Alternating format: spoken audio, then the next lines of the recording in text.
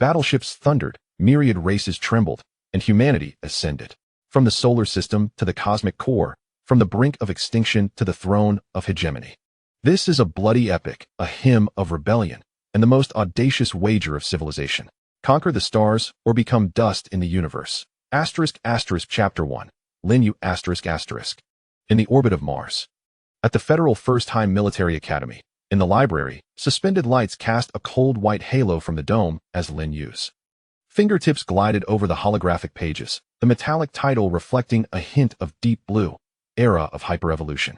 Diligence determines the lower limit, while the extent of brain domain development dictates the upper limit. This phrase marks the beginning of the entire book. In the era before interstellar travel, brain domain development was still regarded as pseudoscience.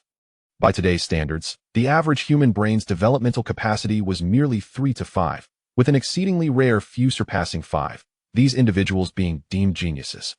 As for those achieving over 10 brain domain development, such individuals indeed existed among humanity, yet their emergence was often serendipitous. Typically, one could expect only a handful every few decades, and not all attained great achievements or widespread recognition.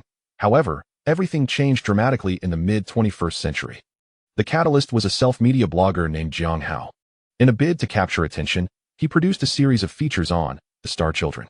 What are the Star Children? Simply put, they are the offspring of astronauts returning from space. Initially, it was believed that this content would merely attract interest, yet events spiraled into the extraordinary for every child born after an astronaut returned from space. By the mid-21st century, among the hundreds documented, none were ordinary. Except for those who met untimely ends, each individual achieved extraordinary feats in their respective fields. Even those with nefarious intentions were no exception, some evolving into super-criminals that vexed the entire world. Not only in intellect, but physically, these individuals surpassed the average person. Even ailments seemed to be completely alien to them. Notably, those whose grandparents had ventured into space were particularly remarkable. At a young age, they emerged as leaders among the younger generation in their nation's scientific community, displaying unparalleled research talent. 1 or 2 could be attributed to coincidence. But if all were exceptional, then, perhaps ordinary individuals merely regarded this topic as sensational gossip, while governments worldwide were alarmed and promptly verified the situation. Ultimately, it was discovered that everything aligned precisely with Jiang Hao's claims. Through extensive research, it was gradually understood that while spacesuits and space station facilities could shield against various cosmic radiations, they could not obstruct one of the fundamental energies constituting the universe, the dark energy that drives cosmic motion. Humanity had touched the key to evolution amidst the starry seas, awakening dormant genes. Brain domain development was merely one manifestation of this evolution. In addition, human physiques experienced significant enhancement, and even longevity increased. Upon uncovering this truth, nearly every nation with space technology reached a unanimous decision. That is, to amplify investments in the aerospace sector. After all, even in 2050, humanity had merely established research stations on the moon and accomplished manned landings on Mars. Whether sending people to space stations, lunar research centers, or Mars, all these endeavors were no simple feats. To ensure the rapid evolution of an entire nation's populace relying solely on the current pace of space exploration would take millennia. Thus, the allocation of substantial funds to vigorously develop aerospace endeavors became an inevitable outcome. In the subsequent 378 years, until the unification of Earth and the establishment of the Human Federation, this era was later referred to as the Era of Hyperevolution. During these 378 years, humanity virtually relocated all educational institutions to space. Research indicated that the optimal effect of dark energy exposure occurred when humans received this baptism before turning 18. This is the epic tale of hyperevolution for all humanity, once regarded as a once-in-a-century genius. Those with a natural brain domain development exceeding 10 now represent merely the baseline for the new humanity. Today, those worthy of the title genius are those whose brain domain development surpasses 20. Theoretically, there might be an exceedingly slim chance of individuals exceeding 25 or even 30. However, this remains purely theoretical. Now, 200 years into the Federation, no such prodigy has been publicly acknowledged. At least, none have been reported openly. Lin Yu set aside the holographic book. An epic of humanity's hyperevolution? And yet, I have not even obtained a ticket to this grand saga. Lin Yu chuckled at himself, his knuckles rapping against the spines of the book bearing the federal emblem. The image of a starship entwined with a dragon's vertebra pressed painfully into his palm. 3 days prior. Just the day after the graduation assessment. Lin Yu turned 18, and in accordance with Federation law, underwent testing for innate brain domain development. Why the emphasis on innate? The explanation is simple. While exposure to dark energy before 18 yields the best results, it does not imply that no changes occur afterward. However, the efficacy of dark energy exposure post-adulthood declines sharply to less than one of the pre-adult effect. Thus, the assessment at 18 is termed the innate development degree, while subsequent assessments are labeled acquired development degree for distinction. As for Lin Yu's test result, 19. Indeed, he fell just a mere one short of the threshold for genius at 20. Do not underestimate this one. It represents a chasm of difference. Upon the announcement of this result, the entire academy erupted in astonishment. Given Lin Yu's consistent performance, whether in theoretical courses or simulated combat, he was undoubtedly the top student in the Fleet Command Department. Moreover, Lin Yu's achievements were not merely first place. He shattered numerous long-standing records. Everyone believed Lin Yu's brain domain development must surpass 20, and many suspected he even had a chance to reach the fabled 25. Yet, who could have anticipated the result would only be 19? Consequently, due to this outcome, the 3 reserved spots for the bridge officer groups of the Federal First Fleet were also lost. According to the regulations of the Mars High Military Academy, students labeled as geniuses who achieve excellent results in both theoretical and simulated assessments are entitled to priority for these spots. That year, 3 students in the Fleet Command Department were confirmed to exceed 20 and achieved outstanding results across all subjects. Though Lin Yu's performance in both theory and simulation was flawless, rules are rules. Lin Yu directly forfeited the opportunity to join the First Fleet and embark on a cruiser. Chapter 2. The Orders within the Human Federation. There currently exist 5 fleets, with the First Fleet being the most formidable among them, boasting a scale that is, on paper, even twice that of the other fleets. It is often referred to as the Vanguard Fleet, for it is tasked with the protection of humanity's cradle, Earth, which also serves as the administrative heart of the Federation. The other fleets include the Second Fleet stationed at Europa, the Third Fleet at Titan, and the Fourth Fleet within the Kuiper Belt. If the First Fleet represents the vanguard, the Second to Fourth Fleets serve as the border forces, collectively forming the outer defense perimeter of the Federation. As for the Fifth Fleet, it has only recently been established and remains under strength, currently temporarily stationed in Martian orbit, awaiting the arrival of additional warships and personnel. Consequently, the First Fleet is a coveted destination for the majority of Federal soldiers. It is well equipped, conveniently located near the Federation's lunar headquarters, and offers the opportunity for regular visits to Earth. Most importantly, the First Fleet provides more prospects for promotion compared to its counterparts. However, with the release of the assessment reports, all aspirations evaporated. As articulated in the opening line of the Age of Super-Evolution, diligence determines the lower limit, while the degree of cerebral development sets the upper limit. Perhaps one's current achievements surpass those of others, yet their potential future capabilities may far exceed your own. Despite his reluctance, Lin Yu found himself powerless in the face of this reality. According to tradition, aside from the 3 exceptionally gifted individuals who are directly promoted, any other candidates with a cerebral development of May 20th also be assigned to various destroyers within the fleets. Although the starting point is not as high as that of a cruiser, it is by no means low. However, for those who are not deemed talented, even exceptional performance typically relegates them to serve aboard corvettes. If one's results are poor, they might find themselves relegated to patrol vessels for several years before ascending to a corvette. The following day marked a pivotal moment for every graduate, second only to the inherent cerebral development assessments and graduation evaluations, ranking 3rd in significance. Therefore, all graduation assignment orders would be issued on this day. Beep. The wrist-mounted holographic device emitted a sharp sound, and a cerulean projection erupted into the air. Federal Fleet deployment orders had arrived.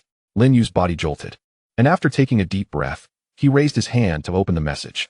He then focused intently on the deployment order before him. In the next instant, the air seemed to freeze. Lin Yu rubbed his eyes vigorously, then scrutinized the order once more, his face awash with disbelief. Fifth Fleet, Xiao, Operations Officer. Without the designation of intern and a rank of lieutenant? In that moment, Lin Yu could scarcely believe that this deployment order was authentic. The Xiao, the Iron Heart of the Fifth Fleet, is one of only 5 battle stars in the Federation. It is well known that graduates of previous years would vie fiercely for an internship position aboard a cruiser. Yet here he was, bypassing the internship altogether to become an operations officer, and they had even granted him the rank of lieutenant. Most critically, he was directly entering a battle star. Having skipped even the battleships? Lin Yu gripped the holographic device tightly, the metallic edges pressing into his palm, leaving red imprints. What is truly happening? At the same moment, aboard the Qiongxiao, on the primary bridge, the massive viewing window revealed Mars, resembling a rust-red pupil gazing at the starship. The officer, Yi Lingwei, clutched an electronic file as she approached the position slightly to the right and rear of the captain's chair. Admiral, I fail to comprehend. This little fellow's cerebral development is merely 19, yet you have even invoked special permissions. Why? The woman seated in the captain's chair languidly supported her chin, the insignia on her shoulders glimmering with a cold flame in the dim light. Lingwei, have you heard of the gene lock? She traced her fingertip across the holographic screen, where Lin Yu's simulated combat footage unfolded in the air. The stars transformed into a chessboard, and the cruiser formations sliced through the enemy ranks with surgical precision. The cerebral scans could only detect explicit genes, yet some individuals possess talents akin to neutron stars, ordinary exteriors concealing a core that is tumultuous and collapsing. Yi Lingwei's pupils constricted suddenly. Are you implying that his test data has been tampered with? Realization struck her, leaving her face awash with disbelief. The tamperer is remarkably skilled. The admiral's lips curled into a smirk. Unfortunately, they are unaware that genes infused with dark energy resonate with echoes. She called forth a set of waveforms. And amidst the chaotic data stream, a peculiar frequency pulsed like a heartbeat, though merely feedback from various simulated combat systems. These data held a distinct significance in the eyes of Mu Qingxue, revealing the truth concealed behind the numbers. Even when viewed from the broader human perspective, this was her unique ability, which she termed quantum resonance. After all, she was the first newly confirmed human since the Federation's era of superevolution. What constitutes a new human? According to the research conducted by Federation scientists, it is believed that when the innate cerebral development of a human exceeds 25, certain special abilities may emerge. Thus, a cerebral development level of 25 is defined as the dividing line between old humans and new humans. Naturally, such information has not been made public. Even Mu Qingxue's own data has been classified as Federation SSS-level secrets. Within the entire Federation, the individuals authorized to access this information number fewer than a handful. Already exceptionally gifted, her potential future was deemed to reach the pinnacle of humanity. Moreover, being born into a military family, with her grandfather being a fleet commander of the Federation. These extraordinary circumstances propelled her to the zenith of frontline fleet commanders and to the rank of Federation Rear Admiral at the tender age of 32. Appointed as the commander of the Fifth Fleet, the future ahead was boundless. 3 days later, at the moment the shuttle departed the Martian gravity well, Lin Yu pressed his forehead against the porthole. The shadow of the Qiongxiao consumed much of his field of vision, its armored hull's rivets resembling meteorite craters, while the magnetic railgun arrays shimmered with a ghostly light in the vacuum. Even a battleship appeared somewhat insignificant before the War Star, which was affectionately dubbed the Space Mothership or the Space Fortress. Its length was more than double that of a battleship. After more than 10 minutes, when the shuttle docked at the left-wing deck of the Qiongxiao, Lin Yu gazed at the airport before him, which was almost exaggerated in its enormity. Suddenly recalling the words of his instructor from his enrollment, the War Star is not a warship, it is a moving seed of civilization. The moment you step into the battle star, you become a part of the ember itself. This profound statement originates from Commander Xiao Chun of the first battle star in the year 78 of the Federation. In this instant, Lin Yu resonates deeply with these words. As the airtight hatch of the shuttle creaked open, the lights at the end of the dark corridor illuminated one by one, resembling a vein leading to the core of the stars. Lin Yu inhaled deeply and stepped into the crimson light. Chapter 3. Reporting in the brain domain assessment is an exceedingly serious matter. Anyone daring to engage in deceit in this regard shall face severe repercussions from the Federation, regardless of their lofty status or immense power, no exceptions. Of course, this is contingent upon the fraudulent behavior being discovered. Who, pray tell, would have the audacity to commit such an act? Aside from that old fellow from the First Fleet, who else could it be?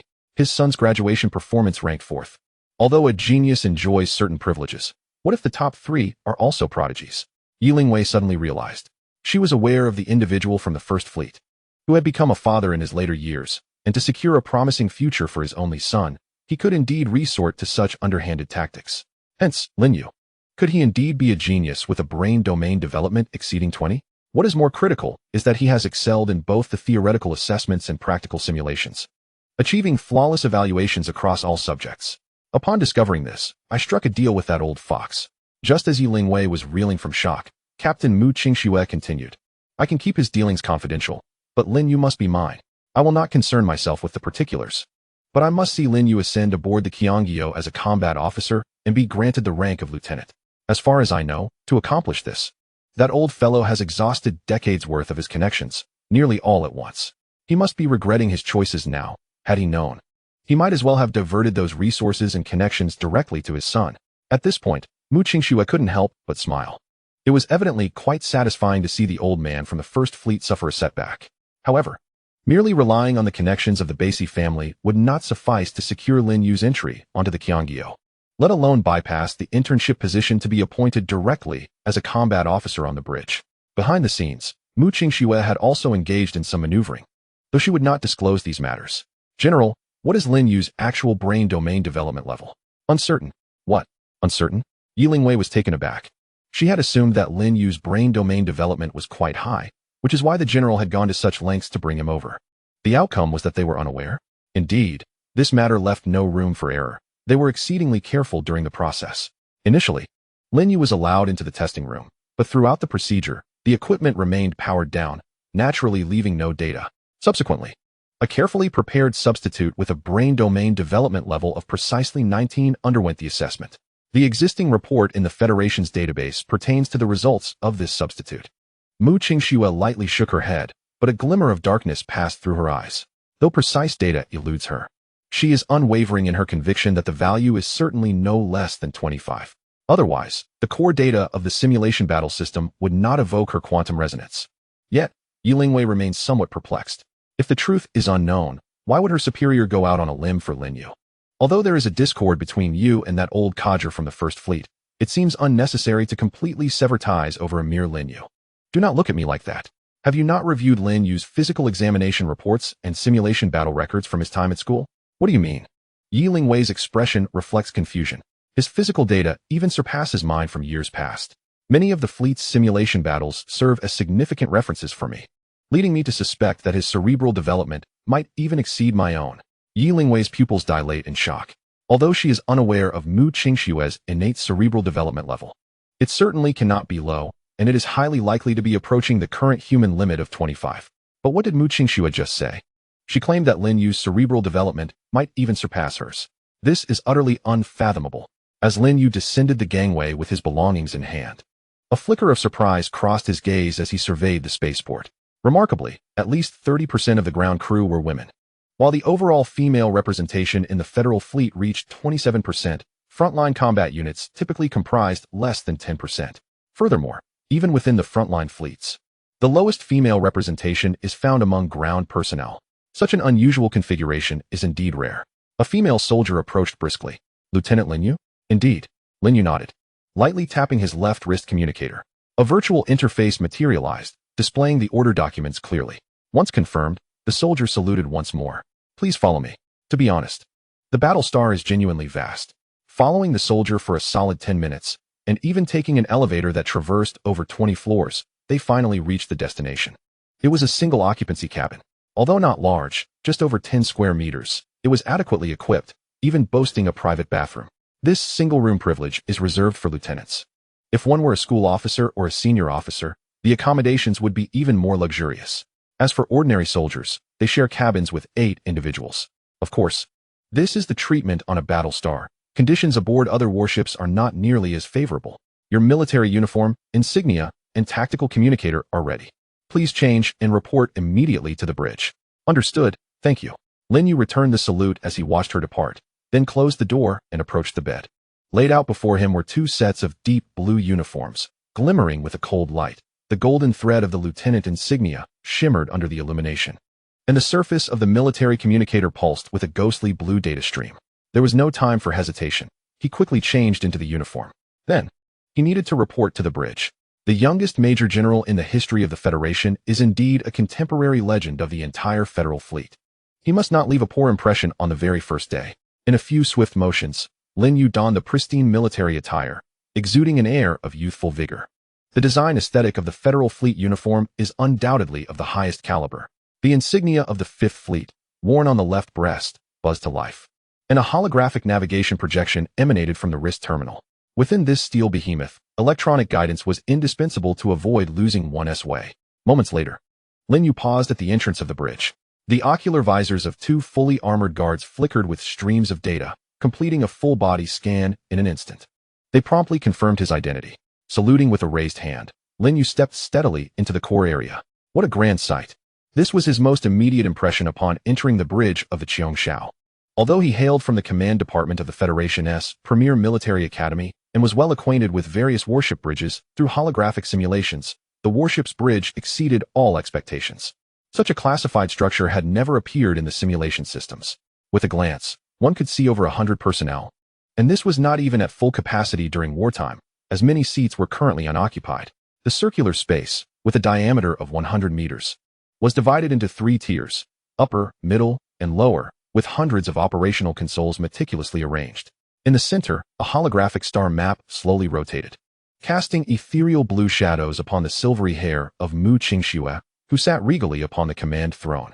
At her side stood her aide, Yi Lingwei, whose perfectly tailored military uniform accentuated her statuesque figure.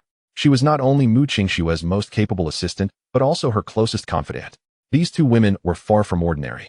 One, at the age of 32, had risen to the rank of Major General and commanded the Fifth Fleet, one of the 5 major fleets of the Federation, earning her the title of a legend among many.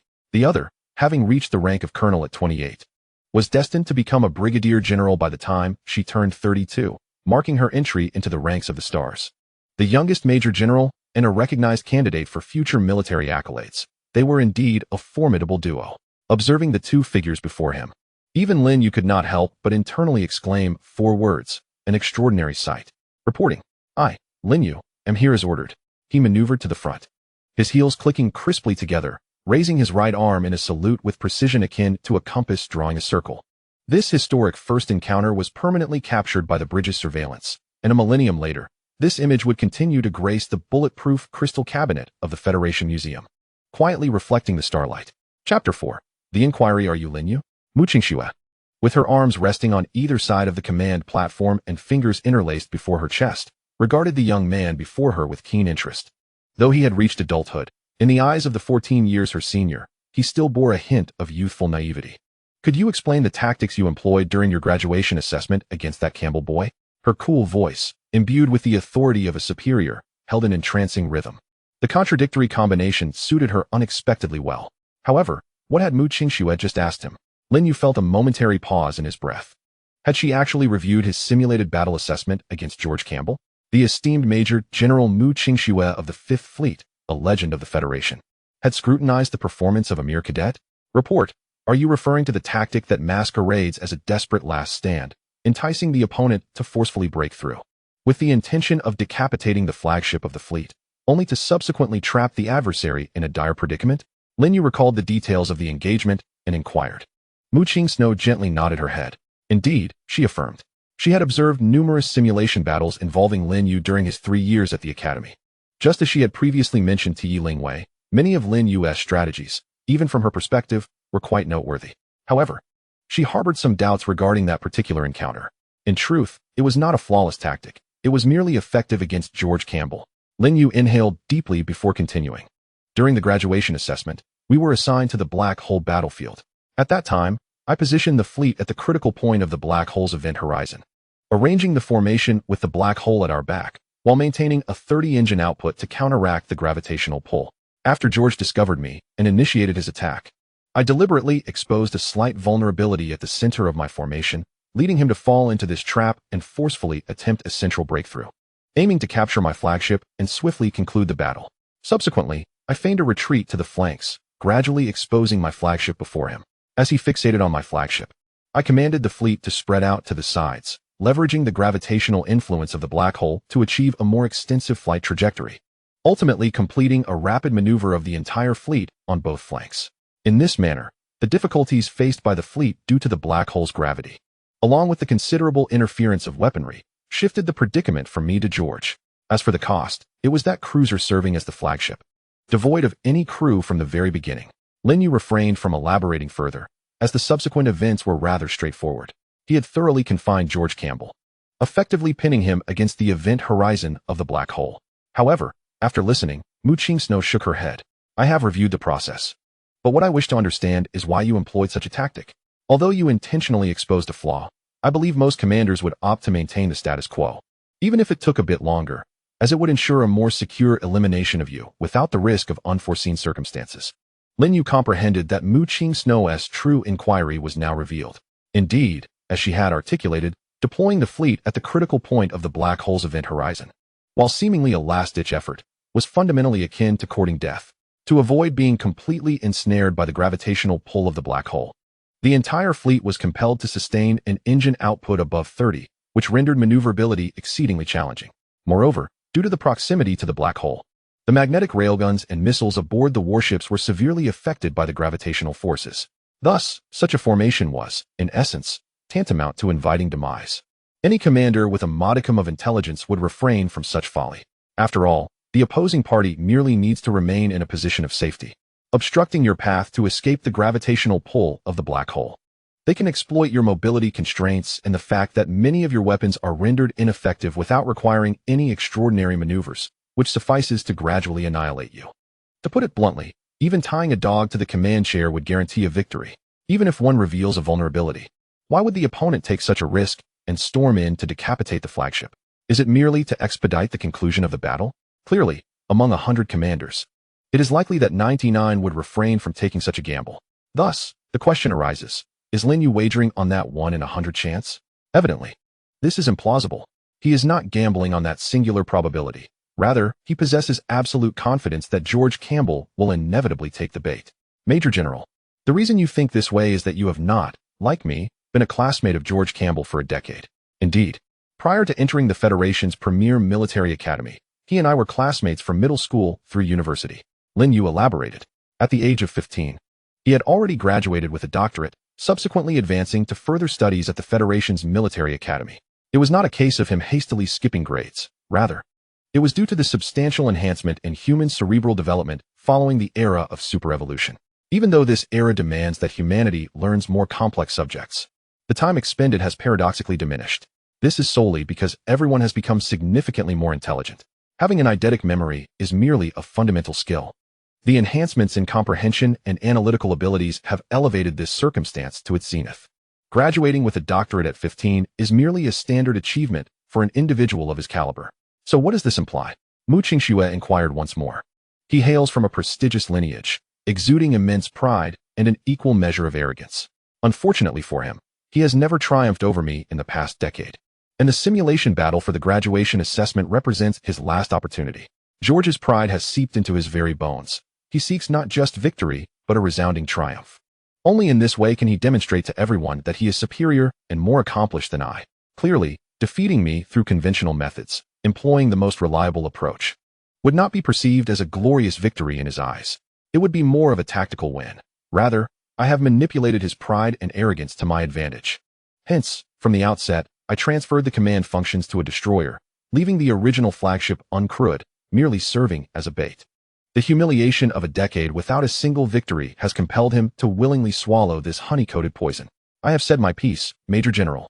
Lin Yu once again raised his hand in salute, standing rigidly before Mu Qingxue. Lingwei, what are your thoughts? Indeed, in this contemporary era, possessing a profound understanding of all tactics, even the ability to swiftly simulate countless possibilities, is hardly remarkable. However, the true art lies in the manipulation of human psyche. It is undeniable that many individuals have become lost within the metrics of cerebral development, neglecting the significance of other equally vital aspects aside from the conveniences afforded by heightened cognitive capacities. Otherwise, why not abolish academic evaluations altogether? Merely ranking individuals based on their cerebral development scores? Mu Qingxue nodded in agreement and added that while cerebral development is a crucial metric, a person's character and thought processes are equally important. Why did George Campbell suffer such a devastating defeat? The root cause lies in his profound character flaws. Thus, Mu Qingxue has always held the belief that an enhancement in cerebral development does not guarantee suitability for all professions. It is essential to assess each individual on a case-by-case basis. Suitability cannot be entirely equated with cerebral development levels. Lin Yu, I am quite pleased with you. Welcome to the 5th Fleet. Mu Qingxue rose and extended her right hand. Chapter 5. Training. Since the establishment of the Federation, 2 centuries have passed. During this time, humanity has united its strength to explore the entire solar system. However, it remains confined within it. Much like centuries ago, when humanity was ensnared on its home planet, It now finds itself trapped within the bounds of the solar system. In the grand scheme of the universe, the Milky Way is diminutive, scarcely larger than a grain of sesame. Yet, for humanity, the Milky Way appears vast, with a diameter of 180,000 light-years and over 250 billion stars. Given the current state of humanity, one cannot claim that the Milky Way is small. Humanity has not yet traversed the mere 422 light-years to reach the nearest star system. Indeed, for 122 light-years, a distance that light takes over 4 years to cover, while the fastest human spacecraft currently travels at approximately 200 meters per second. At this pace, the journey from the solar system to Proxima Centauri would take roughly 360 years. Even with humanity's evolutionary advancements leading to an average lifespan exceeding 150 years, 360 years remains an insurmountable barrier. Thus, humanity finds itself ensnared, confined within this solar system. Centuries ago, scientists proclaimed that if humanity could not escape its home planet, it would inevitably face extinction. Today, that assertion has evolved into a grim realization. If humanity cannot transcend the solar system, it will gradually march towards its demise. For a civilization, stagnation equates to obliteration. There exists no alternative. On board the battleship Cheongxia, in the dining hall, Lin Yu prepared a standard Federal Fleet meal and settled at an unoccupied table. It has been 3 full days since he joined the Fifth Fleet, and he has gradually acclimated to life aboard the vessel. It must be said that after the era of superevolution, humanity has not only become more intelligent and stronger, but has also significantly enhanced its adaptability to the environment. However, before he could take the first bite of food, the shrill battle alarm blared. Lin Yu sprang to his feet and dashed out of the dining hall at breakneck speed, racing towards the bridge. Simultaneously, a report came through. Radar indicates 128 enemy ship signals located at 12 o'clock, at an elevation angle of 18 degrees, and a distance of 27 light seconds. The fleet was arranged in AB2 formation, and the Cheongxiao unleashed all its magnetic railgun arrays. Understood, Admiral. In the next moment, the Cheongxiao resembled a porcupine, with thousands of magnetic railguns deployed, covering both sides and the rear of the ship. The other warships formed a web-like arrangement centered around the Cheongxiao. Although it has been over 6 centuries since humanity launched its first satellite, leading to the establishment of a formidable interstellar fleet, the development of weaponry has progressed at a rather sluggish pace. The primary weapon of warships remains the magnetic railgun, a technology that has existed for over 500 years, merely undergoing generational innovations. As for energy weapons, humanity has indeed developed them, yet numerous unresolved issues persist. Even the latest generation of ion cannons boasts an effective range of only 80,000 kilometers. In the context of cosmic warfare, 80,000 kilometers is virtually akin to close-quarters combat. What accounts for this predicament? The answer lies in the age-old issue of energy. The energy consumption of energy weapons is exceedingly high, particularly for large-caliber ion beams on warships. Even controllable nuclear fusion reactors struggle to keep up. Consequently, the number of energy weapons on warships is limited. A single volley would require energy output far exceeding that of the instantaneous output of a controllable nuclear fusion reactor. In contrast, magnetic railguns offer the advantages of low energy consumption and nearly infinite range. For centuries, the majority of humanity has held a deeply ingrained belief. Magnetic railguns are designated for long-range strikes, while energy weapons and missiles are employed for medium to short-range attacks. Close-in defense falls under the domain of electromagnetic rapid-fire guns. This philosophy is now fully embodied in the design of the Federation warships. Of course, the weaknesses of magnetic railguns are quite evident. Although they are touted as having nearly infinite range, their velocity is severely limited. On battlefields spanning tens of millions of kilometers, the projectiles fired from magnetic railguns often require an extended period to traverse this distance before ultimately striking the target. Some argue that the maneuverability of warships in space cannot match that of aircraft within a planet's atmosphere. Merely slowing down consumes considerable time. Additionally, changing course after deceleration requires ample time as well. Thus, even if the attack time of magnetic railguns is prolonged, is it truly a significant issue? The reality is, it is not. Upon entering the battlefield, no commander would recklessly charge forward at full speed, as this would render the fleet utterly immobile. Unless the opposing force is inept, they would undoubtedly shatter your formation with ease. To address the primary drawback of the railgun, an entirely new strategy emerged. Given the low hit rate when aiming, why not forego precision entirely and compensate with sheer numbers? By deploying an entire fleet in a relatively dense and web-like formation, a simultaneous salvo from the railguns could be unleashed. Rather than targeting a specific enemy vessel, the strategy aimed to blanket an entire area with firepower. At this moment, Mu Qingxue was executing precisely such a tactic. The distance of 27 light seconds translates to approximately 810,000 kilometers. At this range, neither energy weapons nor missiles could be effectively utilized. Only the railguns remained operational. Meanwhile, Lin Yu hastily entered the bridge and took his place at the control console of the staff team. Situated about 10 meters behind the captain's position in a circular arrangement housing 12 operational stations. Admiral, the fleet formation according to Plan B2 is complete. Target locked at ecliptic plane 7 with an elevation angle of 15 degrees. The entire fleet is locked on, reported the officer. Hearing the report, Mu Qingxue stepped forward and waved her right hand. Commence attack. However, when all the warships received the command and initiated the firing sequence, dozens of vessels exhibited no response whatsoever. Indeed, not a single railgun discharged a projectile. This was merely a drill. Ling Wei, report the time. Yes, Admiral. Knight Ling Wei nodded, then gently tapped her tactical holographic computer on her wrist. A wealth of data unfolded before her in a virtual interface. The fleet completed its formation change in a total of 5 minutes and 38 seconds. The staff team defined the attack route and allocated firepower in 1 minute and 47 seconds. From receiving the command to completing the lock-on, the time taken by each warship varied between 35 seconds. Knight Ling Wei recited the data point by point, while Mu Qingxue stood impassively, her expression inscrutable, revealing neither satisfaction nor dissatisfaction. The bridge remained enveloped in silence. 5 minutes and 38 seconds? This was not merely a transition from a scattered formation to the B2 long-range strike array. It stemmed from the A7 formation, requiring only minor adjustments. How could this take 5 minutes and 38 seconds? Ling Wei, note this, from tomorrow on, G37 drills will occur at least 3 times daily until we can compress the time to under 4 minutes. Knight Ling Wei nodded in affirmation. Yes, Admiral. Next. Mu Qingxue scrutinized the data from the staff team, her brow slightly furrowing. 1 minute and 47 seconds? Was it not 52 seconds yesterday? Knight Ling Wei appeared equally perplexed. Over the past few days, during training, the staff team consistently completed each task within a minute. What was occurring today? She turned her gaze toward the back, where the staff team was situated. At that moment, a striking female officer rose from within the team. Even clad in the Federation uniform, her allure was unmistakable, as if everything were poised to reveal itself.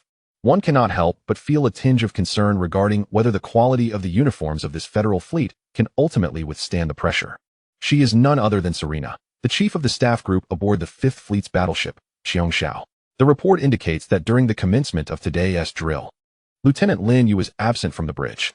Yi Lingwei was momentarily taken aback, but soon recollected that prior to Lin Yu's arrival, the staff group consistently recorded a time of approximately 1 minute and 50 seconds for this particular data metric. One should not underestimate the significance of this 1 minute and 50 seconds. Within the entire federal fleet, it ranks among the elite. The qualifying score for this training exercise is, in fact, 2 minutes and 38 seconds. However, ever since Lin Yu joined the Xiongxiao and took charge of this segment within the staff group, everyone was left astounded. This individual managed to execute such a complex operation in under a minute, truly a prodigy. Over the past 3 days, Yi Lingwei had grown accustomed to this rapid pace, to the extent that she momentarily forgot that the original benchmark was 1 minute and 47 seconds. Lieutenant Lin Yu, you were not on the bridge just now? Yes. I was dining in the restaurant at that time. Well, what could Yi Lingwei possibly say? After all, this was a surprise drill, executed without prior notice, primarily aimed at simulating real combat conditions. The rationale behind conducting surprise drills is to assess whether each person on duty can promptly fulfill their responsibilities. After all, no one remains on the bridge around the clock. When Lin Yu is unavailable, others naturally step in to fill that role. Simultaneously, this exchange was also overheard by Mu Qingxue, who had similarly forgotten this detail. Indeed, Lin Yu was so exceptionally efficient that it had become somewhat addictive for her. Consequently, when Lin Yu was absent, she found herself feeling rather out of sorts. Chapter 6. Lost contact. Does diligent effort determine one's minimum potential while the extent of cerebral development dictates the maximum? As she gazed towards the staff group, Mu Qingxue couldn't help but reflect on this notion. However, what she wished to convey was that while diligent effort can indeed determine the minimum, the inherent developmental capacity of the brain also influences the maximum potential. Nonetheless, whether one can reach this so-called maximum still relies on persistent effort. She had previously reviewed Lin Yu's background. His family's evolutionary history spans merely 17 generations. What does family evolutionary history entail? It is a novel concept proposed by humanity centuries ago, signifying the number of generations of evolved humans one can trace back to their ancestors. For instance, if your forebears were among the initial astronauts over 600 years ago, having traversed 33 generations, then your family evolutionary history would be considered 33 generations. The greater the number of generations, the stronger the descendants tend to be. Lin Yu's ancestors were ordinary people, implying that they belonged to the last cohort of humans to venture into space during the era of superevolution, engaging with dark energy. In theory, a lineage with 17 generations of evolution would significantly lag behind those with over 20 or even 30 generations. This explains why prodigies often emerge from esteemed families. Indeed, in those bygone days, those who could swiftly ascend into the cosmos and relish the tide of evolution were predominantly individuals of power, influence, or considerable wealth. Hence, Lin Yu, born into an ordinary family, exerted tremendous effort from a young age. Of course, in this era, children from humble backgrounds are generally more industrious, as their innate cognitive development tends to be less advanced. Since they cannot attain the zenith of achievement, they must at least ensure that their baseline is adequately established. Nevertheless, according to the information observed by Mu Qingxue, Lin Yu was among the most diligent of them all, surpassing his peers significantly. Commanders merely issue overarching directives, such as instructing the fleet to assume a particular formation or to deploy specific weaponry for an assault. However, translating these commands into practical operations for the entire fleet is the essence of a military strategist's role. After all, if one were to directly shout orders to each captain of the warships, confusion would surely ensue. Yes, I understand you wish to arrange the fleet in this formation. But where should my ship be positioned? It is hardly feasible for every vessel to occupy a station based solely on individual discretion. The fleet commander's orders are not communicated directly to each warship. Rather, they are subdivided into actionable tasks by the strategist before being relayed to each vessel. Thus, what each ship ultimately receives is a directive to relocate to specific coordinates. In essence, the strategist's role is to manifest the commander's vision into reality. According to Mu Qingxue's estimations, even if she were to undertake the recent operation herself, she could compress the time to about 1 minute. Yet she would undoubtedly fall short of Lin Yu's remarkable 47 seconds. Indeed, this individual's innate cognitive capacity is certainly not inferior to her own. As for the exact measure, she could not ascertain, perhaps 28 or even 29. Surely, it could not be as high as 30. With this thought, Mu Qingxue subtly shook her head, reining in her scattered reflections. Lingwei, we shall now proceed to Major Item A, Subject Number 17. Yes, Lieutenant General. A month passed, almost entirely consumed by rigorous drills across numerous subjects, and the cohesion of the fleet grew increasingly robust. Simultaneously, this month, the fleet received 8 new warships, comprising 1 cruiser, 2 destroyers, 4 frigates, and 1 aircraft carrier. As for full complement, according to the military's schedule, it is anticipated to be achieved by March of the following year, which is 6 months hence. Prior to that, the Fifth Fleet was assigned its first official task from the military since its establishment: participation in the Grand Parade commemorating the 200th anniversary of the Federation on November 1st. Traditionally, the Federation's fleet review is conducted by the First Fleet. Due to its possession of the most advanced equipment and the fact that the other fleets are engaged in their respective garrison duties, making them difficult to redeploy.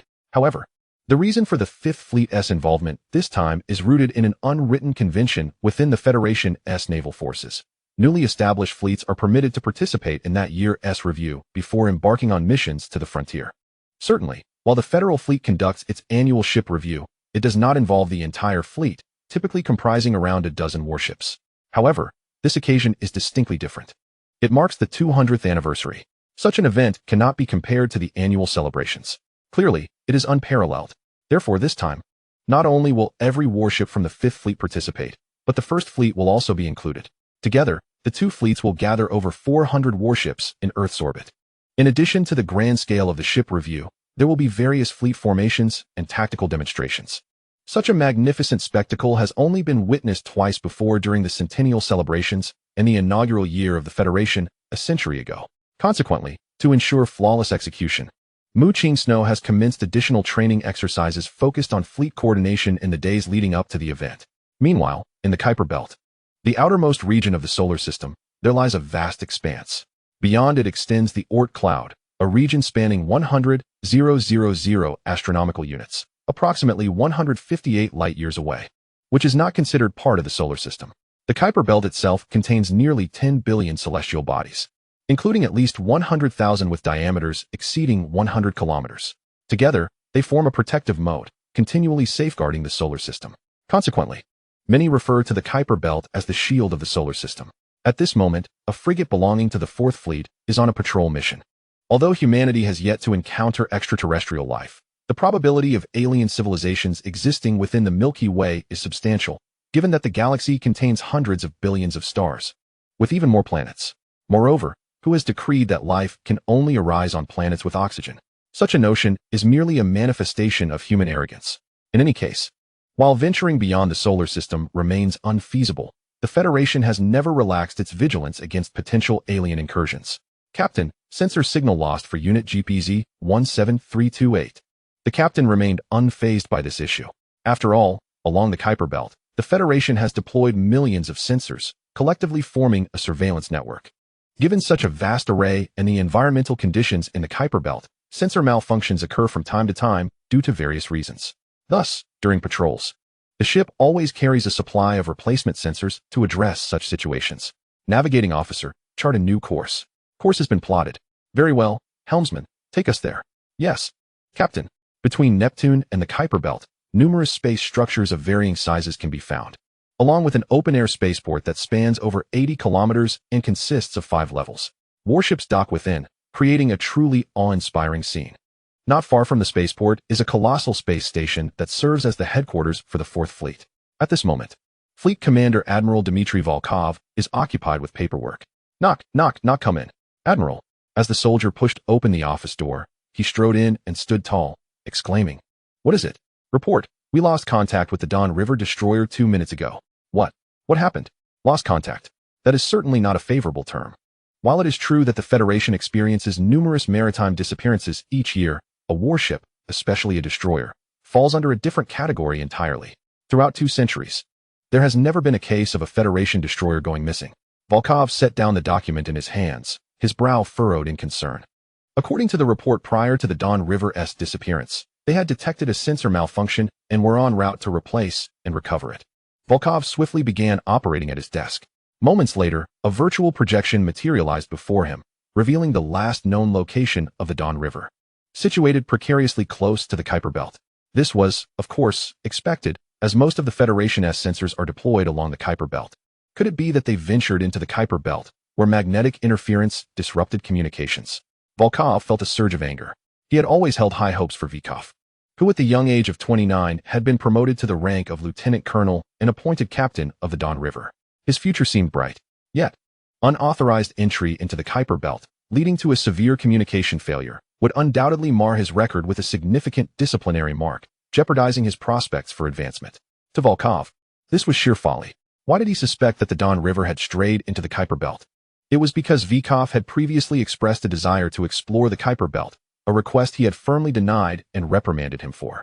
After all, the magnetic fields within the Kuiper Belt are complex and severely disrupt communications and other equipment.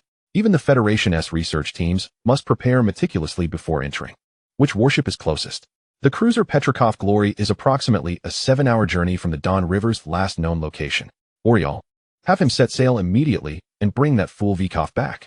Yes, Admiral. Chapter 7. Opportunity. The disappearance of the Don River initially did not attract much attention from the Fourth Fleet. This was due to the fact that the Fourth Fleet was established primarily with Slavs, who tend to be rather rough around the edges in their operations. Incidents that would be inconceivable in other fleets are rather commonplace within the Fourth Fleet. Just last year, a helmsman aboard a Fourth Fleet destroyer operated the ship while consuming vodka.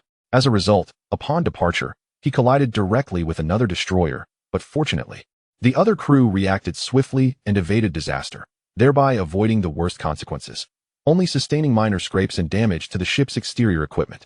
Even more absurd was the revelation during the investigation that the helmsman on the other destroyer, who had averted a catastrophic collision, had consumed even more alcohol than the instigator. As for the daily affairs of space vessels and the chaotic docking incidents, several days have elapsed without any trace of the Don River. Consequently, the Federation has begun to take the matter seriously. A research ship, escorted by 8 warships, has arrived at the last known location of the Don River and is poised to venture into the Kuiper Belt.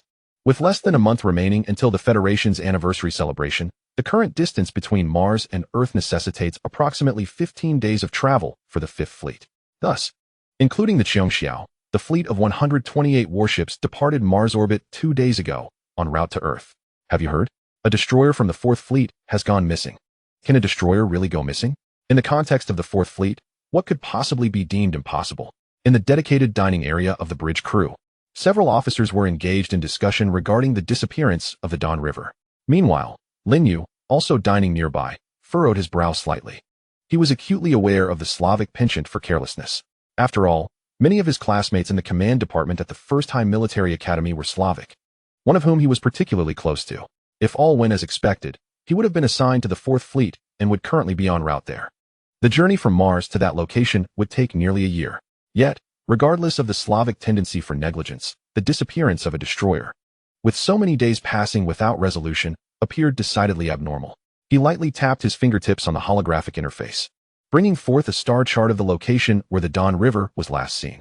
Within the Federation fleet, reports regarding the Don River's disappearance had long been made public. Even junior officers could access this information, rendering it non-confidential. Are you investigating the disappearance of the Don River? At that moment, a figure carrying a food tray sat down across from Lin Yu. It was Serena, the head of the bridge staff and Lin Yu's direct superior. Yes, Chief. Lin Yu nodded in acknowledgement. The term chief was the informal title used by the Qiongxiao's bridge staff to address Serena. Originally, they were meant to call her chief of staff, but Serena found that title unappealing and thus requested her subordinates to refer to her simply as chief. Mu Qingxue had taken a more lenient approach, leading to the current situation. What is there to investigate? Everyone knows how careless those Russians can be. Serena scoffed, picking up her spoon to begin eating. Lin Yu retorted, but chief, aren't you also of Slavic descent? Isn't it strange that a destroyer could go missing? It seems quite absurd. While many speculated that the captain of the Don River had led the ship into the Kuiper Belt and subsequently lost their way, compounded by communication disruptions, could it truly be that simple? Even if the relevant devices or systems were interfered with or damaged, accurately determining direction and exiting the Kuiper Belt should not pose a significant challenge. Even if we were to take a hypothetical step back, should the warship venture into the Kuiper Belt and suffer a catastrophic loss of power due to an impact from one of its celestial bodies, arranging for a shuttle or engineering vessel to emerge from the Kuiper Belt to seek assistance would hardly be a formidable task. Ordinarily, Lin Yu would not have fixated on this matter to such an extent. Yet, inexplicably, it felt as though a voice incessantly urged him, foretelling an impending crisis stemming from the incident of the Don River's disappearance. With the passage of time, this sensation intensified. Indeed, Lin Yu's analysis was sound. However, such matters were the prerogative of the higher-ups, not of individuals like us. What he ought to focus on was the Federation's bicentennial celebration, an exceedingly rare opportunity to shine during peacetime. Particularly at this juncture, Serena recalled something abruptly and promptly sealed her lips. With a pat on her impressive chest, she exhaled deeply, relieved that the commander had yet to announce that particular matter, narrowly avoiding a slip of the tongue. Meanwhile, within the bridge of the Qiongxiao, the vice admiral inquired, "Are you truly resolved to send Lin Yu?" "Indeed," replied Mu Qingxue. Yi Lingwei intended to voice her objections regarding Lin Yu's current rank and qualifications. But Mu Qingxue interrupted her decisively. "Lingwei, I am aware of your concerns. They revolve around Lin Yu's insufficient military rank and experience. Yet, what significance does that hold? If we were to adhere strictly to hierarchy, it would hardly be my turn to command the Fifth Fleet, would it? I have faith in Lin Yu's capabilities. Even the old relic from the First Fleet would likely find himself outmatched." Yi Lingwei was taken aback by Mu Qingxue's unwavering confidence in Lin Yu's prowess. Though she shared a profound disdain for the commander of the First Fleet, it was undeniable that his capabilities were exceptional, placing him among the top 3 in the Federation concerning command skills. After all, how could he maintain his position without merit? The First Fleet was represented by Brigadier General Julian Redfield, commander of the 3rd Mixed Fleet, a stark contrast to Lin Yu. If Lin Yu epitomized creativity and innovation, then Julian embodied the quintessential textbook commander. The collision of these two diametrically opposed styles of leadership promised an intriguing outcome. A smile graced Mu Qingxue's lips, her face illuminated with delight. She was genuinely looking forward to it, simultaneously offering Lin Yu a chance, a moment to shine before the eminent figures of the Federation fleet. Should he seize this opportunity, it could potentially save him several years in his military career. Of course, this was contingent upon Lin Yu's ability to truly grasp this chance. Chapter 8. The Klein clan delving into the Kuiper Belt, Approximately 3 astronomical units in, there lay an immense void, a cavernous expanse devoid of any matter, measuring over 10,000 kilometers in diameter. Surrounded by countless celestial bodies of varying sizes, it seemed as though they could effortlessly evade one another, with none daring to intrude upon the void. At this moment, a multitude of warships, immigrant vessels, and various logistical crafts appeared in this area, their total exceeding 5,000. The sheer magnitude of this fleet was daunting. This was not the armada of the Federation. Rather, it belonged to an extraterrestrial race known as the Klein. Upon closer inspection, one could discern amidst the vast fleet of the Klein a destroyer bearing the insignia of the Federation fleet. Was it not the long-missing Dawn River? Affiliated with the Fourth Fleet? What had transpired? On a Klein warship, comparable in size to a battle star, Tomolo sat upon his throne and asked in a deep voice. Though possessing a height and physique similar to that of humans, the Klein exhibited significant differences in appearance. The most striking feature was their skeletons, which grew externally, encasing their muscles within. Their bones were extraordinarily resilient, giving them the appearance of being clad in heavy armor, an intimidating sight. My king, we are still deciphering the phenomenal signals from the enemy's minds. It is anticipated that we will require 3 standard cosmic hours more. Accelerate the process. Inform me immediately upon reaching a conclusion. Yes, my king. The reporting Klein soldier raised his right hand to his left chest, and then bowed before departing the Grand Hall. Amina, do you believe what I am about to do is right or wrong? Once the soldier had left, only 2 remained in the hall. At that moment, Tomolo's expression and tone softened considerably, for Amina was his wife. Before his subordinates, he needed to maintain the gravitas befitting a Klein monarch. Yet such pretense was unnecessary in Amina's presence. My king, when the survival of our entire race is at stake, what is there to determine as right or wrong? For us, it is either the annihilation of this species and the occupation of their home world for our propagation, or we face extinction. Amina spoke with unwavering conviction. Indeed, you are correct. When it concerns the survival of our entire race, notions of right and wrong become irrelevant.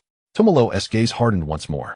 3 days later, deep within the Kuiper Belt, approximately 27 million kilometers away, a rescue fleet was dispatched.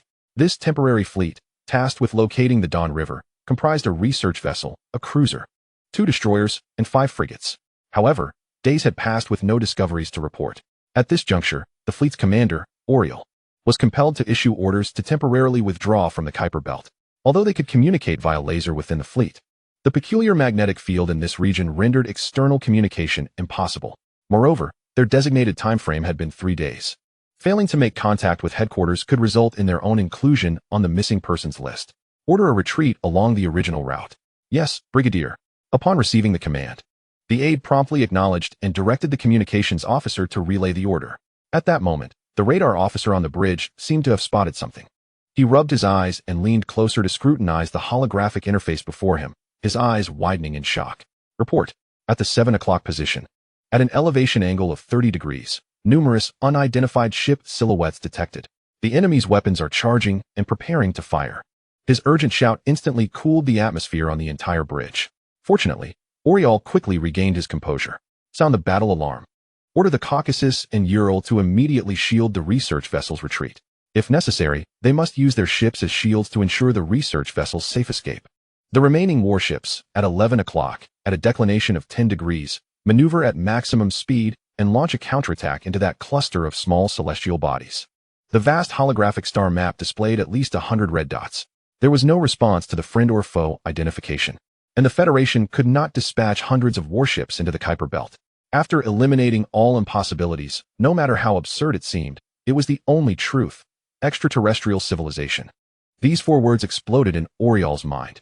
At this moment, outnumbered by the enemy, his sole responsibility was to delay the adversary and ensure the research vessel's escape. After all, it harbored numerous Federation scientists, far more valuable than his crew.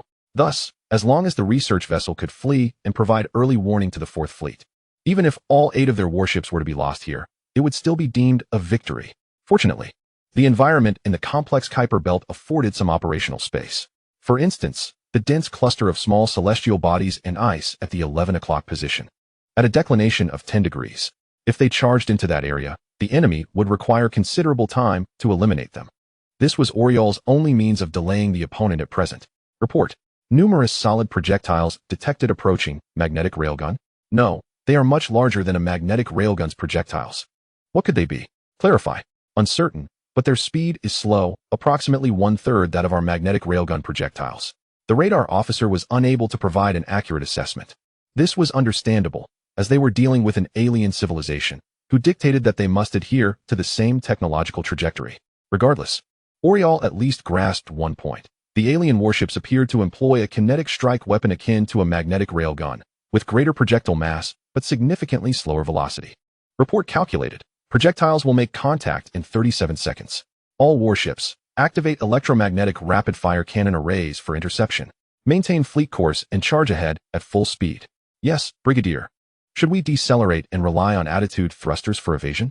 Setting aside whether we can decelerate in time, even if we could, relying solely on attitude thrusters for avoidance would be of little effect. The window is simply too short. In that case, it would be better to press on without evading and continue accelerating forward, as long as they can withstand the onslaught for 5 minutes. The fleet will breach the dense celestial region, otherwise. Regarding the incoming projectiles, since their velocity is significantly slower than that of the magnetic railgun rounds, and their size is considerable, let us employ the electromagnetic rapid-fire cannon array for interception. We shall intercept as many as we can. Chapter 9. ULA 1 cruiser, 2 destroyers, and 3 frigates, 6 federal warships in total. Hundreds of electromagnetic rapid-fire cannons are currently unleashing a furious barrage to intercept the colossal projectiles hurtling towards them. Meanwhile, the magnetic railguns and the 4 ion cannons aboard the cruiser are retaliating with all their might. Initially, Oriol believed that although the adversary was more advanced in interstellar travel, able to traverse star systems and invade the solar system, perhaps their military technology was inferior to that of the Federation. After all, did their attack methods not appear feeble? However, after several rounds of counterattack, Oriol realized that while the enemy's weaponry might not be particularly formidable, their warships exhibited extraordinary resilience. The magnetic railgun projectiles failed to penetrate their defenses entirely, and while the particle cannons could breach their armor, that was the extent of their efficacy. Yes, they could pierce, but could not obliterate. Oriol even began to suspect that perhaps these alien vessels lacked any electronic equipment or flammable materials. When a shot from the ion cannon struck, it was akin to using a pen to pierce through a sheet of paper. It did penetrate, yet beyond that, it yielded no additional effect. This was quite frustrating. Undeterred, Oriol ordered all ion cannons to concentrate their fire on the alien warship. Finally, after 5 rounds of assault, the Klein warship, riddled with 20 holes, was rendered incapacitated. However, almost simultaneously, a federal frigate at the rear of the fleet succumbed to the pressure, transforming into a brilliant burst of flames, forever lost to this battlefield. Oriol gritted his teeth and continued to command the fleet forward. Hold on. We are about to break through, ULA. ULA. ULA. At long last, 2 minutes later, they had lost yet another frigate. Apart from his own cruiser, Oriol was left with only 2 frigates and 1 destroyer. He finally led his 4 remaining warships into the complex celestial region. The multitude of ice blocks and debris would provide a layer of protection, while the larger celestial bodies could serve as hiding spots. From this point onward, his sole task was to engage the enemy in a guerrilla skirmish within the asteroid belt, not seeking victory, but merely to entangle them and buy sufficient time until they all perished here.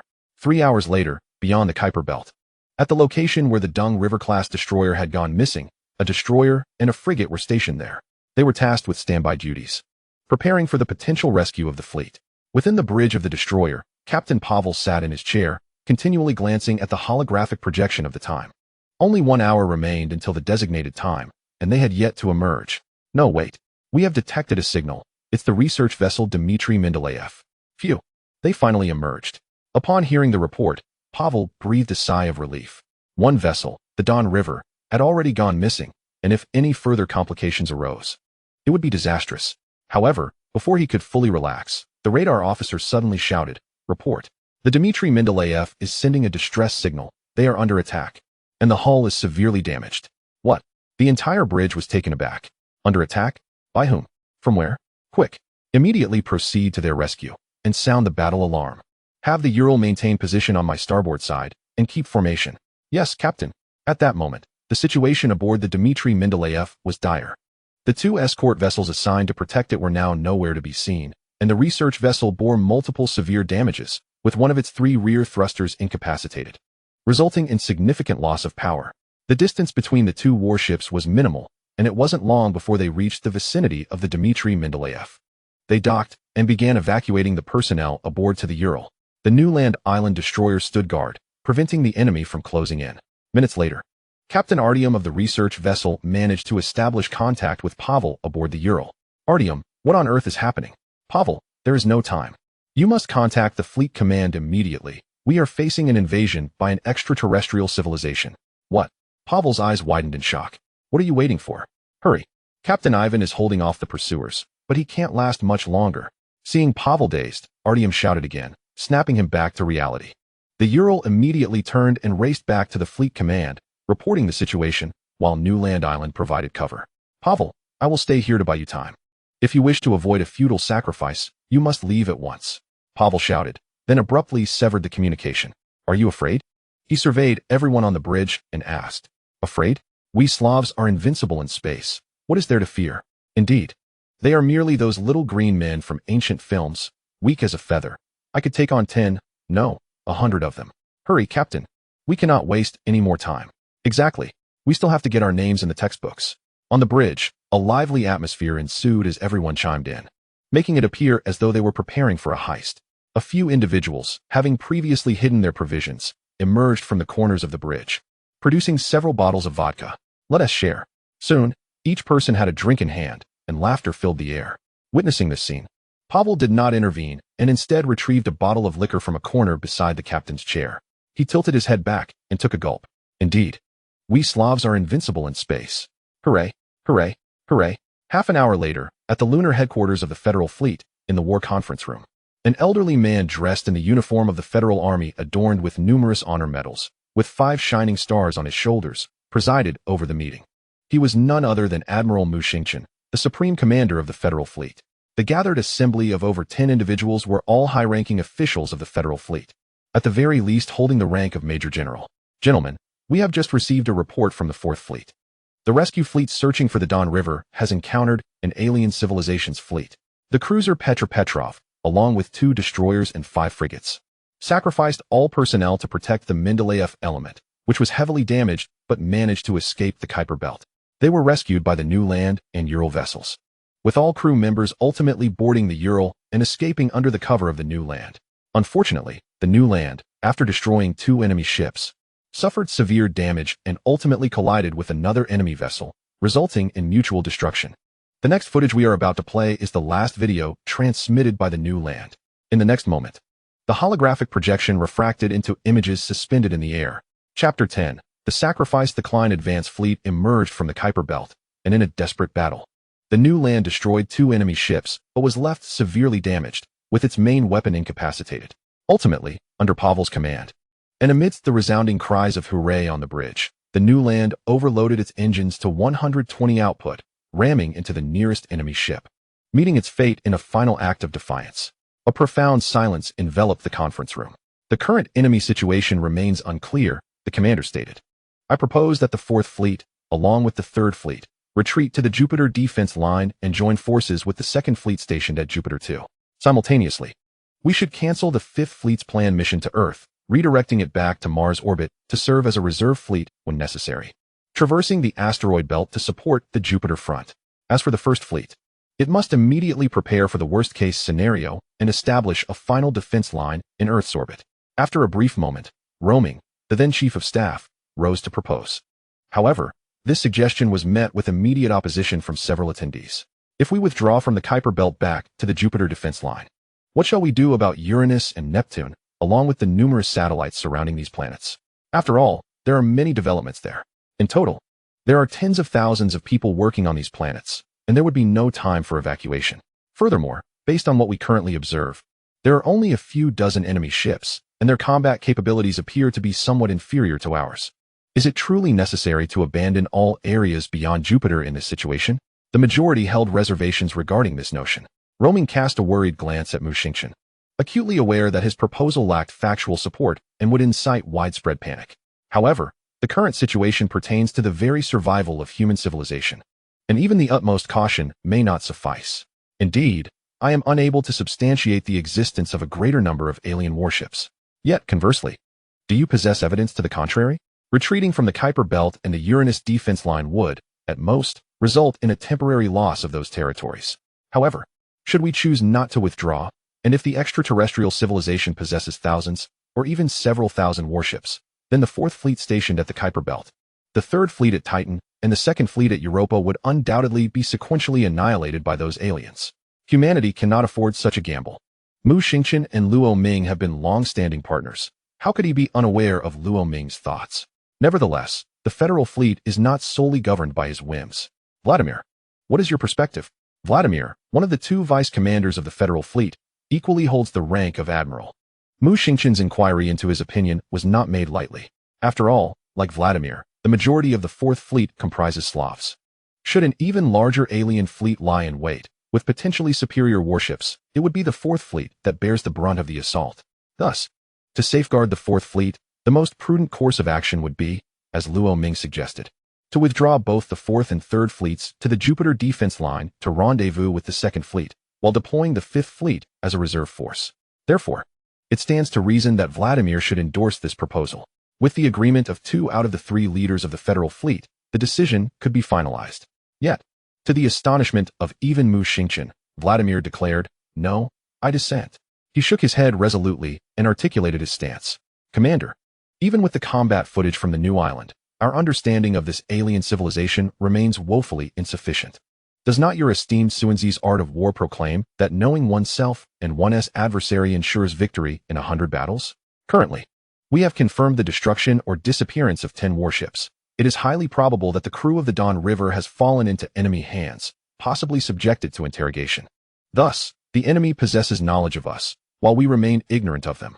If we can deploy the Fourth Fleet to thoroughly ascertain the enemy's capabilities, I believe that is a worthy endeavor." At that moment, the entire conference room fell into stunned silence. No one was oblivious to the implications of Vladimir's statement. It was a call to arms for the Fourth Fleet. After all, the few alien warships could hardly match the might of the entire Fourth Fleet. To secure victory would necessitate the mobilization of greater forces, perhaps even the main fleet. By doing so, the Federation could gain deeper insights into the scale and strength of these extraterrestrials, even uncovering potential technological vulnerabilities, leading to informed decisions in the future. Yet, the fate of the Fourth Fleet could be aptly described in a single word: sacrificial. 1 hour later, the Federal Fleet's lunar headquarters issued a series of commands. Firstly, the Fourth Fleet was ordered to evacuate all personnel except for frontline combatants. Secondly, the Third Fleet was instructed to retreat to the Jupiter defense line and join forces with the Second Fleet. Thirdly, the Fifth Fleet's planned mission to Earth was cancelled, and they were to return to Martian orbit immediately, awaiting further instructions. The federal government also declared a state of emergency, mobilizing all reserves to report to their designated locations without delay. Concurrently, they granted the Federal Fleet the authority to requisition all civilian vessels. Although the term extraterrestrial was never explicitly mentioned, everyone understood that a grave situation was unfolding. At the same time, the Fifth Fleet received similar orders. What? An invasion by extraterrestrial civilization? It seemed absurd. In the conference room, when Mu Qingxue recounted the events and presented the visual data from the Federal Fleet headquarters, the Chief of Staff of the Fifth Fleet, Serena, sprang to her feet. Her fiery personality matched her striking appearance, and her eyes reflected profound shock. In truth, while others may not have reacted with such exuberance, their inner astonishment was scarcely different. For centuries, discussions about extraterrestrial civilizations had flourished, and the Federal Fleet's deployments had indeed been structured to guard against such invasions. Yet, few had truly anticipated that such an event would transpire in their own generation. All right, everyone quiet down. According to headquarters orders, the fleet will return to Martian orbit. Furthermore, the Fifth Fleet will serve as the reserve fleet for the Jupiter defense line, prepared to traverse the asteroid belt and support the front lines at a moment's notice. Additionally, the federal government has officially declared a state of emergency, redirecting all resources towards military efforts and mobilizing reserves. This means that within 3 months, we anticipate receiving the necessary warships and personnel to fully staff the Fifth Fleet. Finally, based on my preliminary calculations, once our warships and personnel are replenished, we will have approximately 6 months for training and integration. During this period, we must ensure that the Fifth Fleet achieves full combat readiness. Upon returning, everyone must prepare and submit a feasible plan outlining how each department can expedite training within 6 months. Dismissed. As the attendees acknowledged her command and began to rise, Lin Yu felt somewhat dazed amidst the crowd. His confusion did not stem from the extraterrestrial matter, but rather from the realization that he was participating in such a high-level meeting. Shouldn't it have been solely Serena, the Chief of Staff, representing the advisory team? Why was he included? Lin Yu, please stay behind. just as he started to follow Serena. Mu Qingshue's voice called out from behind him. Chapter 11. Reassessment. Do you know why I summoned you to this meeting? Once everyone had left, only Mu Qingxue, Yi Lingwei, and Lin Yu remained in the room. Lin Yu shook his head in response. What did you discern from the combat footage of the Fourth Fleet's new vessel? The island of New Earth? I believe this should not be their main fleet. Lin Yu pondered for a moment before replying. The response caused Mu Qingshue's eyes to gleam with sudden clarity. Please elaborate on your reasoning, she inquired. It is because their operational patterns are exceedingly simplistic, came the reply. What does that imply? Mu Qingxue pressed on. It suggests that these warships have not undergone complex and varied military training. Rather, they resemble the fleets of law enforcement vessels within our Federation, which are trained for specific tasks with a rather narrow scope of preparation. However, this does not preclude the possibility that their understanding of interstellar warfare is indeed limited to this extent. Yet, I am convinced that a civilization capable of constructing interstellar warships and traversing light years to reach our solar system cannot be so shallow in its comprehension. The Fourth Fleet is likely facing dire straits. As the mention of the Fourth Fleet arose, Mu Qingshue's countenance darkened. She had already deduced the intention behind the orders from headquarters. To put it plainly, the Fourth Fleet was to become a sacrificial offering. By sacrificing the Fourth Fleet, the Federation would gain an opportunity to ascertain the true capabilities of the adversary, enabling them to make informed decisions thereafter. How could Grandfather issue such a command? It is important to note that even excluding personnel for logistics and maintenance, the Fourth Fleet still comprises over 150,000 combat personnel. Even if probing the enemy's strengths is necessary, must it be executed in such an extreme manner? At that moment, Mu Qingshuo was unaware that this was not Mu Xingqian's directive, but rather the resolute demand of General Vladimir. In fact, General Vladimir had directly connected with the commander of the Fourth Fleet, and upon hearing the proposal, they insisted that the Fourth Fleet undertake this mission. As for the other Western general, he naturally acquiesced, reasoning that the casualties would predominantly be Slavs, would they not? What could Mu Xingqian possibly say? Chief of Staff roaming at headquarters, along with General Mu Xingqian and others, also believed this was not the main force of the enemy, and proposed withdrawing both the Fourth and Third Fleets to the Jupiter defense line to regroup with the Second Fleet. Truly, the wisdom of the Commander-in-Chief and the Chief of Staff is commendable. I find this strategy exceedingly sound.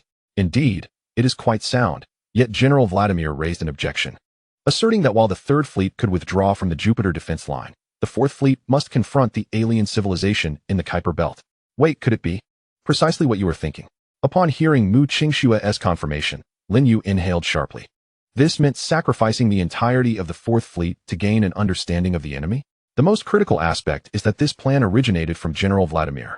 If memory serves correctly, General Vladimir himself is a Slav and is among the three leading figures of the Federation fleet, representing Slavic interests, is he not?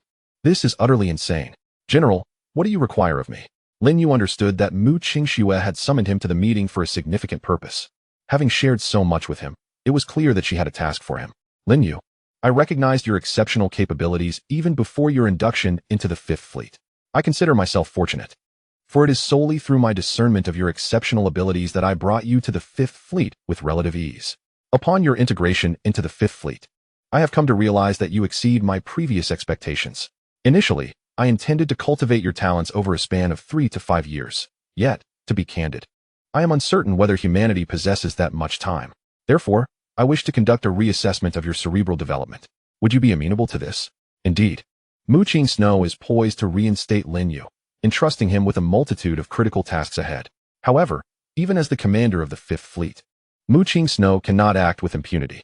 Lin Yu has only just graduated and, despite undergoing extreme measures, has only attained the rank of captain. What can one expect from a captain? It is essential to note that many positions within the Federal Fleet have rank prerequisites.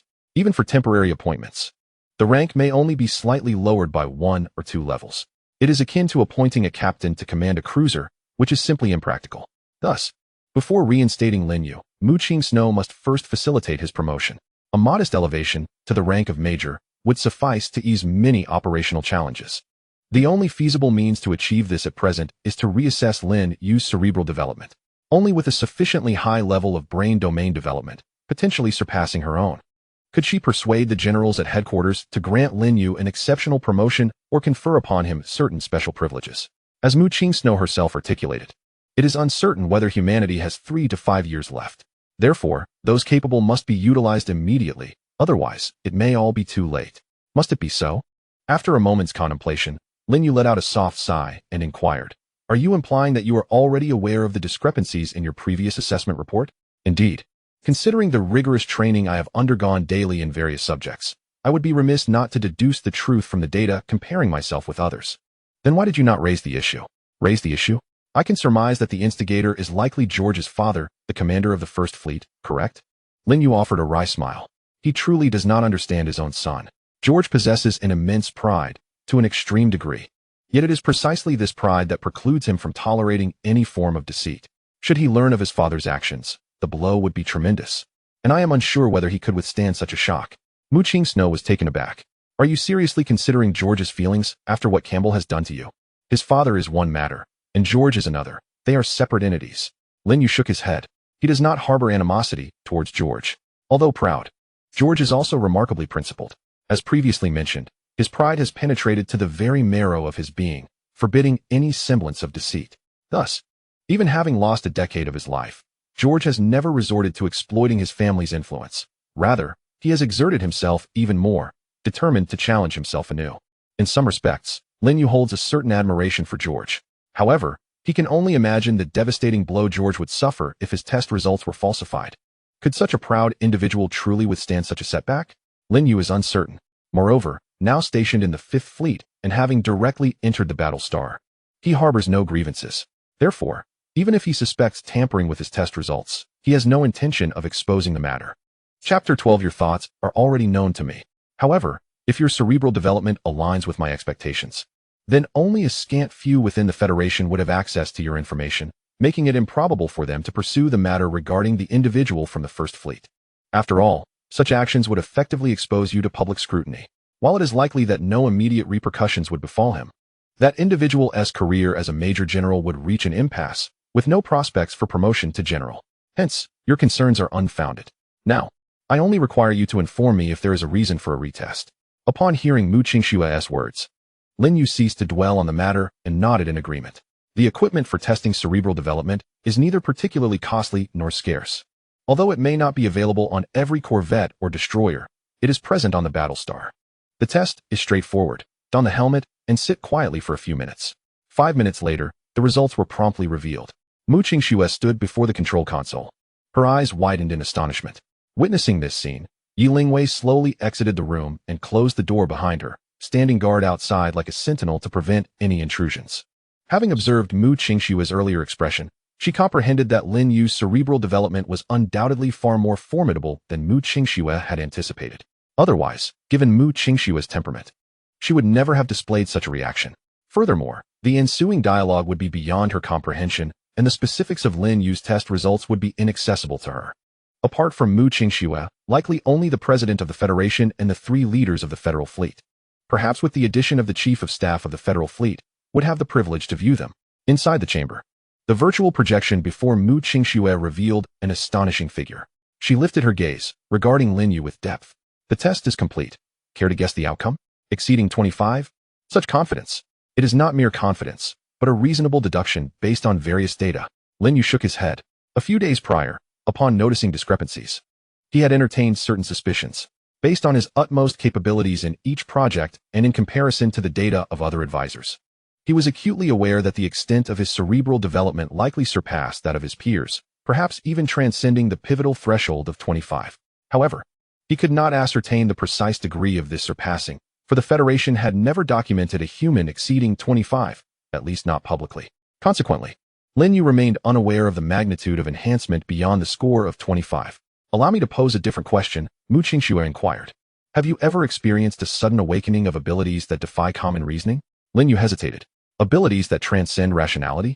Could it be that exceeding a cerebral development score of 25 could lead to the awakening of superhuman powers? Yet, even if such a phenomenon existed, how could Mu Qingxue be privy to it? After all, the Federation had never acknowledged anyone surpassing 25. "Colonel, you cannot mean, indeed, as you have surmised. My innate cerebral development score is 27, and it has now reached 29, Mu Qingxue confirmed with a nod. A score of 25 in innate development brings forth 2 significant benefits. You should be aware that exposure to dark energy in space before the age of 18 significantly accelerates human evolutionary progress. After reaching adulthood, while the effects persist. They typically diminish to about 1/3 of their previous potency. This is the reason why individuals are assessed for their cerebral development scores at 18, termed as innate cerebral development. However, there exists an exception. Once the innate cerebral development surpasses the threshold of 25, the subsequent effects may diminish, yet one can still maintain an approximate enhancement of 30. This constitutes the first advantage. As for the second, an innate cerebral development score exceeding 25 will awaken certain special abilities. This awakening process generally spans around 3 years, nonetheless.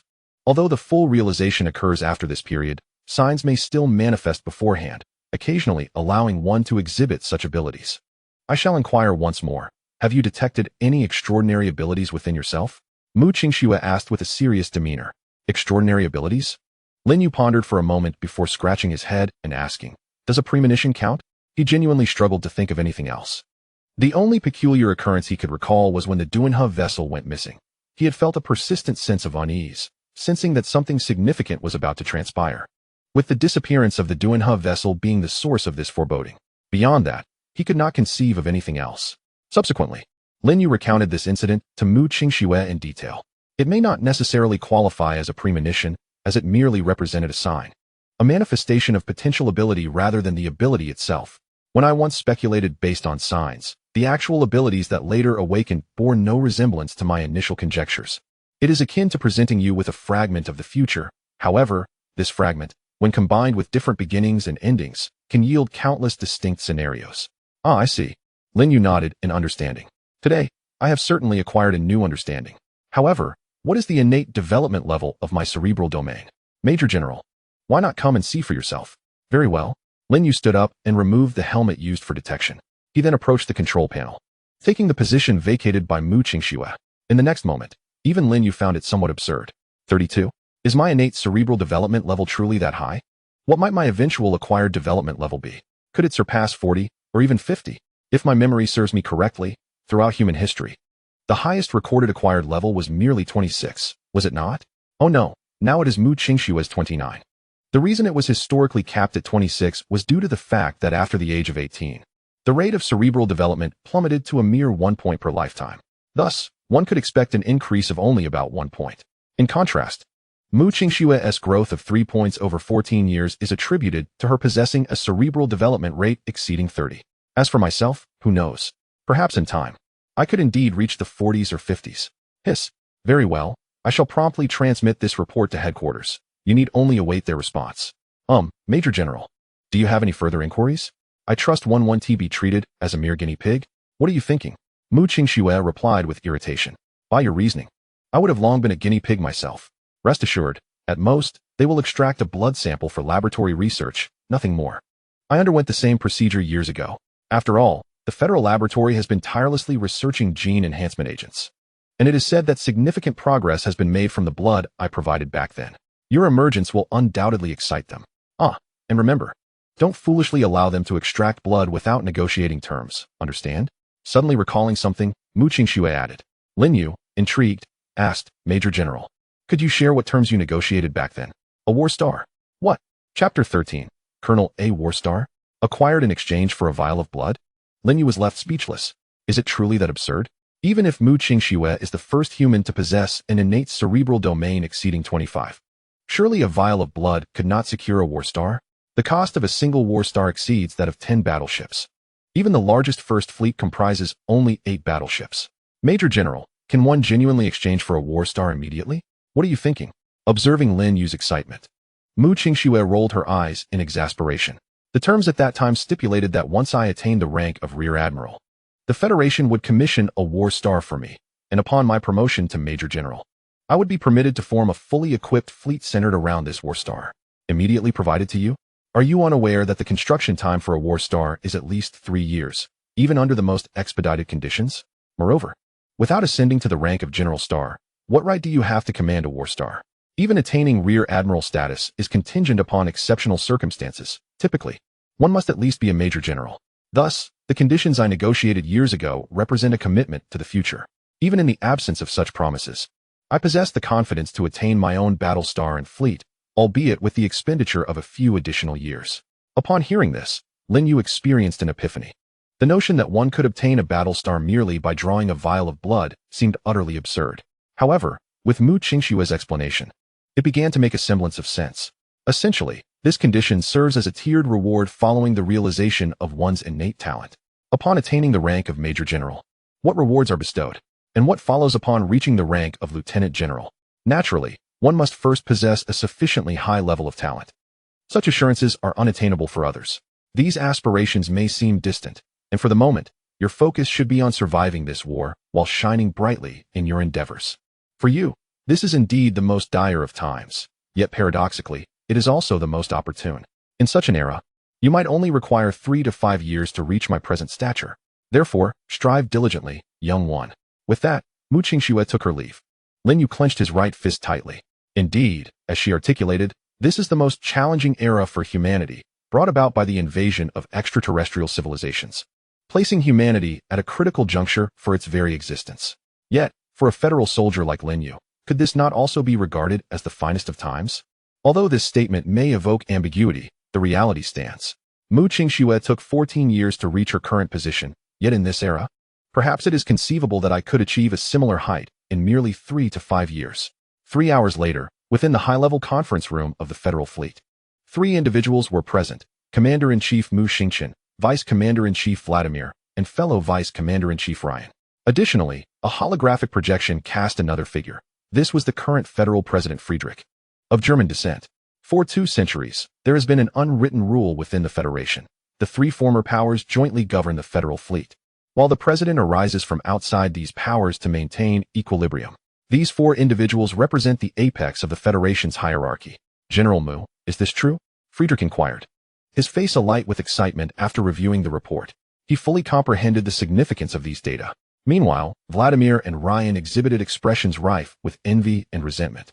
14 years ago, Mu Qingxue was one of your compatriots. That might be acceptable, yet 14 years later, should it not be our turn? Yet here we are, once again overshadowed by your nation and absurdly gifted with a 32 in innate cerebral capacity. Is there no sense of fairness? Indeed, it has been confirmed.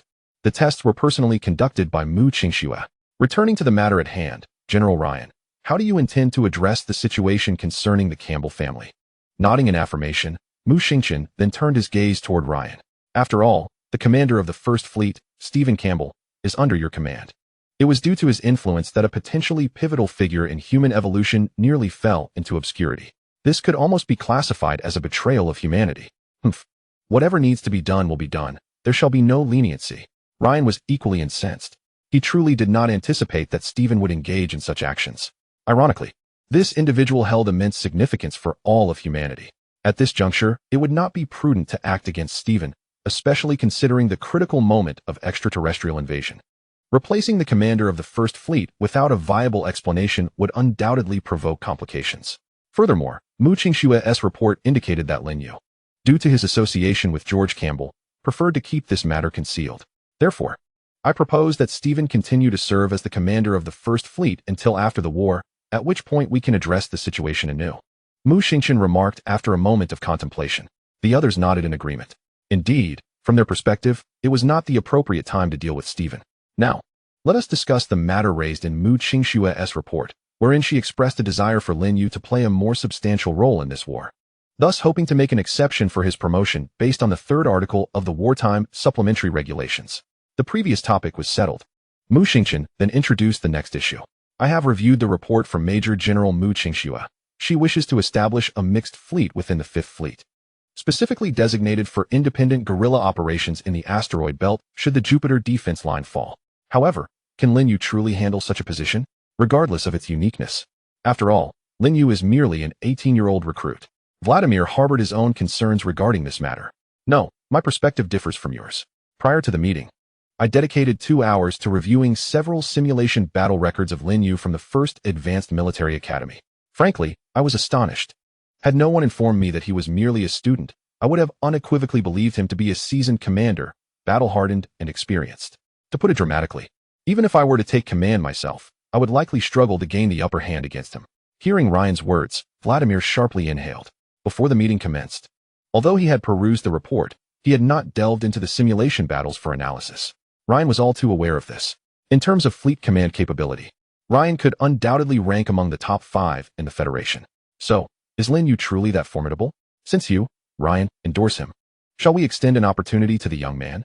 As for the special promotion, let it be to the rank of Lieutenant Colonel, and he shall assume the role of acting commander temporarily, allowing us to observe his performance. Very well, as long as there are no objections, let it be resolved thus. Once the two had concluded, Mu Xingqian delivered the final word. In any case, even if a mixed fleet is established within the Fifth Fleet, it would be at least a year before they see combat. Therefore, allowing Lin Yu a chance to prove himself should pose no significant issue. Even if it proves unfeasible, they still possess ample time to appoint a more competent individual, do they not? As for the federal president, I regret to inform you that he occupies merely a spectator's role. Ultimately, he holds no authority over the decisions made by the federal fleet. Within this modest conference room, the youngest colonel in the annals of the Federation, merely 18 years of age, was born. Chapter 14, The Battle of Nyx centuries ago. Textbooks describe the solar system as comprising 9 planets: Mercury, Venus, Earth, Mars, Jupiter, Saturn, Uranus, Neptune, and Pluto. However, in the early 21st century, humanity established a new criterion for defining a planet. Consequently, it was discovered that Pluto did not meet the latest definition and was thus reclassified as a dwarf planet. According to the new standards, a celestial body must satisfy 3 conditions to be deemed a planet. The first criterion mandates that it must orbit a star, namely the Sun. The second stipulates that it must possess sufficient mass to assume a spherical shape due to its own gravitational pull. The third requires that its orbital vicinity be devoid of other celestial bodies, or that it can clear its orbit of such bodies within a span of 3 billion years. Thus, upon discovering that Pluto's orbit overlapped with Neptune's and that there were other similarly sized asteroids nearby, Pluto, once one of the 9 planets, was expelled from the solar system's planetary fraternity, relegated to the status of a dwarf planet. Since then, textbooks have revised their depiction of the solar system to comprise 8 planets. As for Pluto's location, it resides precisely at the boundary of the Kuiper Belt and is accompanied by 5 moons, one of which is Charon, in close proximity to Nyx. At this moment, over 120 warships of various sizes are arrayed here, including a battleship, the flagship of the 4th Fleet, the Petrov Glory, approximately 10 light seconds away. Over 300 Klein race warships are present. Unlike the previous fleet composed entirely of small vessels, the current Klein fleet boasts a significant number of large warships, some of which rival the size of the Federation's battleships. This revelation rendered the 4th Fleet commander, Volkov, notably grave, for apart from the hundreds of small ships, he possesses no intelligence on the remaining warships, a critical oversight for any commander. Captain, the message has been dispatched, but there has been no response. What of Alexei? Major General Alexei Ivanov has arrived at the designated location and is currently deploying. He is expected to complete preparations in 30 minutes. The communications officer continues to reach out, expressing our desire for negotiation, attempting to buy some time. Indeed, Major General. Upon receiving the order, the communications officer immediately commenced operations, persistently sending out pre-prepared messages through various channels. Minutes elapsed, yet there was still no response. At that moment, Major General, the enemy vessels are advancing in full force. Speed, 18 ms, and they are accelerating. In the next moment, a colossal 3-dimensional tactical panel materialized before Volkov, refracted by the virtual projection in front of the command chair, in stark contrast to the 4th Fleet, represented by blue icons. A multitude of red warship icons loomed 3 million kilometers away, both large and small. At this moment, these vessels were advancing towards him with fierce intent. Commence the assault. Volkov had no intention of engaging in negotiations. His earlier messages were merely a tactic to buy time until his preparations were complete. However, with the adversary's disregard for diplomacy, there was no need for pretense. He promptly issued the attack orders. Over 120 warships, including a battle star and 4 battleships, were poised for action. The entire fleet boasted more than 10,000 magnetic railguns, and their combined firepower during a simultaneous volley was indisputable. Round after round, every few seconds, thousands of projectiles were unleashed from the fleet, casting a net-like barrage toward the enemy. Of course, at a distance of 3 million kilometers. Even though the era's magnetic railgun projectiles could reach speeds of over 1,000 kilometers per second in a vacuum, traversing such a distance would still take nearly 50 minutes. Even accounting for the enemy's simultaneous advance, it would require over 40 minutes. Interstellar warfare, unless it approached the final 100,000 kilometers, could not be described as close-quarters combat. Otherwise, the tempo remained exceedingly slow. Simultaneously, at the lunar headquarters, the Federal Presidential Office, and aboard the battle stars of the other 4 fleets. Real-time broadcasts were transmitting the combat occurring in the Kuiper Belt, specifically around the moon Pluto II, Charon.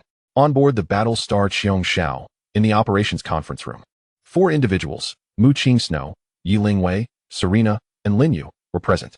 At this moment, Lin Yu had achieved the rank of major, adorned with the insignia of lieutenant colonel. Yet, despite this advancement, he remained the lowest-ranking officer in the room, as both Yi Lingwei and Serena held the rank of colonel. In addition to the 4 of them present in person, 3 figures appeared through holographic projection, the commanders of the 3 subdivisions under the 5th Fleet. They were Commander Qin Xian of the 1st Subdivision, Commander Wang Jianjun of the 2nd Subdivision, and Commander Sun Wei of the 3rd Subdivision, all holding the rank of Major General. The adversary showed no signs of deceleration, opting instead to withstand the magnetic railgun fire head-on without maneuvering. Based on the footage from the Xindao, it was clear that the enemy vessels were remarkably resilient. Penetrating their hulls did not guarantee their destruction. Indeed, the strategy of gradually closing the distance through reduced speed and maneuverability was employed by both sides because of their capabilities for long-range magnetic railgun attacks. However, the situation was different for them. The commanders observed the unfolding battle, occasionally sharing their insights. The last remark resonated with all present. Indeed, the circumstances surrounding these extraterrestrial entities were distinct from those of the Federation. They possessed not only extraordinarily durable hulls, but also weaponry akin to magnetic railguns, devoid of range limitations. However, the speed is exceedingly slow. Indeed, calculations reveal that the weapon in question does not surpass the velocity of their warships, clocking in at approximately 180 to 220 meters per second. In other words, at full throttle, the projectile may not even outpace the warship itself. Moreover, when speed is reduced, executing tactical maneuvers alongside the Federation fleet while simultaneously engaging in fire exchanges becomes impractical. Such tactics are ill-suited for them. Conversely, when confronted with the Federation's area-wide bombardment, the warship's bow inevitably absorbs the brunt of the assault, coupled with its formidable frontal armor and remarkably resilient hull structure. Abandoning the notion of return fire and opting for a full-speed charge emerges as an equally effective strategy. Although some losses are inevitable along the way, merely closing the distance would enable a near 3-fold numerical advantage, swiftly overwhelming the 4th Fleet. Up to this point, it appears as though our adversaries have thoroughly analyzed the Federation's tactics. This is hardly surprising, given that it is now widely known that among the 10 warships lost by the 4th Fleet in the Kuiper Belt, the Don River-class frigate was most likely captured by the enemy. Furthermore, a wealth of information has likely been gleaned from the crew members. In this era, mere stubbornness or resolute willpower cannot withstand the rigors of interrogation. Advanced technological methods exist that can directly extract information from one's mind. Since these extraterrestrial beings have meticulously studied us and are employing such targeted tactics, why should we not turn the tables? Just as the atmosphere grew heavy with concern, Lin Yu's voice resonated within the conference room. Chapter 15. The Killer Move. Why should we not reverse the situation? In the operations conference room of the Qiongshao, everyone turned in unison to regard Lin Yu. Lin Yu, please share your thoughts. Yes, Admiral. Lin Yu acknowledged, then took a moment to organize his thoughts. As everyone is likely aware, the reason regional area bombardment tactics have remained the sole strategy for our long-range strikes for centuries is that, even if the projectile speed of a railgun can reach thousands of kilometers per second, it still requires over 10 minutes, or even several tens of minutes, to traverse distances of tens or even millions of kilometers, during which the enemy can effortlessly evade. Hence, when employing railguns for long-range strikes, the trend has shifted increasingly towards non-precise area bombardment. Compared to the previous precision strikes, the advantage of area bombardment lies in the fact that, even if the enemy can avoid precise hits by reducing speed and altering their course, they find it exceedingly difficult to completely escape a broad area strike, as this zone is not merely a single wave, but rather a larger area formed by successive waves of bombardment. Of course, there are drawbacks. Notably, the hit rate is quite low. According to statistics, when the engagement exceeds 3 light seconds, the average hit rate for area bombardment hovers around 17. If the distance exceeds 10 light seconds, this hit rate plummets to below 0.1. This is under the assumption that the enemy remains stationary. Otherwise, the average hit rate would diminish even further. Regardless of the circumstances, a hit rate, no matter how low, is preferable to a complete miss for at great distances. Precise strikes are the easiest to evade. Thus, the regional long-range bombardment tactics, after hundreds of years, have become deeply ingrained in the collective consciousness, revered by the majority as an undeniable truth. Yet, They have all overlooked a crucial detail. The fundamental premise of this correct and singular tactic is that the adversary shares a similar technological trajectory and comparable armaments with us.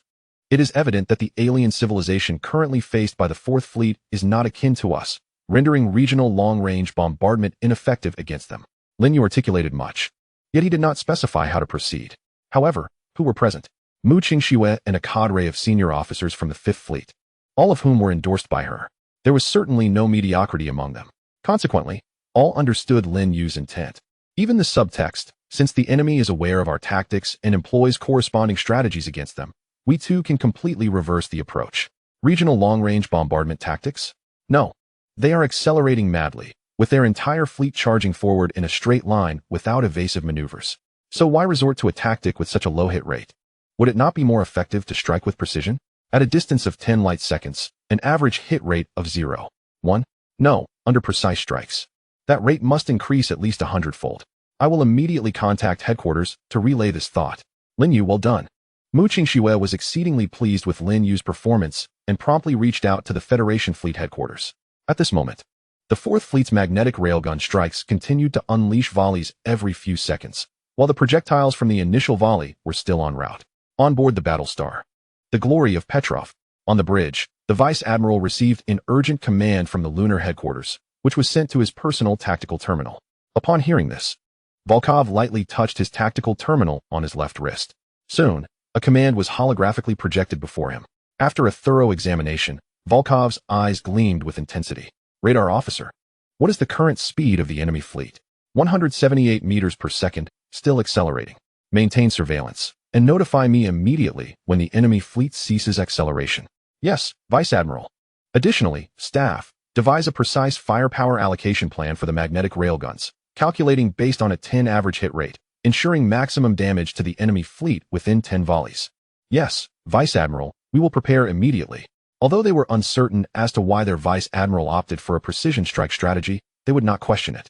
The sole mission of the staff was to transform the commander's directives into actionable plans, rather than to cast doubt. The advisors aboard the Battlestar were all elites of the fleet. Moreover, the requirements set forth by Admiral Volkov were not particularly complex. They merely entailed employing precision strikes to allocate specific targets for each warship within the fleet, while incorporating a hit probability parameter of 10 to adjust the subsequent 9 rounds. In less than 3 minutes, the entire strike plan was formulated. Upon reviewing it, Volkov expressed his satisfaction, yet he refrained from executing the plan immediately, for the opportune moment had yet to arrive. To further augment the hit probability and the efficacy of the strikes, Volkov needed to wait until the Klein fleet ceased accelerating and reached their maximum battle speed. Otherwise, the duration of their acceleration and their ultimate speed would remain uncertain. If this crucial detail were not clarified, the precision of the strikes would diminish, as it would be impossible to accurately calculate the position necessary for the magnetic railgun to precisely impact the enemy vessels across the vastness of space. Additionally, Volkov had but one opportunity, with a fleeting window of time. Should the adversary detect the impending assault and alter their formation, the tactic would be rendered futile. This effective time frame would not exceed 1 minute, which is precisely why Volkov instructed the staff to design a continuous strike plan comprising 10 rounds, as each volley from the fleet would occur at 6-second intervals. Soon, after a span of over 10 minutes, as the Klein fleet speed reached 198 milliseconds, the Admiral received word that the enemy fleet had ceased accelerating, maintaining a speed of 198 milliseconds. Signal the fleet to halt the volley fire and lock onto the designated targets as per the received strike plan. The initiation of the attack will be coordinated by our ship. Yes, Admiral. The fleet's actions were executed with remarkable swiftness. Within mere seconds, they complied with the orders, successfully relocking onto the magnetic railgun targets. Before Volkov, a virtual projection materialized, displaying a red virtual button. This was the master control button for the fleet's coordinated attack. At the moment of activation, the entire fleet would unleash their firepower simultaneously. Admiral, the fleet is prepared for the attack. Excellent, fire at once. As Admiral Volkov bellowed, he swiftly struck the virtual red button with his right hand. In unison, the entire fleet, with thousands of magnetic railguns, roared to life. Chapter 16. This is not a projectile. Time continued to elapse. In the darkness, countless nets woven from magnetic railgun projectiles descended upon the Klein fleet. Interspersed within these nets were other elements, akin to silent assassins stalking their prey in the night. Finally, after approximately 20 minutes. From the previous wave of over 10,000 projectiles, only one struck home, causing minor abrasions to a single warship. However, in the subsequent wave, nearly every vessel was met with multiple, even dozens of precise magnetic railgun strikes. Among them, 8 smaller ships bore the brunt of the assault, with their impacts being most concentrated, leading to their outright destruction. In this moment, concealed within the darkness, the dagger revealed itself. Although the remaining warships managed to withstand the assault, their hulls suffered varying degrees of damage. The overall accuracy of the strikes surpassed the Federation's estimations, reaching a staggering 174. Moments later, merely 6 seconds passed before the shadowy assailants launched yet another attack. There were no sparks, no sounds, only the eerie silence of the visuals. The projectiles, not particularly large, struck these ships at velocities exceeding 1,000 kilometers per second, resulting in a spectacular cascade of debris. Visually, this was the effect observed. Of course, following the second wave of strikes, additional warships were obliterated as their armor was extensively breached. The number of ships lost in this instance doubled that of the initial onslaught. Subsequently, waves 3, 4, and 5 of the bombardment followed in rapid succession. It was only after enduring the 5th barrage that the Klein fleet finally reacted, initiating a full-scale deceleration and forcibly altering their course. One must consider why the Federation fleet opted to slow down and change course rather than altering their trajectory at maximum speed. The answer lies in the fact that both the vessels and their crew could not endure the strain. Yet, in a remarkable display, the Klein fleet managed to alter their course at a speed of 198 meters per second, tracing a slight arc. Astonishingly, all warships held firm. Consequently, by the time the 9th wave of precise strikes arrived, the accuracy plummeted to nearly zero. After all, when the opponent can evade, the likelihood of precision strikes hitting their mark diminishes significantly, perhaps even to the point of complete miss. Nevertheless, while the Klein fleet's evasive maneuvers were somewhat astonishing, the overall difference from predictions remained negligible. The fact that there were 8 or 9 waves of precision strikes left Major General Volkov exceedingly satisfied. After all, the number of Klein warships had dwindled from over 300 to 183. In other words, in less than a minute, the 4th Fleet had managed to eliminate over 100 enemy vessels, relying solely on their railguns. What more could one desire? Although the Klein fleet still had a slight numerical advantage, the proportion of large warships was considerably higher in the 4th Fleet. The disparity in combat power between the two sides had nearly been eradicated. Volkov's confidence soared, and the morale of the entire 4th Fleet surged. As for what followed, it was merely a matter of time. Although Volkov occasionally interspersed precise fire amidst the covering bombardments, the Klein fleet, evidently on guard since their previous losses, did not allow Volkov to succeed. An hour later, at the cost of an additional 12 warships, the distance between the two fleets had been reduced to within 100,000 kilometers. However, Volkov remained unfazed, for it was only when the distance closed to 80,000 kilometers that the Federation fleet would unleash its full firepower. Simultaneously, Volkov had prepared a trump card in the shadows of Nyx. Victory in this battle was all but assured. He clenched his fists tightly, but at that moment, the report came in. A large fleet of ships had been detected in the orbit of Pluto, just 560,000 kilometers away, numbering over 2,000 and traveling at speeds exceeding 300 meters per second. The radar officer's urgent shout suddenly echoed through the bridge, causing an uproar among the crew. Volkov was momentarily stunned. The orbit of Pluto?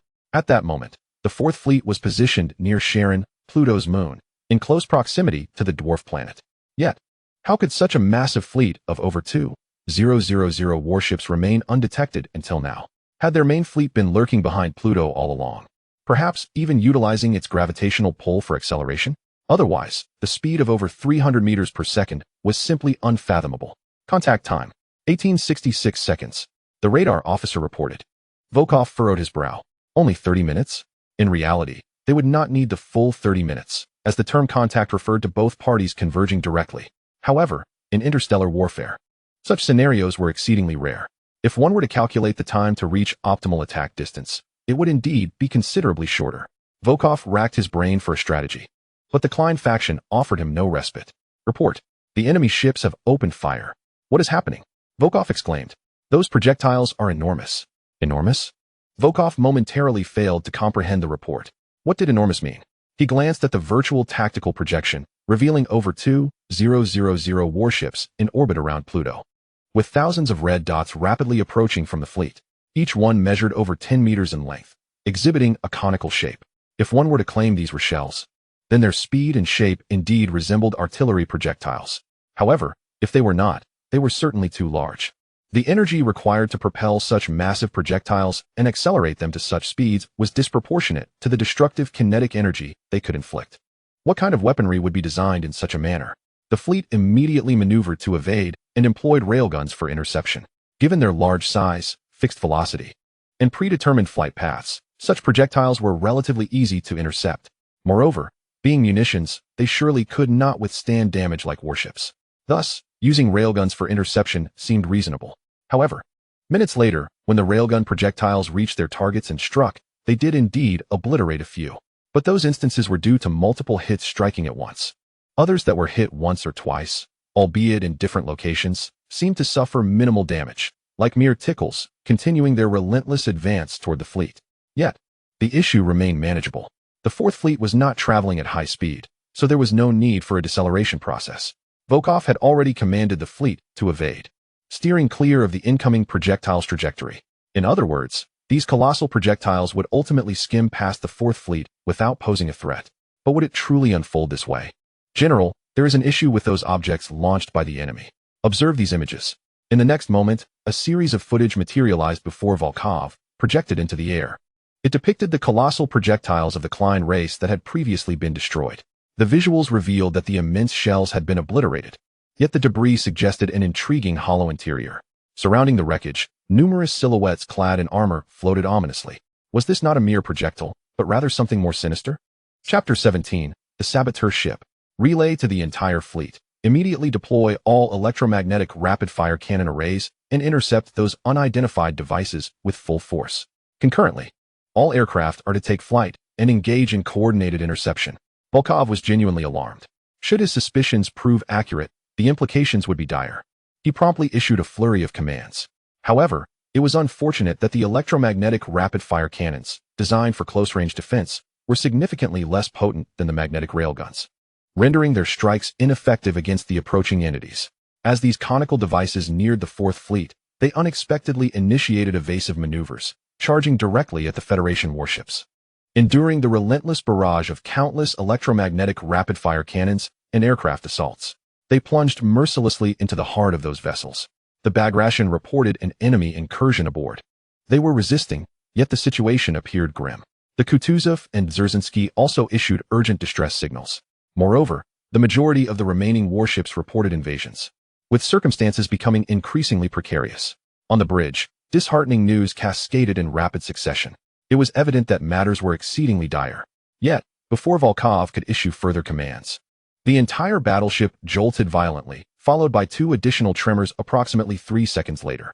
What was happening? Report: 3 unidentified enemy devices have breached the ship, located in the G5 sector of the 13th deck, and the C6 and C9 sectors of the 18th deck. According to reports, numerous armored humanoid entities are emerging from within. Notify the 118th Orbital Airborne Regiment to proceed immediately. Understood, General. As a battleship, it housed 2 permanent orbital airborne regiments, undoubtedly the most formidable combat units among the Federation's infantry. Their primary role was to conduct orbital drops and suppress planetary surfaces. Originally, this battle was not supposed to involve them, yet now nearly all warships faced varying degrees of Klein incursions, though their size was comparable to that of humans. It must be acknowledged that the Klein race possessed far greater physical strength.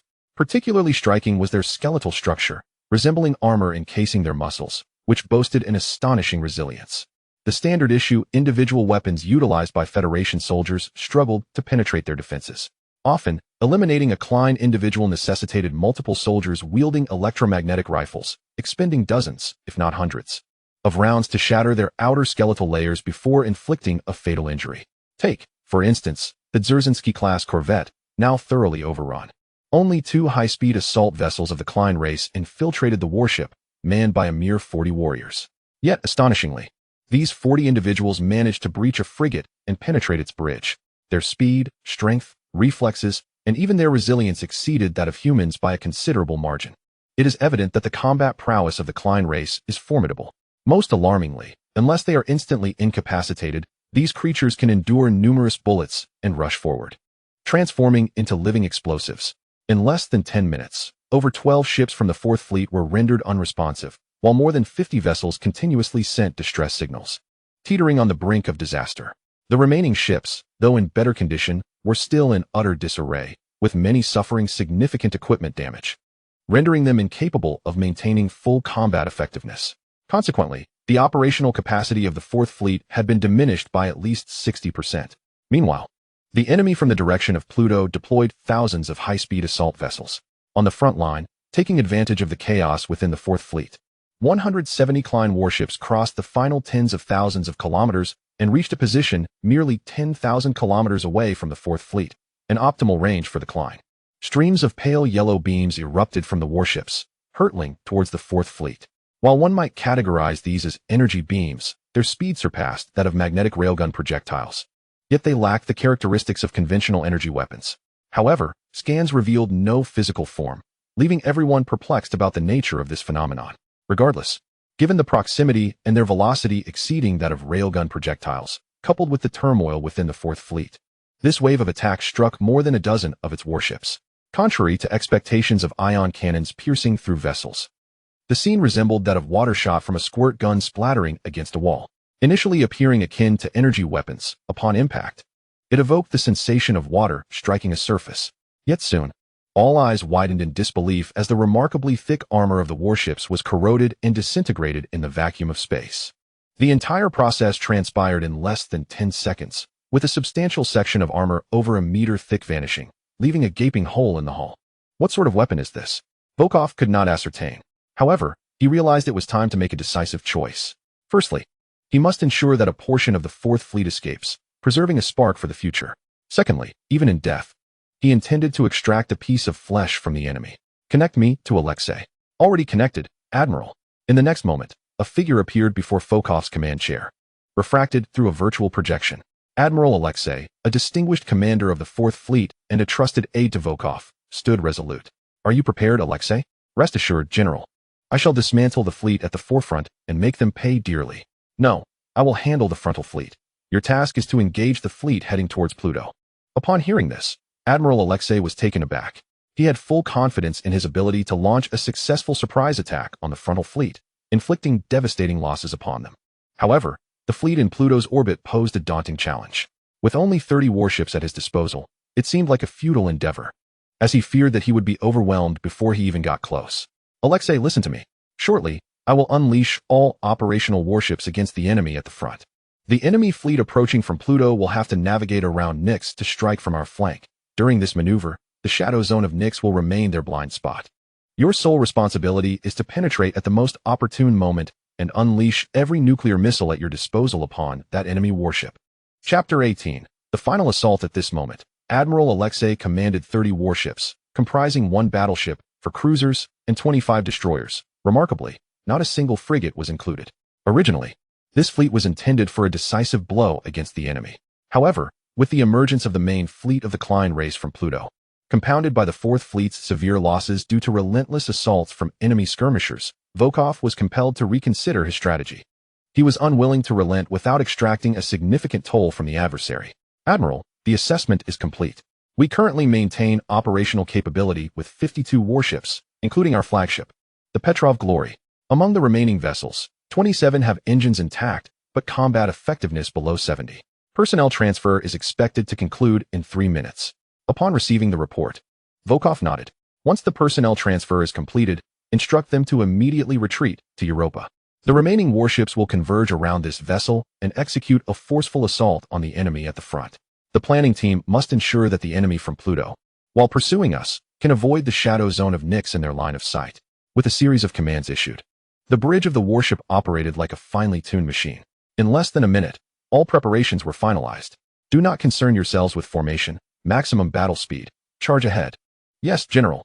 In the next moment, the engines of 52 warships roared to life, and the assault commenced. Meanwhile, numerous shuttles filled with personnel from each warship ascended, heading towards the 27 vessels that had formed ranks and completed their turn.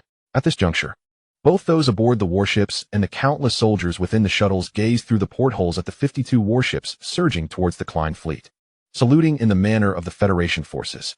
Approximately 5 minutes later, the Fourth Fleet's main force, while enduring the corrosive assault of the Klein race, retaliated with all available weaponry, including railguns, ion cannons, and missiles. Throughout this tumultuous exchange, both sides suffered the loss of over 10 warships. Ultimately, the two fleets became entangled in a ferocious melee, entering a true close-quarters battle. From the perspective of interstellar warfare, such a scenario is exceedingly rare. Meanwhile, the main fleet of the Klein race rapidly approached from the opposite side, intent on executing a pincer movement to utterly annihilate the Fourth Fleet, choosing not to pursue the 27 warships that had fled at full speed. However, as they passed by Pluto's moon Nix, the moment had arrived. All ships, engage, barked Alexei, sweeping his right hand. Yes, Major General, replied the weapons officer. All 800 nuclear warheads are fully prepared, with corresponding targets allocated and locked. All attacks will be coordinated from this ship. Excellent. Prepare yourselves and await my command. Yes, Major General. 30 warships surged forth from the shadows of Nix, like a razor-sharp dagger, piercing straight towards the heart of the Klein race's main fleet. Indeed, the target was the very heart, a colossal super battleship, rivaling the Federation's war stars. Unmistakably the flagship of the Klein race. Volkov's order to Alexei was singular. Employ every means necessary to obliterate that vessel. Conventional methods would likely prove inadequate for such a swift destruction. After all, even the Federation's warships struggle to achieve instant annihilation against smaller vessels. The reason is simple. The enemy's ships are incredibly resilient. Thus, one cannot even begin to fathom the challenge posed by a super battleship, relying solely on railguns and ion beams. If given a minute, Alexei could potentially succeed. However, it was evident that he would not be granted that minute. The moment the assault commenced, the enemy would instantly respond. Perhaps the initial wave might yield results, but the subsequent strike would not come so easily. Decapitating a flagship with a complete fleet formation, especially one as formidable as a super battleship, has never been an easy task. As for the rationale behind employing nuclear warheads, this brings to light an age-old issue. For centuries, humanity's advancement in weaponry has seen little breakthrough. Scientists have long pondered the reasons behind this stagnation. The prevailing view suggests that the root cause lies in the scarcity of resources within the solar system. However, this assertion is somewhat misleading, akin to Earth. Not every nation possesses all resources. When certain resources are lacking, many technologies remain unachievable. Even if one can derive a theoretical concept, the absence of suitable materials renders its realization impossible. Consequently, the current state of the solar system resembles a small region of Earth, seemingly rich in diverse resources. Yet, when viewed from the global perspective, these resources are indeed quite meager. However, despite the passage of several centuries, humanity continues to wield nuclear weapons. It is universally understood that while these weapons possess formidable power within planetary confines, their efficacy diminishes in the vastness of space. Primarily, the shockwave becomes ineffective, and the shrapnel effect is severely limited, rendering nuclear weapons more akin to singular destructive devices rather than area of effect armaments. In the expanse of space, even the closest distances between warships can span at least 10 to 20 kilometers, making it nearly impossible for a single nuclear explosion to simultaneously inflict damage upon two vessels. Nonetheless, there have been suggestions that since nuclear weapons lack effectiveness in the void of space, one might as well deliver them directly into the opponent's warship. This, it was argued, would resolve the issue. Consequently, the nuclear armaments employed by humanity for interstellar fleets have shifted focus from merely the yield of the warheads to the design of specialized warheads. Efforts have been made to enhance the missile's capability to breach enemy armor and deliver the nuclear payload within. This has become the paramount concern in recent centuries, leading to an increasing emphasis on penetrative capabilities. For instance, the Star Cruiser 4 and Star Cruiser V missiles currently equipped by the Federation fleet boast penetration capabilities of 69 meters and 75 meters, respectively. The armor referenced here is not mere iron plating, but the advanced armor utilized on contemporary Federation warships. This level of penetrative power means that even battleships can be breached, provided the nuclear weapon does not strike the most heavily armored sections. Most likely, only a war star could withstand such an assault. At this moment, Admiral Alexei's fleet is armed with the entirety of the Fourth Fleet's nuclear arsenal. Indeed, Admiral Volkov has entrusted Alexei with all 600 Star Cruiser 4 tactical missiles and 200 Star Cruiser V tactical missiles, totaling over 3,000 warheads. The weapons officer commanded, "Launch all nuclear missiles."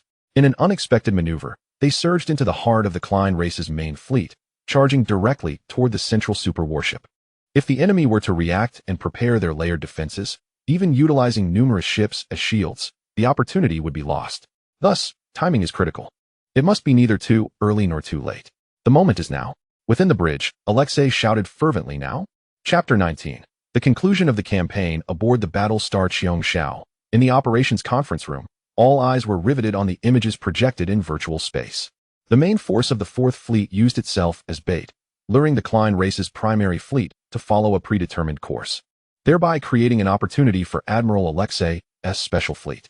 At this moment, Admiral Alexei seized the chance to initiate a decapitation strike against the flagship of the Klein fleet. His timing was remarkably astute, ensuring that the initial wave of assault would likely succeed.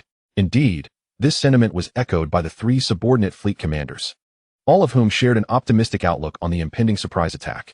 However, Mu Qingshuang's expression was notably grave. "Young man, what is your perspective?"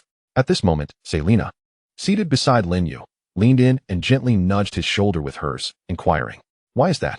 Isn't everything proceeding quite smoothly?" Selina was perplexed. Although she had refrained from voicing her thoughts earlier, her sentiments were akin to those of the three individuals present. The truth was, Alexei's timing was impeccably precise. "I say, leader, have you not noticed that the alien warships exhibit some differences?" What do you mean?" While the alien warships from the Nix sector varied in size, if one scrutinized them closely, there was a discernible distinction from the main forces emerging from Pluto. Lin Yu articulated this as he manipulated the virtual projection, extracting several independent images from the front lines. Each image was a close-up of a Klein race warship.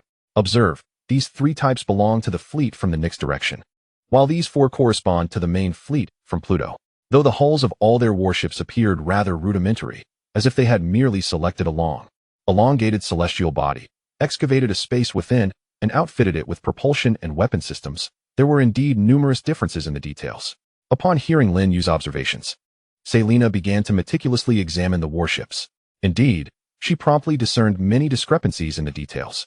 The openings on the front of the Fourth Fleet's vessels, intended for launching kinetic projectiles or those caustic beams, were evidently fewer compared to the warships from the Pluto sector. "So, you mean to say that the forces initially engaged with the Fourth Fleet were not their main strength, but rather a second or even third-tier combat force?" Selina began to grasp the essence of Lin Yu's assertions. This disparity was reminiscent of the gap between the ships of the Federal Security Forces and those of the Federal Fleet. The weaponry aboard the security vessels, whether in quantity or caliber, paled in comparison to that of the Federal warships, being vastly inferior. Thus, the Fourth Fleet's initial opponents were merely such adversaries? Had it not been for those 10 precise strikes that obliterated nearly half of the enemy's fleet, the main force from Pluto might never have revealed themselves. Moreover, it seemed everyone had overlooked that this alien civilization excelled in combat at extremely close ranges. Lin Yu slightly shook his head, while Selina's expression, as she gazed at the battlefield images, began to grow grave. 30 warships had swiftly penetrated the ranks of the Klein fleet. As they surged forward at full throttle, their ion cannons and railguns incessantly unleashed fire upon the enemy vessels ahead. Indeed, the flank, regardless of the era, remained the most vulnerable point. Furthermore, the area exposed to assault was magnified 100-fold compared to the frontal assault, rendering it far easier to strike.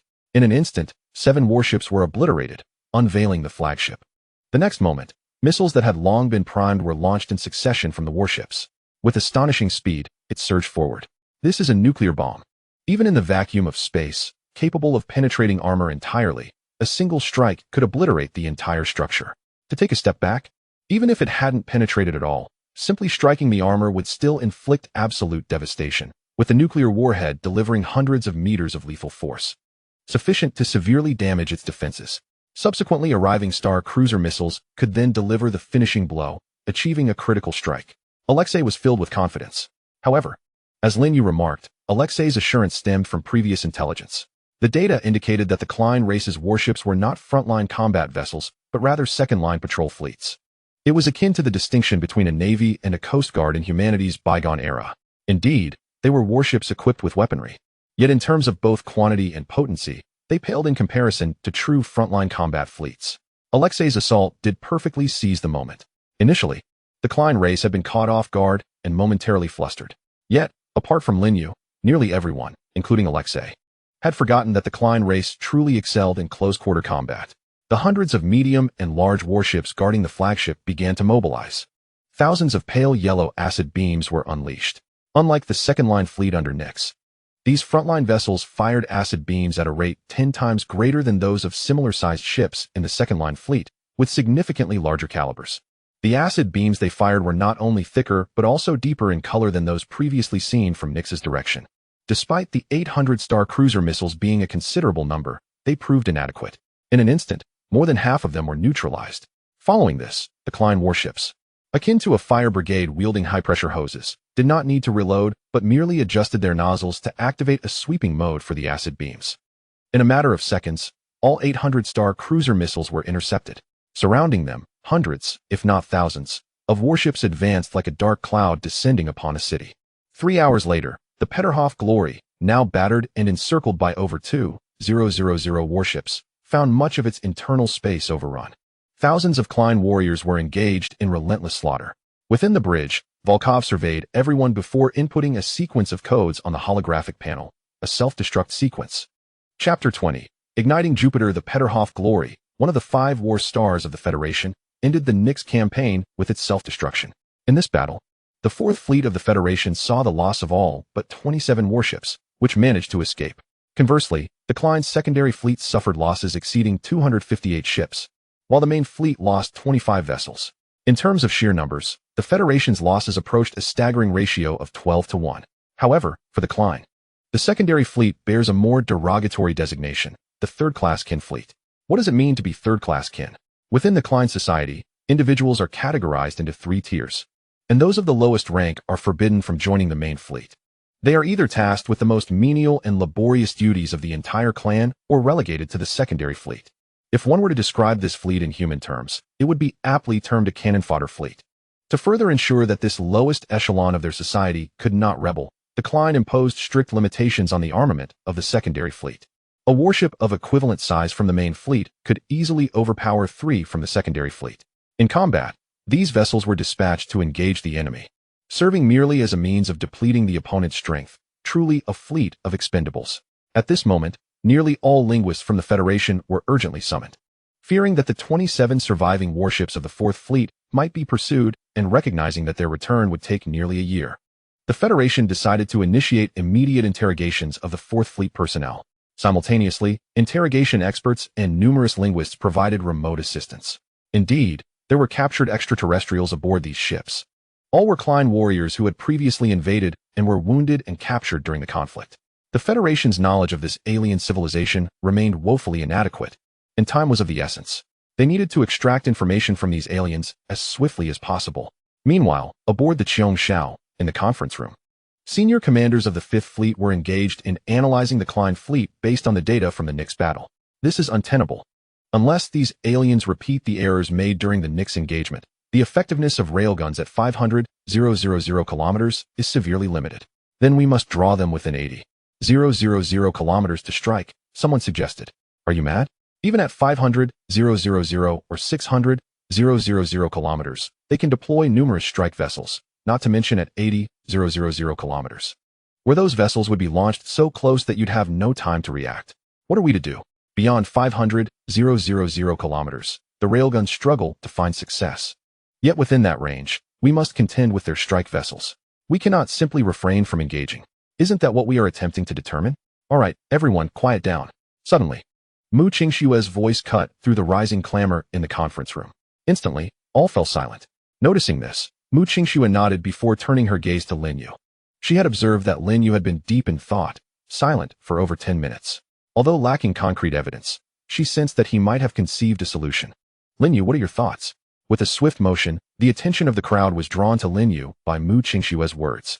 Despite being merely 18 years old, and having been granted an exceptional rank of only a lieutenant colonel, the 3 fleet commanders, after spending time with him, dared not underestimate his capabilities.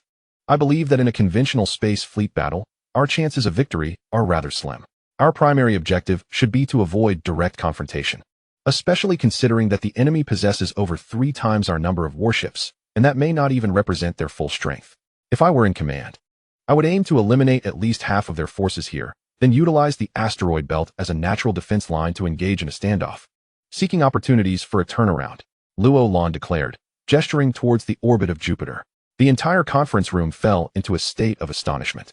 They could comprehend the initial part of his statement. Indeed, in a vacuum devoid of obstacles, engaging in a direct fleet battle against the enemy seemed nearly futile.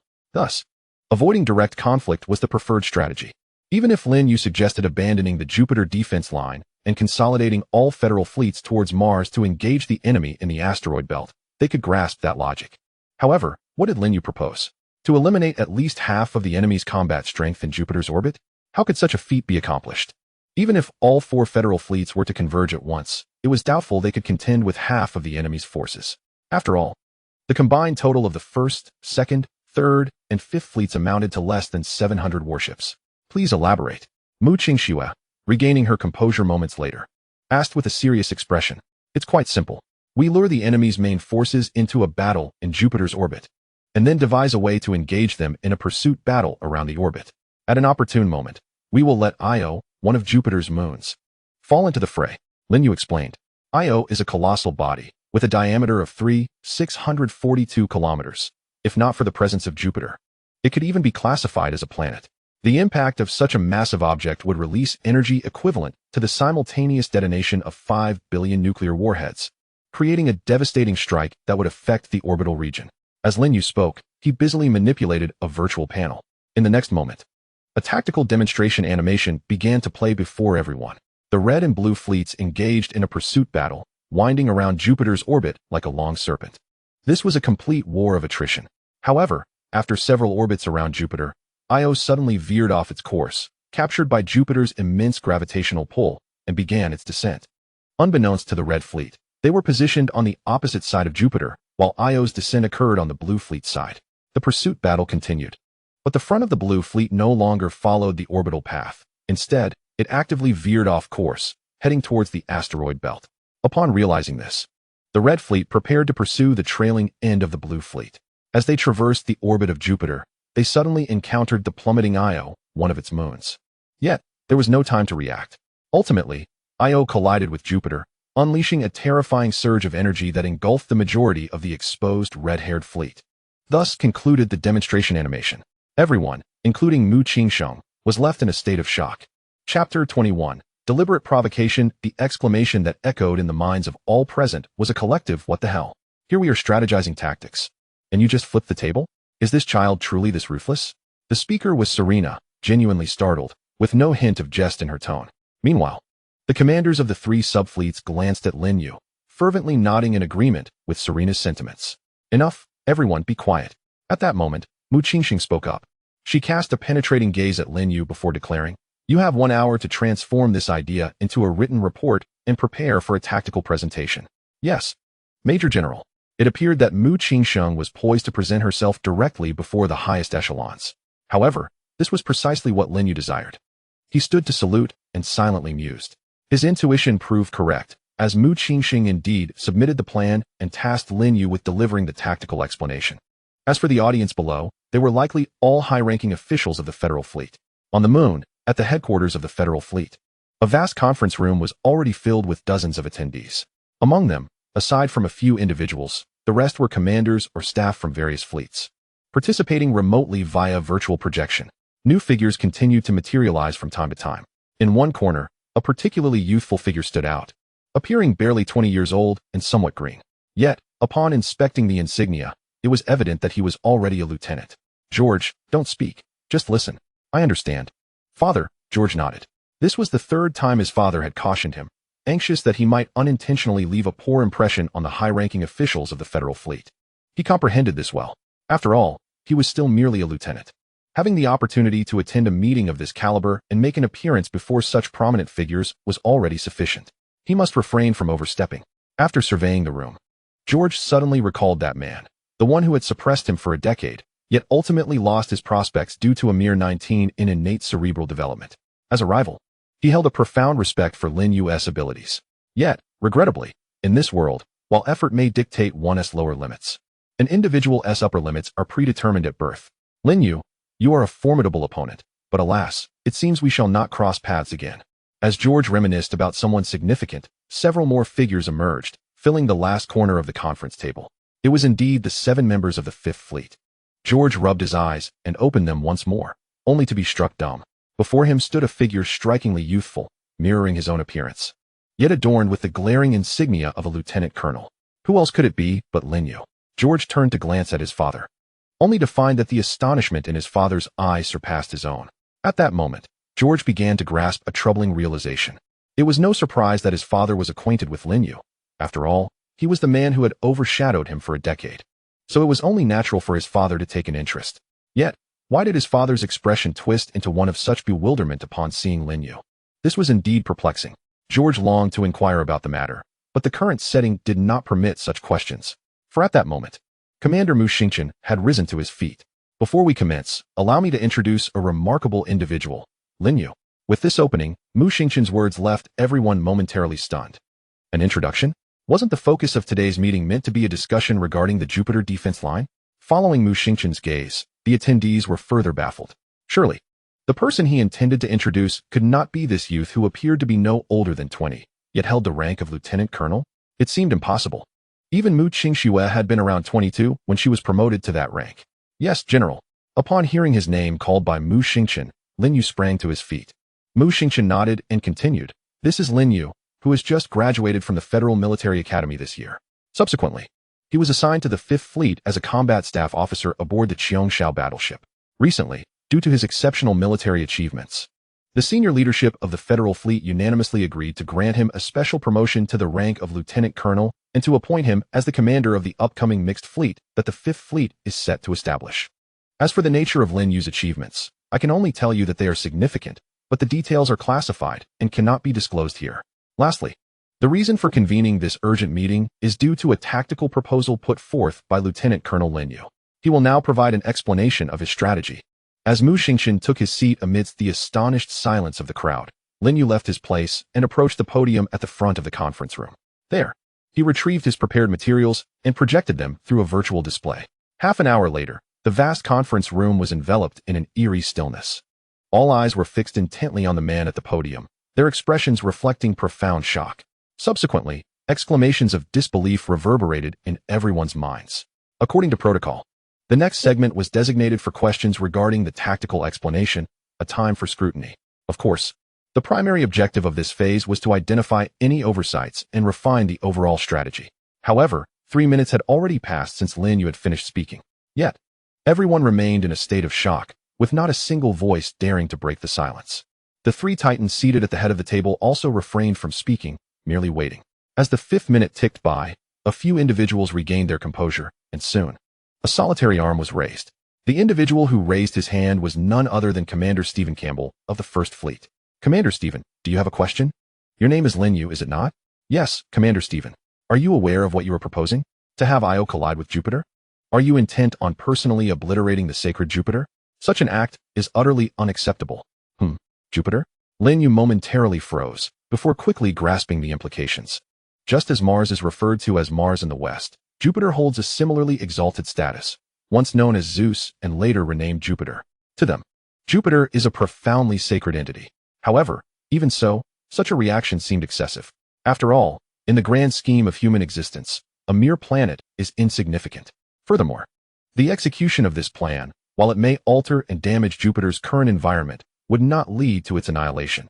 Its massive mass guarantees its survival. So why did Stephen react so vehemently? This was clearly a personal attack. In that moment, Lin Yu's gaze grew increasingly frigid. Even amidst a crisis threatening humanity's survival, this man sought to incite internal strife? Chapter 22. The Solar System Defense Command. From the moment Lin Yu appeared, adorned with the rank of Major, Stephen sensed something amiss.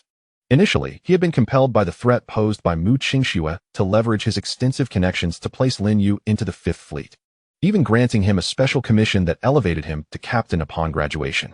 Yet, how could it be that within such a short span, less than a month, he had risen to the rank of Major?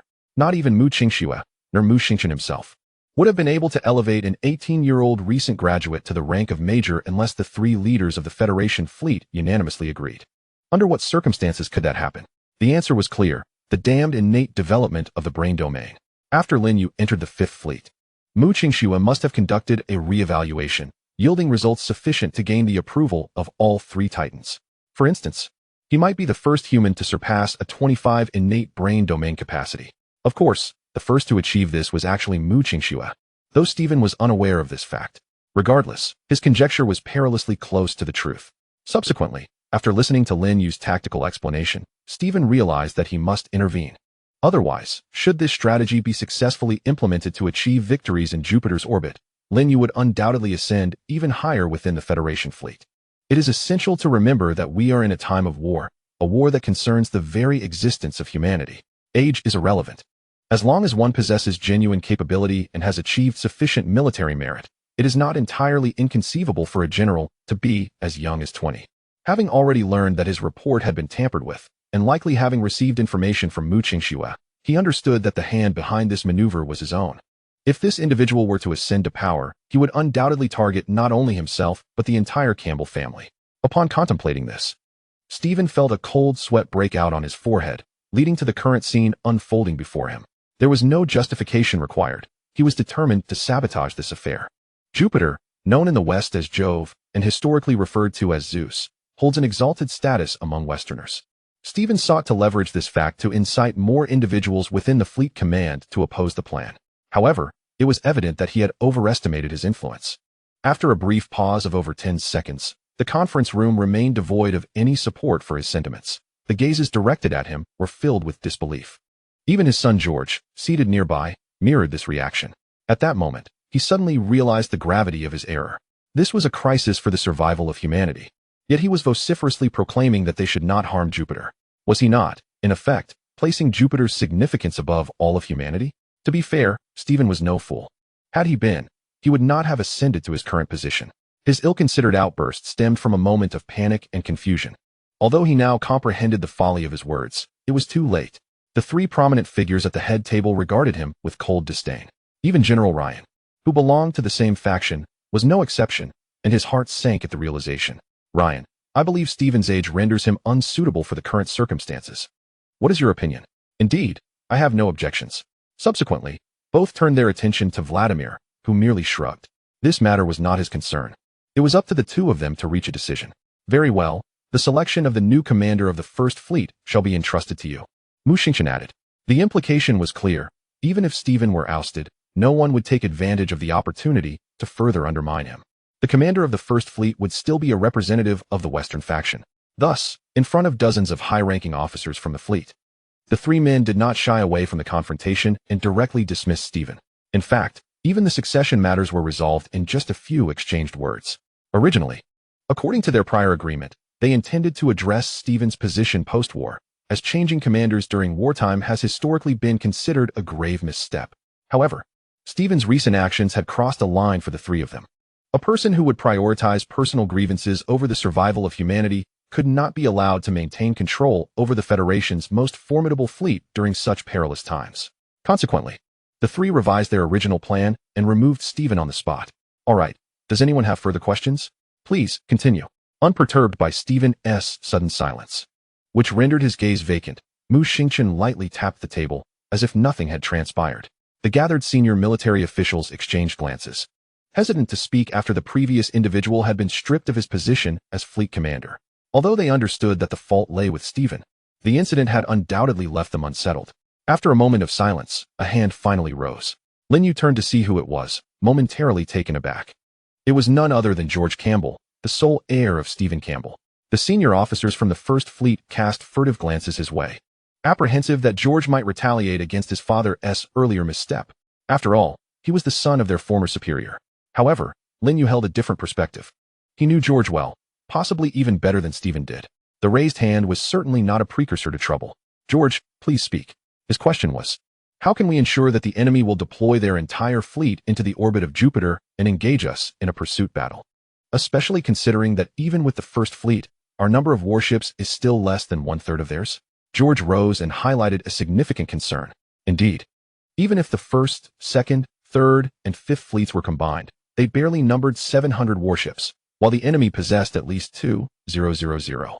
Under such circumstances, why would the adversary commit all their forces to the battlefield without retaining any reserves? This was an astute inquiry, pivotal to the strategic outcome Lin Yu was contemplating. The assembly was taken aback, gazing at George, the 18-year-old lieutenant strategist. While there was a prodigy on the platform, the First Fleet also boasted its own genius. This was the unspoken sentiment of most attendees at that moment. Concerning this dilemma, Lin Yu responded, as long as our number of warships approaches that of the enemy, or even matches it, we would stand a chance. That is implausible, George immediately countered. The others shared his skepticism. Indeed, acquiring at least 2 000 warships seemed unrealistic for the Federation. Was this merely fanciful thinking? We have the capability at the Solar System Security Command. Chapter 23. The new cruiser. The mention of the Solar System Security Command left everyone astounded. Wait, are you serious about sending the vessels from the Security Command into battle? It was not surprising that they reacted this way. The Security Command functioned much like traffic police on Earth, but its jurisdiction encompassed the safety of navigation within the solar system and the inspection of passing vessels. The ships under its command were typically no larger than frigates, with the majority being even smaller patrol vessels. Currently, the Solar System Security Command boasted a total of 500 vessels. Among them, approximately 300 vessels are classified as frigates, while the remaining 200 are categorized as patrol ships. It is crucial to note that the size of these frigates does not correlate with their combat capabilities. They merely serve as enforcement units rather than a combat fleet. While it would be misleading to assert that they are entirely devoid of armament, there are indeed a few electromagnetic rapid-fire cannons aboard. Beyond that, they possess little else. As for the patrol-class vessels, they are even less formidable, equipped with merely a single electromagnetic rapid-fire cannon. Deploying such vessels in battle would render them incapable of breaching the defenses of the Klein's warships. To put it bluntly, 1,000 of these ships would struggle to contend with even a single enemy vessel, unless engaged in extremely close-quarters combat, whereby a direct charge could yield somewhat better results. Thus, the onlookers were utterly perplexed as to what exactly Colonel Linyu intended to achieve. Colonel Linyu, are you suggesting that the Solar System Security Command should be used as cannon fodder? A major general rose abruptly, demanding an explanation. No, that is not my intention, Linyu replied. In an orbital pursuit battle, both sides would resemble two serpents, each gnawing at the other's tail, ultimately resulting in a scenario of extreme attrition. He shook his head and proceeded to display an animated representation. The red and blue formations, akin to two serpents, spiraled around Jupiter's orbit. The leading edge of the red fleet incessantly attacked the trailing end of the blue fleet, while conversely, the leading edge of the blue fleet engaged the rear of the red fleet. As Linyu had described, the entire conflict resembled serpents consuming one another's tails, culminating in mutual destruction. This, he explained, is why he characterized it as a battle of extreme attrition, unless both sides were to fight to their last breath. The central segments of both fleets would neither engage in offensive maneuvers nor be subjected to attacks. The more than 500 ships of the Solar System Security Command were assigned to this very position. Thus, was it merely to stage a performance involving the Security Command without engaging in combat or being attacked? Naturally, this would prevent the adversary from discerning any underlying issues. After all, the weapons aboard the Federation's warships remain retracted when not in use, rendering them virtually indistinguishable from their exterior appearance. At that moment, everyone experienced a moment of clarity. So this was the situation. Lieutenant George, do you have any further questions? No, I do not, George replied, shaking his head before saluting and taking his seat. He found no fault in Linyu's response. Indeed, the man before them was the same individual who had suppressed him for a decade. However, why was it that Linyu's innate cerebral development was reported to be less than 20? Wait, Linyu's innate cerebral assessment indicated a score of 19. He, who should have ranked 4th, now found himself in 3rd place, thus securing a ticket to the 1st Fleet. Simultaneously, the individual who ought to have blended into the crowd inexplicably rose to the rank of colonel and became the commander of a mixed task force within the 5th Fleet. As George observed Linyu, coupled with his father's peculiar behavior and subsequent actions, a sudden clarity dawned upon him. Even if the speculation that emerged in his mind seemed absurd, it appeared to be the sole rational explanation. Thus, when George raised his gaze once more towards Linyu on the stage, his eyes were filled with astonishment. An hour later, the tactical plan proposed by Linyu was approved, bringing the meeting to a close. After disconnecting from the remote connection, he expressed his sentiment. I feel quite exhausted. I prefer the simulated battles. Simulated battles? Linyu affirmed. Indeed, during simulated warfare, I am not required to explicate the tactics in detail to everyone. Nor am I subjected to a barrage of incessant questions. It's straightforward action. Straightforward action. You must realize that this plan pertains to the survival of humanity. Can it be compared to commanding a fleet in a simulation? Upon hearing Linyu's comment, Mu Qingxue suddenly burst into laughter, subsequently retorting with exasperation. At that moment, Linyu was rendered speechless. It was the first time he had witnessed Mu Qingxue smile, and he discovered that this vice admiral was more breathtaking than any woman he had encountered throughout his life. What am I thinking? He pondered. She is 14 years my senior. Suddenly reminded of something, Linyu shook his head vigorously, extinguishing the nascent thought. Colonel Linyu. Mu Qingxue raised her voice. What's wrong? I've called your name 3 times. Apologies, Vice Admiral. I was lost in thought for a moment. Very well, upon your return. Consult with Selena to ensure a proper handover of duties. Handover? Linyu was taken aback. Wait, am I not being reassigned elsewhere? I haven't heard anything about that. Of course not. Your warship arrives in 3 days. Are you planning to remain aboard the Qiongshao indefinitely? What? 3 days? I thought that cruiser would take 3 months. Linyu was once again stunned. Although it had been agreed that Mu Qingshua's mixed fleet would be formed and the fleet composition confirmed, the warships in this new fleet would not be drawn from the existing 5th Fleet, but would consist of additional warships and personnel to be supplied later. Among these would be a cruiser designated as the flagship of the newly established mixed fleet. However, this cruiser was still undergoing outfitting and factoring in the subsequent sea trials. It would take at least 3 more months. Mu Qingxue had certainly discussed this matter with Linyu previously. Yet, how had 3 months transformed into 3 days? Consider this. It is not the original cruiser, but rather a newly completed experimental vessel that had been slated for service with the First Fleet, destined to undergo a series of tests and finalizations. However, the 3 individuals involved hold you in high regard, and given the circumstances with Stephen, this new ship has been dispatched here. I have transmitted the resources to you. Please review them thoroughly upon your return. Additionally, finalize the personnel for the bridge crew within these 3 days. After executing a series of operations on her wrist-mounted computer and sending the documents to Linyu, Mu Qingxue turned and departed. After Mu Qingsnow departed, Linyu immediately activated his light brain, his heart racing with excitement. A warship. He possessed his own warship. And it was a cruiser. At the tender age of 18, how could he possibly contain such exhilaration? Chapter 24, Zhu Long-class Heavy Cruiser, the Federation Fleet's next-generation warship program. The Zhu Long-class Heavy Cruiser, with its lead ship named Zhu Long, was developed by the Federation's first ship design bureau of the Far East. Upon reading this, Linyu comprehended why the warship bore the name Zhu Long. After all, the first ship design bureau of the Far East, one of the 3 major warship design bureaus in the Federation, was predominantly led by China. It is worth mentioning that the Qiongshao-class battlestar was also designed here. In comparison to the cruisers currently equipped in various fleets, the Zhu Long-class heavy cruiser incorporated a plethora of cutting-edge technologies, particularly in the realm of energy, achieving a groundbreaking leap forward. Indeed, the energy source utilized by this warship was not a controllable nuclear fusion reactor, but rather vacuum zero-point energy. This technology had actually been realized?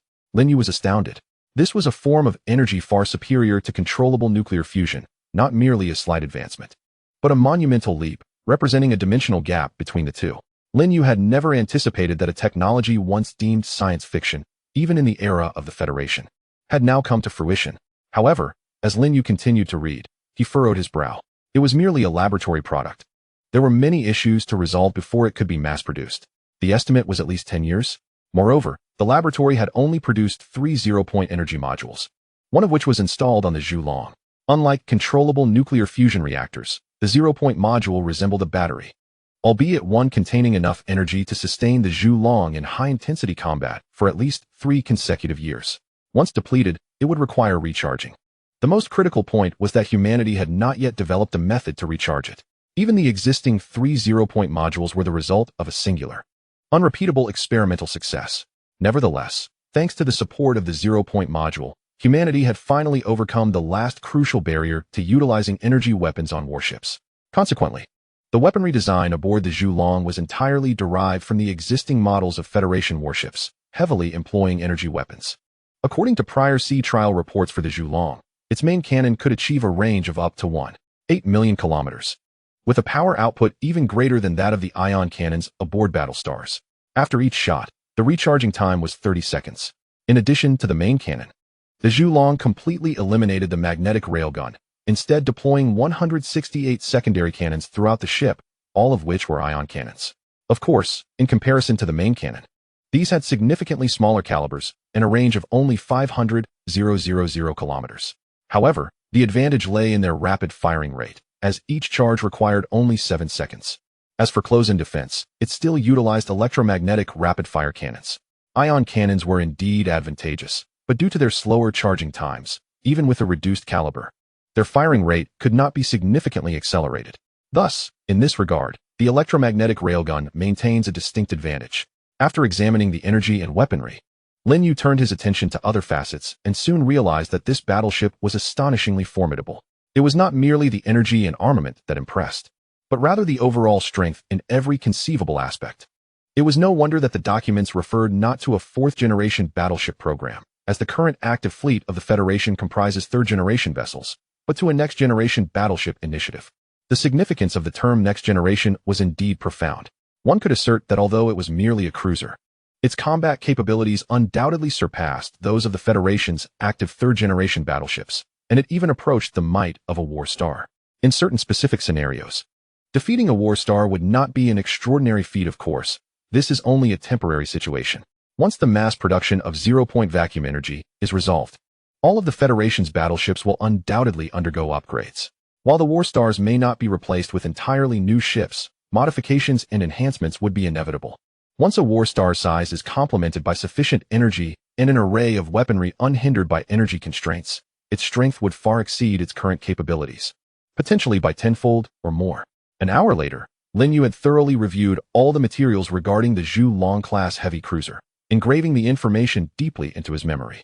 He even utilized this information as a foundation to rapidly simulate numerous combat scenarios. Wait a moment, did those 8 simulations only take 5 minutes? Suddenly, Lin Yu had an epiphany, and his eyes widened in astonishment. During his time at the military academy, the reason behind his exceptional performance in simulated warfare stemmed from a crucial factor. Lin Yu could configure a multitude of parameters within his mind and execute complete combat simulations. He had always believed this ability was universal among all individuals, maintaining this belief until the very day of his graduation. After all, the instructors had taught techniques for rapidly constructing scenarios in one's mind and deducing battlefield dynamics. Lin Yu had been unaware that what the instructors described was not at all akin to his simulations, which rivaled the Academy's simulation systems in sophistication. Nevertheless, prior to graduation, Lin Yu typically required at least half an hour to conduct simulations of the same caliber. After all, processing such vast amounts of data simultaneously was no trivial task. Moreover, each simulation necessitated a few hours of rest to alleviate the burden. But what was different today? Completing 8 distinct scenario simulations in just 5 minutes, without experiencing any fatigue, was remarkable. At that moment, Lin Yu recalled what Mu Qingxue had mentioned earlier, that an innate cerebral domain development exceeding 25 would awaken certain special abilities. Previously, Lin Yu had believed that his awakened special ability was precognition. However, as Mu Qingxue had stated, although there are signs of an ability awakening before it is fully realized, these merely reflect a manifestation of that ability, not the ability itself. Thus, his true capability might indeed be rapid computation. After all, precognition is, in essence, a manifestation of accelerated reasoning, which holds no fault. The brain processes a myriad of information, deriving from it potential future occurrences and subsequently providing feedback through a vague sense of intuition. Ultimately, is this not a form of rapid computation? Indeed, this represents but one application of rapid computation, as one can also engage in high-precision combat simulations within the confines of the mind.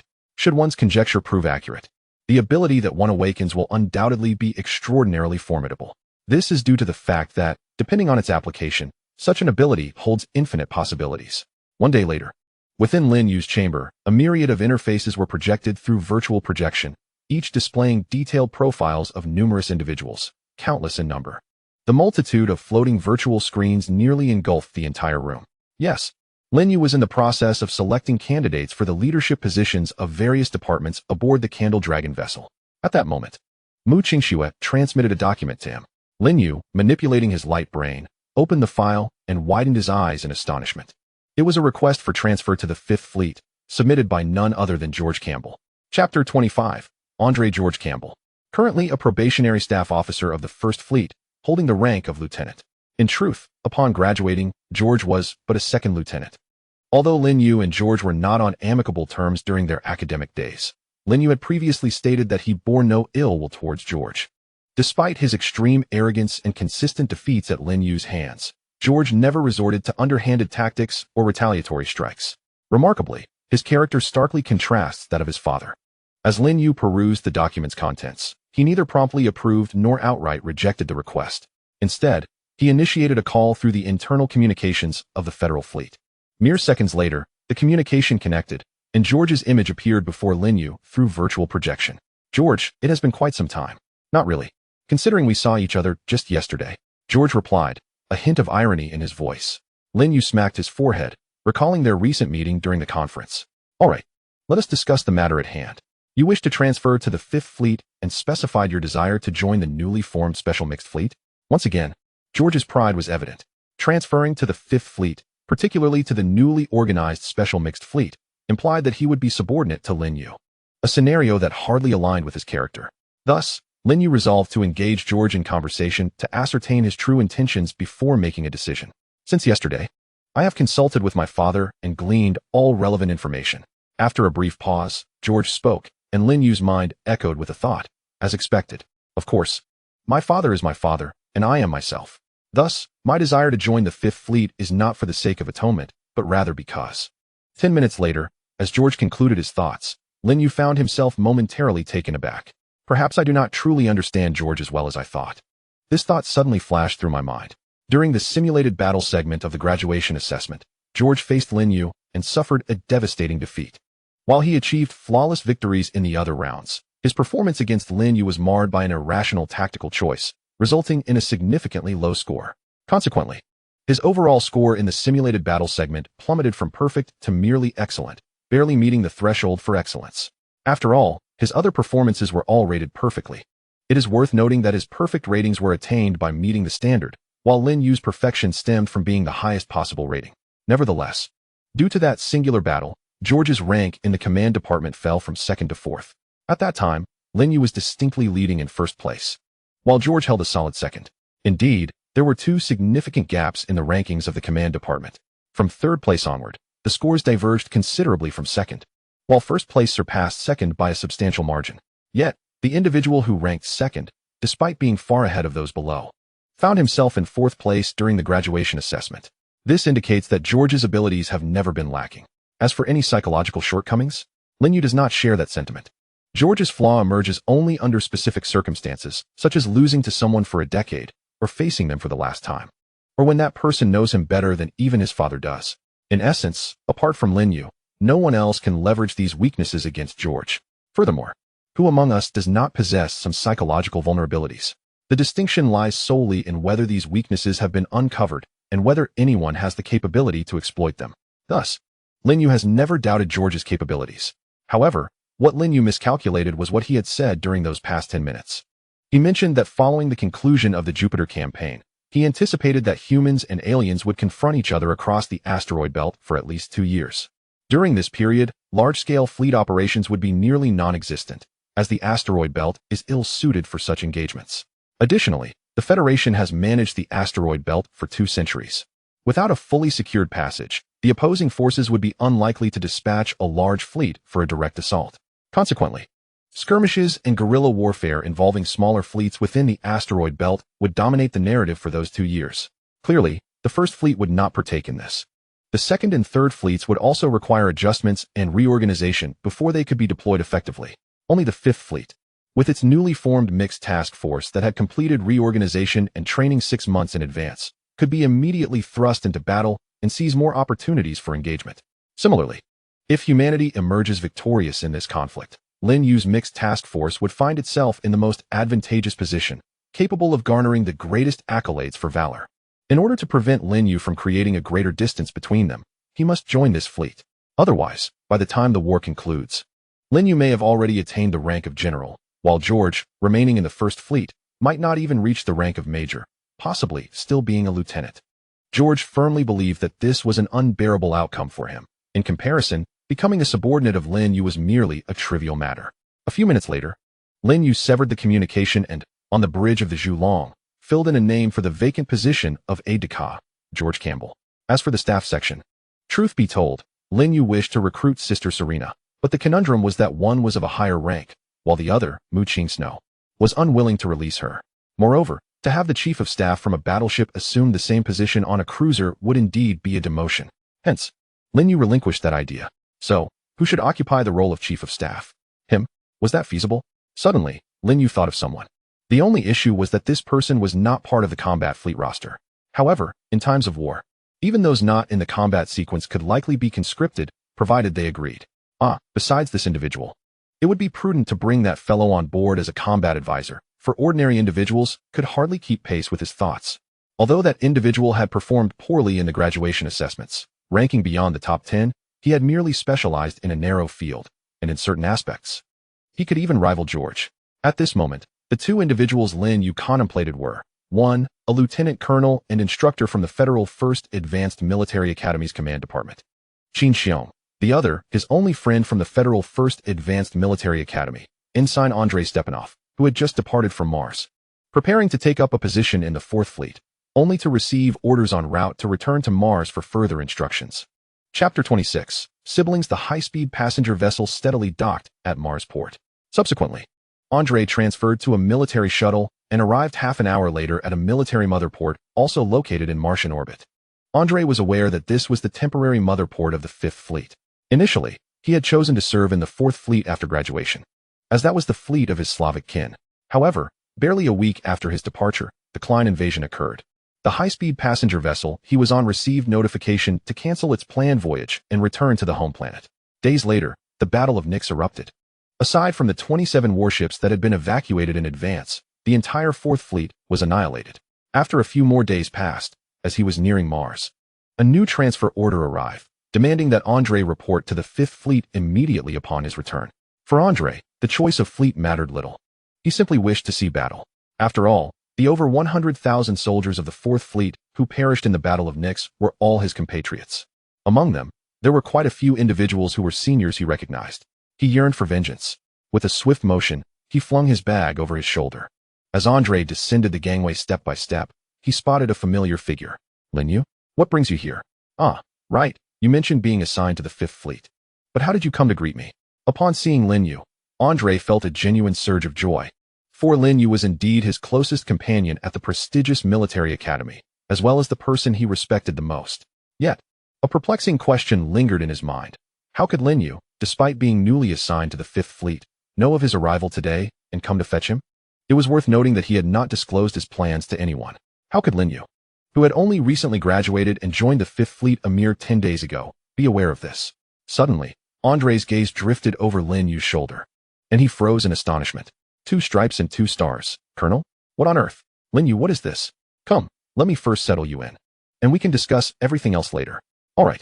Although initially taken aback, Andrei regained his composure and, despite being bewildered, felt an undeniable happiness within him. When Lin Yu had lost his spot, he had made quite a scene at the academy over it. Clearly, it had been to no avail, resulting in a reprimand that tarnished his military career prospects. However, Andrei remained unfazed. He had even told Lin Yu at the time that such reprimands were a common burden among Slavs. For them, such marks were akin to honor badges. This was not mere bravado. Take the 4th Fleet, for instance. If one did not carry a reprimand or two, they would be derided as a goody two-shoes, utterly un-Slavic. Half an hour later, in the temporary quarters within the naval port, Andrei's eyes widened in disbelief. What did you say? Acting commander of the newly formed mixed fleet. And you have your own battleship, a next-generation heavy cruiser? No way. What on earth have you been up to these past 2 weeks? This is absurd. It is no surprise that anyone hearing Lin Yu's exploits over the last fortnight would feel their scalp tingle from incredulity, for it was indeed outrageous. You claim you were promoted to colonel due to your outstanding contributions. That's a bit far-fetched, but I can accept it. You earned high-level recognition and were directly allocated a heavy cruiser. Well, that's even more absurd, but I could reluctantly endure it. And now you say you not only possess your own battleship, but have also become the acting commander of a newly formed mixed fleet. My goodness. My mind is about to short-circuit. Can an 18-year-old truly achieve such feats?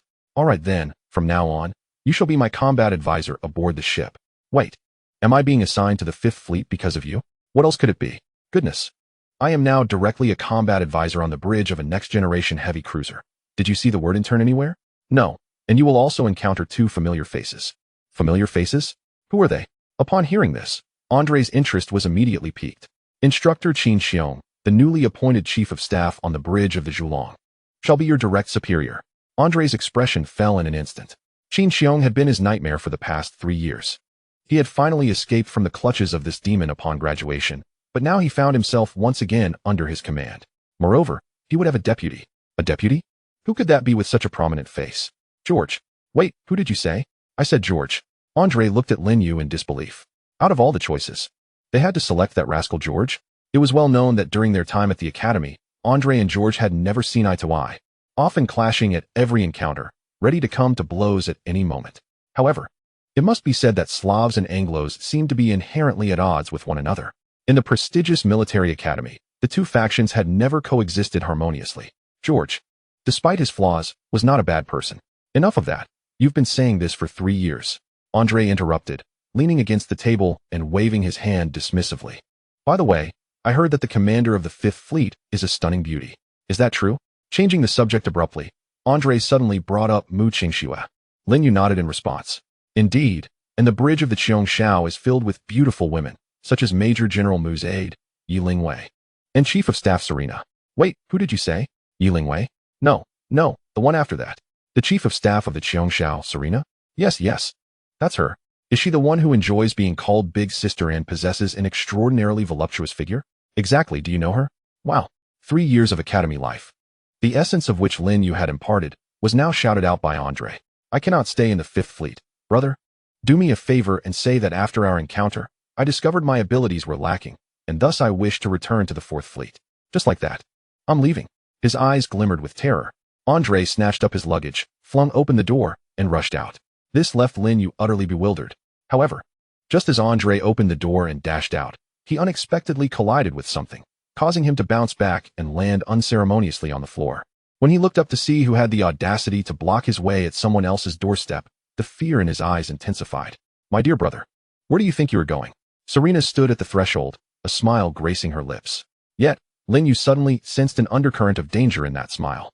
Chapter 27. The pursuit of a wife leads to despair. Serena had departed, having only lingered for a few brief minutes. Aside from leaving a bruised Andrei in her wake, she had accomplished nothing else. It seemed her visit was merely an exercise in demonstrating her prowess. So, Serena, the big sister, is your sister? Yes. At this moment, Andrei had no desire to engage in conversation. Being beaten was one thing, but to have it occur in front of Lin Yu was utterly humiliating. He felt as though his shame had been cast into the Arctic Ocean. It is worth noting that Sister Serena is not typically violent in her daily life. Yet here Lin Yu found himself utterly perplexed. Although Serena exuded a certain aura of authority, commanding her subordinates to refer to her as sister, he had never witnessed such a fierce aspect of her character. This situation felt quite amiss. Was it not due to my refusal to marry her? What nonsense is this? Astonishment washed over him as he overheard Andrei's laughter. He was utterly flabbergasted by the revelation that Andrei was unwilling to wed Serena. Wait, aren't you two siblings? Yes, but not by blood. He is my adopted brother. Well, even if they weren't blood relatives, how did this topic arise? Because my parents wish for me to marry Serena, but she is over 10 years my senior. In ancient China, she could very well be my mother. Lin Yu was taken aback. How old is Serena? If his memory served him correctly, she was merely a year younger than Mu Qingxue. 31. Indeed. In the context of ancient China, that age could feasibly allow her to assume the role of Andrei's mother. However, Andrei, we are now in a federal era where the average human lifespan exceeds 150 years. Many of us, with a brain development level around 20, can live beyond 200 years. A mere 13-year difference. In a few decades, you'll be nearly the same age. Furthermore, individuals in their 30s today bear little distinction from those in their 20s. Just imagine, your sister is an exquisite beauty, coupled with an extraordinarily alluring physique. Can you bear the thought of her lying in bed, embraced by another man? As Lin Yu spoke, Andrei mentally conjured that image, and his fury ignited. Absolutely intolerable. Thus, it is merely a 13-year gap, just a slight discrepancy. And in the context of several centuries ago in China, it would have been inconsequential. Really? Andrei's expression was one of skepticism. Why would I deceive you? Lin Yu replied, somewhat exasperated. So, there is actually no issue with me being with Serena? None whatsoever. Shall I have a word with her? Yes, do so promptly. Lin Yu waved his hand, shooing him away. Whether Andrei and Serena would eventually unite remained uncertain to Lin Yu. However, Andrei's expertise in certain areas was crucial for his future command of the fleet. Lin Yu certainly did not wish for Andrei to flee out of fear of Serena. Thus, he decided to lend a small hand to the sister. 10 minutes later, another knock echoed at the door. Lin Yu opened it to find a figure resembling a pig, with a face so swollen that his eyes were barely visible. Who are you? Shouldn't you visit the medical room first? Temporary port of the Fifth Fleet. Medical room number 1. At that moment, Andrei lay within a treatment pod, and through the glass wall, one could observe his face swiftly returning to its normal state, swelling subsiding significantly. On the journey here, Lin Yu learned from Andrei what had transpired. This fellow sought the location of Serena's room from Lin Yu, and promptly made his way there. However, his thought process seemed somewhat askew. Upon entering, he uttered not a word, but directly attempted to pull Serena into the bedroom. According to Andre, this was his way of conveying to Serena that he agreed to marry her. And what could be more direct than deepening their relationship in bed? Linyu was left speechless. To barge into Serena's room without a word, dragging her into the bedroom, and preparing to undress her? Goodness. He was fortunate not to have been outright killed. Linyu could only sigh in astonishment. Just then, Serena walked into the medical room. How is he? No major issues. He should be bouncing back within half an hour. All right, then I'll come back to give him a good thrashing in half an hour. With that, Serena turned and left, without a moment's hesitation. Linyu was left dumbfounded. Wait, you're still going to hit him? And only after Andre recovers? He cast a long glance at Andre, who appeared to be thoroughly enjoying himself in the medical pod, and sighed. Brother, your luck is remarkable. The next day, having completed the handover, Qin Xiong reported to the temporary base of the Fifth Fleet. Like Andre, he was equally astonished upon seeing Linyu. However, he quickly immersed himself in his work, for in mere hours, the Zhu Long would arrive, and he had a multitude of tasks to complete beforehand. Andre? Yes. The very same Andre you are thinking of, Instructor Qin, Linyu replied with a smile. So it was that lad. Nonetheless, it must be acknowledged that despite his shortcomings, he possessed unparalleled skills in fleet coordination. After all, your command style is indeed imaginative, without a strategist capable of keeping pace with your fleet operations. The tactical effectiveness would surely be significantly diminished.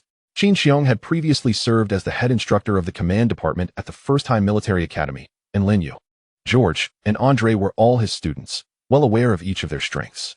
Just as he stated, tactics are merely tactics. To execute a tactic effectively, it requires the collaboration of the staff. Ultimately, no matter how skilled a commander may be, it is impossible for them to engage in micromanagement during battle. If that were the case, they might as well serve as a strategist instead of a commander. Thus, an exceptional staff is a crucial factor in determining the successful execution of strategic tactics. Within the staff, the strategist responsible for fleet coordination holds particular significance. The entire fleet, every ship, must know when to navigate to specific coordinates or how to adjust formations. These depend entirely on the capabilities of the strategist. Andre was the individual Lin you deemed most suitable for this role. Colonel Linyu, please report immediately to the command conference room aboard the Qiong Shao for an urgent meeting. At that moment, the screen on the wall of the room suddenly illuminated. The communications officer from the Qiong Shao appeared, delivering orders from General Mu Qingxue. Chapter 28, Civilization Level, Qiong Shao, Command Conference Room. Present were Commander Mu Qingxue, Deputy Officer Colonel Yi Lingwei, Chief of Staff Colonel Serena, First Fleet Commander Major General Qin Xian, Second Fleet Commander Major General Wang Jianqing, Third Fleet Commander Major General Sun Wei, and newly appointed Commander of the Special Mixed Fleet Colonel Linyu. These individuals constituted the core of the Fifth Fleet. With everyone gathered, we shall commence. Please review the documents before you. These were just dispatched from the lunar headquarters. Upon Mu Qingxue's words, a virtual panel unfolded before all. It displayed a document, more precisely, an interrogation report. This was the preliminary interrogation report concerning the alien captives aboard the surviving vessels of the Fourth Fleet, facilitated by multiple departments. For the first time, humanity had acquired concrete intelligence about the enemy. Finally, at long last, we could ascertain who the adversary truly was. Linyu's heart raced, and he focused intently on the material. 5 minutes later, having swiftly absorbed all the content, Linyu exhaled a deep breath.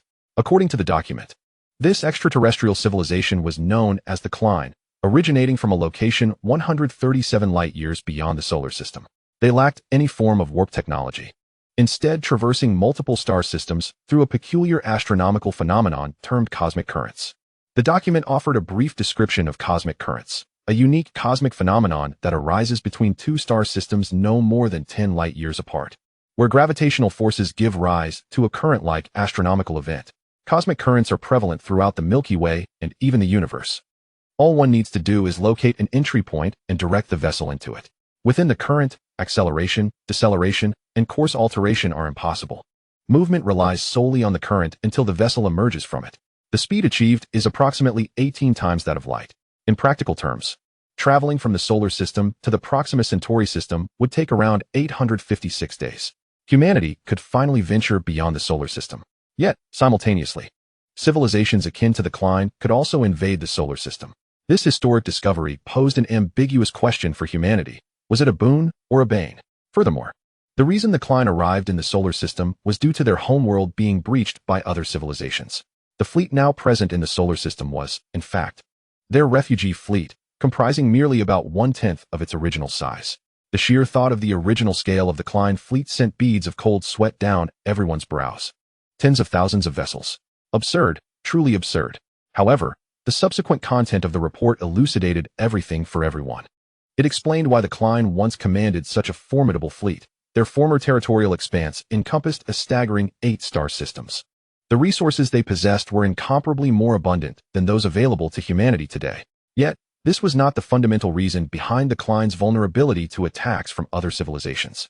Despite their 8 star systems, the resources they held appeared rather barren in the eyes of those advanced civilizations.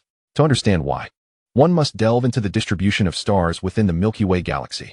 The Milky Way is a barred spiral galaxy, featuring 4 main arms and several secondary arms, housing approximately 250 billion stars. The vast majority of these stars are located within the 4 principal arms, while our solar system resides in a minor arm known as the Orion spur. This spur, colloquially referred to as the local arm, is distinct from the main arms that connect directly to the galactic core. The Orion spur drifts independently within the galaxy, with neither end connected to any other region. Furthermore, the number of stars within the Orion spur is relatively sparse, totaling around 20 million, which is less than 1/10,000th of the entire Milky Way. The solar system, in particular, is situated in the most desolate area of the Orion spur. For the powerful civilizations within the Milky Way, the region containing the solar system is not only insignificant, but the entire Orion spur is regarded as trivial. Yet, it is precisely this desolation that affords the civilizations residing in the Orion spur a degree of security from potential invasions by the civilizations of the main arms. For the latter show little interest in this area. Having discussed the distribution of the galaxy, we turn to the report's second focal point, the classification of civilizations. In the cosmos, civilizations are categorized into 13 distinct levels: primitive civilizations, levels 1 through 10 of conventional civilizations, and 2 special categories, super civilizations and god-level civilizations. It is noteworthy that this classification pertains to the entirety of the universe. The most powerful civilizations within the Milky Way have only ascended to the 4th level of civilization. According to the accounts of the captured Klein, the classifications are as follows: primitive civilization, a civilization unable to leave its home planet. Level 1 civilization, a civilization that has escaped its home planet and fully developed its home star system. Level 2 civilization, a civilization that has begun external colonization, possessing at least 2 star systems. Level 3 civilization, a civilization that has achieved breakthroughs in energy technology, fully harnessing stellar energy or equivalent energy sources, and has weaponized its fleet with energy-based weaponry. Level 4 civilization, a civilization that has made further advancements in energy technology, reaching the pinnacle of energy weaponry, and has mastered energy shield technology as well as jump technology. Level 5 civilization, a civilization that has initially grasped spatial technology. Beyond level 5, the classifications do not cease to exist. Rather, their details remain shrouded in mystery. Even the 13-level classification itself is a relic passed down through the ages within the Milky Way, with its origins long forgotten. In the present day, even level 5 civilizations exist only as legends. It is said that they thrived millions of years ago, but who can truly ascertain the truth? Lin Yu, reflecting on this standard, contemplated humanity's current standing, resulting in a rather amusing realization. You must be referring to energy weapons, even if they are merely a product of laboratory experimentation and not yet ready for mass production. However, the Zhulong has indeed achieved the standards of a Type 3 civilization. Yet, if humanity were to be classified as a Type 3 civilization, it would still fall short of even the standards of a Type 2 civilization, seemingly relegating it to the status of a Type 1 civilization. Therefore, in a strict sense, humanity remains an overall Type 1 civilization. Nonetheless, in certain specific fields, we have surpassed the capabilities of a Type 2 civilization, and even come close to the threshold of a Type 3 civilization. Well, these matters are not what I need to contemplate at present. The crux of the document lies in the reasons behind the invasion of the Klein race. The Klein race is recognized within the Milky Way as an anomalous civilization. What defines an anomalous civilization? It refers to a civilization that follows a highly unconventional technological trajectory. In fact, the vast majority of civilizations within the Milky Way follow a similar technological path, focusing on energy technology until the threshold of Type 4, and thereafter delving into spatial technology. Yet, the branches of the technological tree are vast and varied. There are always civilizations that carve out distinct paths, and the Klein race exemplifies such a civilization. They are a civilization that has perfected steam technology. Indeed, It is the very steam from the era of humanity's past. The distinction lies in the fact that humanity transitioned from the steam age to the electrical age, whereas the Klein race has taken an entirely contrary path. They remain entrenched in the steam age, diligently refining this domain. Ultimately, having developed steam technology to its zenith, they now stand before humanity. Chapter 29. Steam Technology. The path of steam technology has unexpectedly entered the interstellar age. At this moment, all present in the conference room were astounded. After all, from humanity's perspective, the steam age was merely a fleeting transitional phase in our development, a period now synonymous with backwardness. Yet, the Klein race has delved deeply into this technological avenue, even emerging as an interstellar civilization. The document enumerates several of the Klein race's technologies. For instance, they have developed a nuclear reactor, uranium-thorium molten salt reactor, as a heat source, replacing traditional coal to produce superheated steam at 1000 C. The integration of the nuclear reactor with steam turbines has enhanced thermal efficiency to over 60, while controlling the reaction rate through neutron reflection layers and a liquid metal cooling system. Furthermore, they deploy colossal arrays of reflective mirrors in planetary orbits to focus stellar light onto heat-absorbing towers, generating sustained high temperatures to drive steam turbines, providing fuel-free energy for their interstellar colonies. Additionally, in terms of warship propulsion, they alternate the injection of water and liquid oxygen in the combustion chamber, igniting a detonation wave through a spark, instantly vaporizing water to produce high-pressure jets, akin to humanity's former pulse detonation rockets, yet significantly more potent. Even their life support systems aboard the warships employ a steam ecological cycle and mechanical lungs. The moisture exhaled by the crew is reclaimed through condensation pipes, while urine undergoes steam sterilization and distillation for purification, complemented by algae cultivation chambers to regenerate oxygen, achieving a water recycling efficiency of 98. Simultaneously, the living module is adorned with copper cooling conduits, maintaining a consistent humidity level of 70. The walls are adorned with moisture-resistant moss, serving as biological indicators. The document enumerates a plethora of content, dazzling all who behold it. No one had ever envisioned that the advancement of steam technology could lead to such innovative applications. This truly broadens one's horizons. The technology of the Klein civilization is exceptionally distinctive. However, it is precisely this uniqueness that has drawn the attention of other civilizations. Alien cultures have always been coveted by various civilizations, as their technological pathways often bear striking similarities, leaving little room for mutual learning. Therefore, when a civilization with an entirely different trajectory emerges, its technology becomes immensely valuable for all. For any civilization, this presents a fresh perspective. Consequently, several secondary civilizations allied to invade the Klein. Ultimately, the Klein, outnumbered and overwhelmed, had no choice but to initiate the seed plan, forming a fleet of exiles embarking on a journey of escape and wandering. After more than 20 years of wandering, they arrived in the solar system, discovering a planet abundant in life. Following the capture of the Don River-class corvette and the extraction of intelligence from its crew's minds, the Klein concluded that, although civilization exists on Earth, it is not particularly formidable. While some costs may be incurred in the process, they pale in comparison to the survival of the entire Klein civilization. Thus, the formal invasion of the solar system by the Klein commenced. Frankly, this information has left everyone astounded. It has been over 600 years since humanity's first satellite was launched into space. Throughout these 6 centuries, regardless of the shifts in eras or the existence of extraterrestrial life, this topic has consistently remained a focal point. Today, this question has finally found an answer. Extraterrestrials do exist, and in abundance, within the Milky Way alone. The number of alien civilizations reaches into the tens or even hundreds of millions. Humanity is no longer solitary, yet simultaneously, it is no longer secure. Of course, crisis implies danger, but it also signifies opportunity. A crisis embodies peril, but simultaneously heralds prospects. According to the information from the Klein, there are no civilizations within hundreds of light years surrounding the solar system. Even if there are, they are merely first-level civilizations that have yet to venture beyond their home planet. In other words, should humanity succeed in defeating the Klein, it could immediately transcend the solar system and embark on a large-scale interstellar colonization campaign. At that juncture, humanity would experience exponential growth at 100 or even 1,000-fold rate. If humanity's first great voyage began on Earth, the second would extend beyond its home world. The day humanity escapes the solar system will signify the commencement of its third grand maritime expedition, while humanity remains stagnant within the solar system, leading to its extinction. Or will it venture forth into the cosmos, striving for greatness? The key lies in the Jupiter defense line and the asteroid belt, humanity's final bastion. Weakening the enemy at Jupiter and utterly annihilating them within the asteroid belt. I will certainly accomplish this. Beneath the surface, Lin Yu clenched his fist tightly. Is this the Zhulong, the warship we are about to commission? Mars orbit, the temporary home port of the Fifth Fleet. A colossal battleship slowly docked, and within the harbor, thousands of individuals stood in neat formation, their eyes brimming with excitement.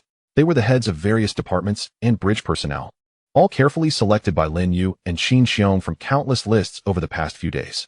The remaining thousands were new recruits. Of course, they were not entirely inexperienced. At the very least, they had completed a year of training with the Federation fleet, originally intended to supplement the Fifth Fleet.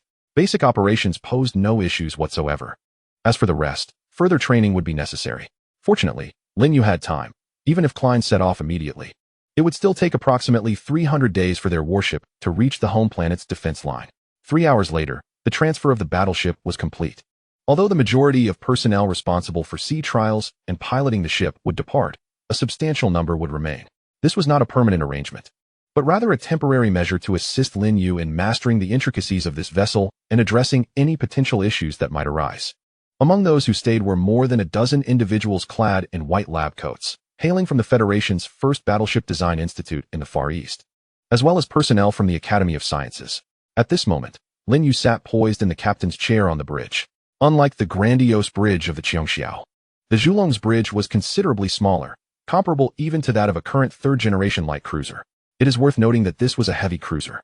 In contrast, a third-generation heavy cruiser would typically feature no fewer than 70 to 80 positions on the bridge. However, the Zhulong only had 32 positions, including the commander, the officer, and 8 staff members. This clearly indicated the high degree of automation present on the Zhulong. The staff positions were still designed to be located behind the captain's seat. In the front, there were 4 curved areas, divided into 2 rows, with 2 in each row. These 4 zones encompassed all positions for the helmsman, navigation, communication, radar, and more. This constituted the entirety of the Zhulong's bridge.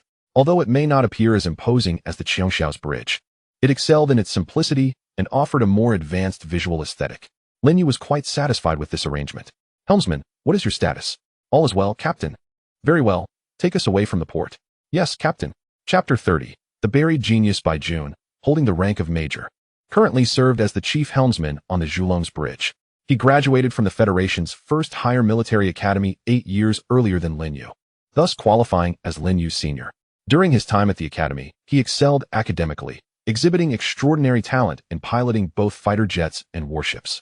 After joining the fleet, he was promoted to major in just 3 years, with a boundless future ahead.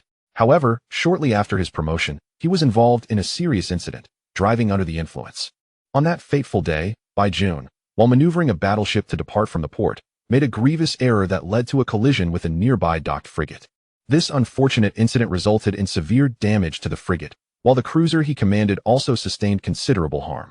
Compounding the situation were the damages to the port and numerous injuries among personnel.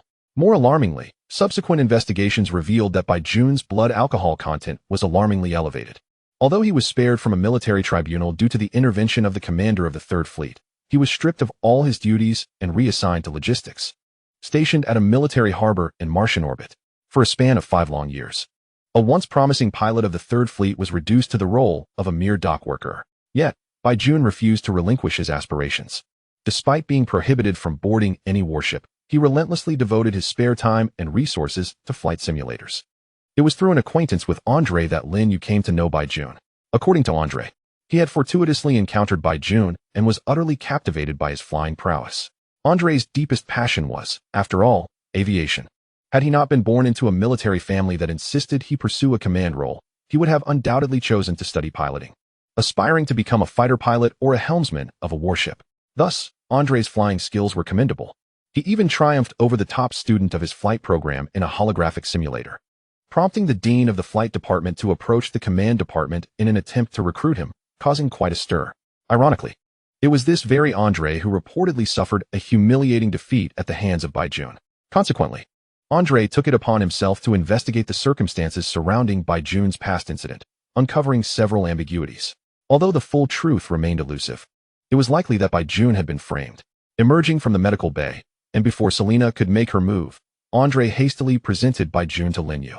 Subsequently, Lin Yu sought out Bai Jun and engaged him in a duel within the holographic simulation chamber. The outcome mirrored the earlier encounter between Bai Jun and Andre, as Lin Yu, through a fierce battle, won Bai Jun's respect and brought him back into the fold. However, the subsequent issues proved to be rather complicated. After all, Bai Jun's past indiscretion had garnered significant attention, and the military tribunal of the Federation fleet had issued a decree forbidding him from reboarding any warship. Thus, the path to appoint him as Lin Yu's personal helmsman was fraught with obstacles. In ordinary circumstances, this predicament would have been insurmountable, even with the intervention of Mu Qingxue.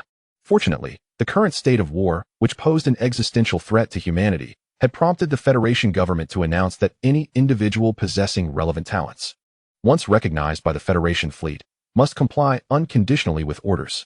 Thus, Lin Yu, a figure of considerable importance among the three leaders, put forth a request.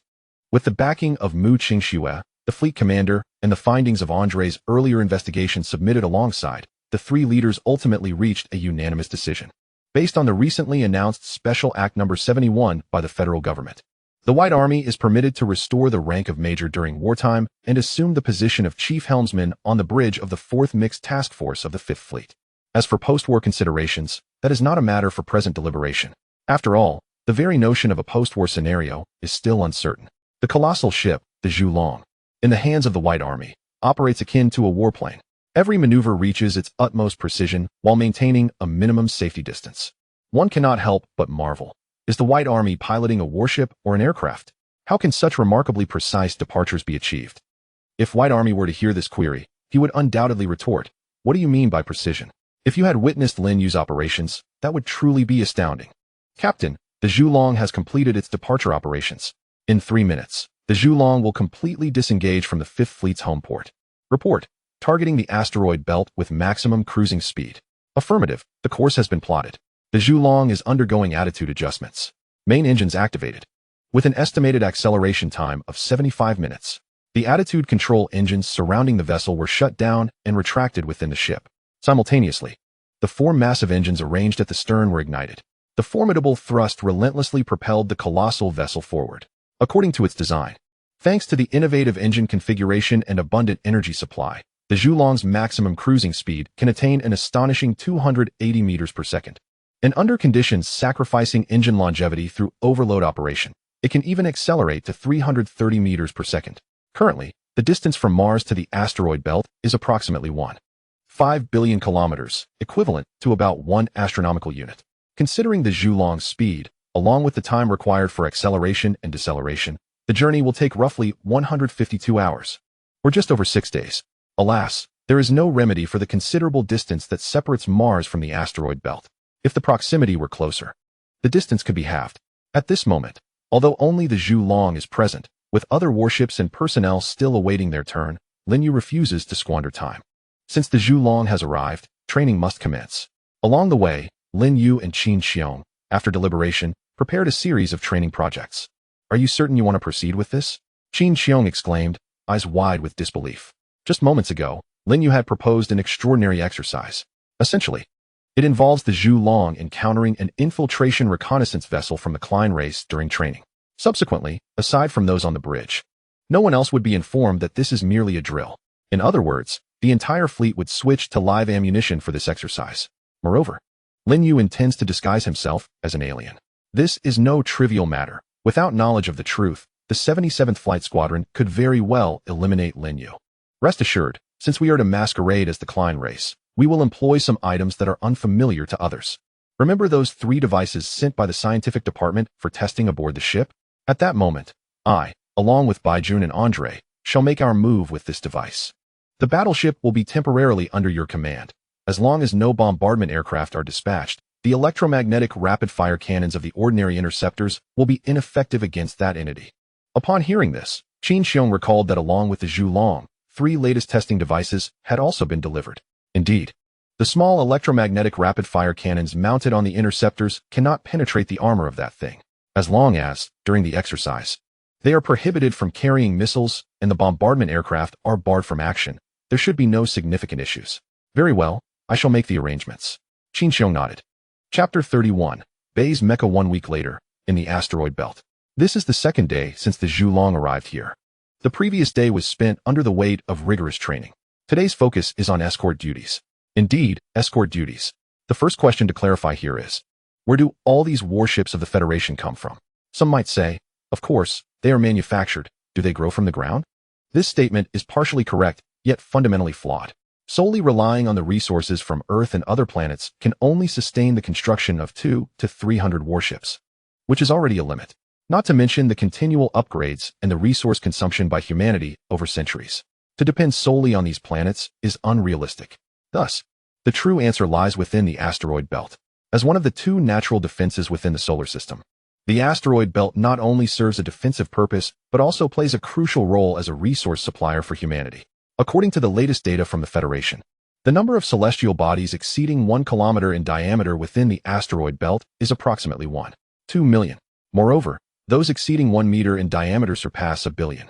Among these are dwarf planets or massive celestial bodies such as Ceres, nearly 1,000 kilometers in diameter, and Vesta, exceeding 500 kilometers. More importantly, these celestial bodies contain all the resources required by humanity, including many that are absent from Earth. It is essentially a super resource repository. Therefore, in order for the Federation to manufacture more warships, it is indispensable to rely on this asteroid belt. Even in anticipation of a prolonged standoff with the Klein race, the Federation will still need to procure resources from here. Of course, collecting resources in the asteroid belt at that time will undoubtedly be a perilous endeavor, as the Klein race can also access this area. The fleet's escort duties will thus be of paramount importance, arguably a high-priority task. At this moment, for assault ships departed from the Zhulong, their mission is to act as asteroid mining vessels. Simultaneously, within the bridge, it is not Lin Yu seated in the captain's chair, but Chief of Staff Qin Xiong. He lightly tapped his insignia, activating it, and switching to a specific channel. Captain, the assault ships have departed, and the 77th Flight Squadron is ready in the launch corridor. Are you prepared on your end? All set. Let the 77th Flight Squadron embark. Understood. After severing the communication, Qin Xiong rose to his feet. Commence ejection for the 77th Flight Squadron. The mission is surveillance and escort. Yes, Chief of Staff. On the port side of the Zhulong, heavy hexagonal hatches slid open, revealing the vast passageways within. A closer inspection would reveal that each hexagonal corridor is indeed quite spacious, with 2 distinct tracks adorning the ground of each passage. The personnel of the 77th Flight Squadron have long pondered a peculiar question. Why are there 2 ejection tracks? Consequently, the aircraft must be secured either on the left track or the right, but never positioned centrally within the corridor, which appears rather awkward. Some pilots even jested that this was a precaution against potential malfunctions of the ejection tracks. Look, even if such an issue arises, the other track remains functional, ensuring that our warriors would never be incapacitated by a failure of the ejection system. Remarkably, this absurd rationale garnered unanimous agreement among all pilots in the squadron. In the next moment, one aircraft after another was ejected from the vessel, resembling a hive launching missiles in rapid succession. The only distinction being that these were all manned fighters. A full squadron of 48 aircraft was launched. In fact, the 77th Flight Squadron, stationed aboard the Zhulong, comprised a total of 60 aircraft. Beyond the 48 interceptors observed, there were also 12 bombers, specifically interstellar bombers. The primary armament of the interceptors was a compact electromagnetic rapid-fire cannon, while it was feasible to equip them with small ion cannons. The perennial constraint remained the limitations of energy resources. Naturally, should the need arise, they could also be armed with 4 missiles for long-range engagement. However, none were loaded for today's exercise. The pilots, not overly concerned, accepted this as merely a drill. Yet, it seemed no one had contemplated the implications of the electromagnetic rapid-fire cannons being loaded with live ammunition, as the 48 aircraft split into 12 for perimeter reconnaissance, while the remaining 36 surged toward the 4 assault ships to form an escort formation over 3,000 kilometers away, behind a celestial body over 10 kilometers in diameter. An astonishing sight unfolded. If anyone were to witness this moment, they would undoubtedly be struck with astonishment, for 3 mechs had materialized here. This concept, though envisioned by humanity centuries ago, had never been realized until now.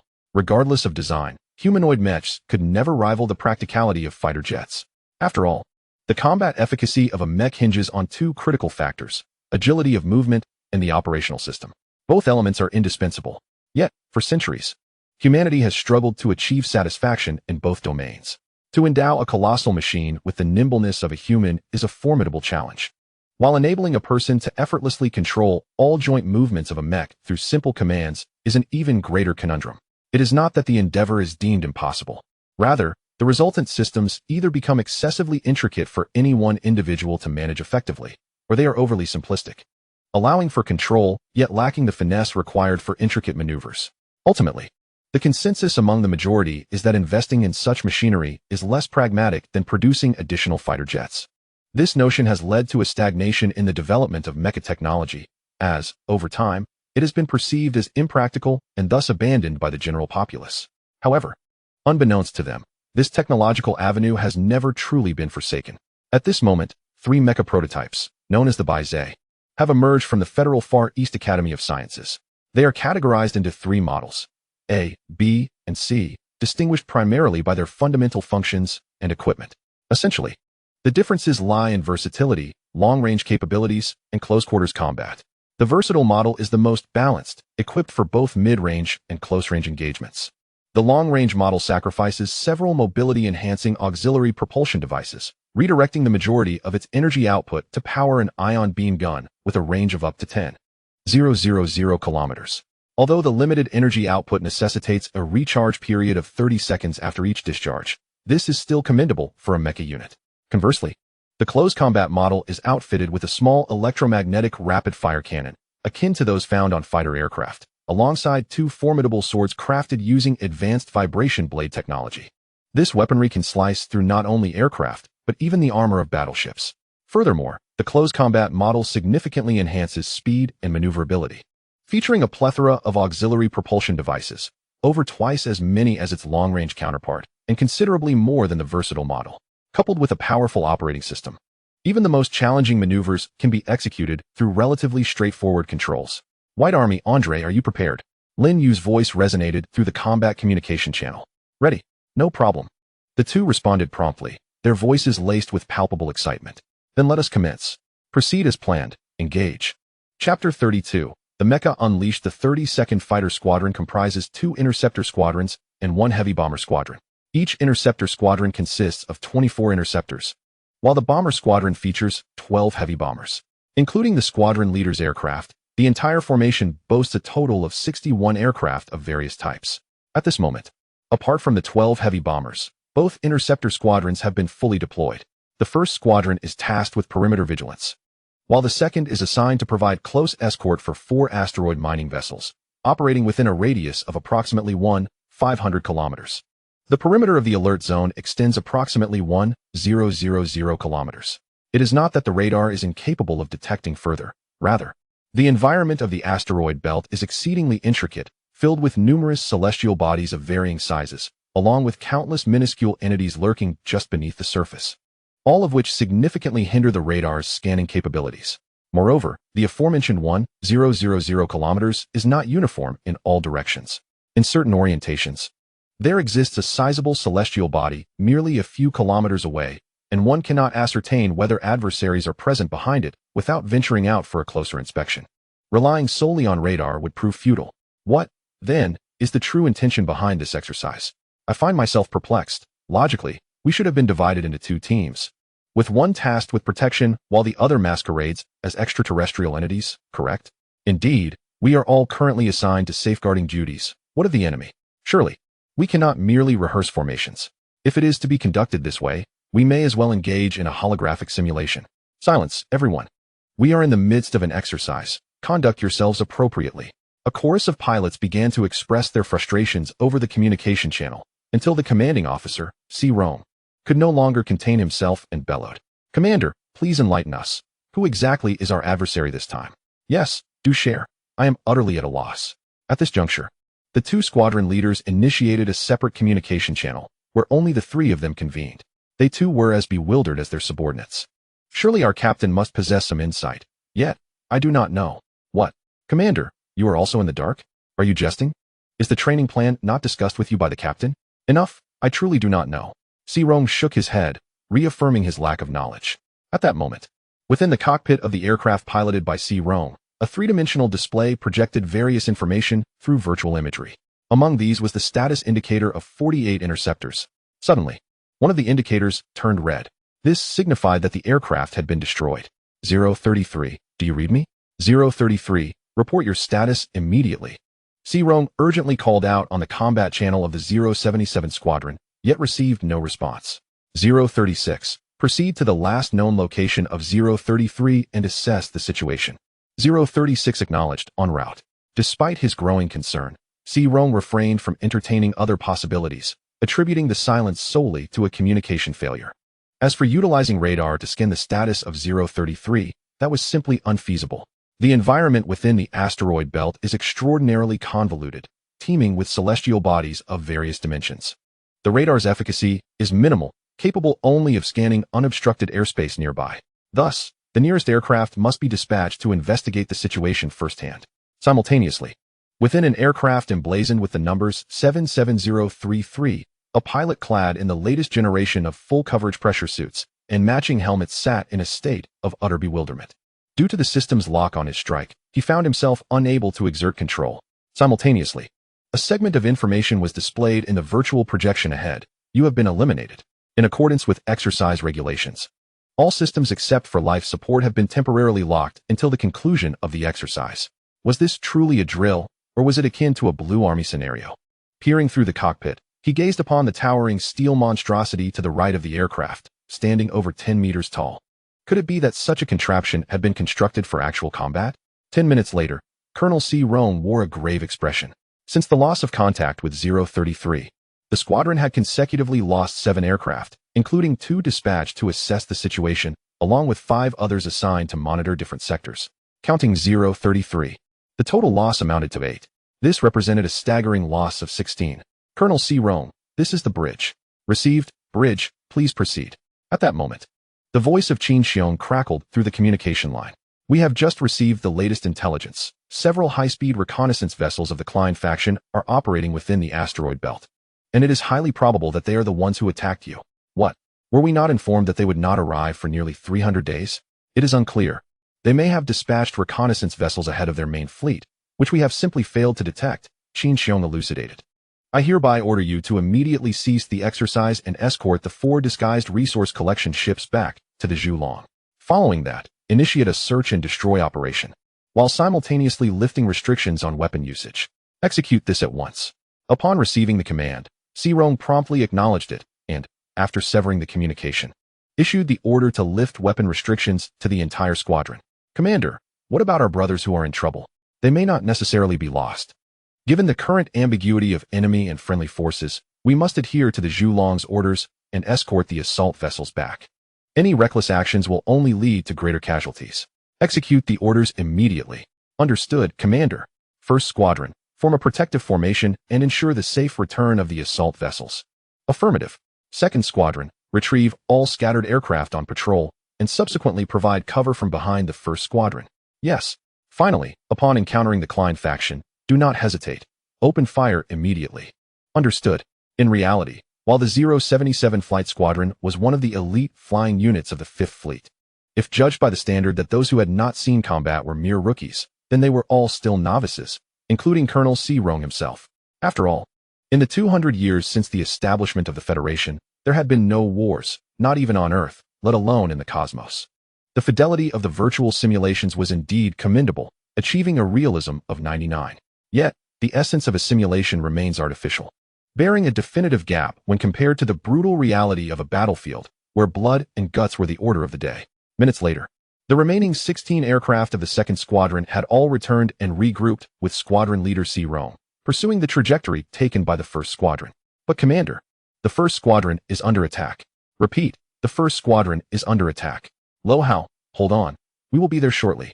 What on earth is that? How is it capable of such maneuvers? Stay calm, and immediately report on the enemy's status. Captain, the enemy is. As the words trailed off, the communication was abruptly severed. Before Commander C, the icons representing the 48 aircraft of the 077 Squadron rapidly transformed to red. In less than 2 minutes, the entirety of the 1st Squadron and the 4 assault ships had been obliterated. Out of the 77th Flight Squadron, aside from the 12 heavy bombers that remained grounded, there were now merely 17 interceptors left, including Commander C. Chapter 33, 1 versus 17 White Army. How many did you manage to down? 6. Pathetic, I've taken down 8. That's on me. The long-range models aren't designed for high kill efficiency. It takes me half a minute just to recharge after each shot. See, what's so fun about long-range models? Close combat is where the thrill lies. What is the designation of the Baizé mech? Just as the Zhulong-class battleship is referred to as next generation, the Baizé mech is similarly hailed as next-generation naval equipment, intended to replace current carrier-based aircraft. Naturally, being next-generation implies groundbreaking advancements, not just in a singular aspect, but across the board, to warrant such a title. Take, for instance, the cockpit of the mech. It is a space entirely filled with a special liquid. Aside from providing life support systems, it can negate 999 GS, allowing the pilot to fully control the numerous propulsion devices on the mech and execute exaggerated maneuvers at high speeds. For example, a mech might be flying forward at full throttle, but can suddenly shift laterally. Such a feat is unthinkable for traditional aircraft. Even if it were possible, the human body would not withstand it. However, the Baizé mech can effortlessly perform such actions, thanks to its multitude of propulsion systems. Consider the close combat model piloted by Andrei, which is equipped with an astonishing total of 38 propulsion devices. Consequently, in terms of maneuverability in space, aircraft are not even worthy to carry the mech's shoes. As for weaponry, due to its larger size, the mech can even accommodate a small cold fusion reactor, sufficient to sustain prolonged high-intensity combat. Moreover, with some sacrifices in agility, the long-range model can be outfitted with a small-caliber ion weapon. According to the Federation's original plan, these 3 Baizé mechs were to undergo at least 3 to 5 more years of testing. Even after finalization, production would only commence in small batches for initial deployment. However, time was no longer on their side. Furthermore, the lunar headquarters deemed the mech a more suitable asset for operations in the asteroid belt than traditional aircraft. Thus, they resolved to drastically shorten the development timeline and produce a batch for immediate wartime use, leaving any unresolved issues to be addressed post-conflict. Even within the launch channel of the Candle Dragon, it was specifically designed for the Baizé mech. Otherwise, why would it feature a dual-track launching structure? It is precisely because the mech secures its feet on both tracks during launch. Listening to the bickering on the combat channel, Lin Yu refrained from intervening and casually uttered 2 sets of numbers, 18 units. Oh, and there are 4 assault ships. At that moment, Bai Jun and Andrei immediately fell silent, ceasing their conversation. They had only 16 units combined, while Lin Yu alone had 18, not to mention the 4 assault ships. This individual, clearly a graduate of the command system, had reached the pinnacle of human flight as well. It was simply extraordinary. We cannot compete with such an anomaly. What should we say next? Just charge in. After a brief silence on the channel, Andrei inquired. In his view, the 77th Fighter Squadron was left with merely 17 interceptors, posing no real threat. A direct confrontation would suffice. Lin Yu had previously mentioned that the objective was to deliver a profound shock to them using mechs. The 77th Squadron, if all went as expected, would be the first unit equipped with mechs and subsequently the first to employ them in actual combat. Therefore, the primary aim was to ensure they understood just how formidable next-generation mech armaments were compared to fighter planes, facilitating their acceptance of new equipment and their wholehearted commitment to training. After all, it had been previously stated that humanity had harbored a deep-seated resistance to mechs over the past few centuries, considering them ostentatious and unsuitable for warfare. After a moment of contemplation, Lin Yu rejected Andrei's suggestion, believing it was insufficiently impactful. No, I shall confront them alone. What? Alone? Andrei was taken aback. Although the 3 of them had just decisively defeated 24 enemy aircraft, that had been accomplished through the coordinated efforts of 3 different models of Baizé mechs. Moreover, it had relied on a surprise attack that eliminated nearly a third of the enemy right from the onset. They had then swiftly harvested the battlefield amidst the ensuing chaos. Now, although the enemy had only 17 aircraft, they were prepared and in a heightened state of alert. Most critically, that fellow Sarong was present. Over the 3 years since the formation of the 5th Fleet, he had earned the Golden Helmet each year, undoubtedly one of the top pilots in the entire fleet. Could Lin Yu truly handle an assault against 17 individuals, especially with skilled opponents among them? It's settled then. You all can just watch from the back. Fine. Who am I to argue with your rank? Upon hearing Lin Yu's declaration, Andrei ceased his protests, even relinquishing control of the devices and entering spectator mode. Meanwhile, in the remote Baizé mech at the rear, Bai Jun could only smile wryly. However, unlike Andrei, he did not loosen his grip on the controls. Instead, the mech raised its ion beam sniper rifle and peered through the targeting apparatus. After all, this device could discern greater details. A target was identified directly ahead, 58 kilometers away, at an elevation angle of 27 degrees. Quantity, One specific model unidentifiable in the database, hurtling directly towards us. The pilot of the foremost aircraft in the 2nd Squadron shouted over the combat channel. Acknowledged, C5 formation. Zimming. You and your team are to secure the perimeter and seek an opportunity to engage. I will draw the enemy's attention from the front while remaining vigilant for any potential adversaries. Understood, Captain. In the next moment, 17 aircraft swiftly altered their formation. 16 jets formed a circular arrangement, with Captain Cyrong's aircraft positioned at the center of this circle. At 158 kilometers, it seemed a considerable distance. However, for space fighters, this was remarkably close, especially considering both sides were advancing towards each other, making the distance even shorter. Within mere seconds, this range diminished to less than 10 kilometers. Initiate attack. Received. In the next instant, the electromagnetic rapid-fire cannons on all 17 jets discharged simultaneously. Countless projectiles transformed into fiery tongues aimed at Lin Yu. Their coordination was seamless. Not all targeted Lin Yu directly. Rather, aside from Cyrong's aircraft, the remaining 16 jets fired at various positions around Lin Yu, obstructing any potential evasive maneuvers he might attempt. Of course, the area of engagement was not vast, approximately a few dozen meters surrounding Lin Yu. After all, at such high speeds, one could only slightly evade. A sharp turn would surely tear the aircraft apart, not to mention the fate of its occupants. From their perspective, this assault seemed almost certain to succeed. Yet what? X-17. In the next second, everyone was taken aback. An impossibility had manifested, at least on radar. The target had executed a sudden turn. How was this achievable at such velocity? Even if the aircraft could withstand it, could a human endure such forces? Could it be that this entity was unmanned? Chapter 34. Terrifying ability, 7 kilometers ahead, 3 degrees to the left, 17 degrees downward, within range. 78 celestial bodies available for utilization. Select 3 targets with optimal debris dispersion effects. Commencing simulation, a total of 18 iterations, confirming feasibility. Execution commencing, in just a second. Lin Yu had formulated the entire operational plan in his mind and simulated it repeatedly, confirming its viability. Should others learn of this, they might regard him as a monster. This was the result of Lin Yu's innate cerebral domain exceeding 30, gradually awakening a unique capability. Although not fully awakened, it was already profoundly formidable. In the next moment, Lin Yu maneuvered the mech to intersect with the 17 aircraft of the 77th Flying Squadron at maximum speed. It truly was an instant. As both sides were traveling at great velocity, when Cyrong and the others controlled their aircraft, employing a curved flight path to circle back around. Having long since lost track of his objectives, Lin Yu did not flee but instead dove into a celestial belt. Moments later, he burst forth from the mass, elevating his electromagnetic rapid-fire cannon to unleash a barrage of projectiles, more than a dozen, to be precise. He swiftly concealed himself once more within the celestial expanse, vanishing from all radar screens.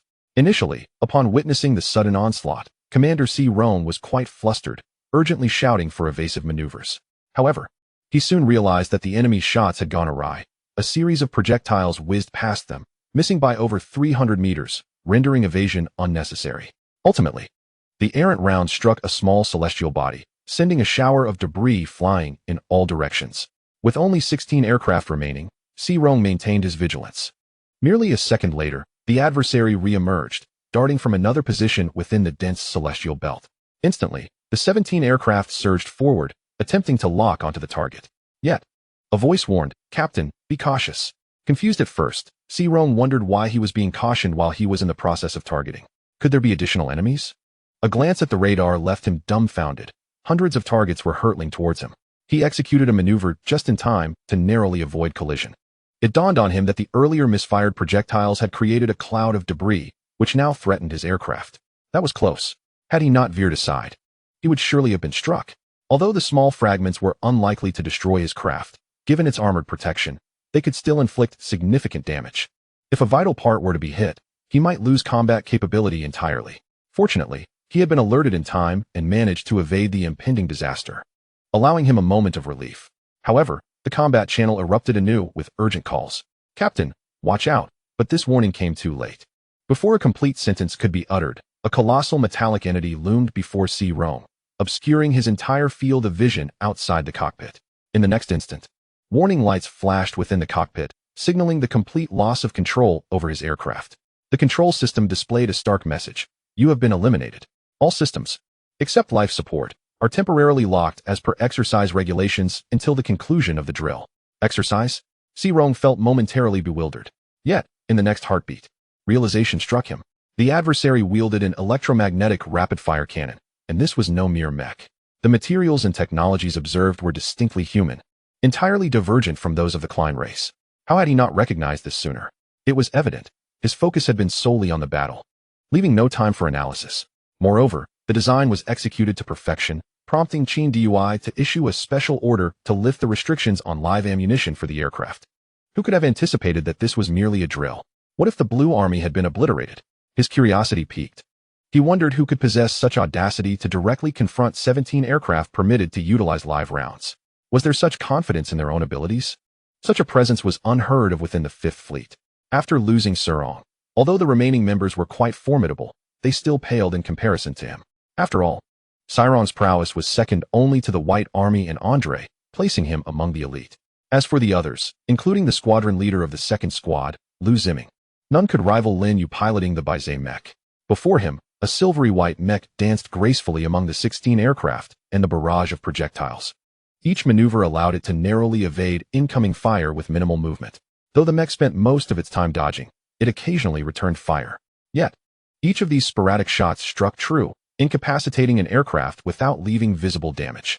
The affected pilots, once brimming with arrogance, now wore expressions of dismay within their disabled cockpits, all pondering the identity of this audacious Blue Army. Within the internal hangar of the Zhulong, 3 mechs descended onto the deck. Surrounding them were 48 aircraft that had landed earlier, with their pilots rushing over to uncover the identity of those who had dared to conceal their allegiance and employ live ammunition. Absurd. However, a minute passed, and the cockpits remained sealed. It was not that Lin Yu and his companions were trying to show off, but rather, it was simply impossible to open them at that moment. To access the cockpit, they needed to purge the life support fluid inside, a process taking approximately 3 minutes. Soon enough, after an additional 2 minutes had elapsed, the cockpits of the 3 mechs finally began to open. 3 pilots clad in entirely new flight suits emerged, descending slowly via a lift positioned at the cockpit's opening. Sirong's eyes widened in astonishment. He recognized one of them. After all, as the commander of the flight squadron, he had met the captain before entering the Zhulong. Among the trio, were not 2 of them Captain Lin Yu? Furthermore, was this not the very mech that had faced them with such overwhelming odds? The captain's skill was indeed formidable. Chapter 35, the 101st Mech Brigade. Attention. Sirong commanded, as 60 pilots formed 4 precise columns, presenting a unified front from any angle. He then jogged over to Lin Yu and saluted. Captain, report from the Federation's 77th Carrier Aviation Squadron. A total of 61 personnel, all present. Awaiting your command. Return to formation. Aye.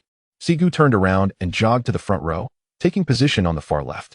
Meanwhile, Lin Yu advanced to the forefront of the formation. At ease. I have an announcement to make. From this day forward, the Federation's 077 Carrier Aviation Squadron is hereby dissolved, and its designation rescinded. A wave of astonishment swept through the ranks, including Sigu, as everyone struggled to maintain their composure. Dissolved? Even the cancellation of our designation? Why? This was utterly incomprehensible to them. I understand your anxiety, but please, allow me to finish. By order of the Lunar Headquarters, the 5th Fleet will establish the first mech unit in Federation history, named the 101st Mech Brigade, which will comprise 2 mech battalions, namely the former 77th and 78th Carrier Aviation Squadrons, now redesignated as the 77th and 78th Mech Battalions. As you may have noticed during your recent sorties, the launch channels of the Zhulong are not the typical rectangular shape found on other warships. They are equilateral hexagons, each equipped with 2 launch tracks. The rationale is straightforward. The Zhulong, as a next-generation heavy cruiser, was designed from the outset with mech requirements in mind. What may seem illogical for aircraft is perfectly suited for mechs. In summary, today marks your final opportunity to pilot aircraft. Beginning tomorrow, you shall learn the art of operating mechs. Of course, the first batch of mass-produced units will not arrive for another 6 months. During the initial 3 months, you will train exclusively through holographic simulations, with no access to physical units.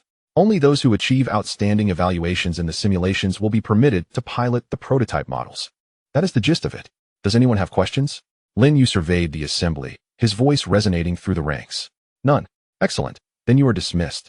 At the word dismissed, a frenzy erupted among the personnel.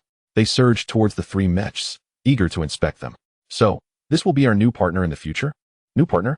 Just days ago, Weren't you mocking the mechs in the movies, claiming they are unsuitable for battle and that you'd refuse one if offered?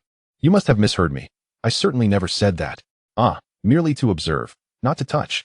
How torturous. TCH, the captain merely stated we cannot pilot them. Not that we cannot touch them. Do you really think a few gentle caresses will break anything? One pilot declared as he stepped forward, prepared to engage.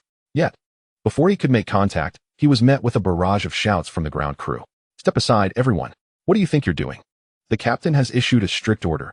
Unless you meet the requirements, you are forbidden from even touching them. The ground maintenance crew formed a barrier in front of the mechs, preventing all pilots from advancing. What are you so proud of? You're just a ground crew member. What of it? You really want to test my patience? I could easily slip in an extra screw or two, you know? Come on, I was just joking. Why so serious? Upon hearing this, the pilot quickly retreated. The remaining pilots gazed at him in utter disbelief. Although they were ground crew, they belonged to the maintenance division. How could one dare to act defiantly against the maintenance team? The following day, the entire 77th Mecha Battalion commenced their training in mecha piloting.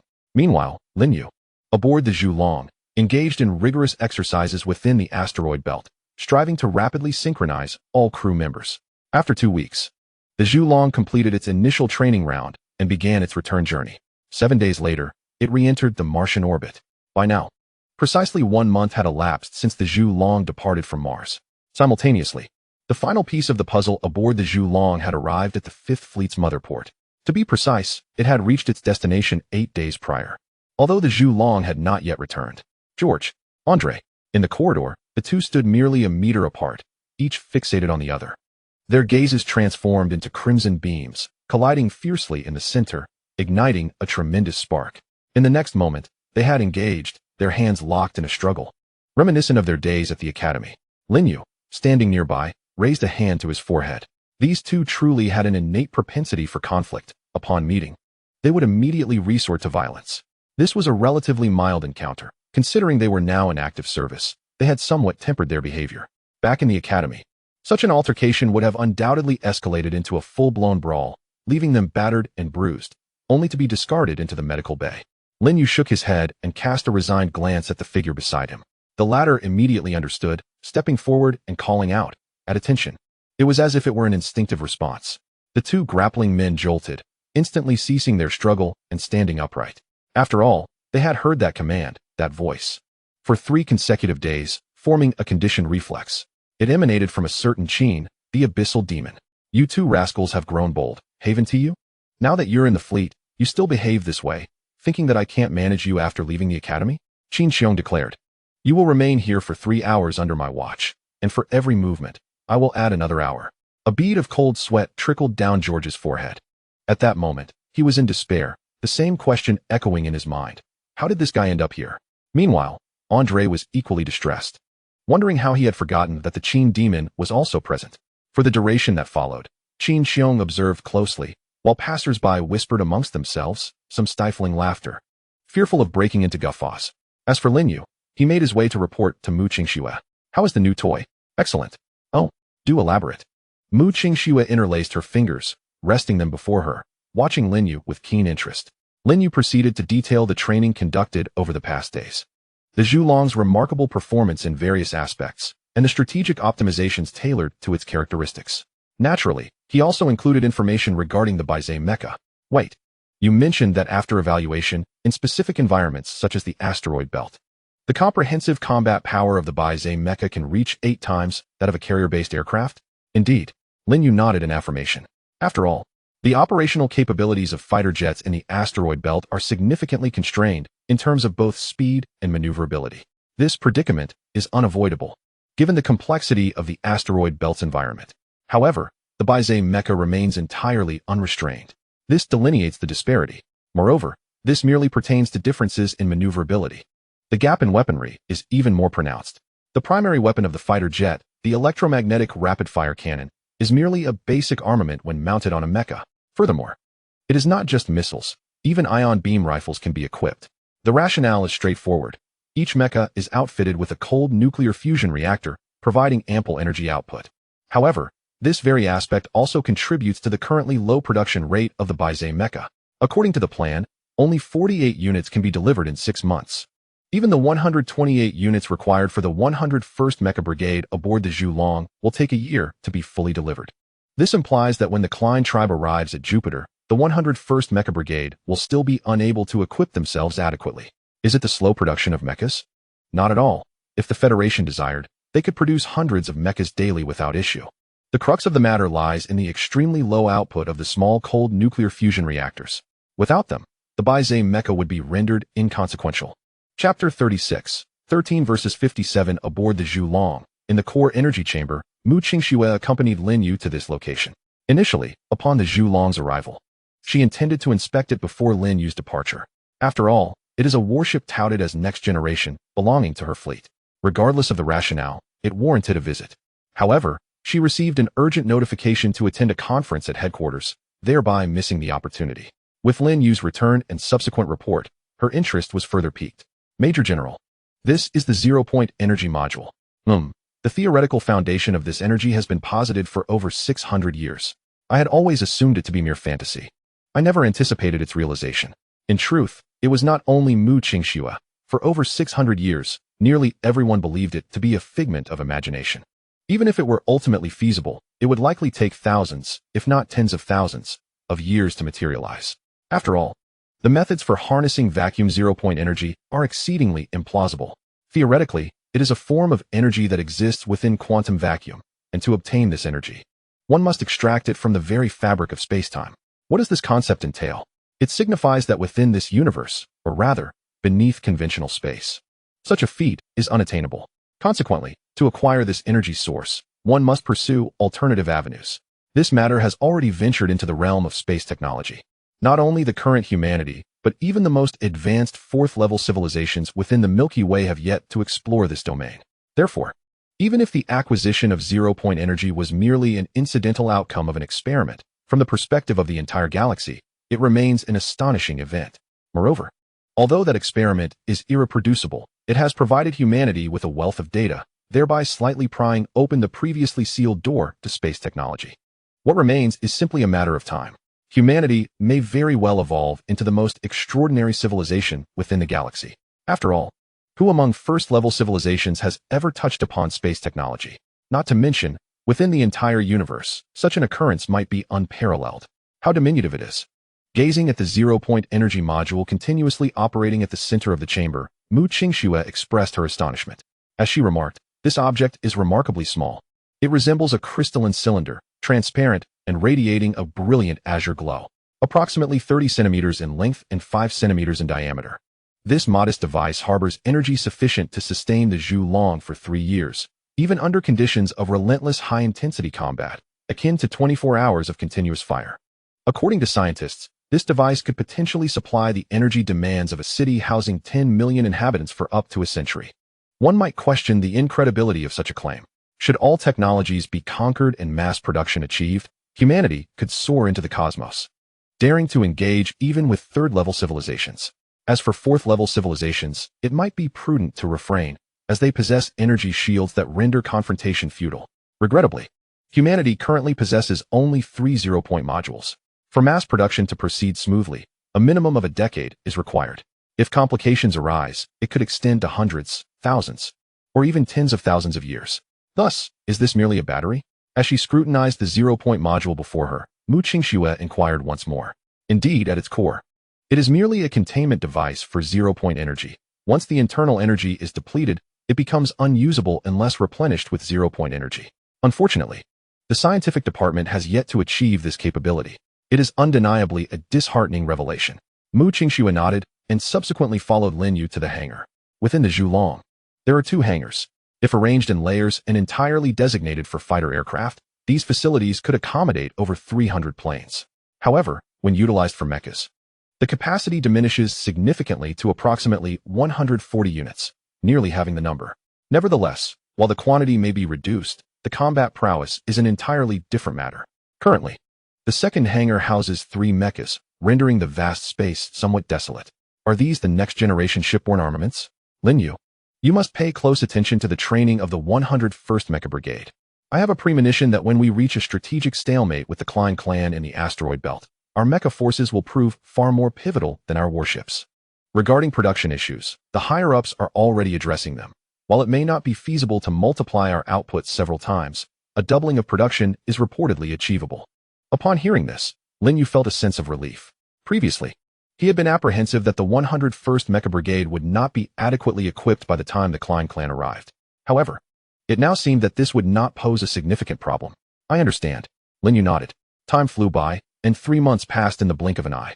At this juncture, it had been over 4 months since the Nix battle near Pluto, and the main fleet of the Klein clan had already crossed Uranus, heading straight for Earth. Meanwhile, the Third Fleet, originally stationed at the Uranus defense line, was now merely 2 months away from Jupiter. There, they would converge with the Second Fleet and await the arrival of the First and Fifth Fleets. The last 4 fleets of the Federation were set to gather at the Jupiter defense line to execute an operation dubbed Ignite Jupiter.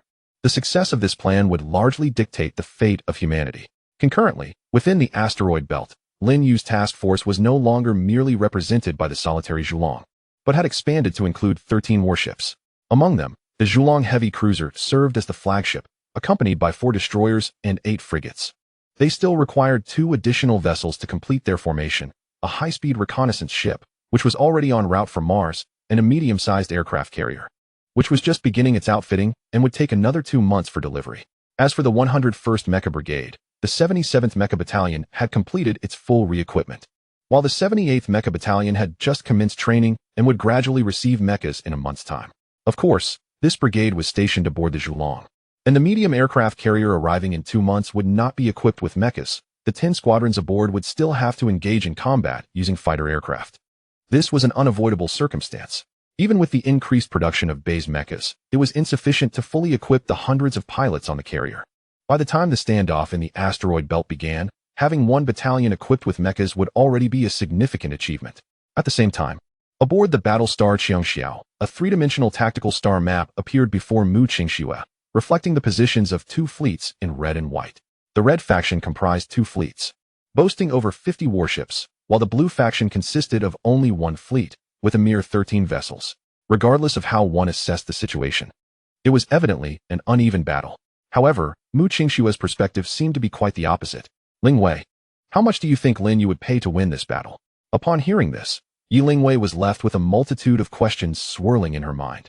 The ratio of 13 to 57 approaches 1 to 5, yet rather than inquiring whether Lin Yu has a chance of victory, the general first seeks to ascertain the outcome of Lin Yu's impending triumph, subsequently questioning the cost required. General, are you serious? In Chapter 37, did Lin Yu make a mistake? Presently, the configuration of the 5th Fleet comprises 2 detachments, 1 mixed task force, and a supporting escort fleet for the Battlestar. The 1st, 2nd, and 3rd detachments are each fully manned with 30 warships. However, due to the incomplete arrival of all warships in the 5th Fleet, only the 1st Fleet is currently at full strength, boasting 30 warships. The 2nd and 3rd detachments are staffed with 27 and 25 vessels, respectively. Lin Yu's mixed task force is provisionally set at 15 ships, with 13 already in place. The escort for the Qiangxiao Battlestar reaches a full complement of 48 warships, of which 32 have currently arrived. Thus, the total number of warships in the 5th Fleet, including the Qiangxiao, amounts to 128, with a future full capacity of 154. Within the asteroid belt, both sides proceed with utmost caution. Utilizing the complex environment to their advantage, they diligently conceal their presence while deploying aircraft for outer reconnaissance. In this tense moment, the first to reveal their position is destined to fall into a grave disadvantage. This asteroid belt proves to be a considerable nuisance, rendering it impossible to spread formations. And even the fleet's movement must be executed with meticulous care. Within the flagship battleship of the 1st detachment, a figure is currently standing before Captain Qin Xian's command chair, expressing his grievances through a virtual projection. He is none other than Major General Wang Jianjun, the commander of the 2nd detachment. Let us be honest, without this location, we would likely be unable to prevent the Klein race from advancing unimpeded. Are you really complaining? He sighs. Isn't this just venting a bit? Speaking of which, that Lin Yu fellow truly possesses remarkable composure. He hasn't shown his face yet. Upon hearing Qin Xian's words, Wang Jianjun awkwardly scratched his head before swiftly shifting the topic. By the way, have you seen Lin Yu's battle cases from the 1st High Military Academy? What is so interesting about his student-era battle cases? Qin Xian responded, somewhat exasperated. Haven't you seen that our commander has reviewed them and studied each of his simulated battles? And yet you ask me what is worth watching? What a mindset. Originally, Qin Xian intended to elaborate on this individual, but recalling Wang Jianjun's command style, she thought better of it. The three commanders of the 5th Fleet S detachments were personally recruited by Mu Qinxue from various locations. If one were to liken them to animals, Qin Xian of the 1st detachment resembles a fox, Wang Jianjun of the 2nd detachment, a honey badger, and for Sun Wei of the 3rd detachment, a tortoise would be the most fitting comparison. Qin Xian exhibits a well-rounded approach, yet her command style leans towards achieving victory through unexpected maneuvers. Wang Jianjun, on the other hand, excels in aggressive tactics and dares to confront even the most formidable foes. In his lexicon, there exists little room for concepts such as defense or fear. As for Sun Wei, he is entirely the opposite of Wang Jianjun, a commander who nearly maximizes his defenses. Thus, Qin Xian found no inclination to speak further. However, one point that Wang Jianjun did not err in stating is that Lin Yu possesses remarkable composure. It has already been 3 hours. Even though he continually and deliberately exposed some of the dispatched aircraft, that young man remains unfazed. It is worth noting that Lin Yu has only just turned 18. Having graduated from a prestigious military academy mere months ago, in the eyes of the 48-year-old Qin Xian, he is still a child, without a single flaw. Yet, paradoxically, this 18-year-old displays the steadiness of a seasoned veteran. Ordinary tactics would likely prove ineffective against him. Just then, as Qin Xian contemplated intensifying her approach against Lin Yu, Wang Jianjun suddenly shouted, "I've located that kid Lin Yu. Be cautious. Do not fall into a trap." Upon hearing Wang Jianjun claim to have found Lin Yu, her immediate reaction was one of suspicion. After all, she had witnessed most of Lin Yu's simulation battles. He is reputed for his mastery in executing surprise maneuvers. And if Qin Xian considers herself a master, then Lin Yu's prowess in this regard is nothing short of legendary, an assertion that is no exaggeration. Thus, could such an opponent truly be caught off guard by the bumbling Wang Jianjun? Qin Xian was resolute in her disbelief. The only plausible scenario is that Lin Yu has laid out bait, and Wang Jianjun, in his folly, has taken the bait. Hey, what kind of look is that? Upon noticing the doubt reflected in Qin Xian's gaze, Wang Jianjun felt wronged. Just take a look. In the next moment, Wang Jianjun transmitted a live feed. It showcased an aircraft from the 2nd Fleet, capturing a scene where over a dozen warships cautiously advanced through an area teeming with celestial bodies. See for yourself. There are 13 warships in total, all right here. What kind of trap could there be? Do you think he has another 13 ships lurking about? Wang Jianjun exclaimed, convinced of his own reasoning. Qin Xian, however, found herself bewildered, her mind racing with the thought, this shouldn't be happening. She longed to assert that this was indeed a trap set by Lin Yu, yet as Wang Jianjun had pointed out, all 13 warships were accounted for. Surely, the 3rd Fleet could not have secretly joined the exercise as ambushers, could they? Was it truly just a stroke of luck for Wang Jianjun's subordinates? Qin Xian, what are you hesitating for? While that kid remains unaware of his position being discovered, strike him directly. If you don't go, I shall take the initiative, Wang Jianjun declared, his impatience palpable. After all, he has only 13 warships, and none of them are battleships. I alone would suffice. Qin Xian remained indecisive. Yet Wang Jianjun could no longer contain himself. He promptly ordered the 2nd Fleet to advance, the 27 warships moving resolutely toward Lin Yu's coordinates. Observing this, Qin Xian could only shake her head in resignation. Immediately, he commanded the 1st Fleet to follow suit. After all, since Wang Jianjun had already embarked, he could not remain idle. Otherwise, if Wang Jianjun were to fall into a trap, he would be unable to rescue him in time. 20 minutes later, the 2nd Fleet, under Wang Jianjun's command, drew perilously close to Lin Yu's position, although a plethora of celestial bodies obstructed direct radar scanning of the task force. The aircraft tasked with tracking the fleet continued its pursuit, relaying real-time footage. Just as Wang Jianjun was poised to issue the order for a full assault, Lin Yu's task force abruptly sprang into action. Seemingly aware of their compromised position, the entire fleet scattered, fleeing in various directions, leaving Wang Jianjun momentarily dumbfounded. What does this mean? Commander, what shall we do now? Is that even a question? Wang Jianjun replied sharply. That rascal Lin Yu intends to disperse and escape. Let them scatter. Our objective is to pursue just one of their ships. One? His subordinate queried, perplexed. Of course, it's the Zhulong. Wang Jianjun retorted with irritation. Capturing the Zhulong would effectively conclude this battle. The other 12 fleeing vessels were of no concern to him. If they chose to flee, so be it.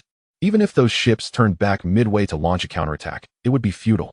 With only 4 destroyers and 8 frigates, they posed no threat in the absence of the Zhulong. This was not arrogance on Wang Jianjun's part. Rather, it stemmed from the configurations of the 3 conventional fleets, each boasting a battleship, 2 cruisers, 8 destroyers, 16 frigates, 3 aircraft carriers, 2 small and 1 medium, without cruisers to provide heavy firepower.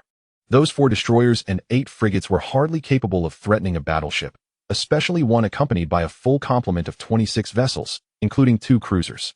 Therefore, as long as he kept his focus on the Zhulong, the actions of the others, whether fleeing or attempting a counteroffensive, were of no consequence to Wang Jianjun. As the Second Fleet pursued the Zhulong, Qin Xian found herself cursing within her ship. That reckless fool, all he thinks about is attacking. Can't he see this as Lin Yu's trap? Although she was unaware of Lin Yu's precise intentions, she was absolutely certain that it was a trap laid specifically for Wang Jianjun. Order the cruisers to lead, with the remaining vessels following closely behind to catch up to the Second Fleet. Yes, Major General. The aide promptly relayed the command. He then leaned slightly, whispering to Qin Xian's right. Major General, didn't you just say this is a trap? Precisely because it is a trap, we must venture in. The aide was momentarily baffled. How could knowing it was a trap compel one to step into it? By following in, I can pull the Second Fleet back in times of danger. If we do not enter, once Wang Jianjun is finished, it will be our turn next. Qin Xian began to elucidate her thoughts. Yet a lingering sentiment remained unuttered. Should the Second Fleet be lost, she harbored no absolute confidence in vanquishing Lin Yu's combined fleet with merely double the number of warships. Thus, she could not idly witness Wang Jianjun's potential demise at Lin Yu's hands. In the asteroid belt, specifically the N089 sector, a formidable warship was navigating through this treacherous expanse. It's the flagship of the Fifth Fleet's mixed task force, the Zhulong. The environment here is exceedingly complex, with hundreds of celestial bodies exceeding 100 meters in size, and an unfathomable multitude of smaller objects below that threshold, particularly those minuscule bodies, some merely a few meters, or even less than a meter, number in the hundreds of thousands, rendering this area one of the most perilous within the asteroid belt. The sole passageway available for warships is singular and must be traversed with utmost caution as it winds through numerous twists and turns. Any misstep could lead to collisions with these tiny celestial bodies, resulting in damage to the vessels. Consequently, after the Zhulong's passage, the Second Fleet arranged itself in a single file formation, proceeding cautiously in the same direction as the Zhulong unbeknownst to Wang Jianjun. Concealed behind the myriad celestial bodies lay an ambush. However, these hidden assailants exhibited no interest in the Second Fleet, allowing them to pass without reaction. Moments later, 5 minutes after the Second Fleet's passage, another flotilla entered the region, also advancing in a single file formation, resembling a long serpent. White Army, engage. Lin Yu's voice suddenly resonated through the long quiet combat channel. In the next instant, the long-awaited ambushers emerged from behind the celestial bodies, revealing over a dozen Bizay mechas, all of the long-range variety. They offered Qin Xian no time to respond, launching precise strikes at the engines of the 2 leading warships in the formation. A second later, the command center aboard the Qiongshao confirmed that the foremost 2 cruisers of the First Fleet had sustained catastrophic damage to their main engines, rendering them immobile. Although they had merely lost propulsion and were not classified as destroyed, this development did little to alleviate Qin Xian's concerns. The obstruction caused by these 2 cruisers at the front effectively trapped the remainder of the fleet, halting their advance. Turning back? Regrettably, the narrowness of the passageway did not permit such maneuvers. The only option to retreat would be to rely on the attitude control engines to reverse the warships. It is important to note that these engines are designed for adjusting the vessel's orientation and assisting in maneuverability, rather than for reversing. Of course, should one insist on using them in such a manner, it is indeed possible. However, the limited thrust from these engines would not afford the ship's significant speed, making it likely that exiting this passage could take at least half an hour. Launch all carrier-based aircraft, identify the enemy, and eliminate them, commanded Qin Xian from the bridge. She had long been convinced that this was a trap set by Lin Yu from the very beginning. However, she never anticipated that Lin Yu's target was not Wang Jianjun, but rather herself, Qin Xian. At this moment, she found herself at a loss, unsure whether to laugh or cry. Nevertheless, the situation had not yet reached an irretrievable point. Although Lin Yu had struck hard from the outset, Qin Xian was acutely aware of one crucial fact. The number of mechs at Lin Yu's disposal was fewer than 70. As for the aircraft, aside from a few specially modified reconnaissance planes, there were none. The Federation's warships only began to carry aircraft at the cruiser level. Destroyers and frigates lacked such capacity. Moreover, while the task force included a medium aircraft carrier, it had yet to arrive. Thus, within the entire task force, only the Zhulong had carrier-based mechs, totaling less than 70. Qin Xian was entirely certain of this.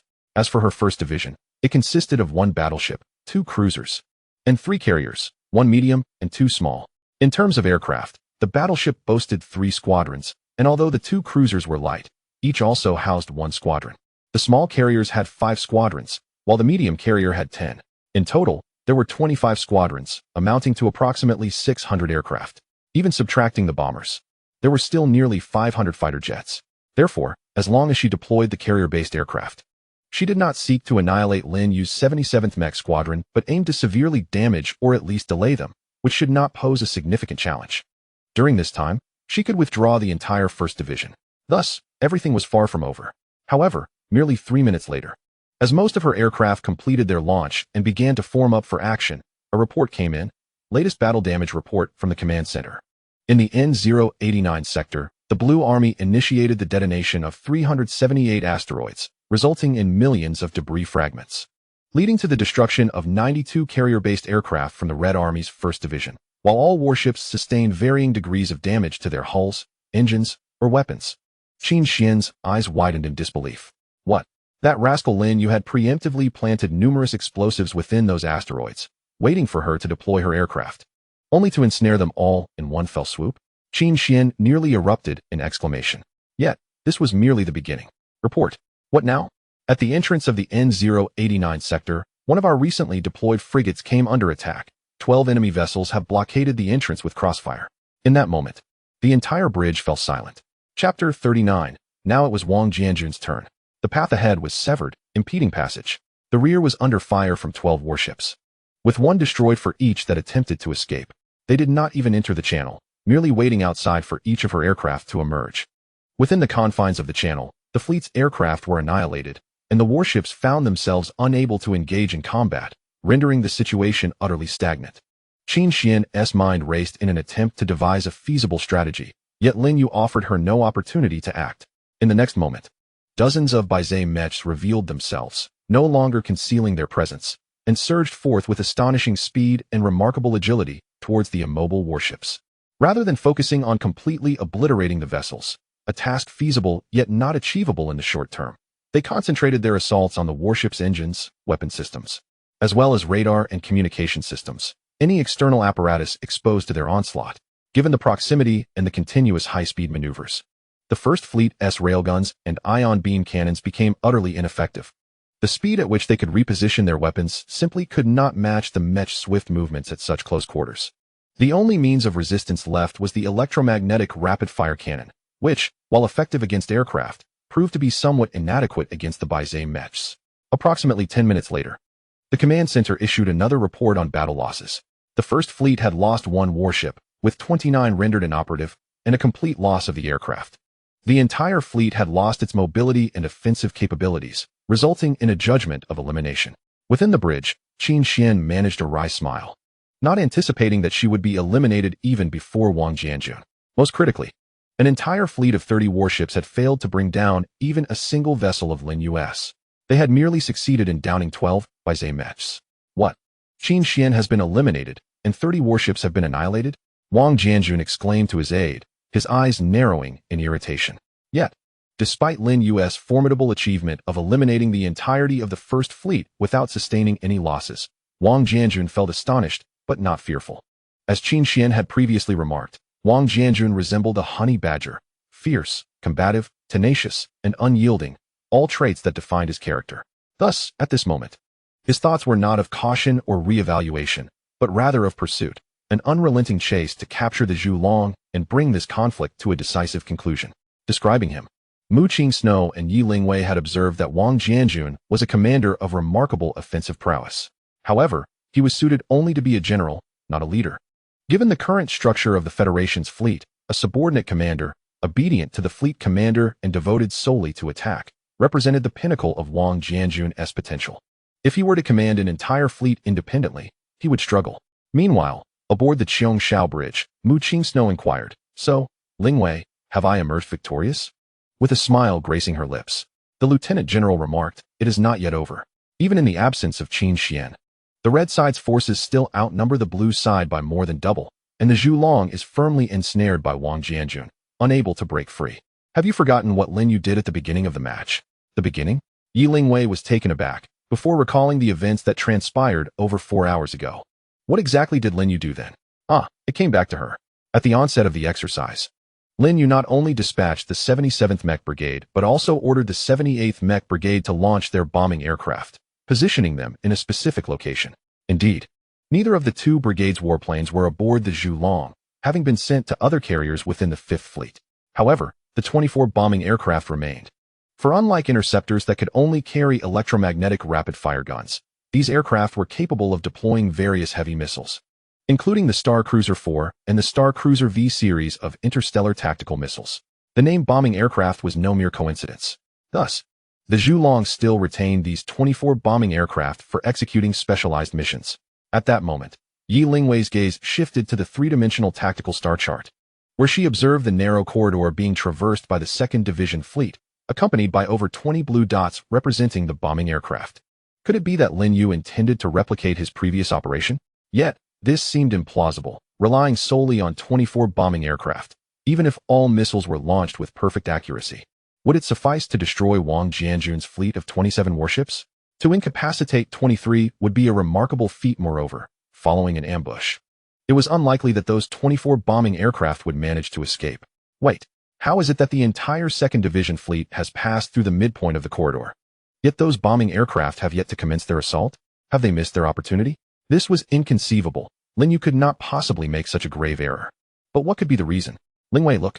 Lin Yu has begun to act. At that moment, Mu Qingxua pointed to a specific area on the three-dimensional tactical star chart. Smiling, Yi Lingwei followed her gaze, only to find it was not the region she had been focusing on, but rather the entrance of the entire corridor, where 12 warships had previously crossed fire to block the retreat of the 1st Fleet. In truth, from the very beginning, Lin Yu had set a trap for the two of them. When we consider both ends of the corridor as points A and B, is it true that there is only one route from A to B? Indeed, the length of the entire corridor measures approximately 150,000 kilometers. And should one choose to bypass the corridor, the shortest alternative route would entail a lengthy detour of about 80,000 kilometers. At first glance, the corridor appears to be the shortest distance. However, sometimes the shortest distance does not equate to the fastest route. Subsequently, Lin Yu staged a performance of coincidental position exposure, even revealing the entire fleet of 13 warships, which completely disarmed Wang Jianjun's vigilance and lured him into the corridor. This point is of utmost importance. Without luring Wang Jianjun into the fray, Qin Xian, with her cautious disposition, would never have ventured forth. In essence, Lin Yu initially served as bait to ensnare Wang Jianjun, subsequently using him as bait to draw in Qin Xian. Now, let us return to the earlier question. Does the shortest distance necessarily equate to the swiftest route? No, it does not. What Lin Yu is about to undertake bears semblance to his previous actions, with the distinction that he previously obstructed the retreat of the 1st subfleet, while now he aims to impede the advance of the 1st Fleet. As for the 24 Crimson fighter jets, their mission is not one of ambush, but rather to utterly devastate this maritime passage, thereby sealing Wang Jianjun's escape. Mu Qingxua interlaced her fingers, observing with keen interest the tactical star map ahead, where 12 warships were advancing at full speed towards the exit of the channel, unimpeded by any complicated celestial environment. Chapter 40. Commencing rest 3 seconds remained until the end of the channel. The Hualong-class cruiser has exited the passage and is locking onto its target. Reports echoed within the bridge. Wang Jianjun, his face alight with excitement, had felt stifled while navigating the narrow corridor for so long. After all, in such a confined passage, speed must be tempered and movements executed with utmost caution, which was entirely contrary to his nature. Inform the Huilong to give Lin Yu a thorough thrashing. Do not let him escape. Once the other warships emerge from the channel, they need not await orders. They shall immediately join the assault. 3 minutes. I grant them but 3 minutes. If they fail to capture the Zhulong, I expect a full report upon our return. Just as Wang Jianjun issued his command with fervor, a report abruptly interrupted him, much to his displeasure. You better have something of great importance to relay. Major General. The latest communication from the directing department indicates that the Hualong-class light cruiser, upon exiting the channel, was subjected to concentrated fire from 13 Blue Army warships, leading to its severe incapacitation and loss of combat capability. Impossible. This cannot be. Where did Lin Yu acquire 13 warships? Yet, the directing department's report stands as such. The Panlong is approaching the channel's exit, expected to exit in 17 seconds. Display the external footage of the Panlong.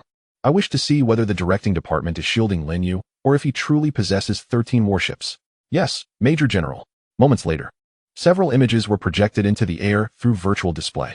They showcased the exterior of the Panlong, capturing views from various angles. Soon enough, the 17 seconds elapsed. The Panlong exited the channel, revealing a broad vista. However, before one could adjust to the sudden change in perspective, the directing department's notification arrived once more. Almost identical to the previous one, save for the ship's name being altered from Huilong to Panlong. Thus, both cruisers of the second subfleet were entirely eliminated. In terms of the remaining warships, excluding the aircraft carriers, both the red and blue forces retained but one flagship and numerous escort vessels. The distinction lies in that Lin Yu commanded a heavy cruiser, while Wang Jianjun operated a battleship. Certainly, the Zhulong, as a next-generation heavy cruiser, possesses combat capabilities that rival those of the active battleships, with its overall combat strength approaching that of the Battlestar. When one factors in the crossfire to blockade the exit of the waterway, Lin Yu has secured an undeniable advantage. After all, Wang Jianjun can only send his ships out one by one. Each vessel that departs must confront Lin Yu's 13 warships individually. Moreover, these 13 warships are positioned perilously close to the waterway's exit, ready to unleash energy weapons. It is as if each ship that emerges is swiftly annihilated. At this juncture, Wang Jianjun's nightmare is far from over. A report indicates the emergence of numerous bomber aircraft at the rear of the fleet. Scans reveal the presence of a significant number of Xing-Sun 4 tactical missiles on board. Xing-Sun 4, armed with nuclear warheads? Confirmation is elusive, and just then, the enemy's bomber formation opened fire, launching a total of 96 Xing-Sun 4 missiles. The radar officer, upon examining the newly scanned information, hurriedly reported the situation. Those are 96 tactical missiles. It is noteworthy that during the Nix campaign, the entire 4th Fleet launched only a few hundred missiles. Even though it is understood that the enemy would not genuinely fire all 96, the radar scanning results were influenced by the intervention of the command center. Nevertheless, the audacity of the mixed fleet's maneuver was indeed astonishing. Without hesitation, the electromagnetic rapid-fire array was fully activated to intercept every single missile. Major, the enemy's target is not us. I care not for their intended target. Regardless, wait. What do you mean their target is not us? Indeed, it appears these missiles are aimed at the vacant space behind our fleet. If all these missiles detonate here, it could utterly obliterate the central section of the waterway and trap us in the front segment, allowing Lin Yu to slaughter us in an orderly fashion, correct? The radar officer refrained from elaborating further. However, Wang Jianjun was astute enough to grasp this straightforward logic. Sure enough, just seconds later, the command center issued another notification. The N089 waterway's central section had been struck by 96 Xing-Sun 4 tactical missiles, resulting in the destruction of countless celestial bodies and creating a vast debris field that completely obstructed the waterway. Clearing this blockage would require at least a month. In other words, it was a clear message to Wang Jianjun. Your escape route has been severed. At least during this exercise, you cannot navigate that way. The remaining options are now yours to contemplate. Half an hour later, a frustrated Wang Jianjun, nearly pulling out his hair, still could not devise any effective strategy. He was left with no choice but to shorten the intervals between his warships, reducing the time gap for every 2 vessels exiting the waterway to a minimum. Subsequently, he resolutely ordered them to charge forth. As for the outcome, it yielded little effect, resulting merely in the command center determining that 2 frigates had been forcibly damaged, with no other significant achievements to speak of. In reality, Lin Yu observed the situation with clarity. The claim of damaging 2 frigates was mere pretense. A feeble attempt by the command center to save Wang Jianjun's face, hence their slight intervention. However, this was of little concern to Lin Yu, who chose not to dwell on it. Ultimately, at the cost of 2 damaged frigates and the destruction of 17 mech units, Lin Yu successfully annihilated 57 warships from the 1st and 2nd fleets. This remarkable achievement left everyone astounded. Even the lunar headquarters was taken aback upon receiving the exercise records sent by Mu Qingxue, which were subsequently disseminated to all federal fleets, instructing every fleet commander to study them. After all, the combat tactics employed in the asteroid belt would prove invaluable in the forthcoming engagements against the Klein clan's fleet. Following the previous exercise, the 5th Fleet remained in the asteroid belt for another month. During this time, they conducted at least 2 exercises daily. Among these exercises, Lin Yu dreaded facing Sun Wei the most. Unlike Qin Xian and Wang Jianqing, Sun Wei was a master of defense. Even Lin Yu found him exceedingly challenging. After all, the type of commander most capable of countering Lin Yu was one who remained utterly unyielding, regardless of Lin Yu's maneuvers. Indeed, Sun Wei embodied such a prototype. Each encounter with him during the exercises demanded Lin Yu to expend several times, if not dozens of times, the effort to ultimately prevail. Following this, a period of rest ensued. Upon returning to Mars, all crew members of the Fifth Fleet were divided into 3 shifts, each with a rest period of 3 days. This meant that the entire recuperation would last 9 days. Subsequently, the Fifth Fleet would rendezvous with the approaching First Fleet and set off for Mars together. There, the 4 major fleets of the Federation would gather to prepare for the defense of their homeworld. Chapter 41. The scene at birth. The airtight door of the shuttle slowly opened, and Lin Yu set foot on solid ground once more after a long absence. Unlike several centuries ago, the current generation spends little time on the surface, especially for someone like Lin Yu, who has just turned 18. Essentially, aside from a mandatory month-long return to the life planet each year to prevent potential psychological issues in minors, he spends nearly all his time in outer space. More than 500 years ago, humanity accomplished the monumental feat of landing on Mars. It took over 300 years to terraform the planet, rendering its environment suitable for human habitation. This is why the Federation can temporarily forsake all areas outside the asteroid belt, but Mars is indispensable. After all, other planets host only a handful of workers or scientists, so withdrawing them is manageable. In contrast, Mars, while not as populous as Earth, boasts over 1 billion inhabitants. Moreover, significant industrial systems exist both within Mars and in its orbit. Crucially, losing Mars would equate to losing the asteroid belt. Without the asteroid belt, humanity would face utter ruin, as nearly 99% of their resources depend on it.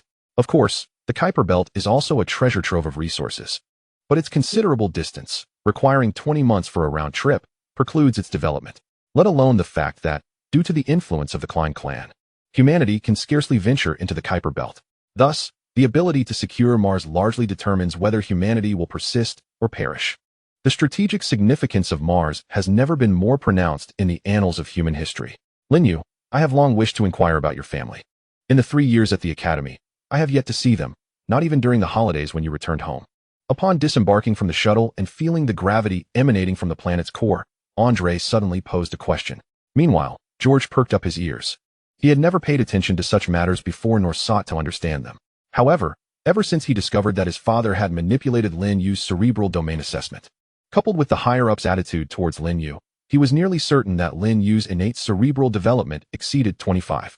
Of course, it had been previously mentioned that Mu Qingshue's innate cerebral development of 27 was one of the highest secrets within the Federation, known to only a handful.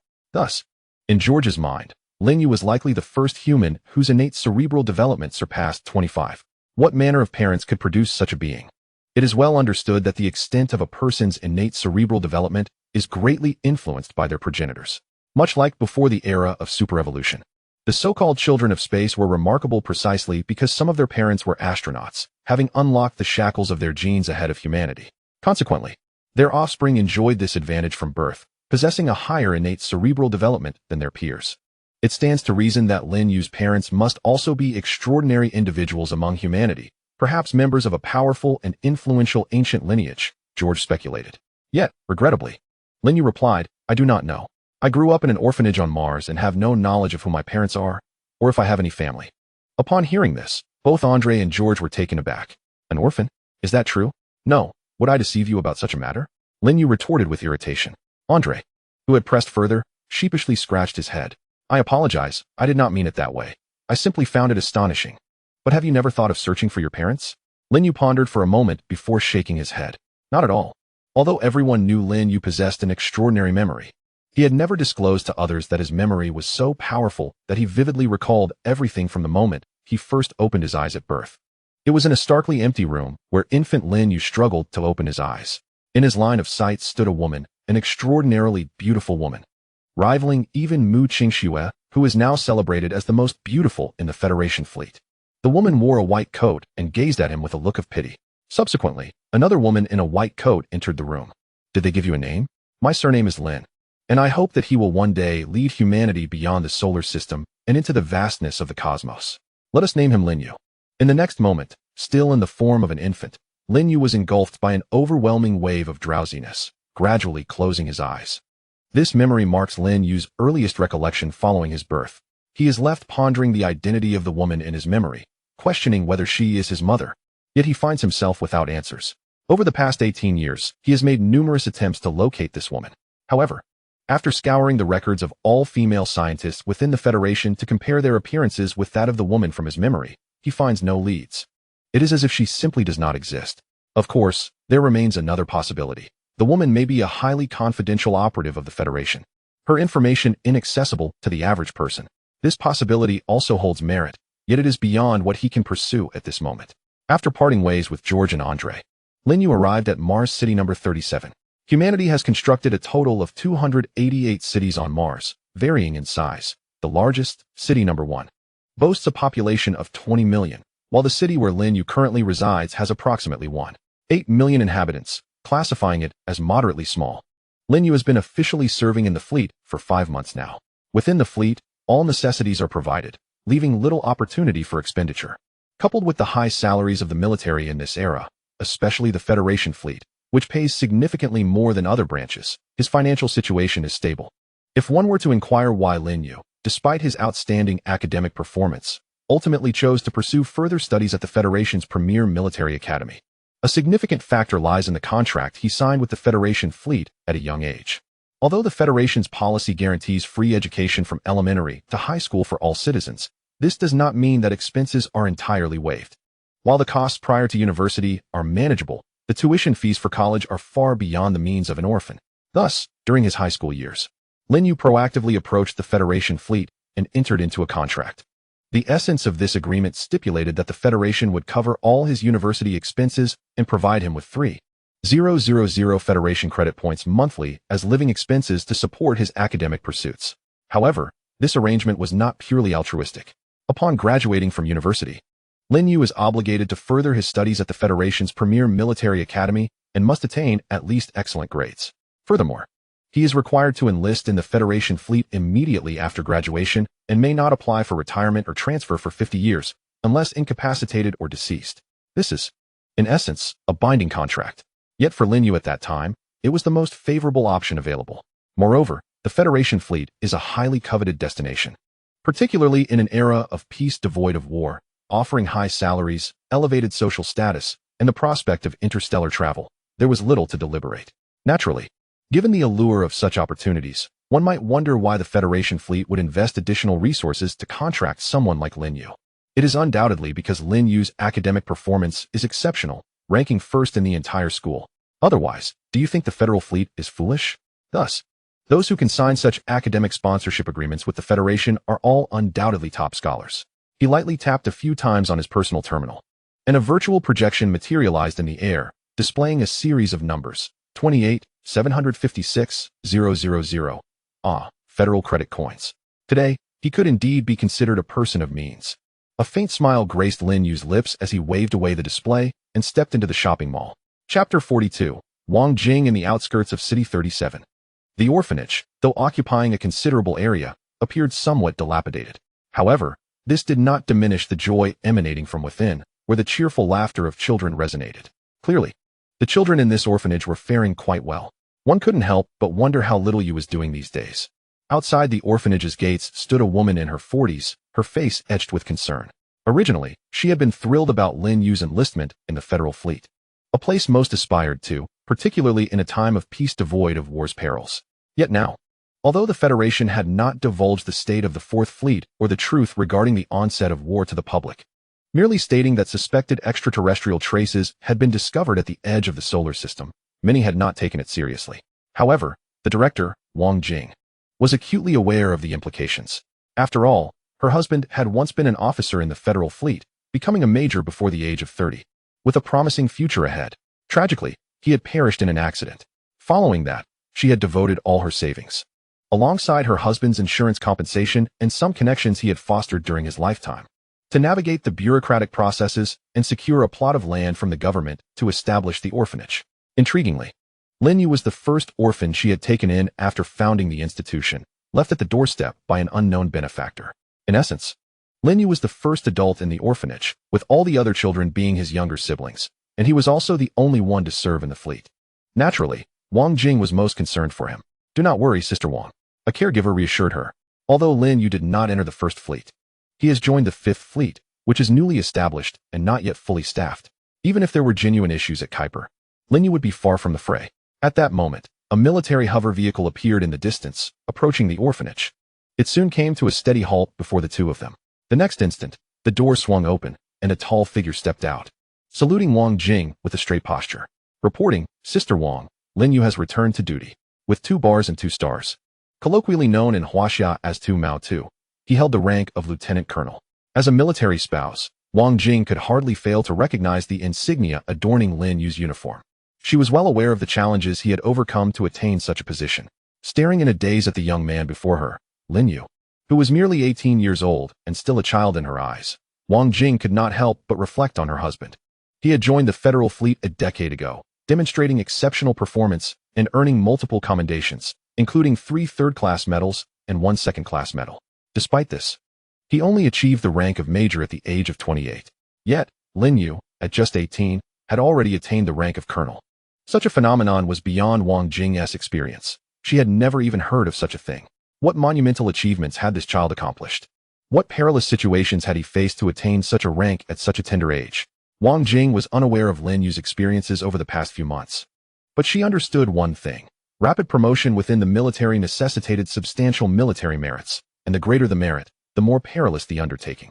Child, with your talent, you will inevitably become a general one day. There is no rush, just refrain from engaging in dangerous endeavors, she exclaimed, embracing the young man with a hint of emotion in her voice. Sister Wang, you misunderstand. I haven't done anything perilous, Lin Yu replied. Really? If that were the case, how could you be a colonel at 18?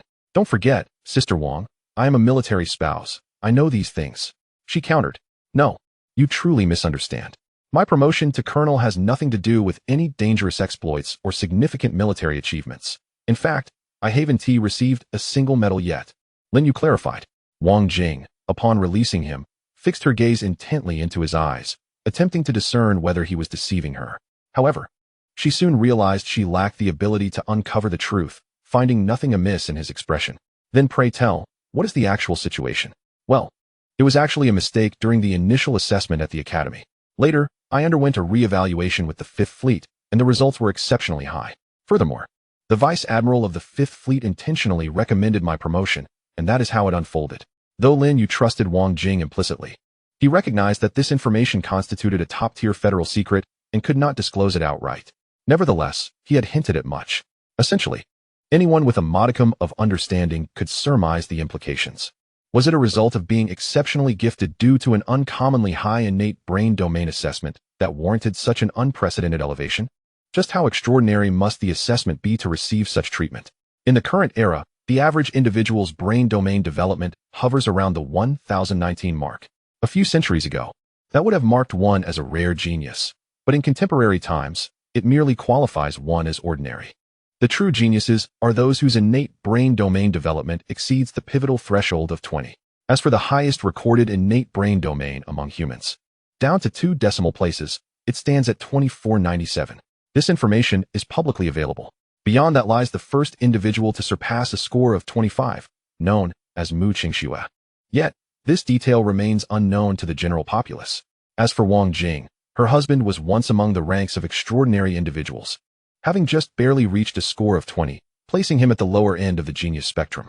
Nevertheless, he had indeed entered this esteemed category, had he not? Through her husband, Wang Jing became acquainted with several human prodigies, some of whom possessed innate cerebral development nearing a score of 24. Yet even so, that individual continued to ascend, achieving the rank of major at the age of 26, much like Lin Yu. Thus, one cannot help but ponder the heights one must attain to allow Lin Yu, fresh out of graduation, to ascend directly to the rank of captain, and shortly thereafter leap to major. The answer to this question is undoubtedly terrifying. Xiao Yu, could it be that you exceed a score of 25? This information has been classified as 3S, level top secret by the Federation, Lin Yu replied. I understand. In that case, I shall refrain from further inquiries. Upon hearing Lin Yu's words, Wang Jing nodded repeatedly.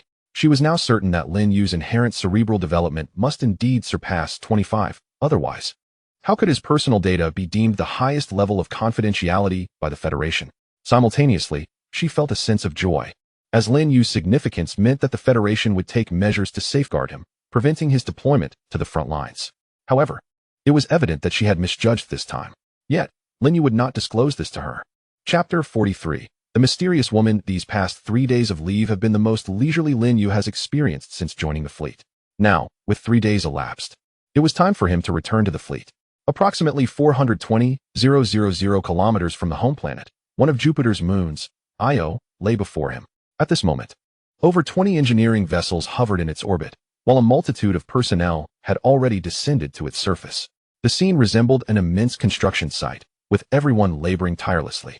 Although the concept of displacing Io from its orbit may seem straightforward, merely requiring the application of sufficient force, the execution proved to be a far more complex endeavor. After extensive deliberation and hundreds of modeling simulations conducted by scientists, a definitive plan was finally established. Now, tens of thousands of workers were engaged in construction according to the blueprints. Their objective was to excavate, not just 1 or 2 holes, but rather tens of thousands of excavations at various locations and depths. Upon completion, all these holes would be categorized into 5 distinct depths, with thousands of nuclear warheads buried within them. Each warhead's position and depth had been meticulously calculated. When the time comes, these warheads will be detonated sequentially in 5 waves, each corresponding to a specific depth. This would suffice to obliterate a portion of Io, generating enough force to displace it from its orbit. Subsequently, the unmoored Io would continue to orbit Jupiter approximately 34 times before ultimately colliding. The mission of the Federation fleet, at that juncture, would be to guide the Klein tribe to the correct location at the precise moment, ensuring their timely retreat from the impact zone of Io as it collided with Jupiter, while also avoiding the area affected by the energy released from Jupiter's orbit. Every step of this intricate process requires meticulous calculation, leaving no room for error. It was too early. The Klein clan would discover Io's descent and have ample time to escape Jupiter's orbit. If it were too late, only minimal damage might be inflicted upon the Klein clan, or perhaps none at all. The timing had to be impeccably precise. How is the progress? Inquired Commander Jonas from the bridge of the Teal-class battleship. The current progress has reached 48, and we anticipate completion within 2 months. 2 months? The commander S8 questioned. Are you concerned? Somewhat, but not about this matter, as the Klein clan will not arrive for approximately 4 more months. Time is not an issue. Then why the furrowed brow? The aide was puzzled. However, Jonas merely shook his head, refraining from voicing his inner thoughts. Meanwhile, on humanity's home planet, Earth, beneath the icy layers of Antarctica, approximately 800 meters deep, anyone witnessing the scene would surely be astonished. For within this place lay a considerable laboratory, albeit currently devoid of any personnel. In the next moment, a virtual projection was abruptly refracted, forming a luminous screen in the air, where data streams flashed rapidly. The entire laboratory, illuminated by this projection, was no longer shrouded in darkness. Approximately 1 minute later, the data stream ceased, and the interface of the virtual projection transformed, ultimately revealing a figure. It was a woman, who slowly opened her eyes and surveyed her surroundings. After a brief moment of apparent confusion, she tilted her head slightly, pondering. In merely 3 seconds, she seemed to recollect everything, and her demeanor underwent a striking transformation. Initially, she appeared somewhat dazed and endearing. Now, however, her aura had shifted to one of coldness, imparting an impression of inaccessibility. Has it truly been 18 years? This was the first utterance of the woman after regaining her full memory. In the next instant, a multitude of virtual panels materialized around her, displaying a rapid succession of information. Suddenly, one panel froze, revealing the details of an individual, Lin Yu, whose personal information had been classified as a 3S level top secret by the Federation. Yet before the woman, this encryption seemed trivial, as she effortlessly accessed and scrutinized it. Has he reached adulthood? Yet he chose to join the Federation fleet instead of the scientific community? Perhaps it is for the best. Maybe this time he will forge a distinctly different outcome on this path, she murmured, contemplating the information before her. However, just as she prepared to delve into further records, the virtual projection began to exhibit instability, causing her figure to distort. Alas, time is running out once more. Upon awakening next time, I hope that the issue has been resolved. The woman's silhouette had already vanished once more, leaving the laboratory enveloped in impenetrable darkness. Had Lin Yu been present, he would undoubtedly have recognized her as the very woman he beheld when he first opened his eyes to the world. She appeared unchanged in every aspect. Her countenance and youthfulness were exactly as he remembered. The only distinction was that Lin Yu was certain that this woman, etched in his memory, was not a mere virtual projection, but a being of flesh and blood. It was she who had cradled him upon the experimental platform, regarding him with a gaze filled with compassion. As for why a once corporeal individual had now been reduced to a mere virtual apparition, That answer was yet to be unveiled. Lin Yu remained oblivious to the events transpiring on Earth. At this moment, he had returned to the fleet. However, with 2 more shifts scheduled for leave, no tasks would be assigned for the next 6 days. Seizing this opportunity, Lin Yu began to compile the combat experiences he had garnered over the past month through numerous exercises, along with various thoughts swirling in his mind, to draft a tactical guide for commanding the asteroid belt fleet. Now was not the time for secrecy. Initially, Andre had contemplated assisting Lin Yu, but after a few hours, he realized he was unable to alleviate Lin Yu's burden, instead hindering him further. Ultimately, he withdrew voluntarily, earning the ridicule of George in the process. Throughout the 6 days, Lin Yu dedicated himself to contemplation and the composition of the tactical manual, while George and Andre engaged in daily banter. Finally, after 6 days, Lin Yu completed his tactical manual, and the last group of resting crew members had returned to the ship. Simultaneously, a notification arrived from the lunar headquarters indicating that the First Fleet had set sail, expected to reach Martian orbit in 23 days to rendezvous with the Fifth Fleet. Subsequently, both fleets would traverse the asteroid belt en route to Jupiter, preparing for war. Chapter 44. The Jupiter campaign commences on September 3, 201 of the Federation. A full 10 months had elapsed since the Nix battle. At this moment, over 2,000 warships of the Federation congregated in Jupiter's orbit, forming an imposing formation. Millions of kilometers away, a dense assembly of Klein Clan warships advanced in an offensive formation towards Jupiter, their numbers surpassing those of the Federation. The stage for a grand conflict was set. Aboard the heavy cruiser Zhulong, Lin Yu gazed at the three-dimensional tactical star map illuminated before him by virtual projection. He mused aloud, "Lin Yu, what do you estimate the success rate of this operation to be?" Beside him, George, visibly anxious, clenched his fists, palms slick with sweat. 70%. He exclaimed. "Is that so low?" "Indeed, as no one possesses knowledge of the opposing commander's style, character, or capabilities, we are left in the dark." Lin Yu nodded, subsequently elucidating the situation. It is true that Lin Yu remains unaware, and the entirety of the Federation shares this ignorance. Even though the Fourth Fleet previously captured a group of prisoners, they were merely expendable soldiers used for sabotage operations, possessing only a limited understanding of the overarching circumstances, rendering them ineffectual as a reference point. Thus, fundamentally speaking, the Federation is engaging in this battle while contravening a cardinal principle of warfare, knowing oneself yet remaining ignorant of the enemy. Nevertheless, the Federation finds itself with no alternative but to proceed. After all, humanity has run out of time and options. The figure displayed on the tactical star chart is 2,875, representing the number of Klein vessels. This exceeds the human fleet by over 600 ships, in the grand scope of both sides, with each possessing over 2,000 vessels. This number does not seem excessively daunting. The Federation even harbors confidence in overcoming them in direct confrontation. However, this confidence rests upon the premise that the Federation's 2,200-plus vessels are all genuine warships. What is the reality? Among these 2,200 vessels, fewer than 700 belong to the prominent fleets, while the remaining 1,500 are not authentic warships, merely resembling them in size and appearance. Hence, the actual combat strength stands at less than 700 against over 2,800, an astonishing disparity of fourfold. This gap cannot merely be bridged by the prowess of a commander in the realm of interstellar warfare, particularly in conventional battlefields devoid of extraordinary circumstances. Thus, Lin Yu conceived a plan to ignite the home planet, aiming to substantially diminish the disparity in forces between both sides. Following this, he intended to utilize the asteroid belt as a unique barrier to completely eradicate the Klein's final advantage in manpower. At that juncture, humanity would seize the opportunity for a counteroffensive. While the grand strategy is sound, each intermediary step must be executed flawlessly, especially in this pivotal battle. Distance, 32 light seconds. The Supreme Commander has issued orders for the initiation of the first phase of operations. It has begun. Upon receiving the report, Lin Yu nodded. All fleets, commence the attack. In the next moment, all vessels from the 4 major fleets launched their assault simultaneously. Nearly 700 warships, along with the defense network stationed in the orbit of Europa, unleashed over 70,000 magnetic railguns in unison. The projectiles spread across the void like an immense fishing net, ensnaring the enemy 32 light seconds away. Enticing the adversary into a trap requires meticulous steps. It is not a simple endeavor. The first phase is indeed a critical component. During this stage, the Federation must convince the enemy that humanity is resolutely prepared to engage in a fierce struggle, preventing them from breaching the Jupiter defense line.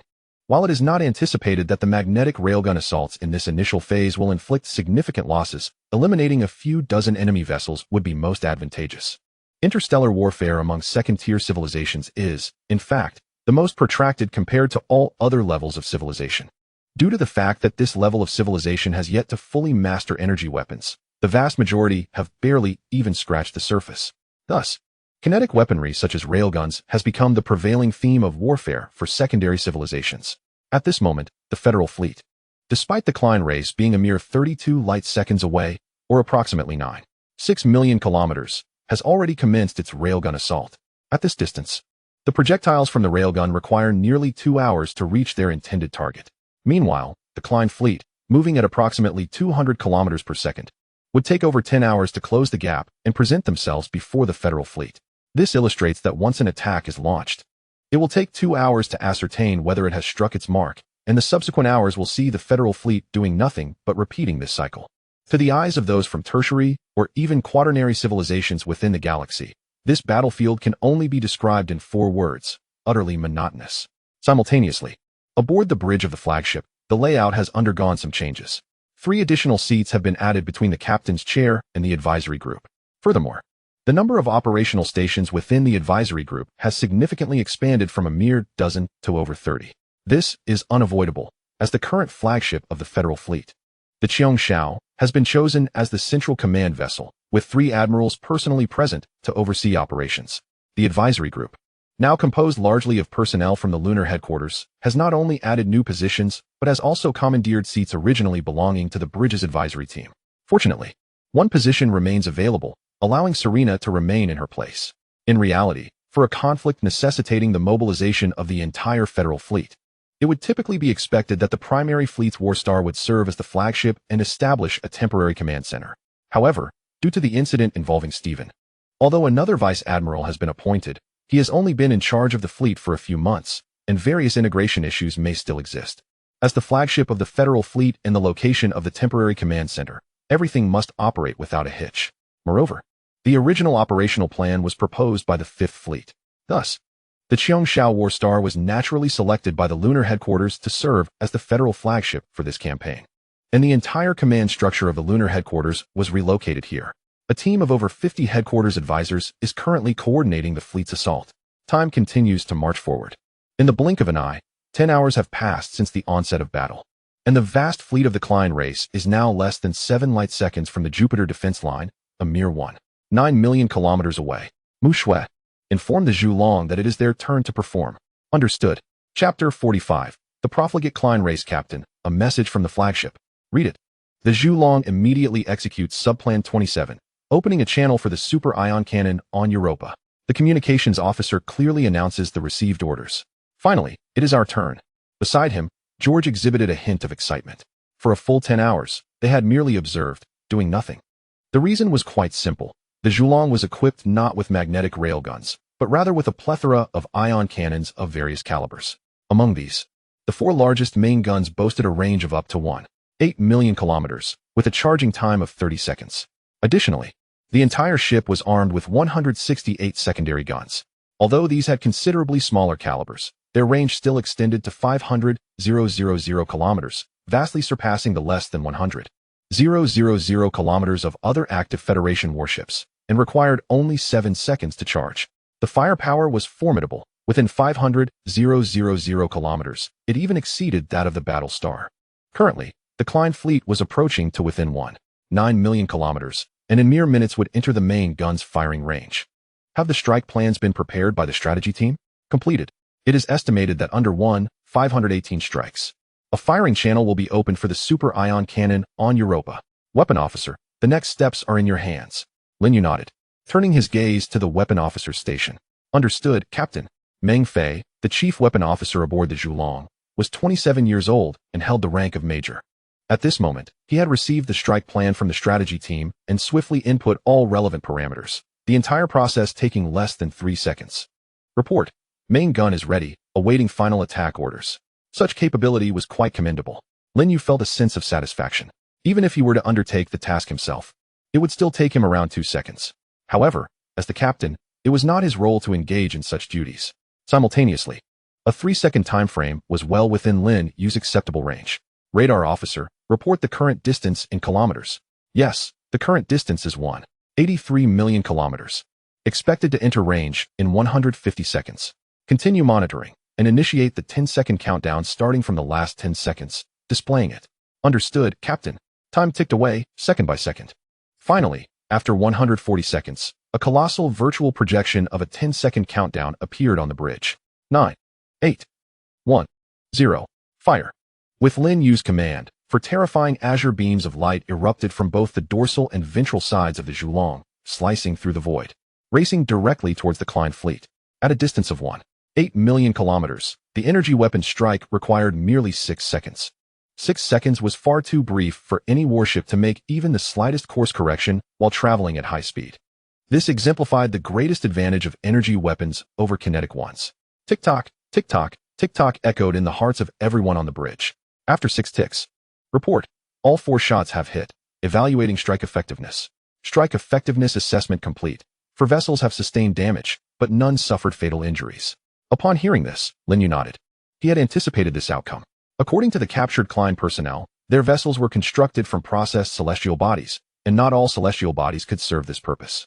In the stellar system where the original home planet of the Klein race resides, there exists a belt of asteroids.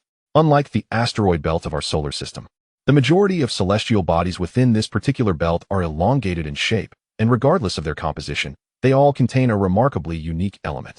The presence of this element endows these bodies with exceptional resilience against impacts and remarkable resistance to high temperatures. Consequently, the Klein race discovered that instead of laboriously crafting steel hulls for their ships, it would be far more efficient to capture these celestial bodies and retrofit them into warships.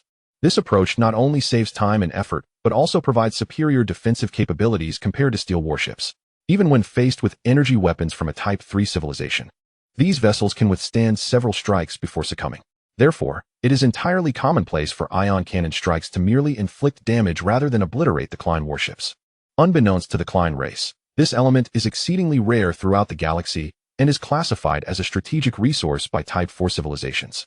The abundance of this element within the asteroid belt of their home planet is a consequence of a collision millions of years ago between a meteorite, measuring over 100 kilometers in diameter, and a similarly sized celestial body within the belt. Countless fragments from this event, after enduring millions of years of erosion, became integrated into other celestial bodies. Hence, the current prevalence of these elemental-rich bodies in the asteroid belt.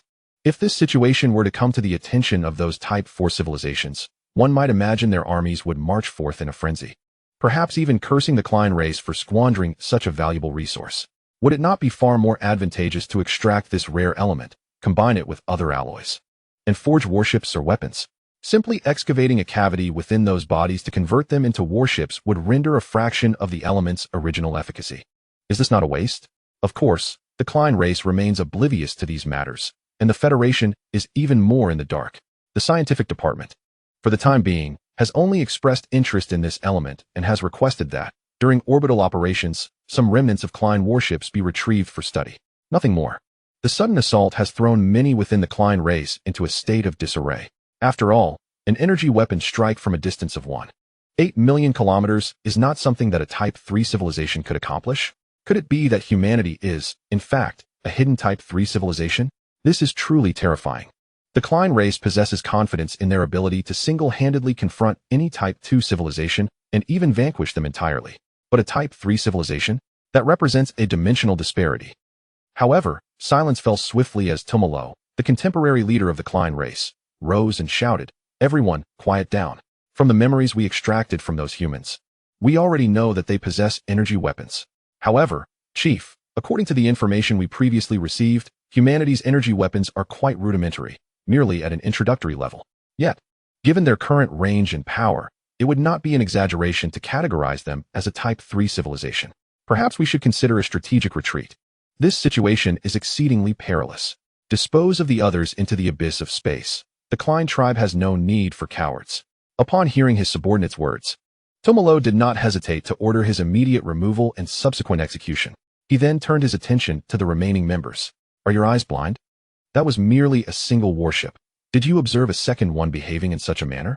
If they possessed more of these weapons, They would have already launched an assault against us to conclude this conflict. However, they have refrained from doing so. This indicates that they have only one warship capable of such strikes, and it is likely that this vessel was not even constructed by them, but acquired by chance. Therefore, there is nothing to fear. Maintain the current speed of the fleet and continue advancing.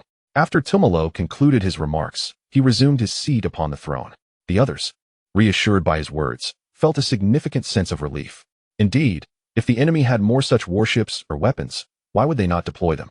Just as the chief asserted, there exists only one of these warships in human possession. Soon, this rationale was relayed to every vessel in the Klein fleet, dispelling any lingering trepidation. The vast armada pressed onward with renewed vigor. Chapter 46. The Superfortress, Europa? Is it not remarkably resilient? It took a synchronized barrage of 5 main cannon strikes to incapacitate a single vessel, and even then, it was merely disabled, not destroyed. In 2.5 minutes, the Zhulong fired 5 volleys, totaling 20 shots.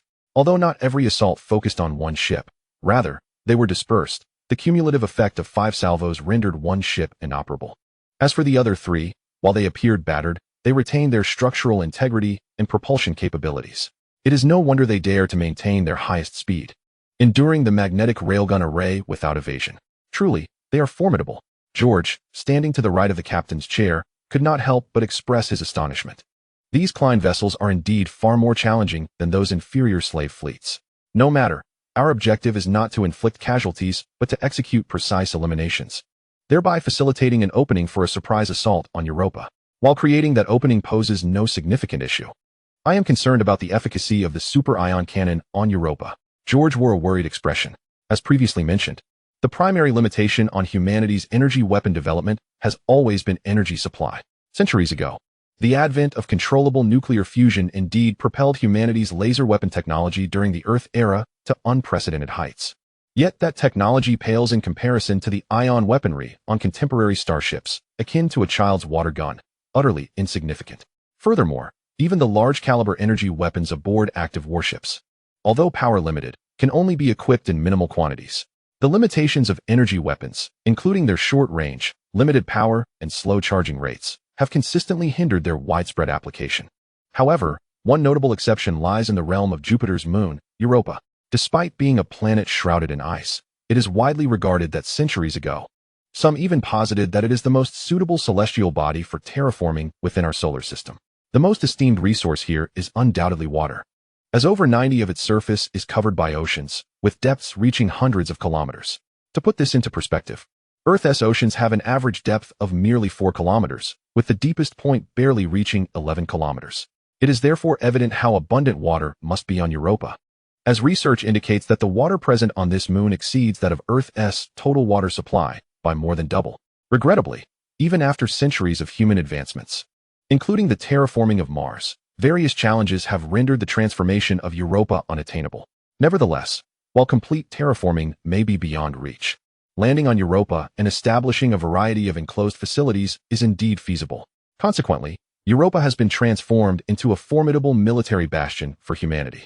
If transforming it into a habitable world proves impossible, then let it serve as a military stronghold.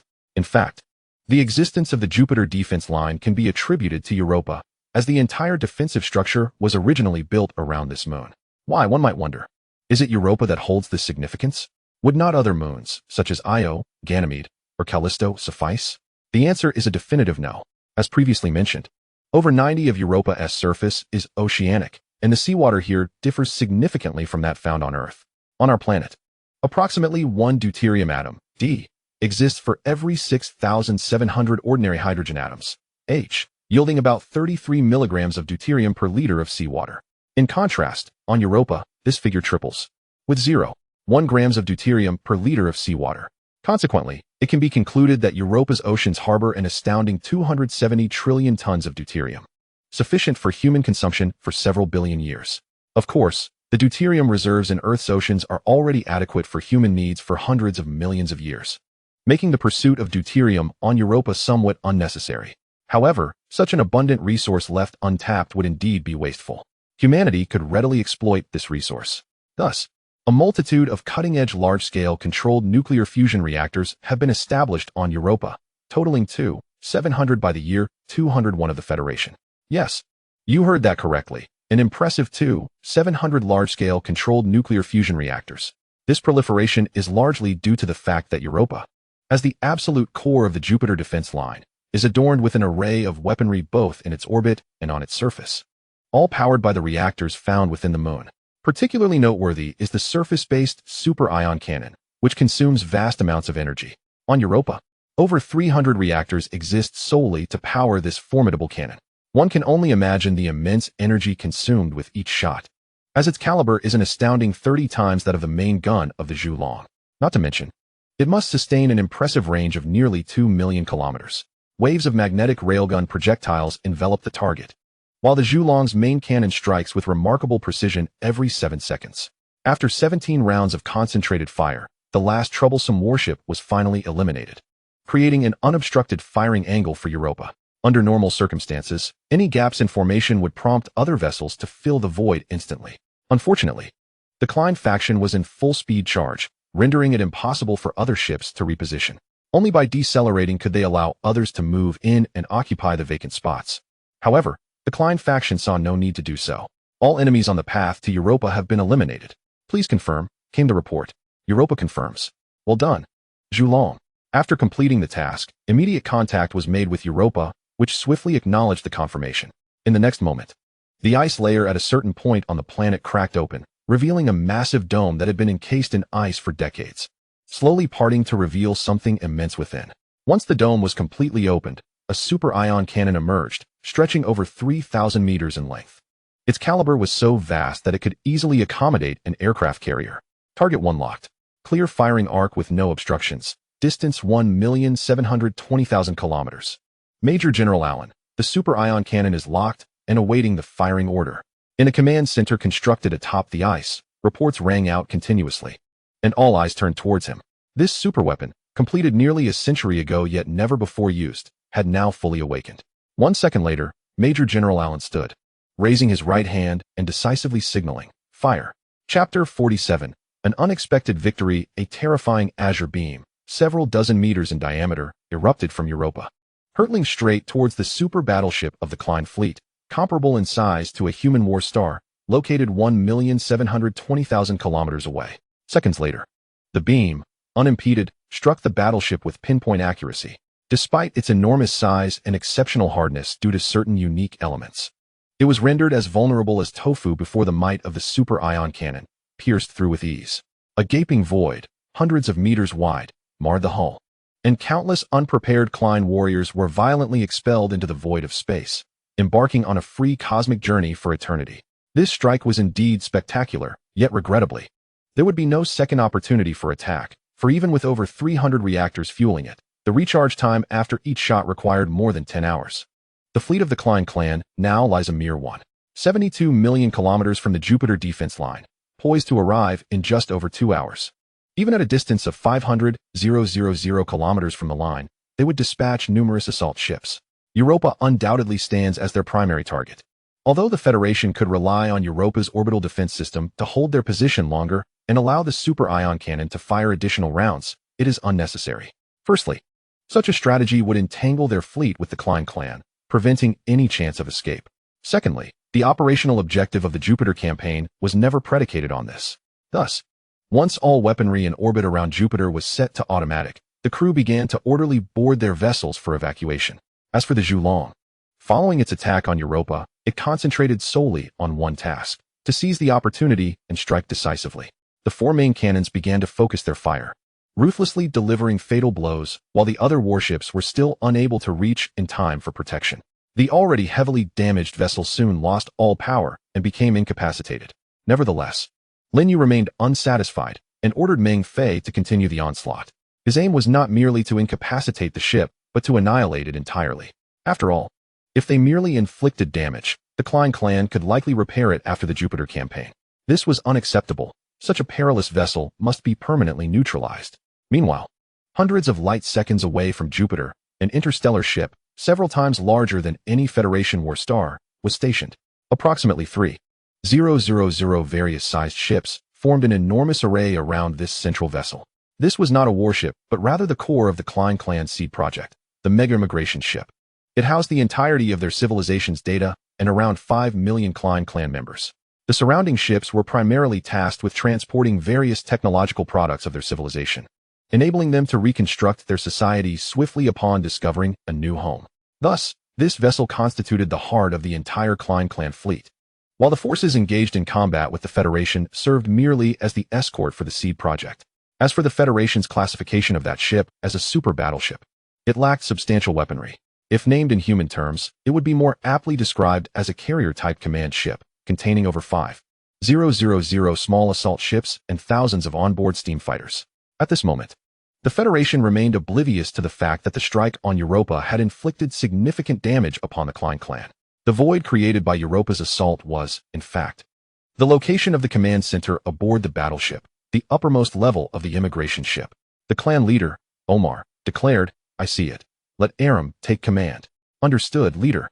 Upon issuing the command, Tumalo's eyes were filled with a dark foreboding. Omar, had he not been absent from the front lines this time, would have certainly made a difference. Even so, his demise has dealt a significant blow to the Klein clan. After all, he was a high-ranking commander. In the context of the Human Federation, such a rank would be equivalent to that of a fleet admiral. While once, within the ranks of the Klein clan, a high-ranking commander was not particularly noteworthy, there were over 100 of such commanders at that time. Now, within the entire Seed plan, only 2 high-ranking commanders remain. The others perished in the war or sacrificed themselves with the last fleet, allowing the Seed fleet to escape while they fought fiercely against several secondary civilizations. Thus, Omar and Aram stand as the last 2 high-ranking commanders of the Klein clan, 1,700,000 kilometers from the Jupiter defense line. Aboard a large warship of the Klein fleet, Aram was astonished to discover that humanity possessed such weaponry. He ordered a division of the fleet to change course and head directly for the armed satellite. The remainder of the fleet continued on its unaltered path, charging forward. Following the orders from the clan leader, Aram assumed command. After a moment of reflection on Omar's death, he began issuing various commands. Rather than sending the entire fleet into battle, he dispatched a single division. Redirecting the whole fleet would unnecessarily delay the impending full assault on the Jupiter defense line by several hours. Furthermore, according to the Klein fleet's organization, a single division comprised 300 warships, which was more than adequate. There was no need to squander precious time with the main fleet, thus granting the enemy additional opportunities for long-range strikes. Shortly thereafter, approximately 300 warships from the fleet began to decelerate and adjust their course. They then accelerated once more, heading towards Europa with deadly intent. Meanwhile, the main fleet of 2,500 warships maintained its relentless advance. Finally, after over an hour, the distance between the two forces had diminished to 500,000 kilometers, well within the operational range of the Klein raiding vessels. Without hesitation, Aram commanded the 3 leading divisions to unleash all their raiding ships. This had become the standard tactic of their clan, to deploy swift raiding vessels into the enemy ranks to create chaos, while the main fleet closed the distance rapidly, moving within 100,000 kilometers. At this juncture, the Klein clan would employ their peculiar weapon that, despite being incomprehensible to the Federation, resembled a caustic liquid capable of being projected like an energy beam. Based on the encounter at Nyx, it remains uncertain whether the armor of the Federation warships could withstand such corrosive attacks. However, before broaching this concern, humanity's primary focus was on the thousands of raiding vessels that were being launched, their projectiles hurtling forth at speeds rivaling those of a railgun. Chapter 48, Outer Collapse Report. The local fleet has commenced the release of raiding vessels, numbering 12,718, with the count rapidly increasing. According to the original plan, the fleet is to gradually withdraw towards Zone A7 while maintaining firepower. "Aye, Captain," Meng Fei responded. "Take down all those assault ships heading towards us." "Understood." During the Nyx battle, a distance of 500,000 kilometers was undeniably in the realm of the Klein race, as human warships lacked weaponry suitable for such ranges. However, the Zhulong now boasted 168 secondary ion cannons, each capable of executing a full volley every 7 seconds, and once locked on, evasion was nearly impossible. After all, the current distance between the two sides was less than 500,000 kilometers. The time from launch to impact for the ion cannons was merely a little over a second, which was insufficient for civilizations of level 2 or 3 to evade while traveling at full speed. To put it bluntly, there wasn't even enough time to issue commands, let alone execute more time-consuming maneuvers. At this moment, Meng Fei's fingers danced rapidly over the virtual interface before him, moving so swiftly that they were almost a blur. Outside the Zhulong, the 168 medium-caliber ion cannons adjusted their barrels to lock onto their respective targets. In the next instant, 168 beams of ion light illuminated the void, streaking towards their designated targets. In less than 2 seconds, every shot found its mark, with not a single miss. Yet, this assault ship was truly a testament to Klein craftsmanship, exhibiting formidable resilience against kinetic impacts, high temperatures, and energy penetration. Were it not for Meng Fei's strategy of concentrating fire from every 45 cannons on a single ship, the first barrage might have failed to destroy any. The first wave of strikes confirmed the destruction of 27 enemy assault ships, with 49 more severely damaged. Continue the assault. Do not cease until I issue further commands. Understood. Captain. The results were promising. Meng Fei's confidence soared as he quickly initiated a second wave of strikes, followed by a third and fourth. The 3 divisions of the Klein race, comprising approximately 900 warships, had unleashed around 15,000 small assault vessels. Naturally, these over 15,000 ships targeted the entire Federation fleet stationed along the Jupiter defense line, while only about 15 warships were dispersed towards Lin Yu's side, amounting to roughly 100 vessels. During the Nix battle, the entire 4th Fleet, with over 100 ships, had only intercepted just over 100 assault vessels, making this number quite substantial. However, under the relentless bombardment of the Zhulong's 168 secondary cannons, within less than a minute, all the small assault ships charging towards the task force had been obliterated mid-flight. At this juncture, Meng Fei also reset his target locks to assist nearby fleets in their interception efforts. This impressive performance prompted the 3 generals aboard the Qiongxiao to lament that had the Klein race appeared later. Allowing humanity a few more years to resolve the mass production of zero-point vacuum energy, their confrontation with the Klein would not be as passive as it is now. Relay to all fleets. We shall enter the second phase of operations in 5 minutes. Yes, Commander. With the speed of the assault ships, the distance of 500,000 kilometers can be traversed in merely 7 to 8 minutes. Initially, only the Zhulong could inflict rapid damage within the first 400,000 kilometers. But humanity possessed just one Zhulong.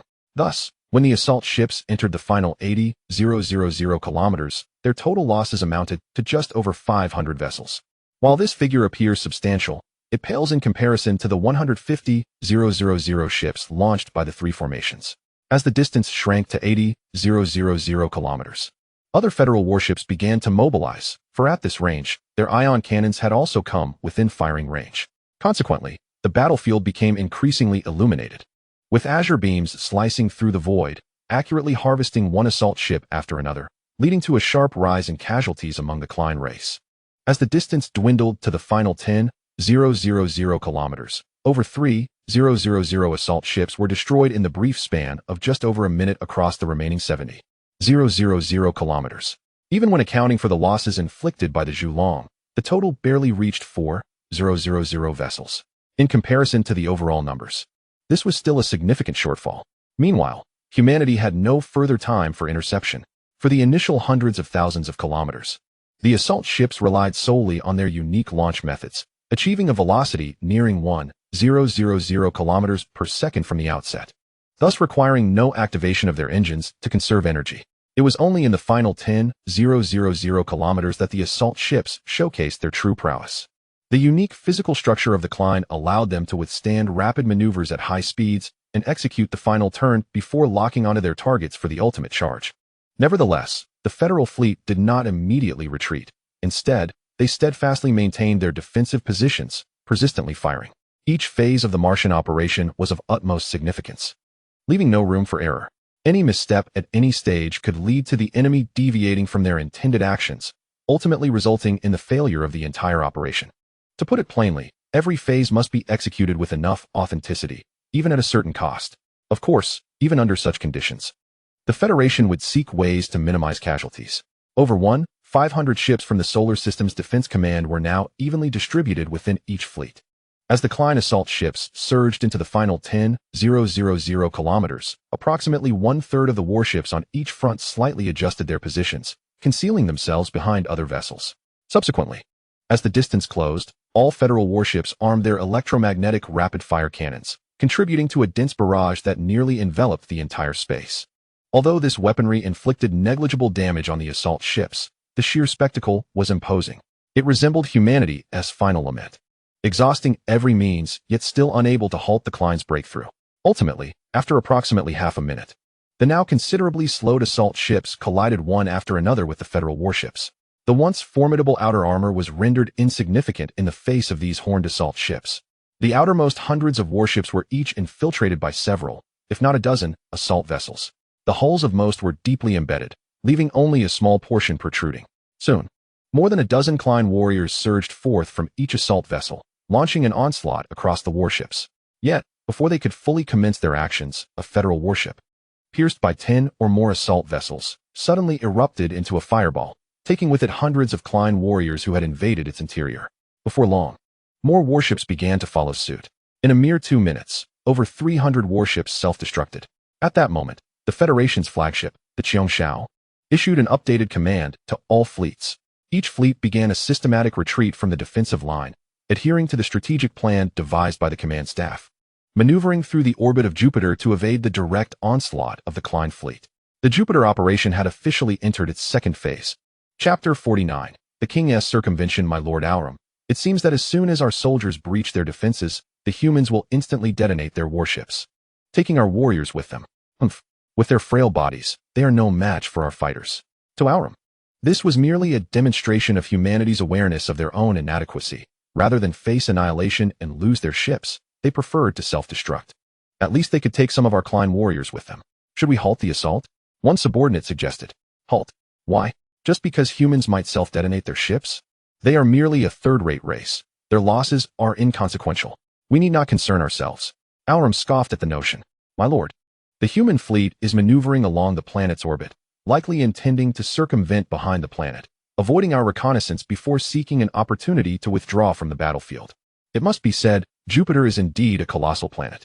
Its diameter exceeds 140,000 kilometers, making it 11 times that of Earth. Its immense size is sufficient to conceal thousands of warships on the far side, undetectable by radar.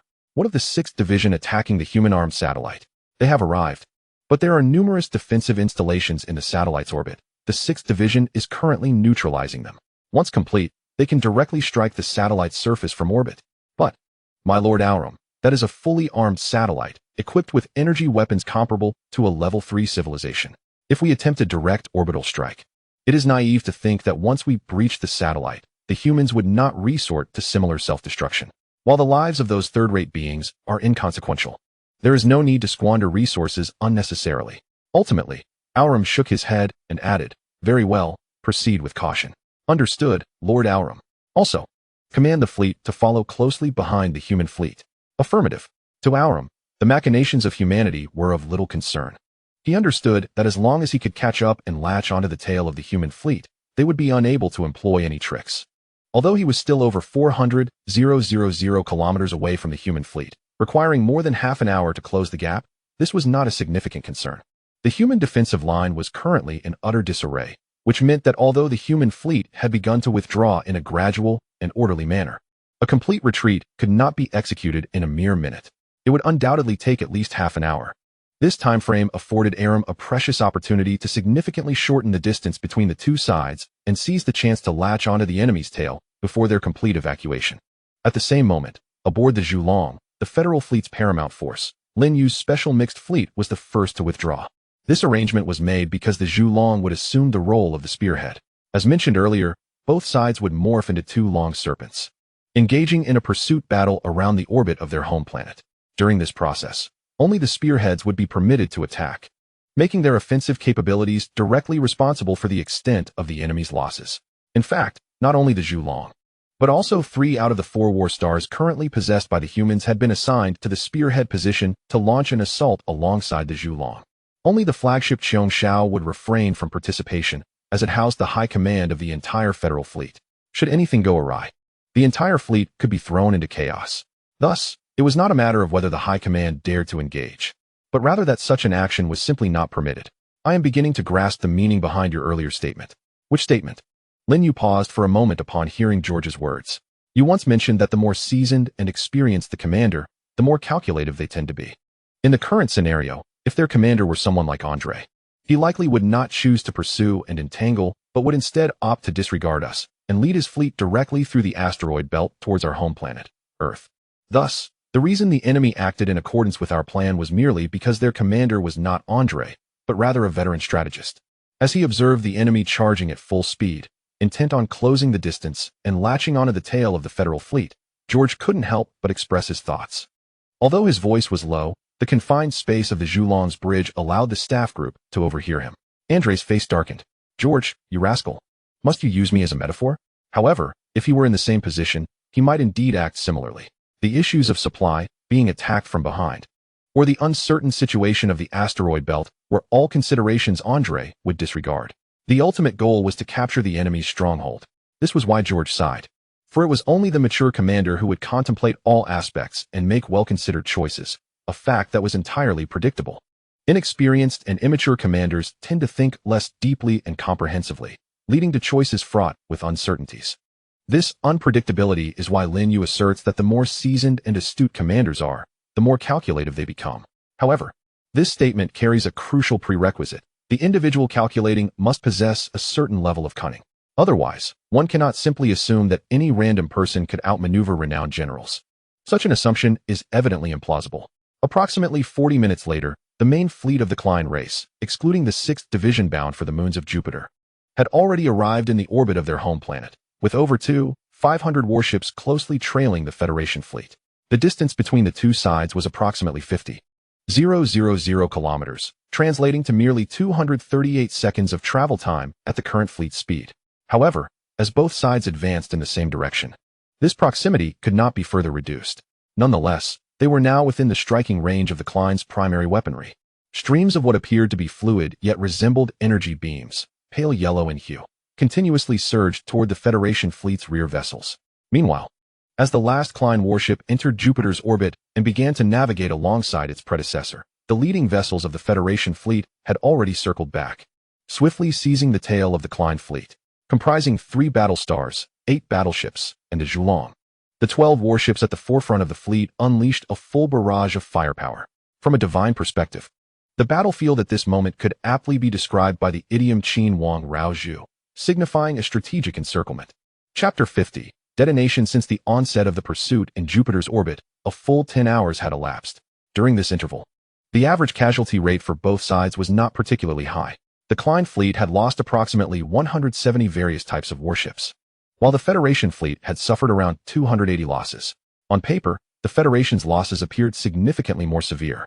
However, in reality, the warships at the rear of the Federation fleet were primarily from the Solar System's Security Command, equipped with merely a few electromagnetic rapid-fire cannons, and designated for maintaining navigational security. Of course, this fact remained unknown to the Klein race, as they had yet to genuinely capture a single warship or take any prisoners.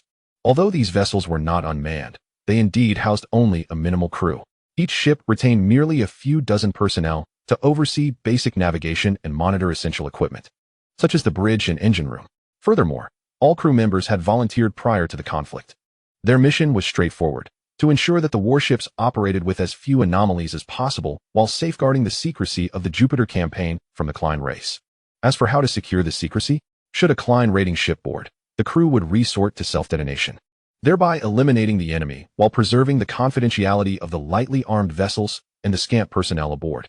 Had it not been for the assault ship's landing, but rather for injuries inflicted by other weapons, rendering it devoid of propulsion and incapable of further navigation, the plan would have been to await the arrival of the Klein fleet and then self-destruct. In any case, no vessel would be permitted to fall into the hands of the Klein. Initially, Aaron believed that the Federation fleet had maneuvered around to the opposite side of Jupiter solely to evade his reconnaissance, perhaps to effectuate some tactical alteration or to seize the opportunity to withdraw from the Jupiter defense line. Thus, he pursued without hesitation, firmly clinging to their tail. Yet, what transpired? The adversary did not retreat, nor did they exploit the cover of Jupiter to execute any tactical deployments. On the contrary, as his fleet entered Jupiter's orbit and commenced its pursuit, they found themselves encircled, with the enemy now grasping at their tail. Consequently, what began as a unilateral pursuit transformed inexplicably into a mutual orbital chase. As for disengaging from orbit and reforming the formation, it was indeed feasible. But the adversary would undoubtedly seize that opportunity to close in. The result would shift from a mutual pursuit to a one-sided chase, with the pursuers now being humanity. In truth, combat in space bears a striking resemblance to dogfights on the home planet in certain respects. particularly in the sluggishness of maneuvering. On the surface, a person can swiftly pivot by merely turning around. However, for an aircraft to achieve the same, it requires exponentially more time, executing a curved flight path to ultimately effectuate the turn. In the vastness of space, warships take even longer, typically, to execute a turn, not factoring in deceleration time. It takes 2 to 3 minutes, and if traveling at high speeds, one must decrease velocity before utilizing the attitude control engines to complete the turn. The overall time expenditure can easily exceed 10 minutes. Furthermore, in the context of a Type 1 or 2 civilization, the primary weapons aboard warships are often colossal, making movement inherently challenging. It is not that they can only fire in a fixed direction, but the adjustable angles are decidedly limited. Take, for instance, the ion cannons on Federation warships, which possess a firing arc of roughly 30 degrees in front. The weapons capable of firing backward are merely the unobstructed magnetic railguns and electromagnetic rapid-fire cannons. It can be said that they possess less than 1/10 of their frontal firepower. Thus, in the space warfare of Type 1 and 2 civilizations, tactics are the most easily employed. The central tenet of all tactics is simply to latch onto the opponent's rear or flank. Once ensnared at the rear, one is almost entirely defenseless, with minimal capacity for retaliation. Conversely, being caught on the side allows for half of one's firepower to counterattack, yet simultaneously exposes a significantly larger area, often dozens or even hundreds of times more than the frontal aspect, with armor defenses far inferior to that of the front. Therefore, even aware of being ensnared and drawn into a war of attrition, after 10 hours, Aram still refrained from ordering the fleet to disengage from orbit, because he was acutely aware that once he proceeded with such actions, the situation would only deteriorate further. Fortunately, the casualties among humanity far exceeded his own, and additionally, the armed satellites of humanity were on the verge of being subdued. At that moment, once the 6th Brigade arrived, they would deploy in the outer orbit and then launch an assault on the flank of the human fleet. With this thought, Aram felt a sense of assurance. Although he had unwittingly been dragged into a war of attrition against humanity, the ultimate victor would still be the Klein race. Simultaneously, approximately 670,000 kilometers from Jupiter, on its moon Europa, around 300 Klein warships were fervently engaging in an offensive. Judging by the debris from surrounding vessels, the Klein fleet had also suffered considerable losses, with over 30 ships completely destroyed, roughly 10% of their total force. Of course, the remnants of various defensive installations were even more numerous. A few thousand railguns, along with ion beam weapons of various calibers, had been annihilated. As for the interior of Europa, the super ion cannon, which was the primary target for the Klein, had long since been utterly obliterated, along with all surrounding structures and facilities, reduced to rubble. Currently, only some defensive firepower remained in orbit, still under the remote control of the Federation, continuing to retaliate. However, it was feared that this too would not endure for long. At most, 3 hours remained before complete capitulation. When that time came, the fleet here would be unencumbered, and although numbering fewer than 300 ships, they would undoubtedly play a decisive role in the main battlefield of Jupiter. The overall situation was extremely unfavorable for the Federation. At the same time, in the orbit of Jupiter, aboard the Federation fleet's temporary flagship, the Battlestar Cheongshao, a report came in. Io has simultaneously entered the scanning blind spots of Europa and the Klein fleet, with a window of 165 minutes. The moment had arrived. Upon hearing the report, Commander Mu Xingqian of the Federation fleet rose from his seat. He clenched his right fist, his eyes firmly fixed on the three-dimensional tactical star map ahead. I order the Jupiter operation to now enter its third phase. Immediately execute the plan to detonate Io on Europa. Yes, Commander. Chapter 51. The three Titans draw lots 42,000 kilometers from Jupiter on one of its 5 moons, Io. Shielded by Jupiter, neither Europa nor the Klein fleet, positioned on the opposite side of the planet, could scan the situation here. No one noticed that beneath the surface of Io, 100 meters down, thousands of devices suddenly illuminated their red lights, flashing rhythmically in unison. The next moment, boom! Thousands of nuclear warheads, meticulously calculated, deployed at various positions and detonated simultaneously at the same depth, sent the surface layer of the ground soaring into the sky. Subsequently, at a depth of approximately 380 meters, 500 high-yield nuclear warheads were detonated once more at the same moment. Immediately following, the third, fourth, and ultimately the fifth wave ensued. At this moment, if one were to observe from the exterior of Europa, it would appear as though a minuscule bite had been taken out of a sphere. Indeed, in relation to the size of Europa, it is but a trifling nibble. However, The terrifying energy erupted instantaneously, violently venting into the cosmos from a particular angle. The thrust generated in that moment equated to the cumulative force of tens of thousands of Warships' main engines. Such immense power was sufficient to displace even a celestial body as substantial as Europa, with a diameter of 642 kilometers, from its established orbit. It was abruptly cast away from its original trajectory, once stripped of its stable orbit. It was evident that Europa would soon fall prey to the formidable gravitational pull of Jupiter, its orbital altitude diminishing at an alarming rate, accelerating with each passing moment. Meanwhile, the Klein faction remained entirely oblivious to these developments. Reports indicated that Europa had deviated from its orbit, and within a quarter of a Jovian rotation, it was poised to collide with the planet's surface. Further reports, based on the latest calculations, revealed that compared to the original schedule, Europa's descent would be delayed by 7 minutes. The command staff had completed their computations, and due to this delay, the Klein fleet would detect the impending fall sooner than anticipated, resulting in a reduction of casualties from the initially estimated 63 down to 17. As Europa lost its orbit and began to descend under Jupiter's gravitational influence, the Federal Fleet's command staff immediately recalibrated their calculations in light of the new circumstances. However, an issue arose.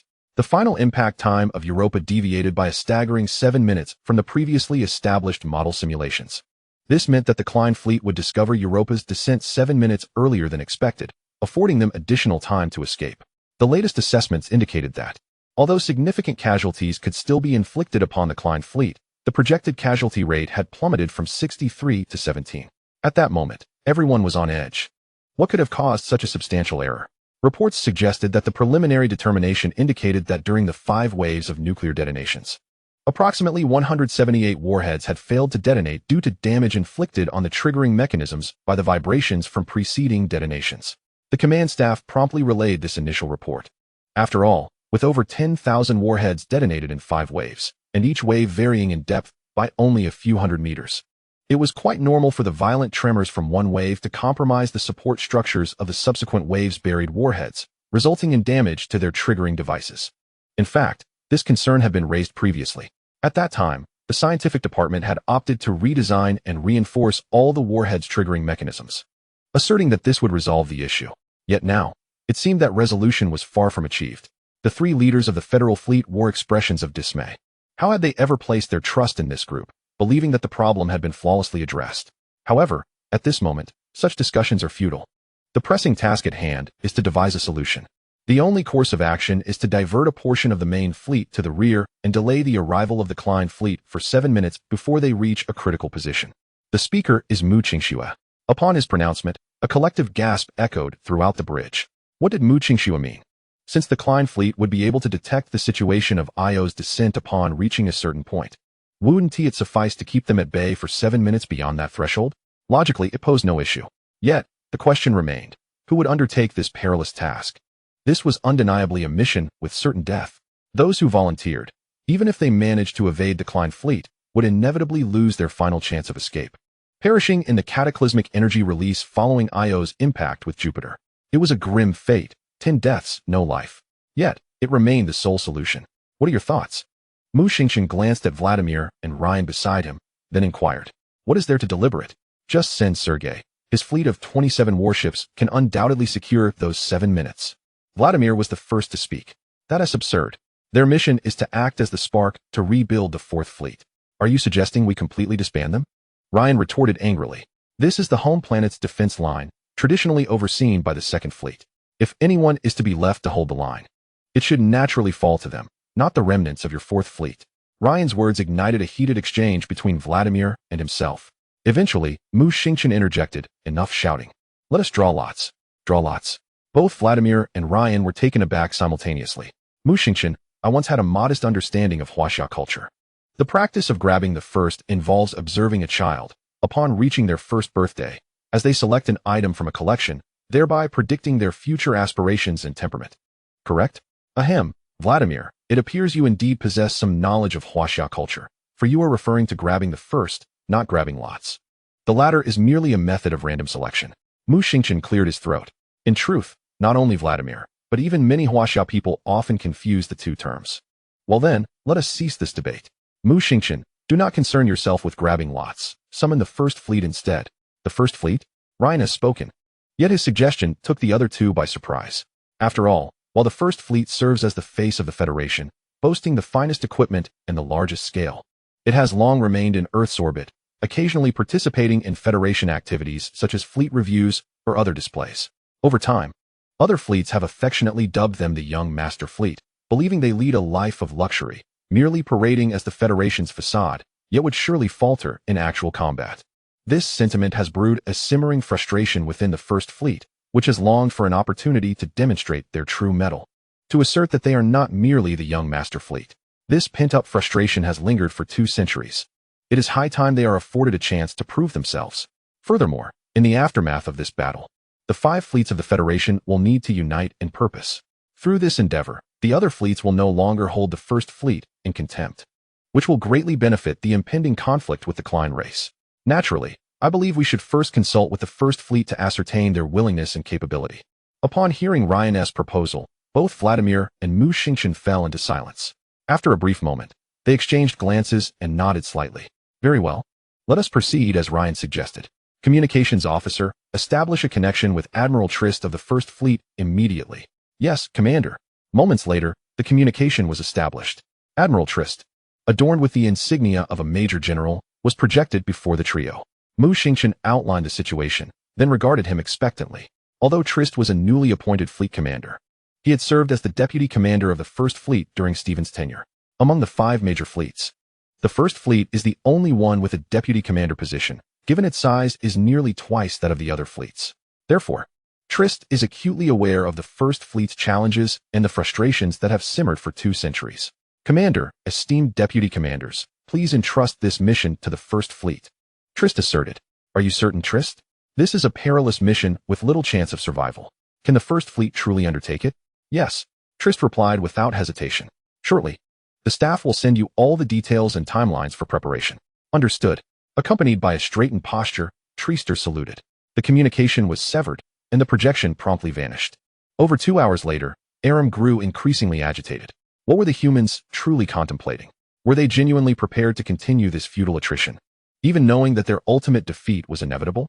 Such a war of attrition is devoid of meaning for any commander.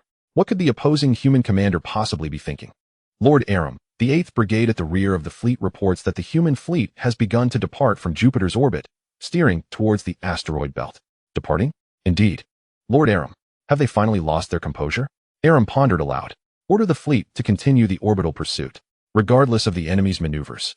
We must steadfastly cling to their tail without engaging in any unnecessary actions. Yes, Lord Aram. Thus, 2 long serpents, once entwined around Jupiter, with one suddenly breaking away while the other resolutely clung to the first's tail, refusing to let go. Should this development persist, even if the first serpent completely exited Jupiter's orbit, the second would continue to pursue, following suit. Consequently, the mutual chase would transform into a one-sided pursuit by the Klein tribe. After swiftly simulating the forthcoming developments in his mind, Aram issued his command. Soon, another hour elapsed.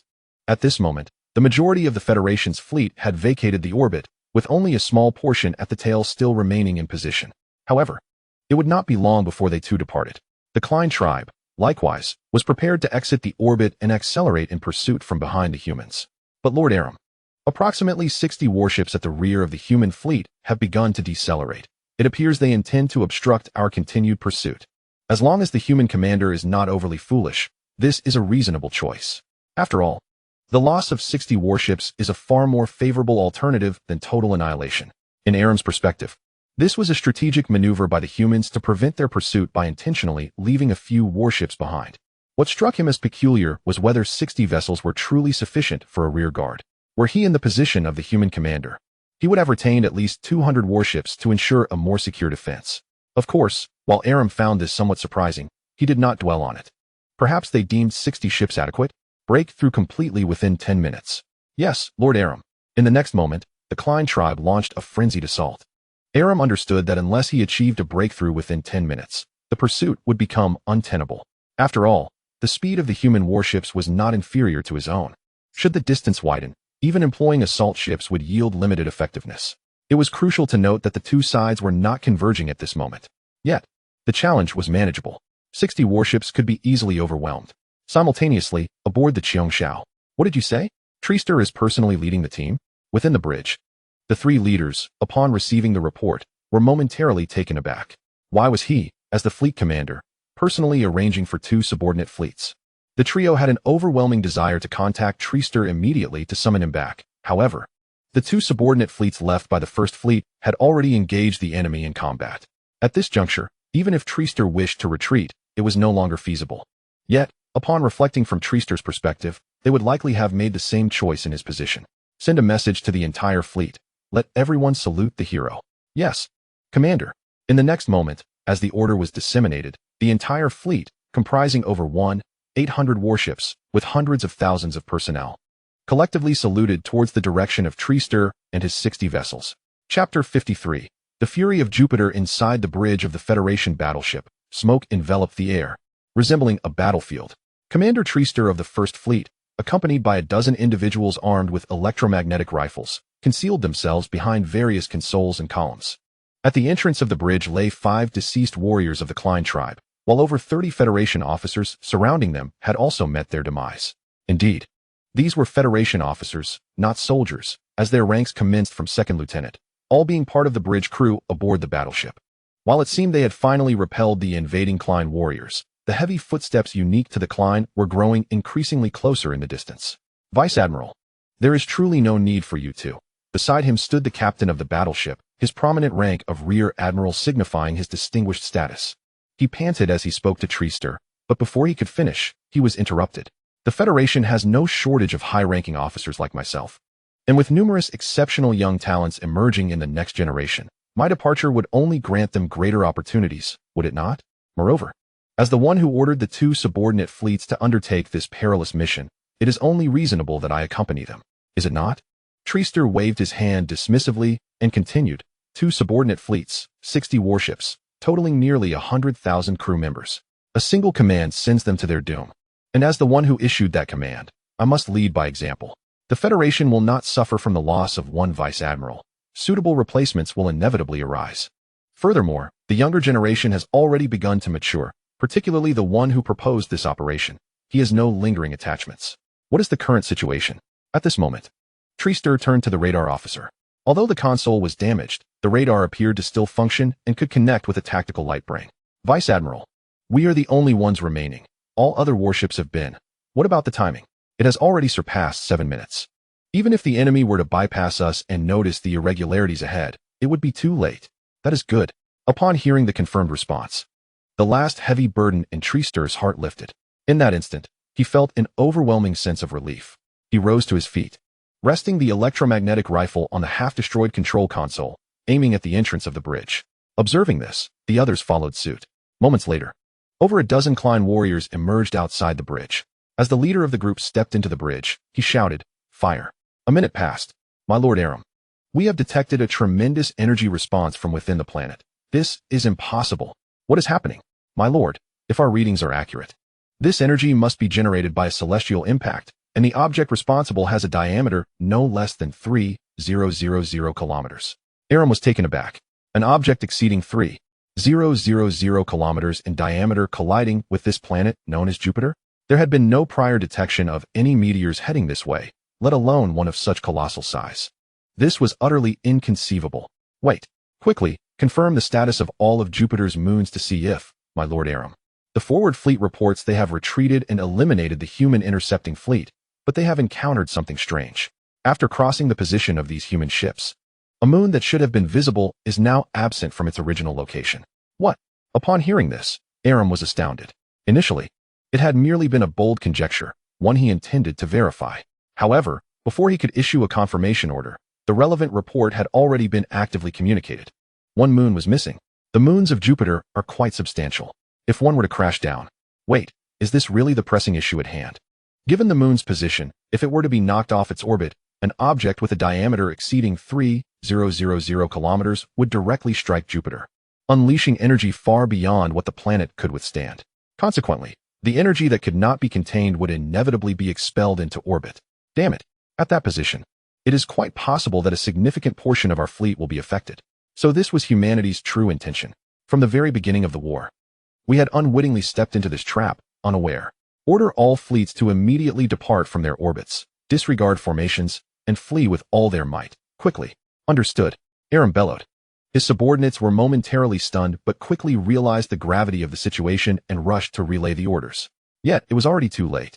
Once the command was issued, all battleships adjusted their courses in an attempt to leave orbit. Unfortunately, course adjustments are a time-consuming operation, and so is leaving orbit. When two such time-consuming tasks collide, the outcome is merely 4 words: exceedingly time-consuming. At this moment, much of the planet was in turmoil. The surface resembled a hellscape.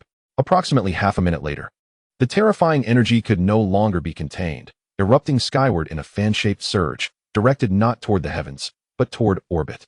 In but a fleeting moment, over a third of Jupiter's orbit was consumed, leaving everything powerless against this surge of energy, which swiftly reduced all to nothingness. The entire eruption of energy lasted for several minutes. Once the tumult subsided, the Klein fleet regrouped and began accounting for their losses, leaving Aram nearly driven to madness. 300 ships had engaged in the assault on Europa, and at the cost of 37 vessels under Ms. Su, they had utterly dismantled Europa's defensive network. Subsequently, due to orders previously issued by Aram, reinforcements arrived at Jupiter's orbit, only to collide head-on with the unleashed energy from the planet. The entire fleet was annihilated. Furthermore, over 2,500 vessels that had participated in the primary battlefield of Jupiter's orbit suffered losses exceeding 200 ships during the prolonged hours of skirmishing. Additionally, as Io collided with Jupiter, many ships were unable to escape the ensuing chaos, resulting in over 1,300 vessels being affected. At this moment, Aram found himself with merely 1,000 ships remaining. The once overwhelming numerical superiority of humanity had vanished into thin air. Why? How had things come to this?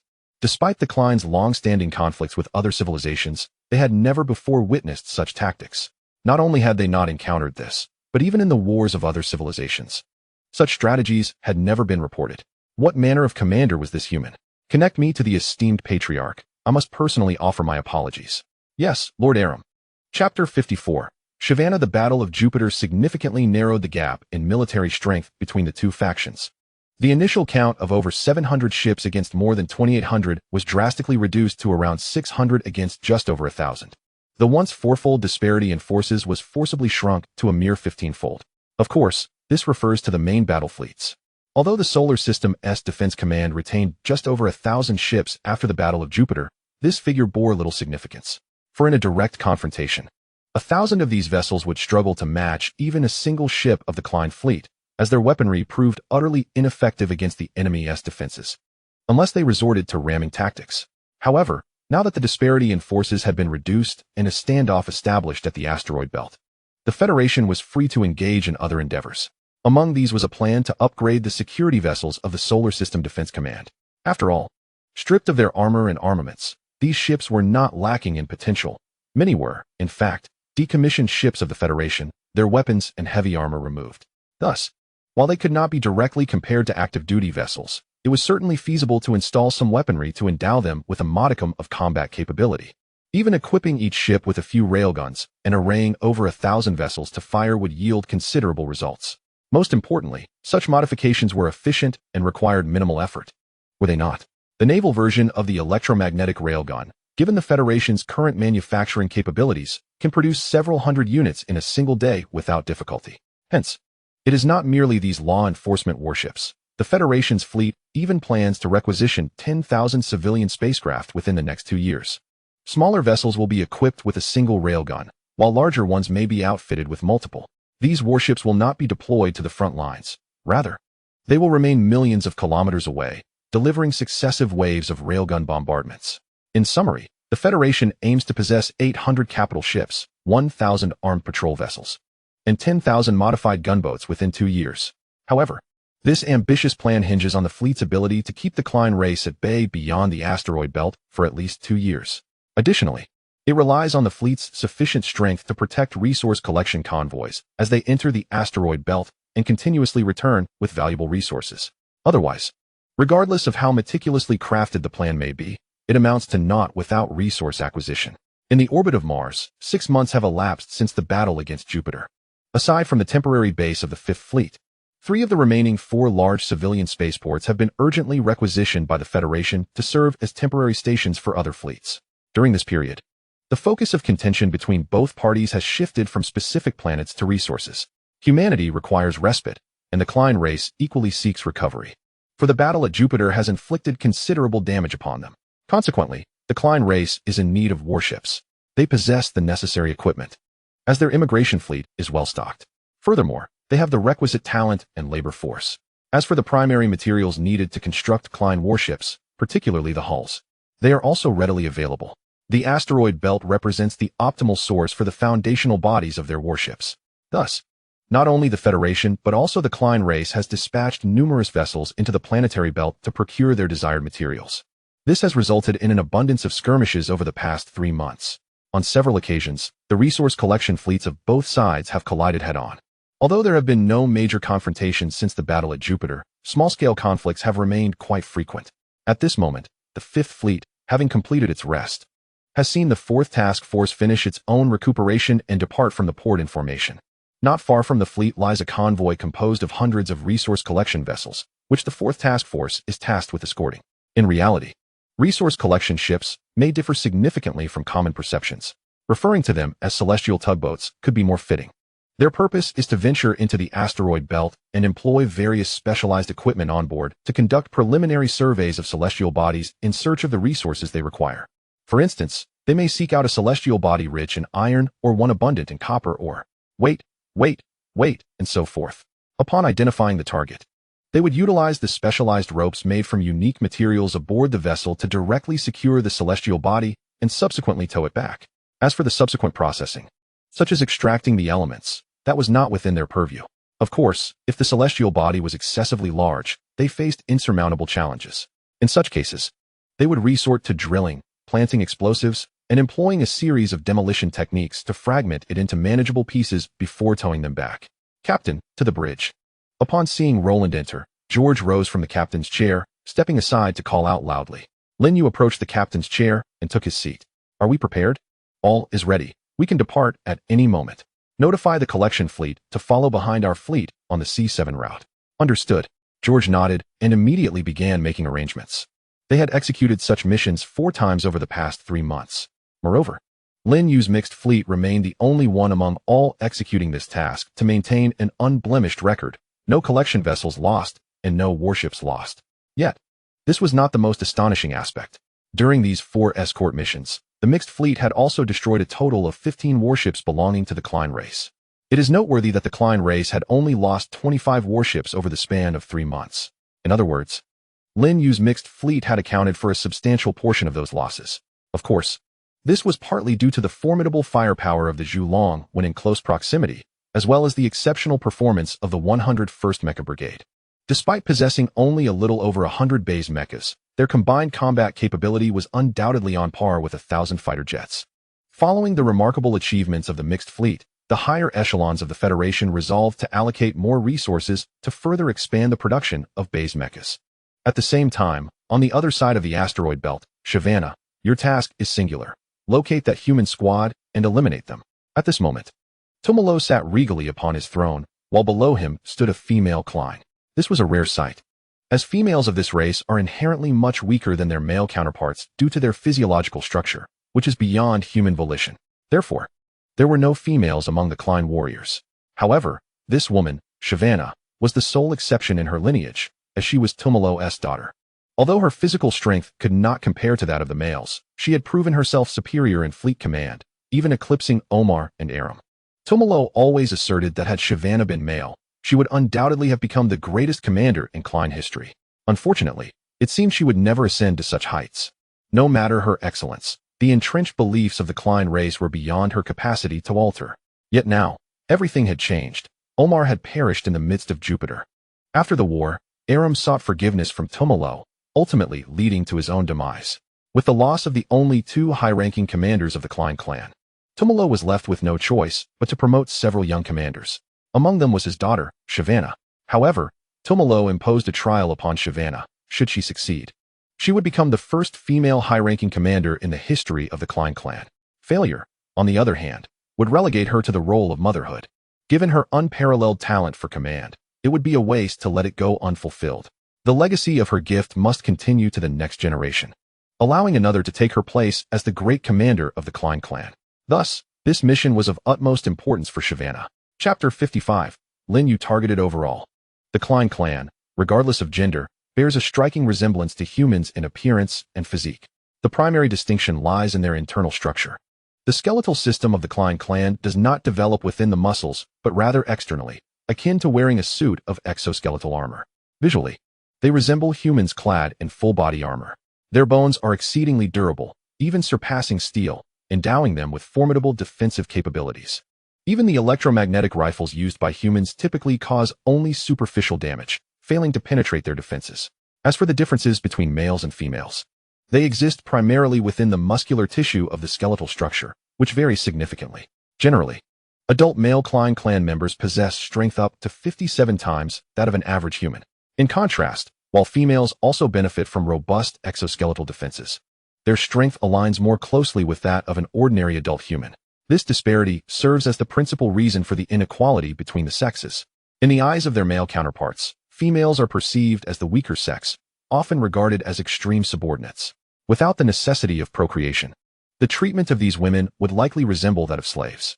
From this, one can comprehend the gravity of the opportunity before Shyvana. Success would elevate her to the position of the only high-ranking commander in the Klein clan, while failure would confine her to a life of servitude. Reduced to a mere breeding vessel for the clan, tasked with producing as many heirs as possible to inherit her command prowess. She despised her clan, and even more so, her father Tumalo. Yet, at this moment, she had no choice but to seize this opportunity. Within the ship's bridge, she clenched her fists tightly, vowing to carve out a future for herself.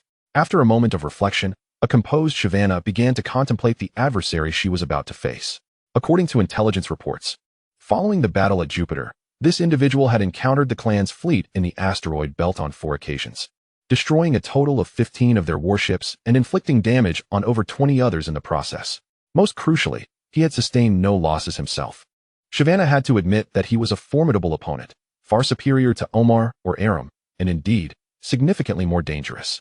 Indeed, although both of their capabilities are commendable, they are still far from achieving such a feat. Perhaps the strategy employed in the battle at Jupiter also originated from his mind.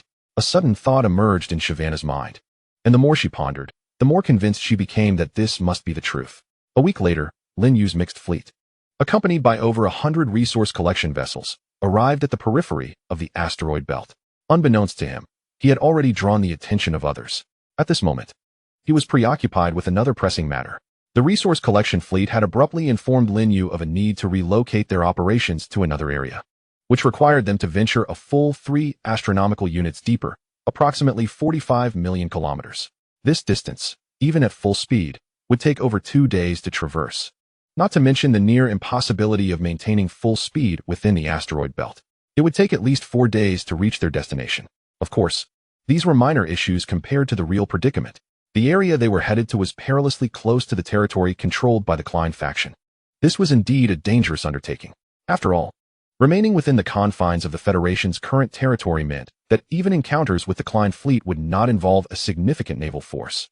However, penetrating into this region could easily lead to encounters with not just Klein ships, but potentially large fleets numbering in the hundreds. Captain Chu, must we go?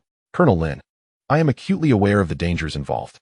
If it were within my discretion, I would prefer to avoid such treacherous waters. However, a stringent command has been issued from above, stipulating that among the requested resources, several can only be found in that specific area, Captain Chu explained, while simultaneously transmitting a document marked in red to highlight 3 specific materials. Additionally, there was a communique from the Federation fleet ordering them to acquire these 3 materials. Although the asteroid belt teems with resources, the majority consists of common materials like iron and copper. The rare resources, while abundant enough to last humanity billions of years, tend to cluster in specific locales.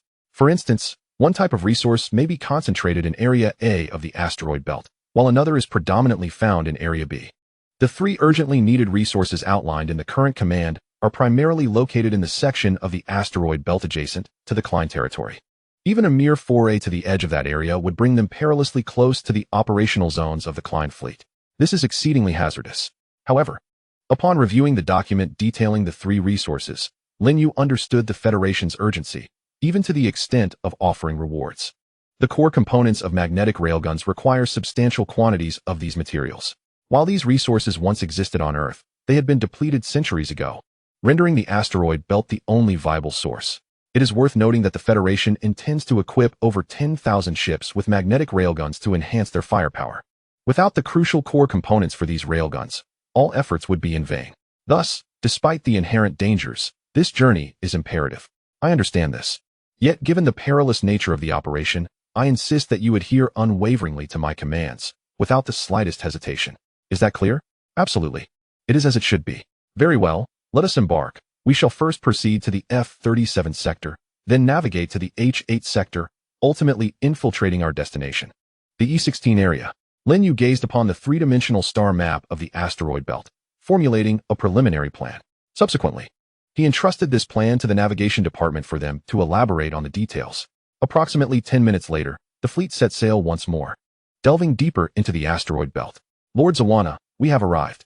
At this moment, the 36 warships commanded by Zawana slowly entered the asteroid belt. Despite their disdain for women, this vessel was manned entirely by Tumalo's loyalists, who had been explicitly instructed by Tumalo prior to departure not to impede Zawana. Consequently, they treated Zawana with a modicum of respect and were willing to follow her orders. For Zawana, as long as they complied, it sufficed. Whether she could earn their genuine respect or even loyalty in the future remained a matter for another time. Presently, her sole focus was on locating and eliminating the human fleet, along with their commander. Chapter 56. Discovered They seem not to have noticed us. On the bridge, George exhaled a sigh of relief and remarked. This marked their third day in this region. They had already encountered Klein patrol ships twice, yet fortunately, on both occasions, the adversaries did not approach the area where the mixed task force was stationed but passed by at a distance, failing to detect them. It was not that the task force could not contend with such a warship, but the proximity to the Klein's controlled territory raised concerns about the potential presence of larger fleets nearby. While dispatching a single warship was straightforward, attracting hundreds could spell disaster. If it were solely Lin Yu's mixed task force, he believed he could maneuver effectively even against 200 Klein warships within the confines of the asteroid belt. However, the current predicament involved them carrying over 100 resource collection vessels, many of which were laden with various miniature celestial bodies and larger debris. Additionally, they were tethered to numerous intact celestial bodies, each 100 meters in diameter, using extensive special material ropes. Under such circumstances, their speed would inevitably be compromised. Do not let your guard down. We still require 8 days. Ensure Sir Rome remains on high alert. Rest assured, I have just reminded him. He held considerable confidence in George. Despite the apparent friction between the two in the academy, it was merely a misunderstanding. In fact, within the fleet, their collaboration was remarkably harmonious. Most of the time, George proactively manages various matters without needing detailed instructions, which greatly eases Lin Yu's burdens. Lin Yu nodded, then continued to analyze the 3 tactical star maps before him, his brow slightly furrowed. Is there a problem? George inquired, having noticed Lin Yu's change in demeanor. I can't quite explain it, but I have a persistent feeling that something might go awry. Is that an overreaction? Perhaps, George replied. Lin Yu could not disclose to George that he possessed an extraordinary innate cerebral capacity of 32, along with the awakening of a unique ability. A crucial enhancement within this special capability pertains to simulated calculations. Thus, Lin Yu does not foresee the future nor possess the gift of clairvoyance. Rather, he gathers existing data, conducts independent simulations, and subsequently provides feedback in the form of warnings. This entire process operates autonomously, with Lin Yu unable to intervene directly. It is precisely due to this mechanism that Lin Yu's premonitions are remarkably accurate. After all, they are derived from real circumstances. How could they not be precise? For instance, consider a person walking past you while you observe them for several seconds. Do you truly perceive every detail about them? You may believe you do, yet in reality, over 9,999 pieces of information are automatically disregarded. What? You doubt this? Then let me ask you, how many times did that person blink? What was the distance of each step they took? What were the precise movements of each finger? I could pose hundreds or even thousands of similar inquiries. But how many could you answer? And rest assured, all of the information I have asked about was indeed present within your line of sight. So, did you truly see clearly? This illustrates that much information has already manifested, yet the observer often overlooks it. However, Lin Yu's ability encompasses the complete storage of all information, regardless of whether he has consciously ignored any of it. He then amalgamates and simulates this data, ultimately producing an effect reminiscent of foreseeing the future. Yet, this does not present itself to Lin Yu in visual form. Rather, it manifests as a warning. Consequently, Lin Yu frequently experiences the unsettling sensation that something unfavorable is imminent. This principle essentially encapsulates his ability. Of course, this is merely a fragment of the power Lin Yu is in the process of awakening. It does not necessarily signify that this will be the entirety of his abilities. As Mu Qing Snow once remarked, the precursors to awakening often create illusions, leading one to believe that their power is defined by those early signs. Yet, once fully awakened, it may diverge significantly from their expectations. To truncate and misinterpret this notion is quite apartment.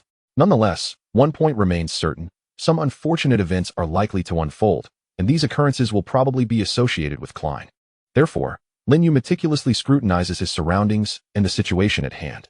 Simultaneously, he perused the reports from the mech forces previously tasked with perimeter surveillance. Yet after 2 hours, he discerned no irregularities. What could he possibly have overlooked?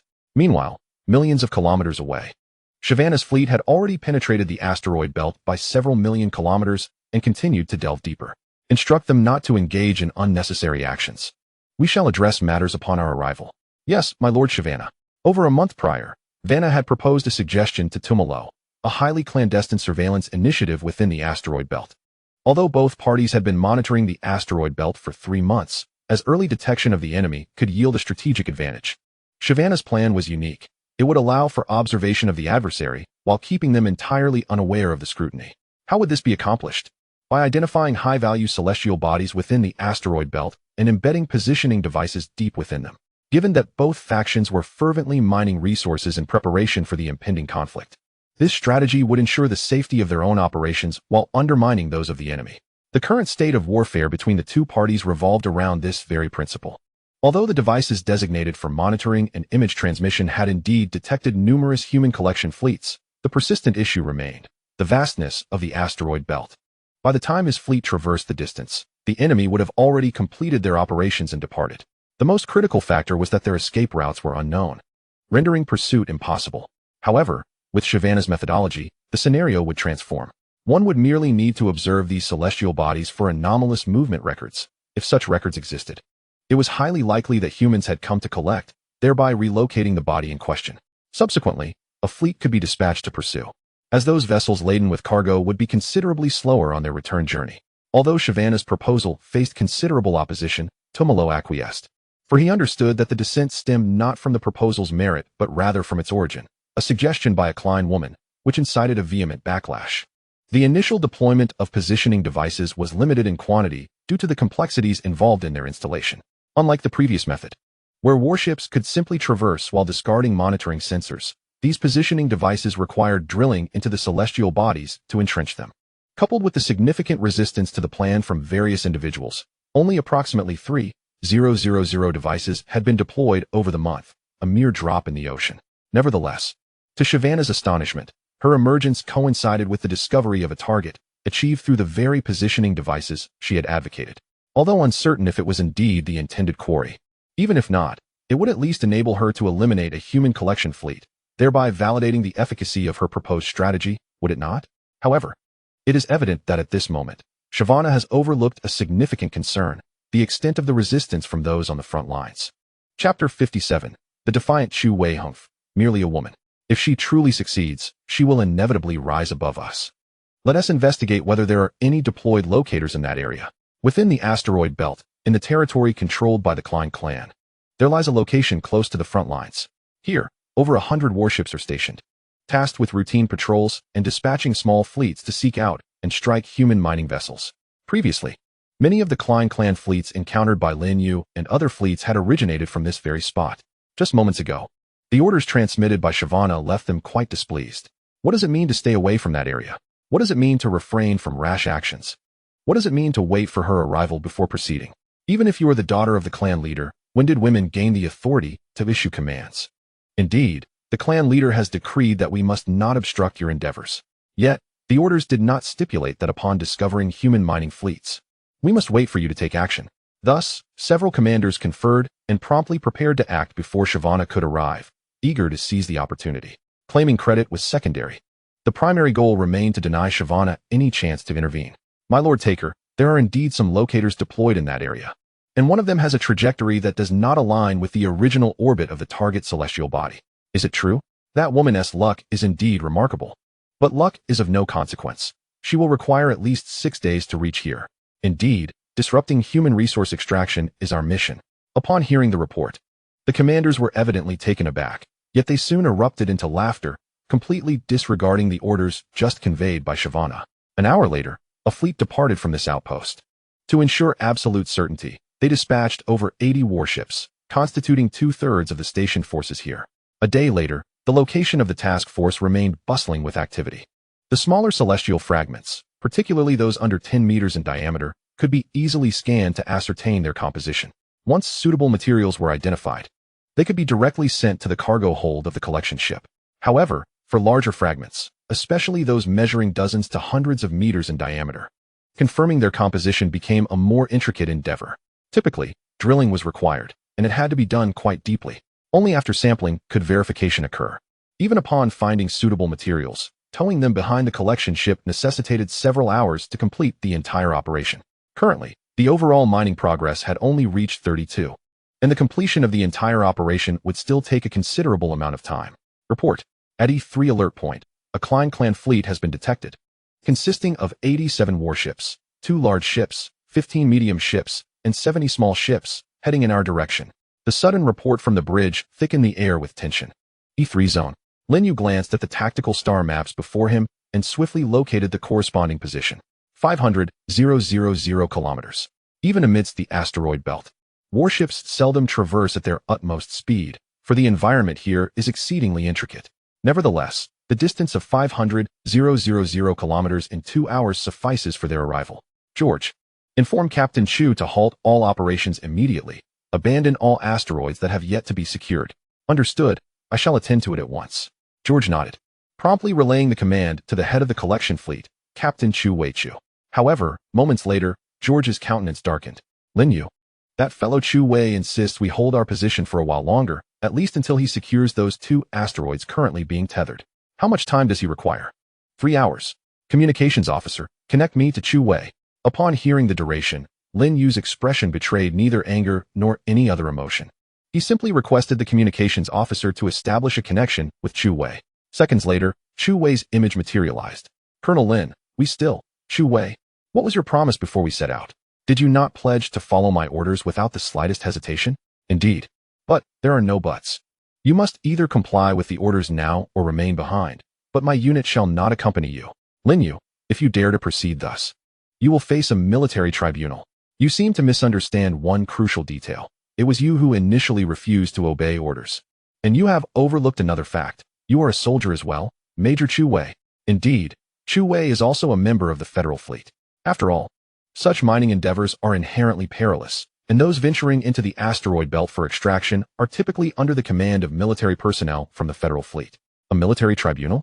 Without the endorsement of the Federal President and the 3 fleet commanders, who would dare to bring Lin Yu before a military tribunal? What a jest. The military tribunal lacks even the authority to review Lin Yu's credentials. Moreover, the one in question is not Lin Yu, but rather Chu Wei, who refused to obey orders. Should we risk the entirety of our fleet for the folly of retreating? There is simply no rationale for such a course of action. Naturally, Lin Yu was not intimidated by the Klein faction's fleet. In fact, he had never contemplated retreating to Mars. However, he had to concede that while this region brims with high-value resources, the terrain is ill-suited for his strategic advantage. The vastness of space renders it impractical. Even if one were to engage in battle, a suitable battlefield must first be selected. This is decidedly not the place. After Lin Yu's impassioned discourse, although Chu Wei remained somewhat obstinate, he became more subdued.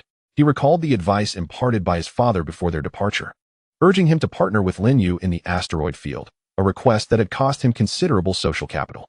Furthermore, he was instructed to heed Lin Yu's commands without deviation. Chu Wei had inquired of his father regarding Lin Yu's background, to which his father had replied that he too was unaware and subtly indicated that even he lacked the privilege to access Lin Yu's records. Incredible. Although his father has retired, he was once the commander of the Federation's 3rd Fleet. It was precisely these thoughts that caused Chu Wei to settle down. He understood the immense importance of bringing back these resources. Even if the entire task force were to perish here, it would still be worthwhile. Moreover, he was not adamantly insisting on remaining here. He merely needed them to hold out for 3 hours. No, considering the enemy's approach, they only needed to withstand for 1 hour. Is that too much to ask? Absolutely not. Internally, he he still felt a sense of injustice. However, at this moment, Lin Yu was not inclined to explain anything to Chu Wei. 5 minutes later, the fleet set off, targeting the E-93 zone, located 780,000 kilometers away. Upon arrival, all the collection ships would jettison the small asteroids they had towed and then proceed to standby in the F2 zone. Lin Yu sat calmly in the captain's chair, issuing commands with precision. Yet, upon hearing the orders, Chu Wei became frantic. No, I cannot agree to this. Chapter 58. Are you interested in a job? The communication link had not been severed. Chu Wei's projection was still present, visibly agitated and shouting. Not only was he denied the opportunity to take the last 2 asteroids, but he was also expected to discard the dozens that had already been towed. What nonsense! Unable to contain himself, Chu Wei erupted. Meanwhile, Lin Yu furrowed his brow deeply. Major Chu Wei, I am not consulting with you. I am issuing an order. That is unacceptable. I refuse. The atmosphere on the bridge became tense. It is crucial to understand that disobeying orders within the Federation fleet is a grave matter, one that could lead to a military tribunal and ruin a career. This marked the second time Chu Wei had acted in defiance within a minute. Lin Yu brought up a virtual panel and manipulated it briefly. In the next moment, Chu Wei's projection faded, replaced by a view from the bridge, where he stood before the captain's chair, his expression one of agitation. I hereby revoke Major Chu Wei's command authority under my capacity as the highest commander for this mission and confine him to the brig. The command of the collection fleet will be temporarily assigned to Lieutenant Commander Jiang Kai. Lieutenant Commander Jiang Kai, execute the order immediately. Indeed, many aboard thought the same upon hearing this command. Continuous defiance was intolerable. While one may not understand a superior's orders, they must not be disobeyed. Otherwise, should every action require a detailed explanation of the operational plans to prevent misunderstanding? If that were the case, how could any battle be fought? In the next moment, another major standing beside Chu Wei saluted sharply. With a wave of his hand, several personnel rushed forward, subduing Chu Wei and escorting him away. In reality, Jiang Kai was the captain of the collection fleet, while Chu Wei had been a recent addition. Even with a sudden descent, he directly overshadowed Jiang Kai, causing considerable discontent among many in the fleet. However, Jiang Kai remained silent, leaving others with little recourse. At this moment, such a splendid opportunity beckoned immediate action. Jiang Kai, you must have heard my earlier command, correct? Indeed, Colonel, I assure you I will execute it. Well, time has been squandered significantly. We have merely 2 minutes until departure. Are you prepared? Yes. Moments later, the communication was severed. Lin Yu contemplated the matter. After some reflection, he decided to alert Lin Yu. After all, Chu Wei's lineage was not significantly inferior to that of his own Campbell family, possessing considerable prestige and connections within the federal fleet. Of course, he did not oppose Lin Yu's decision to relieve the individual of his duties. If it were him in that position, he too would find it intolerable after disobeying orders twice. George's stance was essentially to let the matter of confinement slide and defer it to the fleet for resolution upon their return, avoiding unnecessary complications for himself. Nevertheless, Lin Yu seemingly paid little heed to such concerns. One might say he was entirely unperturbed. It's fine, they can't touch me. All right, as long as you are aware. However, I am curious why you instructed the collection fleet to discard all asteroids within the E-93 sector. George's approach was decidedly more astute. When Lin Yu issued commands, he did not question or counter them, despite his own confusion. What then? When the opportunity arises, and it does not interfere with the execution of orders or the continuation of tasks, I shall inquire. This was because the Klein fleet was advancing directly towards them, indicating they were acutely aware of their presence. A line of question marks appeared above George's head. I can comprehend this issue. But what does it have to do with your directive to discard those asteroids? In the next moment, Lin Yu once again summoned the three-dimensional tactical star chart and magnified the E-93 region. George, what does this resemble? A mere glance at the environment there made George instantly realize Lin Yu's intentions. However, a dilemma arose. How to lure the enemy into that area? It would be futile to enter oneself and then entice them into pursuit. While this could indeed draw the enemy in, being inside would render the endeavor meaningless. Thus, they could not enter. Yet, they needed the enemy to believe they had done so. Achieving this required leveraging the asteroids being drawn in as the pivotal element. George seemed to grasp the concept, though he still appeared somewhat perplexed. To say he understood was to acknowledge Lin Yu's intentions. To claim ignorance was to admit he did not comprehend how to manipulate those asteroids to mislead the Klein fleet into believing they were within. This brought them back to the fundamental question. How did the enemy ascertain their presence, prompting them to mobilize so many warships in a direct assault? Clearly, they possessed sufficiently accurate intelligence. Was it the deployed surveillance equipment that discovered our presence? No, I do not believe so. Otherwise, they would not have taken so long to arrive, considering their outpost is merely a day's journey from here. Furthermore, we conducted a thorough examination of the surroundings. And if there were any surveillance devices, it would be impossible for us to detect none at all. Thus, they must have employed a different method. And it was only a day ago that they discerned our activities here. If one were to identify a distinction between the previous days and this recent day, the sole difference lies in the repositioning of over a dozen asteroids. Suddenly, George came to a realization, sharply inhaling. This fellow Lin you managed to deduce so much merely because the enemy was advancing directly towards them. Therefore, the issue arises from those asteroids processed in the last day. Is there something akin to a tracking device concealed within them? Hence, any deviation in the trajectory of the asteroids would indicate someone is gathering data. Thus, if we were to cast the recently manipulated asteroids into that area, all ships should withdraw from that sector and patiently await the Klein's entrapment? Indeed, Lin Yu nodded, affirming George's conjecture. How about it? Are you interested in executing a grand operation to eliminate their 87 warships? Naturally, I am, George exclaimed, slapping his thigh. He was indeed very much interested. To consume the 87 warships of the Klein would equate to a staggering 78 of their existing forces. This military achievement would undoubtedly secure his promotion to major upon his return. Transitioning from a lieutenant to an officer of higher rank is a significant elevation within the dimensions of authority. Would you say George is not keen on such an endeavor? Chapter 59, The Deceptive Fleet, E93 Sector. Before Lin Yu lay a tactical star map depicting an exceedingly peculiar area, for there was nothing present. It belonged to a rare void within the asteroid belt, with a maximum internal width of approximately 500,000 kilometers. Simultaneously, the exterior of this region was layered with various celestial bodies and countless fragments, forming a thick armor-like shell over 100 kilometers in depth, encapsulating the entire void area. Not only were warships unable to traverse, even aircraft found no navigable pathways. The sole entry and exit to this void area was a single route. A tunnel-like passage barely accommodating large warships, extending 300 kilometers in length. Upon observing the terrain here, George's immediate reaction was that it was a death trap. Indeed, from a military perspective, such a location was unequivocally a lethal zone. George also understood Lin Yu's intentions. Approximately 4 hours later, outside the void of E93, 87 warships of the Klein fleet arrived. Have we confirmed that humanity is concealed within? Yes, Commander, the locator remains operational, and the position is indeed within this void.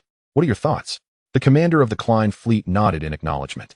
Subsequently, he inquired with another commander in the communication. What a captivating sight. Trapped with no escape. This place is indeed the sole refuge, for the interior remains impervious to external scanning. Were it not for the presence of a locator, they might have eluded detection altogether. I share this sentiment. Shall we charge in directly? Certainly. The two immediately reached a consensus.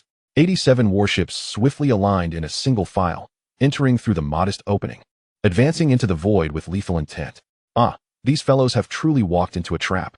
However, Lin Yu, if their discovery of us was merely coincidental, rather than due to the hidden locator devices within those asteroids, what will you do if they choose not to fall into our snare?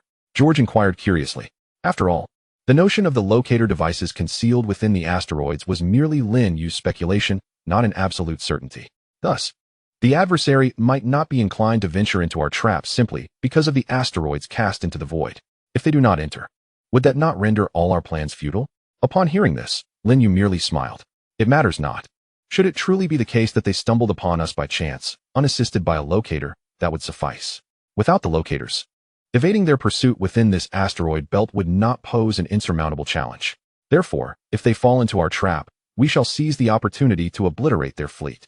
If they do not, then we shall simply retreat. George paused, but upon reflection, he recognized the validity of this reasoning. George, how prepared is Jiang Kai's side? Approximately 2 hours remain. Then let us strive to secure those 2 hours for him. The fleet shall immediately mobilize, positioning itself at the entrance of the E93 sector in a formation of crossfire to completely seal it off. Understood. Simultaneously, within the passage, due to the restricted navigable area, the Klein fleet was compelled to reduce its speed, dropping to less than 20 kilometers per second for safe passage. Seconds later, the warships abruptly began to decelerate. What is happening? The forward passage is blocked. We can proceed no further. The commander of the Klein forces was taken aback. Blocked passage. Indeed. It appears to be a field of space mines densely obstructing the entire route. Can we not simply detonate them? That is unfeasible. Commander, the passage is far too narrow. If we were to fire upon these mines, the resulting explosion could devastate the surrounding celestial bodies, potentially burying our fleet as well. Damn it. Could this also be a human strategy to thwart our incursion into the void? Signal the fleet to retreat for the moment. Understood, Commander. The entire fleet promptly shut down its main engines, switching to auxiliary engines, gradually reversing to withdraw. Fortunately, the incursion was not deep. Merely 10 minutes later, the stern of the last warship emerged from the passage. However, as the entire vessel finally exited, instantly, it was subjected to a barrage of crossfire. Hundreds of ion beams, coupled with countless magnetic railgun projectiles, obliterated it in an instant. Although the Klein race's warships are notably resilient, they could not withstand such a concentrated assault, particularly from the 168 ion cannons of the Zhulong. Moreover, at such a close range, the magnetic railguns could achieve nearly 100% accuracy. Not to mention, even a large battleship would likely be severely damaged in one fell swoop. In the midst of a fleet maneuver, especially in a constricted corridor, stopping on a whim was not an option. Thus, even when the first warship was annihilated under concentrated fire, the subsequent vessels had no choice but to press forward until the third ship was destroyed, at which point the entire fleet finally came to a halt. However, does this imply that I am unable to strike you? Clearly, that is not the case. Positioned at the heart of the array, directly facing the entrance, the Zhulong's 4 main cannons opened fire instantaneously, unleashing their might into the corridor. Following suit, the 168 secondary cannons, unwilling to remain idle, also targeted the corridor. As long as their aim was directed at the center of the passage, the hit rate was nearly guaranteed. After all, the enemy would inevitably navigate through the central position within the corridor. Furthermore, even if they attempted to hug the edges, completely avoiding the midpoint was highly improbable, given the narrowness of the passage. Of course, while this method allowed for attacks on the Klein race's warships within the corridor, it was limited to the outermost vessels. As previously mentioned, the hulls of the Klein warships essentially resembled small asteroids, infused with a plethora of unique elements, rendering them extraordinarily durable. In other words, although the Federation's weapons could dismantle these ships, completely obliterating them was a formidable challenge. This implies that the destroyed vessels would still leave behind substantial debris, which, in a single-file formation, would serve as a shield, protecting the ships behind from assault. Therefore, after eliminating 3 warships that exited the corridor, as well as the one closest to the entrance, Lin Yu found himself temporarily unable to destroy any more vessels. This, of course, was within his expectations. Now, it was a matter of awaiting Jiang Kai's preparations. The fleet must maintain a state of blockade, and vigilance was paramount. Understood. Colonel. Chapter 60. The lethal strike. What? 87 warships encircled, facing the peril of total annihilation? Yet the enemy possesses only 15 vessels? Is this some sort of jest? Furthermore, have they not been instructed to refrain from unnecessary actions and wait for my arrival? Sabana, upon receiving the urgent news, was visibly distressed. What shall we do, Lord Sabana? What can we do? Even at our swiftest, it will take us 3.5 days to reach there, which is far too late. That represents nearly 1/10 of our forces. Lord Sabana, you must devise a plan. The only solution is to keep them confined in their cave. As long as they remain indoors, the enemy will be powerless against them, Shavana remarked with a hint of irritation. However, she held back a thought. If she were the human commander, even if they hid in the cave, she would still find a way to eliminate them.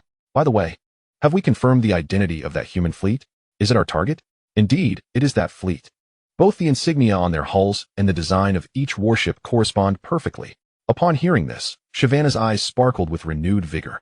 Go tell those 2 fools to stay put in the corridor for the next few days and refrain from any foolish actions. The adversary outside is not something they can handle. Shavana's words were swiftly relayed to the 2 trapped commanders, inciting them to erupt in outrage aboard their respective ships. To think she would directly label us as useless. I say we break out at once. I would rather die in battle than endure this woman's insults. One commander bellowed. Calm down, Tuck. Another urged. No, I cannot remain calm. Tuck retorted. If you charge out like this, you might not even take down a single human vessel. And so what? You would forever be remembered by your race, but only for your disgrace.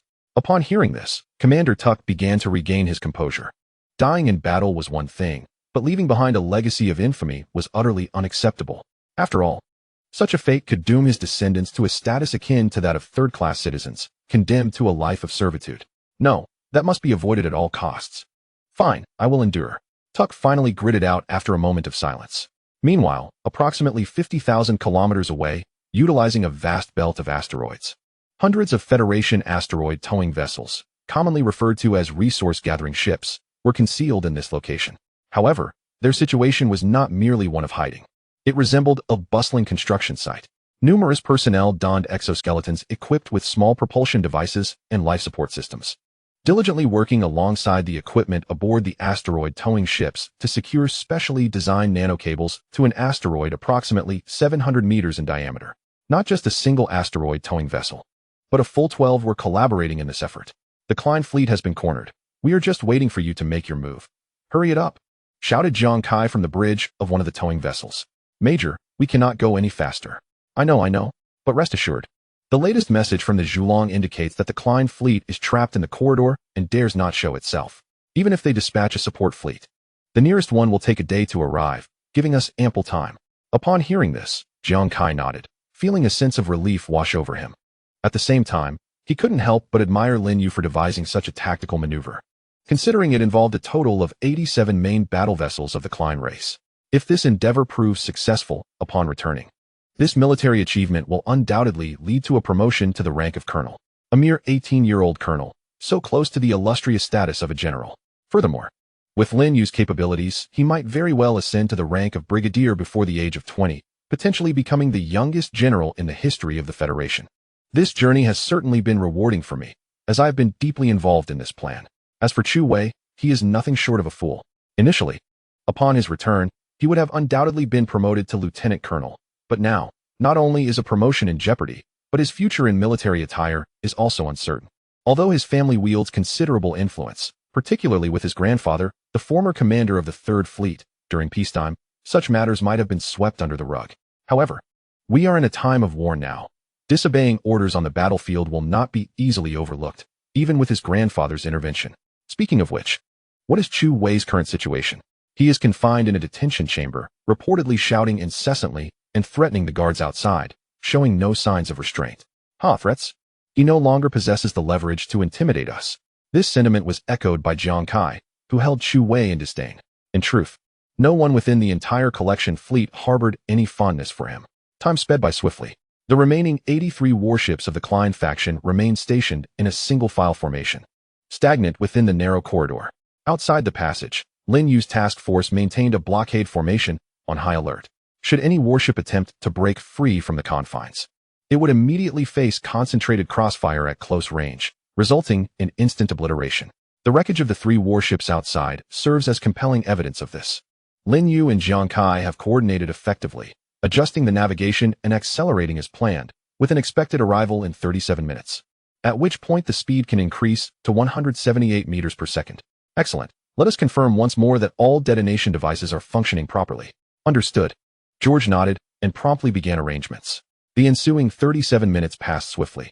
At last, the 12 asteroid tugboats commanded by Jiang Kai appeared at the entrance of the corridor, collectively towing an asteroid exceeding 700 meters in diameter. All tugboats, heed my command, and sever the nano-tethering cables simultaneously. 3, 2, 1, sever. In the next moment, all towing cables snapped simultaneously. Even without the pulling force of the tethering components, the massive asteroid retained its velocity of 178 meters per second, accurately heading towards the passageway. In less than half a minute, it precisely penetrated the relatively small entrance. This was a decisive strike. Meanwhile, the Klein fleet within the corridor remained entirely unaware of the impending catastrophe about to befall them. Chapter 61, Annihilation. The small vessels of the Klein faction measured approximately 120 to 130 meters in length, while the medium-sized ships were around 250 meters. As for the large and super vessels, they typically measured 500 meters and 1500 meters, respectively. At this moment, the fleet trapped within the corridor comprises 2 large vessels, 15 medium-sized ships, and 66 small crafts, totaling 83 warships. In terms of sheer size, the 700-meter diameter asteroid appears rather insignificant. Moreover, its velocity is not particularly swift, merely 178 meters per second, which pales in comparison to the projectiles launched by a railgun. However, size does not correlate directly with kinetic energy. The decisive factors are speed and mass. Despite its relatively modest diameter of 700 meters, this asteroid is solid. The warships of the Klein clan, although constructed from celestial materials, are entirely hollow within. Furthermore, this asteroid was not chosen at random. It is the largest one that Jiang Kai and his companions could locate in the vicinity. It is indeed a stroke of luck. For a preliminary survey revealed that over 70% of this asteroid is composed of a metal known as osmium, boasting a staggering density of 2,259 grams per cubic centimeter. For context, iron has a density of nearly 787 grams per cubic centimeter. This implies that, for an equivalent volume, osmium weighs 3 times as much as iron. The remaining 30% consists of high-density metals such as platinum, tungsten, and tantalum. The overall mass reaches an astonishing 4.1 billion tons. An asteroid weighing 4.1 billion tons, traveling at 178 meters per second, would be insurmountable not only for these warships, but even for the super warships of the Klein clan. In comparison, the warships are simply not in the same league. Inside the bridge, Tucker was in a state of extreme agitation. The more he pondered, the more irate he became. "Lord Tucker, will you not speak? What is it?" "Humans have dragged an asteroid, throwing one in from the outside, with a diameter exceeding 700 meters. "What?" Tucker's eyes widened in disbelief. His mind momentarily short-circuited. Did he just hear that humans had dragged in an asteroid over 700 meters in diameter, and then tossed it in? "Humans, you lack martial virtue. Quick, set the engine power to maximum. No, overload it directly. Hurry." "But Lord Tucker, ahead lies the human minefield." "What of the minefield?" "Fire ahead to clear the mines while we charge forward. This way, we might have a sliver of a chance to survive. Remaining here motionless is a certain death." "Oh, yes." The soldiers, regaining their composure, immediately activated their warships, pushing them into overload to achieve maximum thrust and acceleration. But in the next moment, before they could fire to clear the mines, thousands of mines exploded all at once before them. The entire corridor was instantly engulfed in explosions.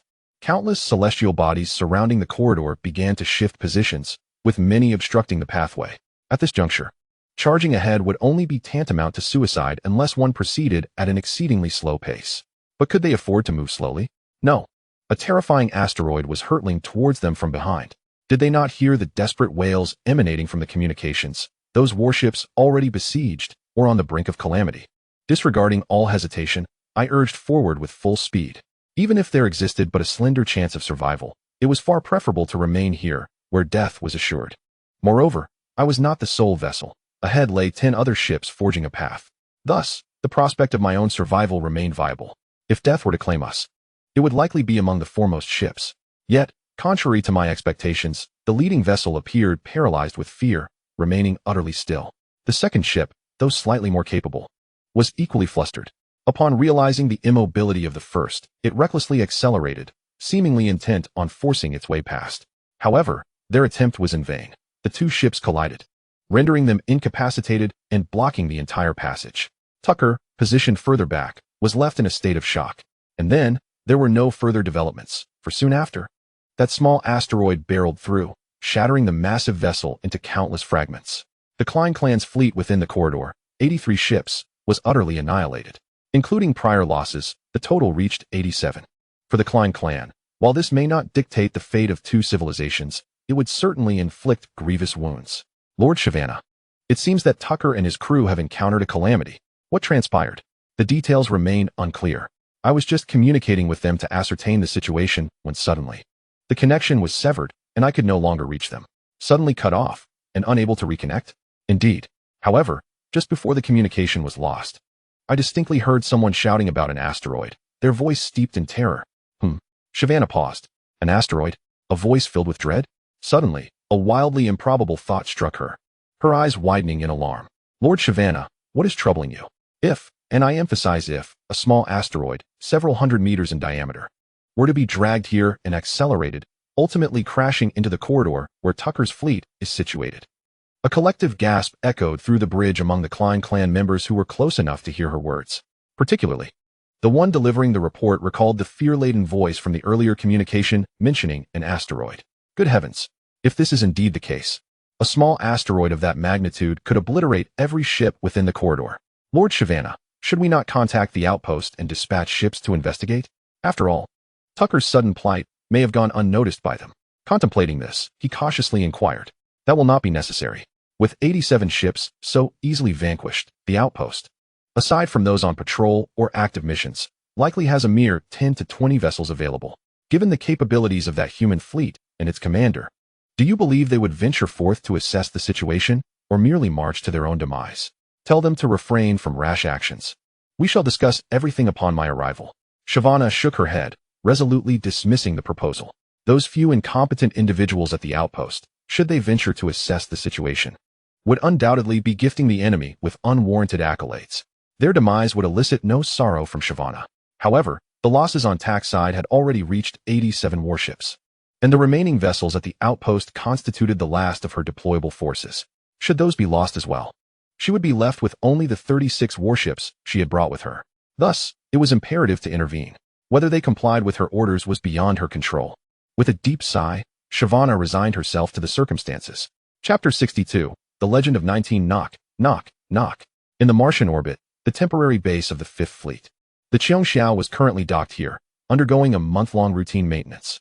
Mu Qing was in her quarters, attending to a plethora of documents. At that moment, a knock sounded at her door. Come in. The door swung open, revealing Yi Lingwei, her expression somewhat peculiar. What's the matter, Lingwei? I just received a notification. An urgent meeting will be convened at headquarters in half an hour. All fleet commanders and chiefs of staff must attend. Another meeting? Didn't we just have one yesterday? Mu Qing replied, somewhat exasperated. Do they expect us to do anything else? Well, the reason this meeting is being called is due to our fleet's actions. What happened? Mu Qing's brow furrowed slightly. She initially feared that one of her subordinates had stirred up significant trouble, even drawing the attention of the fleet's higher-ups. This was no trivial matter. Just take a look at this, and you will understand, Yi Lingwei said, swiftly operating her wrist-mounted holographic device to send a document to Mu Qing. This is the battle report just received from Linyu. Both the Fifth Fleet and the Federation's headquarters have been informed. Mu Qing accepted the document and opened it. It was a battle report containing a comprehensive three-dimensional tactical star map and a wealth of visual materials. Has Lin Yu engaged the enemy? Against 87 Klein warships? Mu Qing's expression grew serious. Facing 87 Klein warships with only 15 at his command, even with the presence of the next-generation heavy cruiser, the Zhulong, direct confrontation would still be formidable. The disparity in numbers was simply too vast. However, the fact that a report had been sent back and that Yi Lingwei did not appear overly anxious suggested that no significant issues had arisen. Now, let us see what method you have employed to resolve this situation. Mu Qing mused, recalling how much she enjoyed reviewing Lin Yu's operational reports, as his tactics were often quite imaginative, providing her with considerable inspiration. Through a few seemingly simple and easily overlooked elements, it became evident that the asteroids intended for the final day's operation were flawed.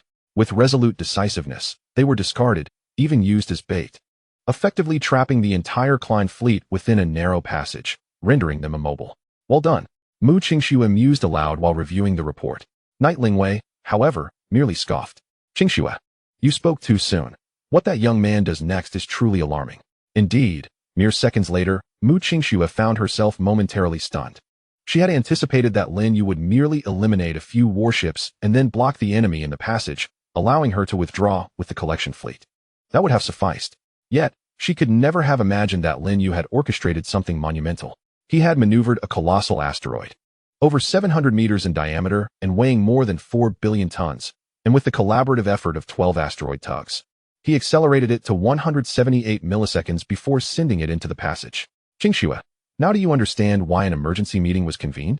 This young man had indeed accomplished a grand feat, taking down approximately 8 of the Klein fleet's warships in one fell swoop. It seemed inevitable that he would at least be promoted a rank. A 19-year-old colonel now stood on par with me. TSK. Knight Lingwei found herself at a loss for words.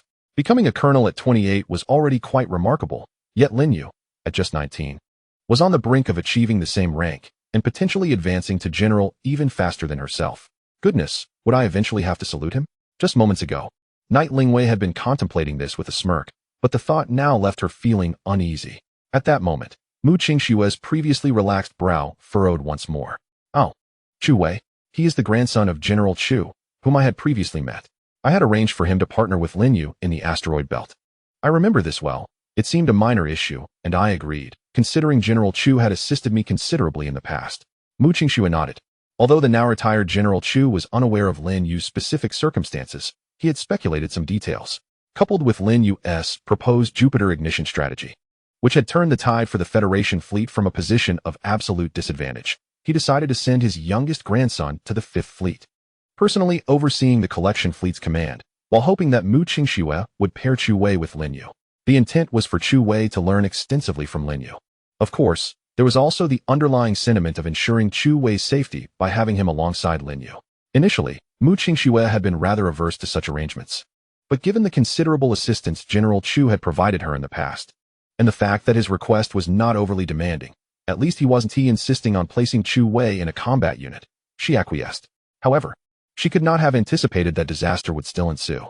In a critical moment, there was disobedience on the battlefield, twice in succession, no less. Lin Yu promptly revoked the command authority and placed the individual under confinement, which was entirely justified. On the battlefield, the most intolerable trait is that of soldiers who refuse to execute orders due to a lack of understanding. Such individuals must not be retained. Half an hour later, in a moderately sized conference room, aside from a select few, the majority of attendees participated through remote virtual conferencing, their figures projected onto screens. Soon, the room was filled to capacity. In the next moment, several virtual panels materialized before everyone, displaying tactical star maps, report documents, and an abundance of video materials. Clearly, these comprised the combat reports sent back by Lin Yu. Within the room, apart from the fleet headquarters and personnel from the Fifth Fleet, all others began to scrutinize the information with utmost seriousness. A few minutes later, gasps of astonishment echoed through the not overly spacious room. Now that everyone has reviewed the materials, we shall commence officially, spoke Mu Xingchen from the main seat. 3 matters to discuss. The first concerns the debriefing of the 4th Task Force of the 5th Fleet regarding this battle. The second pertains to the handling of Major Chu Wei, leader of the 67th Collection Team. The third involves the vote for the exceptional promotion of Colonel Lin Yu. Mu Xingchen announced the agenda for the day with clarity. The first topic was indisputable. Such a classic tactic warranted a collective debrief and learning session for all fleets. It was even anticipated that this battle would likely be included in the curriculum of military academies for command studies. It was noted that the previous battle at Jupiter had already been confirmed for inclusion in the next edition of the Fleet Command curriculum. How little time had passed since then. Lin Yu had already devised a second battle case that might also be recorded. Not only did his peers among the commanders exhibit envy and admiration, but even the esteemed figures present felt a tinge of jealousy. For federal officers, having even a single battle case enshrined in history is a significant honor.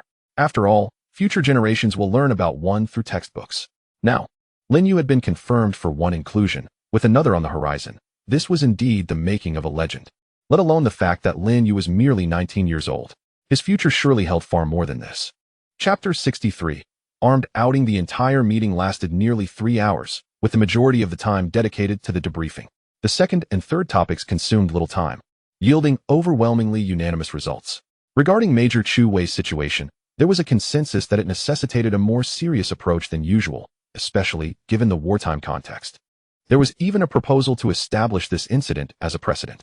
Throughout the meeting, no one mentioned Chu Wei's grandfather at all. As for Lin Yu's promotion, differing opinions did arise. However, it was not opposition to his elevation to colonel, but rather a belief that, in addition to the promotion, Lin Yu should be entrusted with greater responsibilities. After all, Lin Yu possesses such capabilities, does he not? However, the issue lies in the fact that Lin Yu is already the commander of a mixed fleet. It would be rather audacious to directly elevate him to the position of fleet commander or to replicate the 1st Fleet structure within the 5th Fleet. Perhaps even promoting an entire deputy commander from within the fleet. Moreover, Lin Yu holds the rank of colonel, which seems rather inappropriate. Subsequently, there was a proposal to expand Lin Yu's mixed fleet. With only 15 warships at his disposal, even Lin Yu, no matter how extraordinary his talents, would face limitations and be unable to fully realize his potential. At the very least, the fleet should be expanded to a scale more akin to a standard subfleet. This suggestion garnered considerable support. However, Mu Xingchen and his companions did not hastily finalize the decision, opting instead to deliberate further. Regardless, Lin Yu's promotion was decisively approved on the spot. This marked the second exceptional promotion within just over a year since his graduation. Indeed, if one includes the initial exceptional bestowal of the rank of lieutenant, this would amount to 3 instances. In a lifetime, such extraordinary promotions are seldom witnessed. Yet Lin Yu has received 3 in just over a year. First, he was directly granted the rank of lieutenant, followed by an exceptional promotion to major, and now, yet again, he has been promoted to colonel. It is simply outrageous. In the entire 201-year history of the Federation, this remains an unparalleled occurrence. Asteroid Belt. At this moment, 2 days have elapsed since Lin Yu buried 87 Klein-class warships. Rather than retreating with his fleet post-battle, he, in fact, escorted the collection fleet back to their original work area a day prior to continue their previous tasks. However, this time he did not remain on-site to provide protection. He merely left behind a squadron from the 77th Mecha Brigade to maintain vigilance in the vicinity.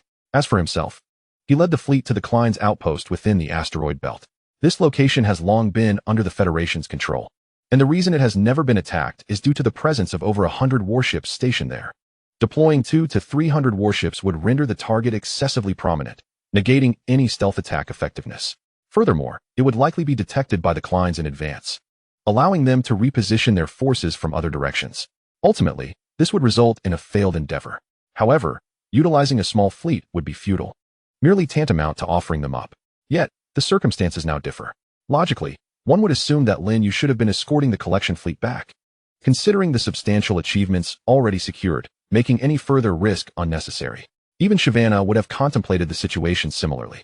Yet, Lin Yu defies conventional reasoning, boldly venturing 15 warships deep into Klein-controlled territory, with his sights set squarely on their outpost within the asteroid belt. And what of the Kleins? Within the entire outpost, only 22 warships are currently operational, all docked on a solitary asteroid. The reasons the Kleins opted for this location as an outpost are primarily twofold. One notable aspect is the presence of an asteroid with a diameter exceeding 30 kilometers, which conveniently allows for rapid transformation into a rudimentary fortress and an open spaceport for warships. Indeed, the alteration of asteroids is a task they handle with remarkable ease and proficiency. Another factor is the relative emptiness of the region. Although there are some asteroids, they are few in number and provide little cover. This enables the outpost to exert maximum control over the surrounding area without the fear of ambush.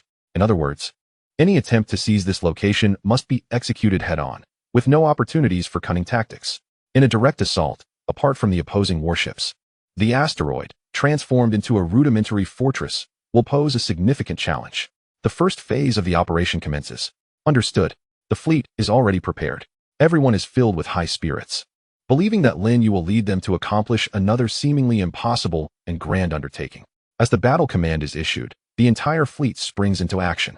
15 warships depart from their concealed location, suddenly appearing outside the Klein clan's outpost, approximately 1.2 million kilometers away. Ahead lies an unobstructed expanse. The entire fleet maintains a second combat speed, with magnetic railguns abandoning targeting on warships to focus their full firepower on the fortress itself. Meanwhile, the main cannon of the Zhulong-class ship systematically designates enemy warships, starting with the smaller vessels. Within the command bridge of the Zhulong, Lin Yu issues a series of commands. He perceives that, at a distance of over 1 million kilometers, using magnetic railguns against those warships would yield minimal chances of hitting the target. By the time the projectiles traverse the 10 to 20-minute journey, the enemy vessels will have long departed their original docking positions. Rather than waste efforts on those warships, it is far more prudent to strike precisely at the various external facilities constructed by the Klein clan on the asteroid's surface, thereby damaging the rudimentary spaceport. Even if the Klein clan wishes to rebuild, it would take them approximately 2 months. As for the Zhulong's main cannon, it cannot achieve instantaneous destruction against medium or even large fleets. Given this, focusing fire with precision on the smaller ships is the best course, ensuring the destruction of several vessels. Moments later, 4 brilliant azure beams strike a docking area on the asteroid's surface. At that moment, a Klein clan small ship is docked there. Its hull is instantly riddled with large holes, debris flying in all directions, and the warship itself is rendered utterly incapacitated. Losing all combat capability, the Klein clan, caught off guard, reacts swiftly. Their warships complete departure procedures in an extremely short time and subsequently maneuver towards the rear of the fortress. This allows them to conceal themselves behind the fortress and even use it as cover, occasionally emerging to fire a few shots before retreating back into hiding. Meanwhile, the human fleet can only charge forward in an exposed manner, fully vulnerable. It is abundantly clear who holds the greater advantage in this scenario. 22 warships set sail, comprising 1 large vessel, 3 medium-sized ships, and the remaining 18 classified as small crafts. Once they departed and concealed themselves behind the fortress, Lin Yu managed to eliminate only 5 of them. This meant that 17 warships remained in the adversary's fleet. Should he choose to engage them head-on, the outcome would undoubtedly be dire. As long as the commander of the Klein race did not make a grievous error, these 17 vessels, along with the rudimentary fortress, would suffice to repel any assault. However, in the next moment, a realization dawned upon him. The enemy seemed to be advancing leisurely, akin to a leisurely stroll. attacking the fortress at a remarkably slow pace. It was as though they were on an armed expedition. Chapter 64, First Encounter. Could Lin Yu, with merely 15 warships, bring down such a formidable outpost? The answer was affirmative. Yet, Lin Yu was not inclined to pursue that course of action. The rationale was simple. He needed to convey to the Klein race that he was present. Consequently, all nearby mobilizable warships would converge on his location, diverting their attention from other areas, such as the collection fleet that was actively searching for and extracting resources, along with towing asteroids. Indeed, his fleet was tasked with providing escort. However, it was never stipulated that escort duties necessitated remaining in close proximity for protection. Adopting such a strategy would likely result in detection and subsequent encirclement by the enemy once again. This was not Lin Yu's objective. He wished for the collection fleet to operate unimpeded for 7 days, fulfilling its designated mission. To achieve this, Lin Yu had to serve as bait, drawing in other nearby Klein warships to ensure they remained focused on him for the next week. Thus, the fortress could not be seized. Otherwise, there would be no one to provide real-time updates on their position. If the enemy was unaware of their exact location, the surrounding warships might arrive indiscriminately, potentially stumbling upon the collection fleet at work. Therefore, Lin Yu was in no rush. He had no intention of launching a direct assault. He simply remained outside the range of the enemy's weaponry, relentlessly attacking to dismantle the rudimentary fortress that the Klein race had spent over 2 months constructing. Although the rounds from the railgun merely scratched the surface of the fortress, creating pockmarks without penetrating its interior, this was sufficient. At the very least, many of the enemy's defensive weapons and the numerous outdoor docking bays capable of accommodating hundreds of warships could be entirely obliterated. Naturally, if he could conveniently take down a few enemy vessels, that would be even more advantageous. Much like what Lin Yu had just accomplished by concentrating fire from the main guns on the small crafts. The results were quite favorable. On the first day, the task force maintained a distance of 100,000 kilometers, persistently bombarding the side of the fortress facing them with railgun fire. As for the 17 warships of the Klein race, though the thought of rebellion had crossed their minds, they were acutely aware of their numerical disadvantage, compounded by the formidable range of the Zhu Long's main cannon. Any hint of exposure would result in a concentrated barrage from the Zhu Long. After several attempts, the only outcome was severe damage to a few of their ships, yielding no tangible benefits. On the following day, a small fleet of 7 ships, dispatched for patrol, hastily returned. In their rush, they neglected to carefully scout for enemy ambushes ahead, resulting in their detection by a squadron of mechas deployed by Lin Yu. The inevitable outcome was an ambush. Fortuitously, the location was in close proximity to their outpost, and over a dozen ships previously suppressed by the mixed fleet surged forth for support. Nevertheless, the patrol fleet still lost 3 vessels. Reluctant to engage in close-quarters combat, Lin Yu made the decision to retreat and conceal his forces. Once the enemy regrouped and returned to the outpost, the mixed fleet once more emerged, repeating the maneuvers of the first day. On the third day, yet another patrol team returned. This time, they had learned from previous encounters, maintaining a vigilant watch over the mixed fleet. Whenever Lin Yu contemplated withdrawal, they would launch an assault from behind the outpost. Conversely, if he dismissed the idea of retreat, they would swiftly retreat back, using the outpost as cover. Amused yet resigned, Lin Yu chose to disregard the returning patrol fleet, allowing them to join their comrades at the outpost. As a result, the Klein fleet's numbers swelled to 29 ships. However, 6 of those were damaged, though not entirely incapacitated. Their combat effectiveness was compromised. They still hesitated to launch a direct assault. Based on his intelligence assessments, Lin Yu surmised that this newly returned patrol was likely the last. Any further reinforcements would either have to be drawn from distant locations or summoned from the direction of Jupiter. Regardless of the source, it appeared unlikely that additional fleets would arrive in the coming days, even though the Klein had begun reallocating ships from other outposts since the first day. For the time being, Lin Yu only needed to maintain pressure, ensuring that the enemy would not dare to act within the next 4 days. Thus, the mission could be deemed a resounding success. Indeed, everything was proceeding smoothly, until the approach of the third day's end. A report came in. Unit 55 has detected enemy vessels, 36 in number, at a distance of 800,000 kilometers, seemingly attempting to infiltrate our rear.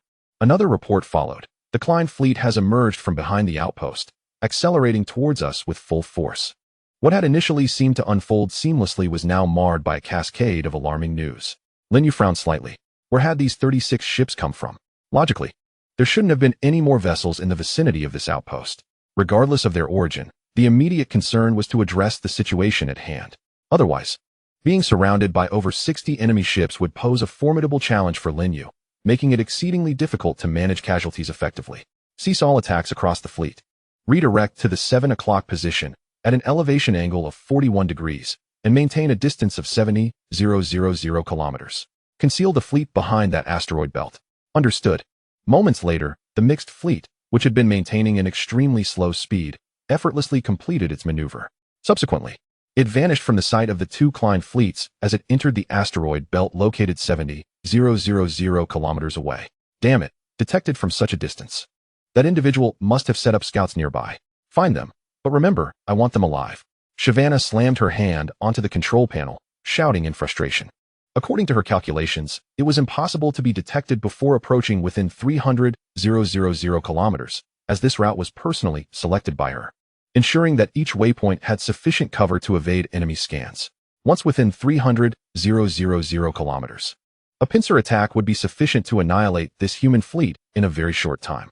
Yet, how could Shyvana's forces be discovered from a distance of 800,000 kilometers? With innumerable dense asteroids in between? It was unrealistic to rely on radar scans. The only plausible explanation was that scouts had been deployed by the humans. It is worth noting that Lin Yu's mecha units were not arbitrarily positioned. Each observation point was meticulously determined by Lin Yu, focusing on the routes deemed most likely to pose a threat. Thus, it was absurd that Shyvana's carefully selected optimal route had been compromised. Chapter 65. Extreme micromanipulation at the 7 o'clock position of the Poyang. With a depression angle of 35 degrees, there existed a small celestial body belt for concealment. Chow Lake. Proceed forward 70,000 kilometers from your current position, then turn to the 2 o'clock direction, circling around to the rear of the small celestial body belt to rendezvous with Poyang and await further orders. Lansong, in 15 seconds. Angle to your 11 o'clock direction at an elevation of 17 degrees, and launch a 3-wave magnetic railgun strike in a coverage pattern. Upon completion, immediately redirect to the 5 o'clock position for retreat. For 2 whole days, Lin Yu abandoned pretense and transformed into a maestro of micromanagement, directly commanding 15 warships. He disassembled the entire fleet into 15 independent combat units, issuing distinct orders to each vessel. This left the officers aboard the Zhulong in a state of astonishment. Captain, why are you encroaching on our advisory roles? Seconds later, all magnetic railgun arrays aboard the Lansong were adjusted, and then, with precision, a volley was unleashed towards an empty expanse in the distance. Following the initial wave, a second, then a third wave followed in quick succession. Upon completing the third volley, the ship pivoted and concealed itself behind a nearby asteroid. Almost at the instant the Lansong secured its hiding place, several Klein warships emerged from behind a cluster of celestial bodies in a previously unoccupied void. Unfortunately for them, a massive wave of magnetic railgun projectiles arrived just in time, striking the vessels squarely, and before they could react, the second and third waves followed swiftly. The sides of the 3 Klein battleships were riddled with dents and imperfections. In the span of 2 days, Lin Yu had executed similar maneuvers countless times. He fragmented his forces and employed extreme micromanagement techniques. This approach, once deemed a grave error in the fleet command curriculum, was now masterfully wielded by Lin Yu. Even Andre couldn't help but remark, questioning whether he had mistakenly enrolled in a subpar fleet command program. As for George, he was rendered speechless in astonishment. Reflecting on their past confrontations at the academy, he realized that Lin Yu had never truly taken the contest seriously, treating them as mere child's play. Yet, if it were merely a casual endeavor, why had Lin Yu opted for such a convoluted strategy during their final assessments? Indeed, why? George's contemplation was not unfounded.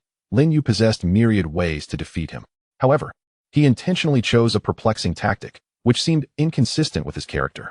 What George did not comprehend was that Lin Yu had acted with purpose, wishing for George to recognize his greatest weakness and, in turn, modify his excessively proud disposition. Following that encounter, while George remained a proud individual, he had undeniably transformed for the better. The pivotal moment was indeed the simulated assessment at graduation. Naturally, Lin Yu would never divulge such insights to George. In stark contrast to Lin Yu's scenario, the situation for Shyvana was entirely different. The ships deployed to lure the enemy suddenly came under attack, yet they failed to identify the assailants. A Klein officer reported to Shyvana, simultaneously harboring frustration regarding the perplexing nature of the human fleet. How could they operate with such ghostly precision, unable to discern their adversaries? It was a confounding battle. He had never encountered anything like it before. The enemy had anticipated their appearance at that specific time and location, orchestrated a three-pronged assault, and retreated before their arrival. Is it truly possible for someone to calculate to such an extent? Have you not witnessed it yourself? Shyvana countered, leaving the Klein officer momentarily stunned. Indeed, having faced this reality, questioning its significance seemed futile. But how could one possibly defeat such an opponent? No matter how he pondered, he could find no answer. Meanwhile, Shyvana was equally deep in thought. Lin Yu was undoubtedly the most formidable opponent he had ever encountered. Even the two senior commanders of his race, Omar and Aram, paled in comparison. How could a human commander, lacking any experience in interstellar warfare, emerge as such a potent fleet commander? It was utterly illogical. Let us shift our perspective. Over the past 2 days, what have been our losses? Shyvana let out a soft sigh before speaking. One small vessel had been utterly destroyed, while the remaining 15 were injured. However, most had only sustained minor damage that did not impede their combat capabilities, the officer replied. Indeed, Lin Yu's achievements over the past 2 days were rather modest. The reason for this, in essence, was quite simple. Following the division of forces, aside from the Zhu Long, the other warships lacked the capacity to inflict significant damage on the enemy. Due to its considerable size, many areas navigable by destroyers and frigates were inaccessible to the Zhu Long. Consequently, the majority of attacks were executed by the other ships. As for the Zhu Long, it had only participated in a single ambush over the 2 days, successfully annihilating a Klein small vessel during that instance. Thus, despite the 2-day pressure on Shyvana, her losses were, in fact, minimal. Indeed, while his tactics were quite vexing, they simultaneously severely diminished his offensive capability.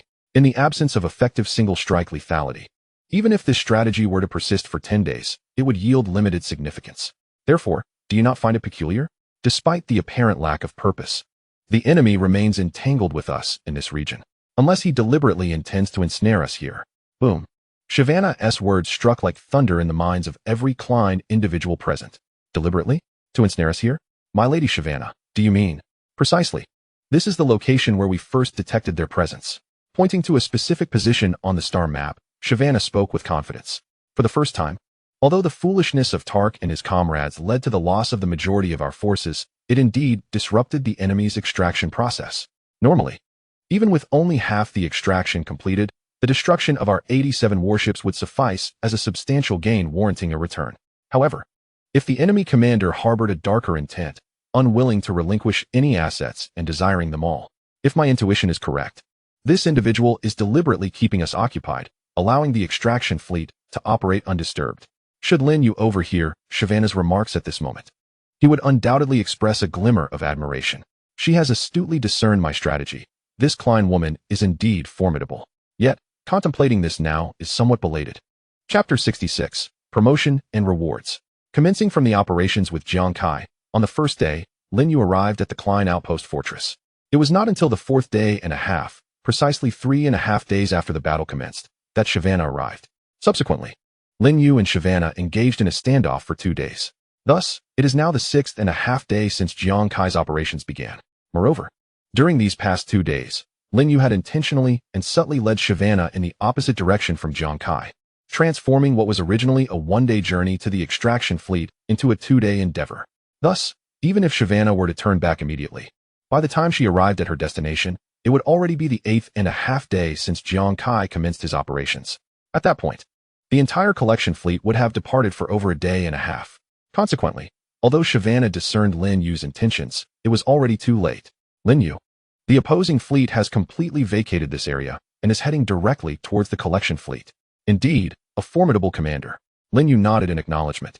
Frankly, despite the limitation of his micromanipulation skills rendering each combat unit incapable of defeating the enemy, it seemed improbable to have only destroyed a single small vessel over the course of 2 days.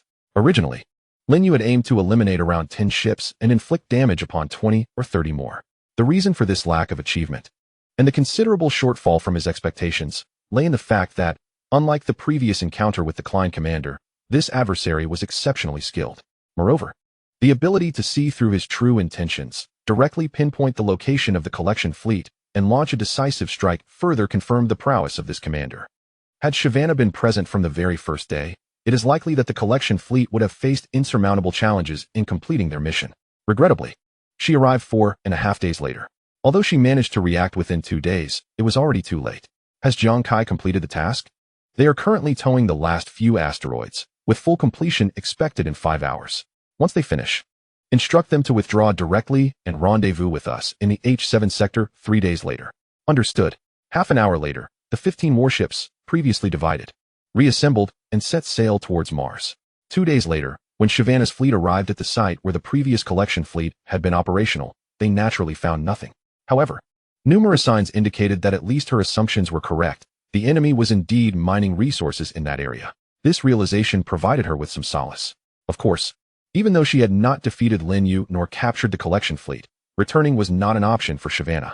To do so would equate to admitting defeat and relegating herself to a mere breeding machine, which was far from her desire. Therefore, she resolved to commence the hunt. As long as she captured a sufficient number of prizes, the outcome would be equally satisfactory. With determination, she led her fleet deeper into the asteroid belt, advancing toward the Federated Control Zone. 11 days later, Lin Yu returned to Mars with the collection fleet. In this operation, the Special Mixed Fleet first obliterated 87 Klein warships. Subsequently, they eliminated 5 vessels stationed at the outpost fortress, along with 3 returning patrol ships. Finally, they destroyed 1 warship from Shyvana's fleet. In total, the impressive tally reached an astounding 96 enemy ships, comprising 2 large vessels, 15 medium vessels, and 79 small ones. Remarkably, all this was accomplished while ensuring the collection fleet completed its designated mission with absolute success. The brilliance of this achievement left the entire Federal fleet unmatched.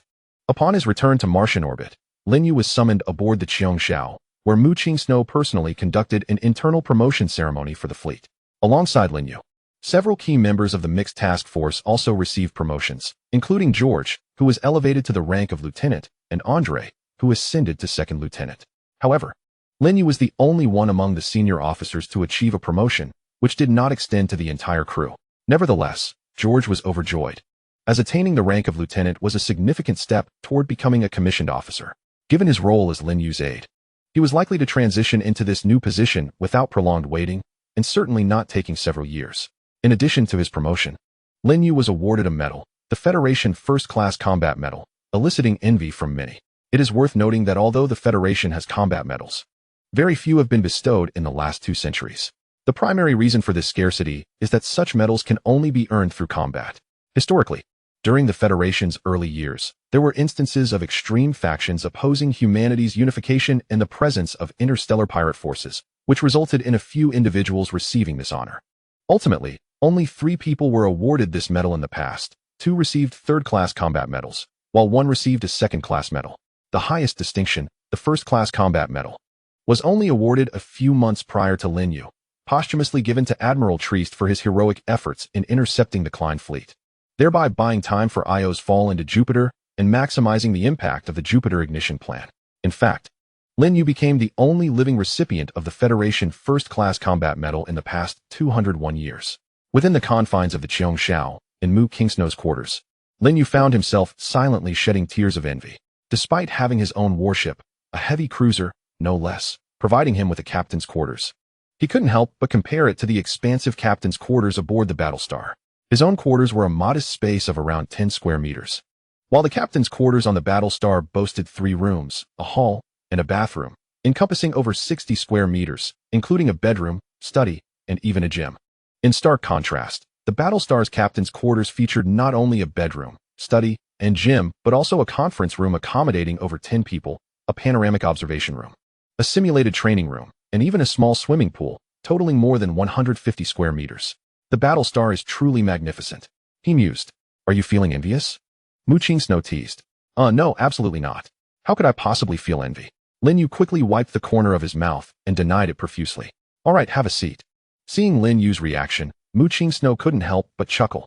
After settling onto the sofa, she gestured toward the other sofa across the coffee table. Lin Yu obediently took a seat, albeit somewhat apprehensively.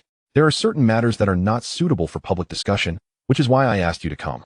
In truth, apart from the promotion in rank and the awarding of the Federation's First-Class Combat Medal, the fleet has bestowed upon you additional rewards.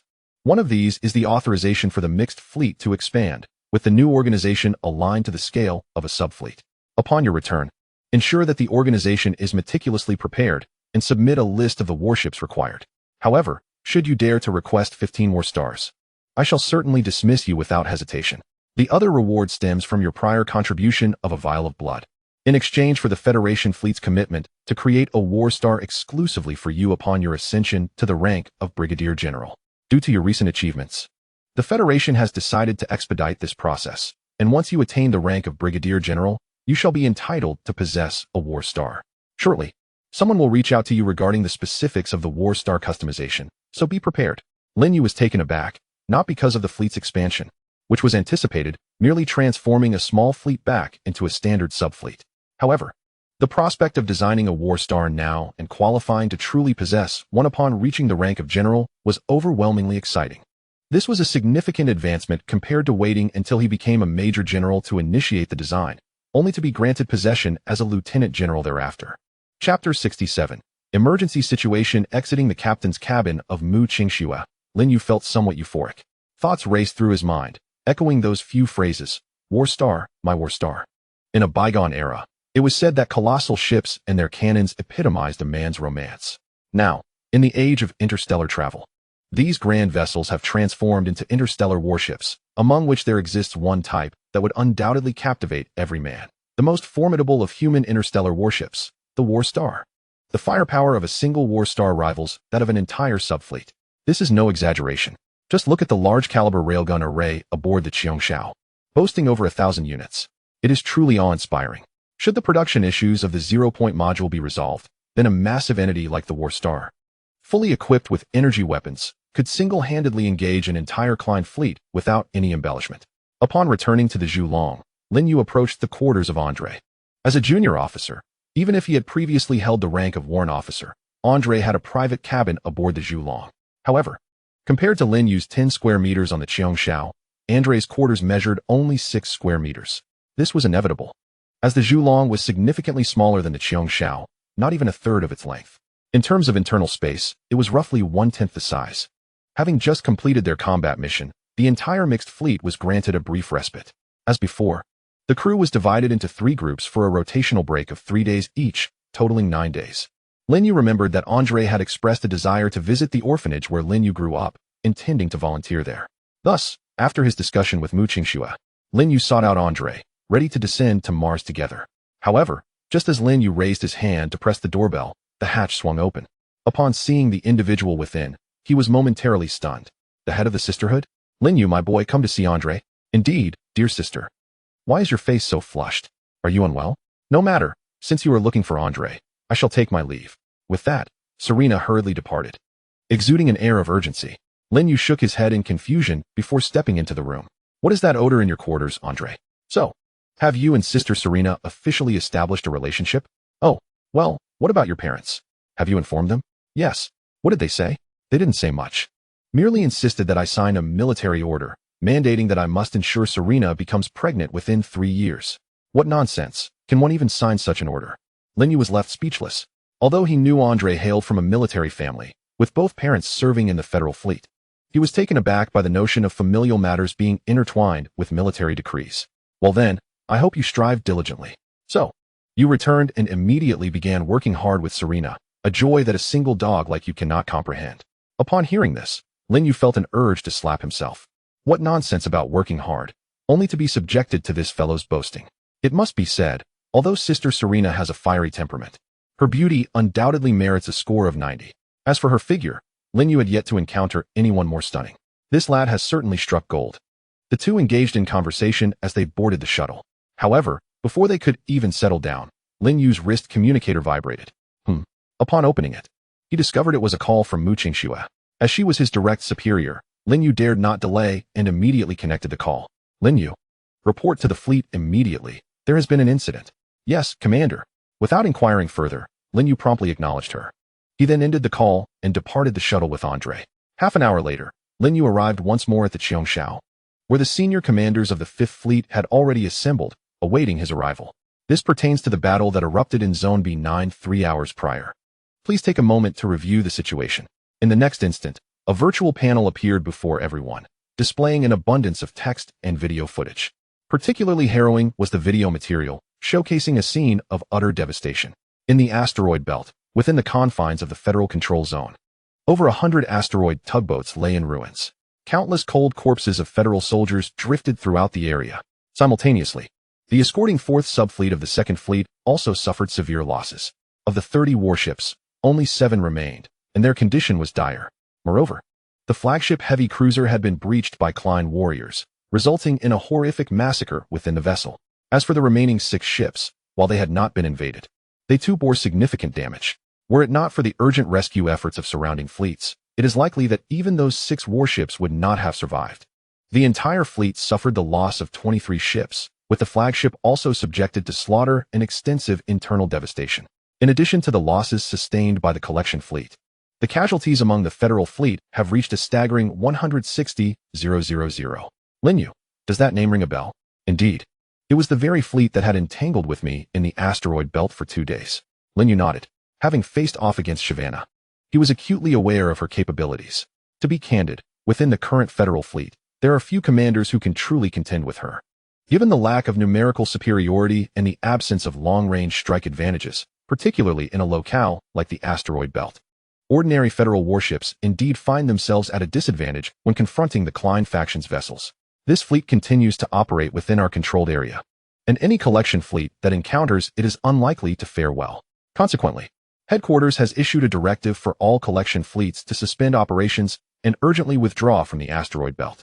Simultaneously, each fleet will allocate a portion of its forces to enter the asteroid belt and partake in the encirclement operation, with the 5th Fleet being assigned to you. You shall not wait for new warships. Upon your return, promptly submit the requisition for the 15 warships needed to supplement your forces, drawing them temporarily from other fleets to address this mission. There will be no time for fleet acclimatization. You must devise a solution on your own. Lastly, we embark tomorrow. Is there any issue? From Lin Yu's previous reports and the recent assault on the 2nd Fleet, Mu Qingxue is acutely aware that this is a formidable adversary, perhaps even on par with her own abilities. Under such circumstances, she perceives the other 3 subfleets as unreliable, placing her trust solely in Lin Yu. Therefore, she resolutely reallocates warships from the other 3 subfleets to ensure Lin Yu's forces are fully equipped. Previously, with 15 warships, he managed to withstand 2 days of confrontation without sustaining any losses, destroying 1 enemy vessel and severely damaging over 10. Now, with 30 warships at his command, Mu Qingxue is confident that he will undoubtedly succeed in defeating the foe. No issues at all. Well then, prepare yourself upon returning. Yes, Commander. Chapter 68. Outpost Base 3, My Lord Shavana. This time our achievements have been remarkable, with the loss of but a single small vessel. We have annihilated over 20 enemy capital ships and hundreds of resource collection vessels. I believe the clan leader will be immensely pleased upon learning this. Shavana's fleet is primarily composed of Tumalo's most trusted confidants, although the notion that a woman should not serve as a fleet commander is deeply entrenched among them. Tumalo had expressly instructed them to comply fully with Shavana's commands before their departure. Therefore, in comparison to the fleet, at least they are capable of following orders without fail. Observing her subordinates' excitement, Shavana herself struggles to share in their joy.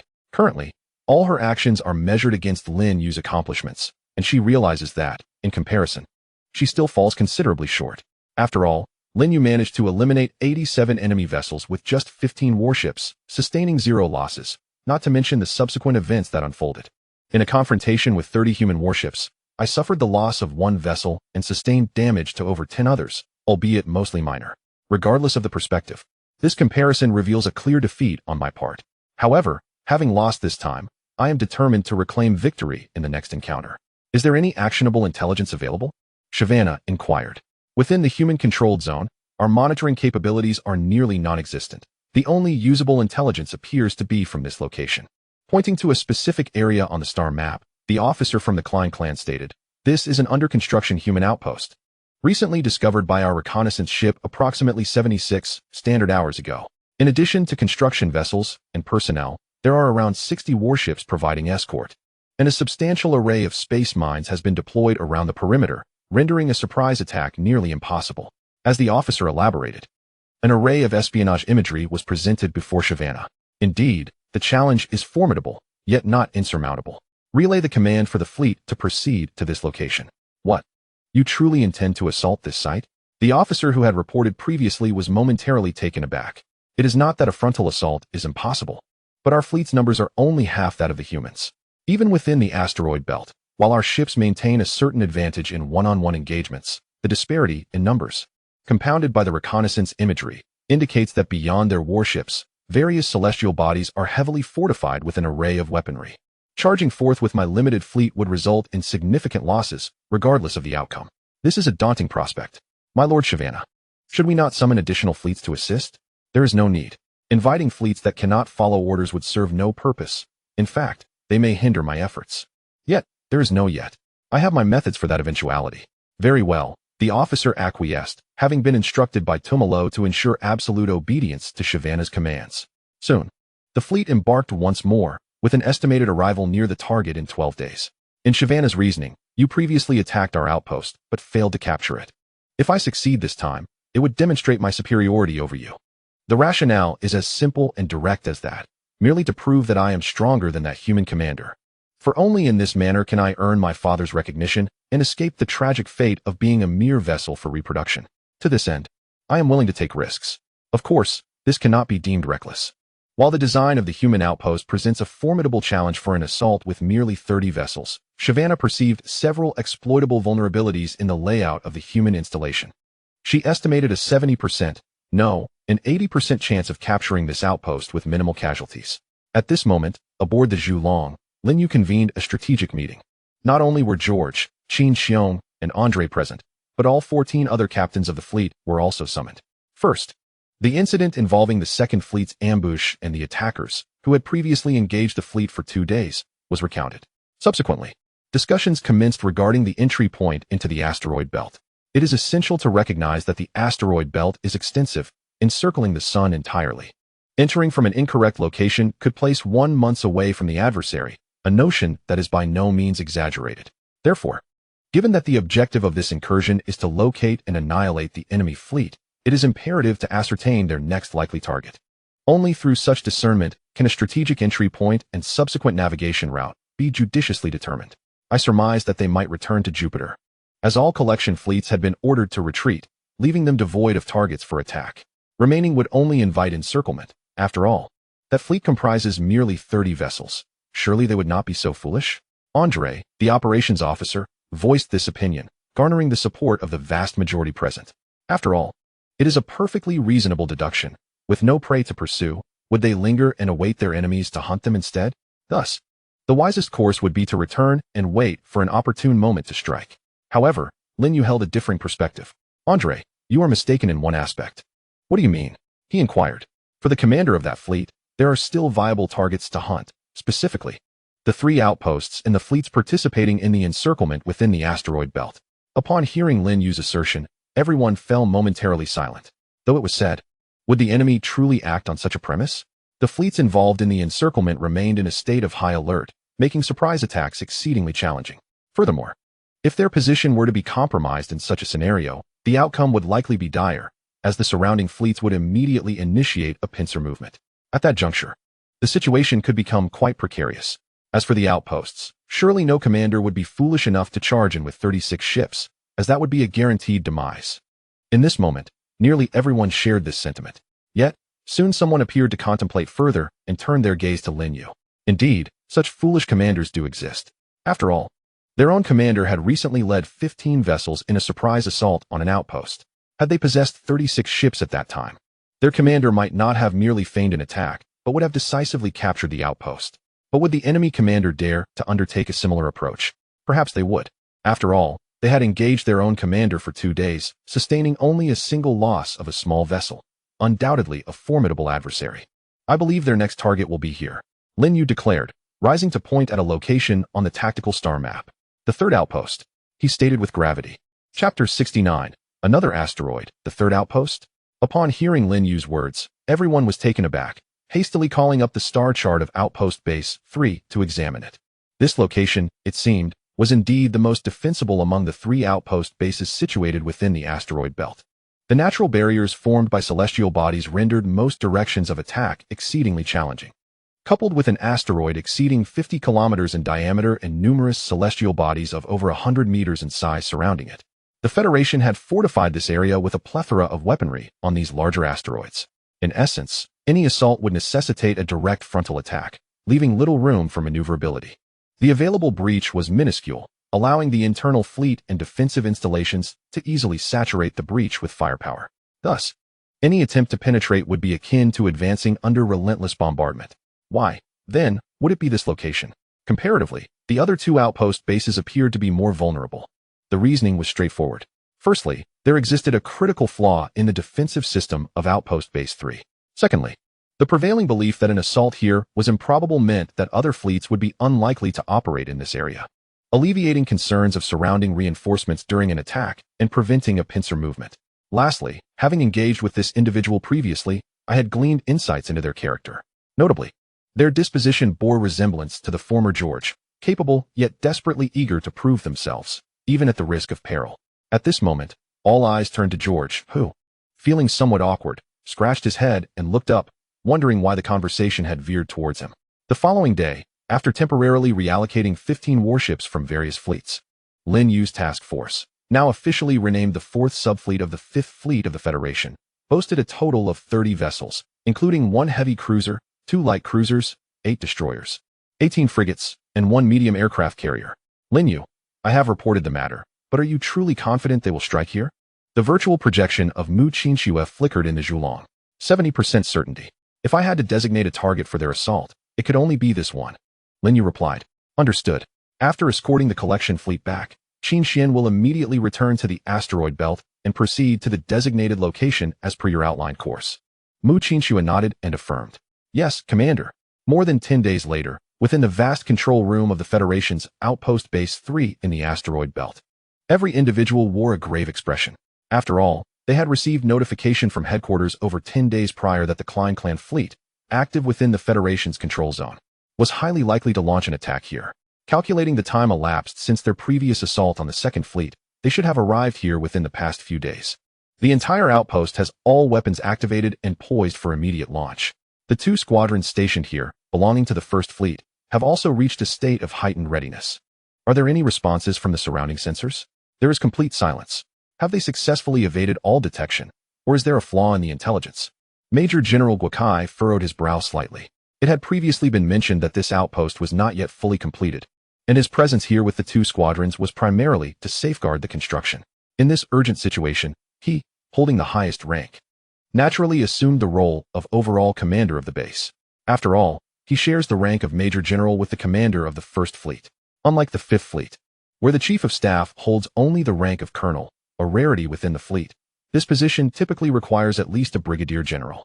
Nevertheless, Mu Qinxue had little regard for others, insisting solely on Serena, ultimately leading to a situation akin to that of Lin Yu. Although headquarters reached a compromise, it merely granted an acting Chief of Staff position, which would only become permanent upon Serena's promotion to General. While everyone espouses the notion of prioritizing capability, seniority remains an unavoidable hurdle, even in this era. Unless one is akin to Mu Qinxue or Lin Yu, one being the first human with a natural brain domain surpassing 25, and the other exceeding 30, true privileges can only be attained, mitigating the impacts of seniority. However, this applies to most, not all. For others, evading this reality proves to be quite challenging. Remain vigilant. These days are perilous. Exercise utmost caution. Yes, Major General. Simultaneously, approximately 1.2 million kilometers from the Federation's 3rd outpost, the fleet of Shavana has ceased its advance and is busily engaged in operations. If Major General Guokai were to witness the scene at this moment, he would undoubtedly be taken aback. The Klein race is emulating Lin Yu's previous maneuver, using their remaining 34 warships, including this large vessel, to tow a small asteroid measuring over 1,000 meters. Indeed, all of these warships, not specifically designed for asteroid towing, are involved. Attempting to replicate Lin Yu's feat with just a handful of ships would be insufficient. In reality, these 34 vessels can barely manage the endeavor. Furthermore, accelerating requires a greater distance and time than was necessary during Lin Yu's operation. This is precisely why they maintain their position 1.2 million kilometers away. This represents the critical vulnerability of the 3rd outpost, as articulated by Lin Yu. Surrounded by natural barriers, is this not advantageous? It is indeed advantageous. To launch an attack, one must penetrate through the frontal breach. Does this not present a favorable opportunity? It certainly does. One could assert that this is an excellent strategic location. However, it equally constrains your avenues of attack. Once a small asteroid, measuring hundreds or even thousands of meters, is hurled towards us, the situation becomes dire. In the case of other outposts, the personnel would merely evacuate urgently, and the fleet would disperse to a safe distance. However, here, the dense asteroid belt serves as a natural barrier, transforming into a prison that ensnares all warships.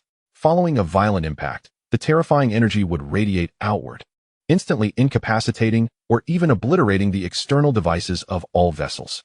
Furthermore, the countless fragments resulting from the collision of the two celestial bodies would scatter like a barrage, engulfing the entire expanse of space. Even if some warships managed to survive by a stroke of luck, the subsequent Klein fleet would undoubtedly accomplish what the asteroid failed to achieve. This is the answer provided by Shavana. You can annihilate over 80 of our warships with an asteroid, and I can similarly destroy 60 of yours, along with an outpost. What a human commander can achieve, I can achieve as well, proving myself no less capable than anyone else. Chapter 70. Ambush asteroid attacks represent a truly innovative and formidable tactic within the asteroid belt. However, its implementation is fraught with limitations. Firstly, the target must be a stationary one, effectively ruling out over 90% of battlefield scenarios. Secondly, there can be no opportunity for the enemy to react. In other words, one must remain undetected during the towing and dragging processes. If discovered prematurely, the entire plan could be rendered futile. Lastly, sufficient power is required to protect the vessels towing the asteroids. Otherwise, should they encounter enemies en route, they become mere targets, unable to maneuver and vulnerable to precise strikes. Thus, while this tactic holds great promise, its constraints are significant, and not everyone possesses the capability to execute it effectively. Meanwhile, the Klein fleet, preoccupied with their tasks, remains oblivious to the mechanical head peering from behind a small celestial fragment just over 10 meters away, broadcasting real-time updates of the situation to their rear. Linyu, you have once again guessed correctly. George is thoroughly impressed. How does this individual always seem to calculate his opponent's moves with such precision? Even the position of the adversary can be predicted with an astonishing margin of error of less than 3,000 kilometers. Truly remarkable. George had previously inquired about this matter with Linyu. Linyu's response was that since it was deduced that the enemy would likely employ asteroids for their assault, the third outpost, the only gap in the asteroid belt, and the trajectory of the enemy's towing asteroid could be connected in a straight line. By drawing a line between any two of these points, the third point must necessarily lie on that line. Ultimately, by calculating the distance the enemy must traverse to avoid the sensors around the third outpost, and the minimum distance required for towing and accelerating the asteroid, a general range can be established. The reasoning behind this is, in essence, quite straightforward and lies well within the cognitive grasp of the majority. Yet, how many individuals can genuinely reach this understanding? In any case, George had never contemplated it himself. Should we notify the third outpost? Perhaps it is prudent to do so, but instruct them to refrain from taking action for the time being. Otherwise, we risk alarming the enemy. It is imperative that they execute their task of drawing the enemy in with utmost diligence. Understood. I will contact Vice Admiral Guakai of the First Fleet immediately.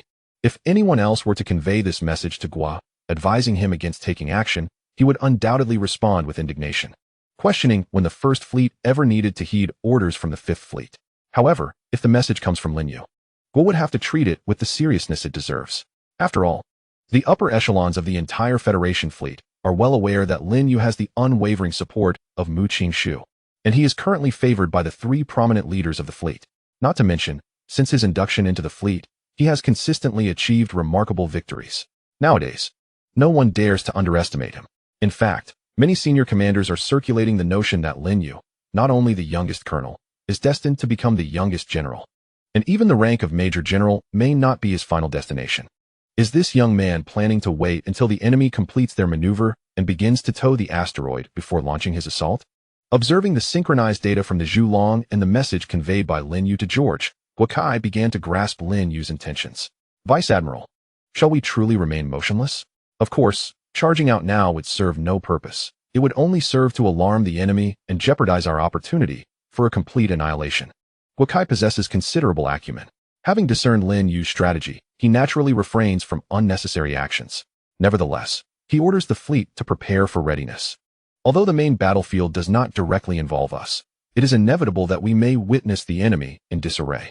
With Qin Xian, that girl, covering our rear, we should be relatively secure. However, the enemy may also choose to execute a frontal breach. Should such a scenario arise, I require the fleet to engage with the utmost speed and enter into combat. Guakai commanded loudly. Meanwhile, approximately 1 8 million kilometers from the third outpost, and merely 600,000 kilometers from Savannah, another fleet lay in wait. This fleet consists of around 25 ships, forming the first division of the 5th Fleet. Originally, it was a fully staffed fleet, but prior to Lin Yu's departure, Mu Qingshu had drawn 5 ships from each of the 3 divisions to temporarily reinforce the 4th Division, which, having expanded, is now officially recognized as the 4th Fleet. After all, Lin Yu is set to engage in the main theater of war. 15 ships are indeed a rather meager force. Without sufficient numbers, even if an opportunity presents itself, achieving maximum results would be quite challenging. Hence, the temporary reassignment of ships to Lin Yu stands as the most viable solution. I truly wonder how this young man's mind operates. In the vast expanse of the asteroid belt, he deduced the intentions and the location of the opposing fleet with an uncanny precision, akin to a parasitic worm nestled within the commander's belly. Alas, he had been preemptively outmaneuvered by the admiral. Otherwise, I would have been compelled to capture him. As she observed the synchronized imagery from the Zhulong and the operational directives relayed by Lin Yu, Qin Xian could not help but express her astonishment. Relay the command. The entire fleet must prepare. Once the main battlefield ignites, we shall set forth immediately. Yes, Major General. Time swiftly passed, and 2 hours elapsed. After a flurry of activity, the Klein fleet finally completed the tow operation. Hundreds of ropes crafted from nanomaterials had been affixed to various points of the asteroid, subsequently linked to 34 warships. In truth, the Klein warships were not originally equipped with such ropes. It could even be said that they lacked nanomaterials entirely, given the divergent technological paths of both factions. So, from whence did these towing ropes originate? The answer lay with the collection fleet they had previously attacked. Hundreds of collection vessels had been involved. This indicated that Savannah's objective from the outset was never the collection fleet itself. The initial assault was merely a means to acquire human nanomaterial towing ropes, thereby facilitating her subsequent military endeavors. Report: the Klein fleet has commenced towing the asteroid, anticipated to approach within 500,000 kilometers of Outpost 3 in 1 hour, accelerating the asteroid to speeds exceeding 100 meters per second. All fleets maintain silence. Once the enemy enters the designated ambush position, we will strike from the flanks. Understood. Chapter 71. Devastating Savannah in the void. 34 warships formed a circular formation before the asteroid, maintaining equal distances between them. Each warship was tethered to the asteroid by 3 nanoropes, engines fully engaged, striving for maximum acceleration. However, due to the immense size of the asteroid, even the combined effort of the 34 warships resulted in a sluggish increase in speed. To reach the desired velocity would require at least another hour. Nevertheless, Savannah remained unperturbed. Even with an hour's delay, they would still remain well outside the absolute surveillance range of the human outpost. And after that, even if humans became aware, they would be too late to mount an effective response. This time, victory is mine. Within the bridge, Savannah clenched her right fist tightly. Were it not for the exterior growth of Klein bones obscuring her visage, one could undoubtedly discern the excitement radiating from her countenance. Yet, before she could relish her exhilaration for long, a mere 10 minutes into their operations, an urgent report came through. Lady Savannah, human fleet detected at a distance of 0.017 light seconds, numbering 30 vessels. It is the same fleet that defeated Lord Tucker. The bridge fell silent in an instant. A collective thought resonated within each crew member's mind. Oh no, not that fleet again. 0.017 light seconds translates to approximately 50,000 kilometers. Just within the range of the destroyer's ion cannons, the 2 light cruisers with their large-caliber ion guns boasted an impressive reach of 80,000 kilometers. In the following moment, over 200 beams of ion energy surged through the void, with the vast majority striking their targets directly. Coupled with the relative vulnerability of the warship's flanks and the unpreparedness of the Shervin fleet, this single barrage obliterated 5 small vessels and severely damaged many others. Quickly, sever all towing cables, and swiftly maneuver to the opposite side of the asteroid to evade the enemy's energy weaponry. Savannah shouted, snapping her crew back to focus. Her command was met with immediate response as the crew sprang into action. Mere seconds later, the nanotether lines were severed, restoring mobility to all warships. However, it would take more than a moment to traverse to the other side of the asteroid. This process required time. Although the destroyers and light cruisers of the 4th Fleet had lengthy charging times for their ion cannons, the Zhulong had a much shorter interval. In just 7 seconds, 168 secondary cannons unleashed an equal number of ion beams once more. This volley resulted in the complete destruction of 3 additional small vessels, reducing the Shervan fleet to a mere 26 ships, with over 10 sustaining damage. The situation was dire. After a brief calculation, Shyvana realized that to reach the asteroid belt's other side, they would need to endure at least 8 more rounds of bombardment. No, we cannot withstand such an assault. We risk losing the entire fleet before we can escape. She ordered, transmit a command to deploy all assault craft immediately. Deploy them? Came the response. Indeed. There is no time to organize the soldiers to board the assault vessels. We shall launch them directly to serve as a shield against the human onslaught. Buying us precious time. Understood, Lady Shyvana. The Shirvan fleet contained numerous assault crafts aboard both medium and large vessels. These crafts were not particularly large, with medium ships typically carrying around 100, while large vessels could accommodate at least 300. However, the distance between the two fleets was rapidly closing, now less than 0.15 light seconds. Logically, deploying the thousands of assault crafts aboard the fleet would certainly turn the tide in their favor. Yet, as Shyvana pointed out, gathering soldiers, ensuring their boarding, transporting the assault crafts to the launch base, and finally launching them would take an excessive amount of time. By the time the assault crafts were ready for deployment, her entire fleet could very well be decimated. Therefore, she resolved to forego gathering soldiers and commanded that all assault crafts be launched immediately from the rear of the fleet to shield them from the human attack. This was the best strategy she could conceive at that moment. In the next instant, a hatch on the belly of the Klein fleet's flagship slowly opened, and a multitude of assault crafts were ejected in rapid succession, akin to dumplings being dropped into boiling water. Of course, the angles of launch had been meticulously calculated to ensure that these thousands of assault crafts remained in their designated positions. On the bridge of the Zhulong, the flagship of the 4th Fleet, the atmosphere was tense. Report: Klein is continuously deploying assault vessels. However, it is peculiar that no life signals have been detected aboard, nor have they accelerated, seemingly cast away without purpose. Pay no heed. These vessels are merely employed by the Klein to obstruct our offensive. Relay to the entire fleet. Angle 40 degrees, 3rd battle speed. Evade these assault vessels and seek alternative attack routes. Understood. Linyu cannot afford to squander time on these assault vessels. After all, it has long been established that they are quite resilient. Relying on firepower to clear a path would require a multitude of simultaneous strikes before a clear line of fire could be established. Instead, it is more prudent to alter the angle of attack and circumvent this barrier formed by the assault vessels. Although this approach may consume considerable time, it should allow for a few last volleys before the enemy completely hides behind the asteroid. Everything transpired precisely as Linyu envisioned. Though adjusting positions to bypass the assault vessels and acquire a new angle of attack wasted considerable time, he ultimately managed to launch 3 final assaults before the enemy fleet could retreat behind the asteroid, inflicting substantial casualties upon Shyvana. A total of 16 small vessels were utterly annihilated, and 1 medium vessel was rendered incapacitated, devoid of power and armament. Linyu refrained from delivering a finishing blow. After all, this warship could not escape, and it would be prudent to capture it for later retrieval. A relatively intact Klein medium vessel holds significant research value for the Federation. Moreover, the personnel aboard such a vessel typically possess a higher rank and more knowledge. Once captured, they could provide valuable intelligence. That, of course, is a matter for another time. Presently, Linyu's primary objective is to eliminate the remaining enemy warships, specifically the 17 severely damaged vessels. For the ensuing battle, Linyu will take the lead himself. While he could engage, close combat would inevitably incur considerable losses, rendering such an action unnecessary. Where's the 1st Division? After a brief moment of contemplation, he inquired. Chapter 72, Armored Infantry. In the captain's chair, Qin Xian's right index finger tapped rhythmically against the armrest. How much longer? 28 minutes, Major General. Can we not expedite the process? If we arrive late, we may miss even a drop of soup. Unfortunately, given the complex environment of the asteroid belt, hastening the journey could easily lead to unforeseen accidents. Very well. Qin Xian sighed in exasperation. After all, one cannot recklessly increase speed at the risk of encountering mishaps, which could delay the entire fleet or even render them incapable of arriving at all. That would indeed pose a significant problem. Moreover, Linyu has stated there is no need for haste. The enemy is currently suppressed and dares not show themselves. Thus, 28 minutes it shall be.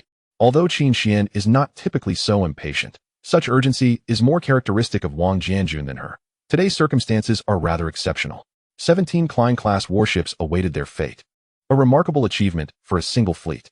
Who truly believes that anyone could replicate Lin Yu's extraordinary feat of effortlessly acquiring nearly 100 warships after a mere excursion? Such naivety. Thus, with this monumental military accolade laid bare before them, Even Qin Xian began to adopt the demeanor of Wang Jianjun. After catching her breath on the opposite side of the asteroid, a wave of frustration washed over her. How could this happen? Why has my plan been unveiled? Who is that individual? Shyvana slammed his fist onto a control panel, his emotions spiraling out of control. Nearby, several Klein officers hastily attempted to calm him. Lord Shyvana, please maintain your composure. The situation is exceedingly perilous. We must devise a strategy swiftly. Strategy? He scoffed. Do you truly believe that individual, having anticipated our every move, lacks contingency plans? What do you imply? It is likely that another fleet is approaching us from behind, poised to strike at any moment. A chill ran through the officers at his words. If a fleet were to emerge from behind now, the ramifications would be dire. It is crucial to note that there is no other asteroid to shield them from an attack. Worse still, their own fleet was reduced to a mere 17 battered warships, having lost all previous assault vessels. Even if they attempted to engage the other fleet while shielded by the asteroid, that fleet could easily maneuver around their flank, leading to a crossfire situation between the two human fleets, a veritable deadlock. Could this be mere paranoia? After all, there were still those clinging to the hope that no additional fleet, as Shyvana suggested, lurked behind them. However, the grim report shattered their last vestiges of optimism.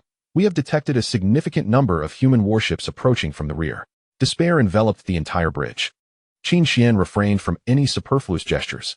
Upon reaching their attack position, they swiftly arranged their formation and unleashed their full firepower. Railgun projectiles rained down like a deluge, interspersed with brilliant azure ion beams. Though Shyvana retaliated, his forces were at a numerical disadvantage and could not afford to maneuver too aggressively, lest they expose themselves to Lin Yu's fleet from behind. The complete abandonment of their assault vessels rendered their formidable Klein warriors impotent, creating an atmosphere of profound frustration. 5 minutes into the battle, a development that plunged everyone into utter despair unfolded. Lin Yu's Fourth Fleet divided into two segments, arcing around from opposing directions. The ensuing triad assault unleashed a meticulously coordinated crossfire, utterly dismantling the formation of the Klein fleet. The outcome was inevitable. No one could alter the course of fate now. 10 minutes later, aside from the large warship where Shyvana resided, all other vessels lay annihilated under the relentless barrage of crossfire. Even this sizable warship was in a state of utter disarray. The weaponry has been almost entirely obliterated. Perhaps a few power sources remain, but certainly not in abundance. The hull of the ship bears the scars of over a dozen gaping holes. Aside from the bridge and a few select areas, the life support systems are offline, and oxygen is leaking extensively. It is in a state of near ruin. Colonel, an urgent command from the fleet headquarters. Just as Lin Yu raised his hand to order the entire fleet to concentrate fire and send their adversary on their final journey, the communications officer in the bridge suddenly reported loudly, forcefully halting Lin Yu's descending hand. What command? The fleet headquarters has instructed us to cease fire. Meanwhile, Vice Admiral Guokai of the First Fleet is en route and is expected to arrive in half an hour. They are bringing 2 fully armed elite orbital airborne regiments to manage the aftermath of the 2 Klein-class warships. All units are to halt their assault, but maintain alert status at level 1. Understood, Colonel. It seems that the headquarters believes the Klein personnel aboard the larger vessels hold a higher rank, possibly even a senior commander among them. After all, their tactical capabilities are indeed commendable. Hence, they hastily relayed the command for Lin Yu to show restraint. Upon reflection, it is reasonable to consider that, aside from the personnel, the value of a large warship far exceeds that of a medium-sized one. If capturing them could be accomplished with relative ease, the headquarters would certainly weigh such a consideration. Lin Yu does not oppose this directive. In fact, he had entertained a similar notion regarding the previous medium-sized ship. As for the First Fleet taking over, there is no issue with that. Everyone is acutely aware that the physical prowess of the Klein race is formidable, enhanced by their exceptionally hard skeletal structure, which affords them remarkable defensive capabilities. Lin Yu's fleet currently lacks orbital airborne forces, while there are 2 regiments stationed at Outpost 3, whether it concerns the previous medium vessel or this larger one. Deploying personnel for capture would indeed be more suitable with the elite orbital airborne forces of the First Fleet. It is worth noting that the orbital airborne units are also referred to as heavy infantry. Half an hour later, Vice Admiral Guokai arrived at the battlefield with a detachment. After exchanging brief pleasantries with Lin Yu, he immediately began to organize efforts. For the battle was not yet concluded. His purpose in coming was to oversee the final cleanup operations. Soon, numerous assault ships launched from the aircraft carrier of the First Fleet, each capable of deploying a company of orbital airborne troops. The 2 severely disabled Klein warships could only watch helplessly as the assault fleet approached, unable to intervene. Finally, After several minutes, a substantial number of orbital airborne soldiers were dispatched to the heavily damaged warships. Chapter 73. The Captured Princess. What are the casualties? Wakai inquired within the bridge of the battleship. The 67th Heavy Orbital Airborne Regiment, responsible for the large ship, suffered 37 fatalities and 129 injuries, while the 132nd Heavy Orbital Airborne Regiment, tasked with the medium vessel, recorded 89 deaths and 345 injuries. Even the Heavy Regiment faced such significant losses? Wakai let out a soft sigh. These were two heavily damaged warships, with the majority of Klein tribe members deceased and the remaining largely injured. Particularly on that large vessel, apart from the bridge, there were no living souls left due to the life support systems being offline. Yet there were still reported casualties of 166 individuals. If a standard lightly equipped force were to launch an assault, they might suffer losses of 500 or more. It must be acknowledged that, despite the inferiority of the Klein tribe's individual weaponry, their combat prowess far exceeds that of the Federation's soldiers. A single Klein warrior can rival 3 to 4 fully armed human heavy infantry airborne soldiers. This is precisely why the Klein tribe's raid ship tactics have been classified by the Federation as one of the gravest threats. After all, the number of Klein warriors that a single raid ship can carry is sufficient to incite significant chaos aboard a warship. Moreover, these vessels are quite resilient, and typically deploy in hundreds, if not thousands. Capturing a few? Not many. The vast majority fight to the death, and capture is usually only possible after inflicting injuries. However, this time there was indeed an unexpected gain. What unexpected gain? Within that large ship, they captured a female member of the Klein tribe, marking our first encounter with a female of their kind. Female? Wakai's eyes widened. It is important to note that in prior battles, even amidst the wreckage of Klein warships, only the bodies of male tribesmen had been found. Intelligence reports had previously revealed through the interrogation of early captives that in their civilization, women hold no status and are essentially treated as mere surplus machinery. Thus, it was inconceivable that there would be women within their military ranks. Yet today, one was captured, and it was within the bridge of their flagship vessel. Could this female Klein have a special status? What is the condition of this female Klein? Compared to the male warriors, she is considerably more delicate, possessing strength akin to that of an average adult human, making her easy to capture with only minor injuries sustained. Excellent. Once she is brought back, confine her separately, and subsequently hand over all captives to Colonel Lin Yu for him to return with the injured. Understood, General.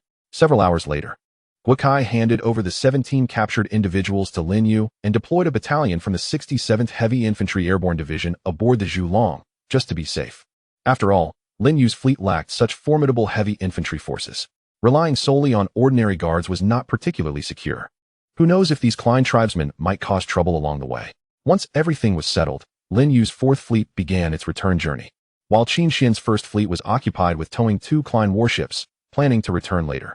On the 3rd day of the journey, Lin Yu took a moment to check on the captured female Klein. To be honest, he was somewhat curious.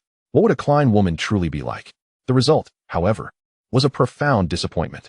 Just like the males, her entire body was enveloped in an exoskeleton, including her head. Thus, the Klein race essentially exhibits little distinction in appearance between genders. However, it is evident from her physique that she is indeed a woman, and her figure rivals that of Sister Serena. Meanwhile, Shyvana gazed through the bars at Lin Yu and began to utter a series of incomprehensible sounds, which Lin Yu could not decipher. Yet, this was not a concern. Ever since the 4th Fleet brought back some Klein captives a year ago, the Federation had been diligently studying them. Naturally, facilitating smooth communication was the foremost priority in their research. Given the current capabilities of the Federation, delving deeply into an entirely new language and developing intelligent translation devices was hardly an insurmountable task. In the interim, Lin Yu produced a metallic patch and a device resembling a headset. He promptly placed the metallic patch against his throat, while the headset-like device was secured behind his ear. "You may speak now," Lin Yu articulated in Mandarin. Yet the words that emerged from his lips were the same Klein language that Shyvana had just spoken. This was indeed the purpose of the device. "I wish to meet the commander of this fleet, the very one who vanquished me." Vanquished you? So, you are the commander of the Klein fleet? Lin Yu was taken aback. Wasn't he previously stated that Klein women were not permitted in the military? Yet here she was, not only present, but also serving as the fleet commander. Was this a case of erroneous intelligence? Or indeed, I am Shyvana, the eldest daughter of the Klein chief, and the supreme commander of that fleet.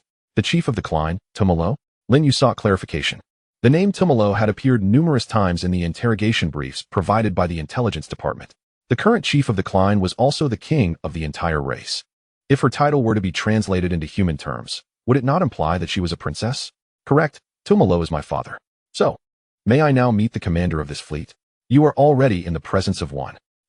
Shyvana paused momentarily before quickly regaining her composure. It is you? How so?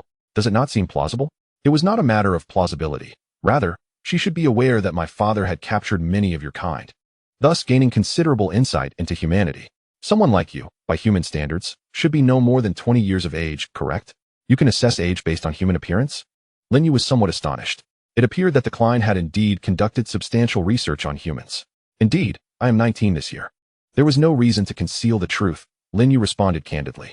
Although he had been informed that even in a small fleet, the majority of commanders would typically be over 30, with many exceeding 40. Possessing such commanding prowess at 19 seemed entirely reasonable. Could you enlighten me on how you discerned my intentions and deduced my whereabouts? This is the question that has lingered in Shyvana's mind, even as she finds herself imprisoned. Facing the grim prospect of execution on the morrow, she yearns to uncover this truth before her life reaches its inevitable conclusion. Chapter 74. The internal discord. Linyu revealed the answer that Shyvana sought and subsequently departed. 10 days later, upon the fleet's arrival in Martian orbit, she, along with other captives of the Klein race, was handed over to the intelligence department awaiting their arrival. This transfer was executed with utmost caution, as the physical prowess of the Klein people is not to be underestimated, even under the constraints of various restraints. Thus, they requisitioned an entire armored infantry regiment for escort. The scene during the handover was rather swift, marked by mutual standoffs and sporadic skirmishes. Time passed once again, and 3 months elapsed since Linyu had penetrated the Klein-controlled territory, annihilating over 90 of their warships, and subsequently obliterating Shyvana's fleet outside the Federation's third outpost. In the intervening period, the Klein race had grown remarkably quiet, with not a single incident of attacking resource fleets within the Federation's territory occurring. It is worth noting that such occurrences had been commonplace just 3 months prior. The impact of those two battles evidently struck a significant blow to the Klein, deterring them from recklessly deploying their fleets. Currently, they possessed fewer than 1,000 warships, despite having begun to harvest sizable celestial bodies from the asteroid belt to expedite the construction of rudimentary vessels. However, this process demands time. One cannot simply drag a celestial body back today and expect a warship to be ready by tomorrow. Consequently, until their fleet receives substantial reinforcements, Tumalo must exercise greater caution to avert further considerable losses. On the Federation's side, recent challenges have also emerged. Following the battle at the Jupiter defense line, the Federation no longer concealed the war against the Klein, openly communicating the situation to the entire Federation. On one hand, the Federation fleet achieved tremendous victories in the Jupiter conflict. On the other, a large-scale mobilization was necessary, involving both personnel and civilian spacecraft. The time for secrecy had passed, and there was no longer a need for concealment. Given the overall favorable circumstances, there was little cause for concern regarding widespread internal chaos among humanity. Yet, a segment of the human populace, whether naive or simply malicious, believed that the Klein had approached the solar system with amicable intentions, and that humanity had perpetrated a massacre upon them at Jupiter. They called for reflection among humans and extended open arms to welcome the Klein. Some even proposed to cede Mars to the Klein for habitation, envisioning a future where both races would stride hand in hand toward a brighter tomorrow. Such peculiar sentiments have played out frequently on Earth, leaving President Friedrich quite exasperated. Attempts to address the matter with a firm hand were met with considerable opposition from his advisors.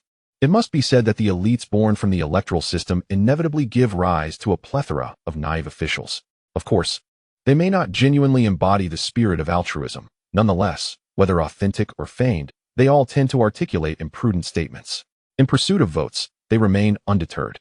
This is precisely why, during the formation of the Federation, Huaxiao insisted on establishing the Federation independently from the federal government, while also requiring that the 3 major powers maintain their own fleets. This served as a counterbalance to the federal government. If it falters, the federal fleet possesses the capability to overturn the table at any moment. Thus, the Federation evolved into an exceedingly peculiar system. Humanity united to form the Federation, while the former 3 major powers formed a separate enclave, exerting control over the federal fleet. Simultaneously, the presidential office of the Federation wields little authority over the fleet. All matters necessitate deliberation. While this arrangement may appear fundamentally unstable, given that the military operates entirely independent of the federal government, the Federation has, paradoxically, remained remarkably stable for over 2 centuries. If one were to inquire why, one might say, in the words of the Warships people, that as long as the civil officials, representing the elite system, remain untainted by military power, this becomes the cornerstone of stability for the entire human system. Nonetheless, the presidential office has remained inactive for several months, allowing the situation to escalate, which has left the federal fleet exceedingly dissatisfied, nearing the brink of their patience. Here I am, fighting valiantly against extraterrestrial foes, while a group of naive officials at the rear hampers progress. How can this be tolerated? Friedrich, can the presidential office address this matter? If not, then step aside, and we, the federal fleet, shall take over. Within the room, the expressions of the 3 giants were far from pleasant. Through holographic projection, Friedrich, appearing before them, had endured over 10 minutes of scolding from the trio. It is not that I am unwilling to address the issue, but the resistance is insurmountable, making progress exceedingly difficult. Friedrich lamented. For months, he had sought to resolve this matter. However, the federal government was not a one-man show. Faced with opposition from his aides and the majority of members in the federal parliament, he found himself at an impasse. In truth, most members did not genuinely support the imprudent pronouncements of those naive officials, nor were they inclined to protect them. Rather, as members of the opposition, they felt compelled to resist any initiative put forth by the ruling party. The correctness of the matter was irrelevant. What mattered was that anything the ruling party sought to accomplish must be opposed by the opposition. Moreover, the most critical issue was that Friedrich's allies, those who had formed the coalition government with him, had likewise turned against him. This resulted in a situation where the majority of parliament members opposed the initiative. After all, once humanity was unified, the sheer number of political parties rendered it impossible for any single party to secure more than 50% of the votes independently. Thus, coalition governments became an inevitable choice. In such circumstances, if any ally defected, it would immediately place the ruling party in a position of weakness within the parliament. The greatest flaw of electoral politics is now laid bare. Were it not for the federal fleet's independence from the federal government, humanity would indeed be in grave peril. Friedrich, you are the president of the Federation, not a mere ornamental figure. At this moment, with each second of hesitation, humanity draws closer to its demise. As I have stated before, should you require assistance, the federal fleet stands ready to provide comprehensive support. However, if you lack the resolve to take decisive action, then allow us to step in. Mu Xingchen expressed these sentiments with considerable weight. In the face of the Klein species invasion, manpower mobilization, production adjustments, and resource requisition all necessitate absolute cooperation from the rear. Otherwise, relying solely on the federal fleet will render the previously established plans unattainable. Therefore, while the issues remain manageable, swift and decisive action is the optimal choice. Procrastination may exacerbate the situation, making resolution increasingly difficult.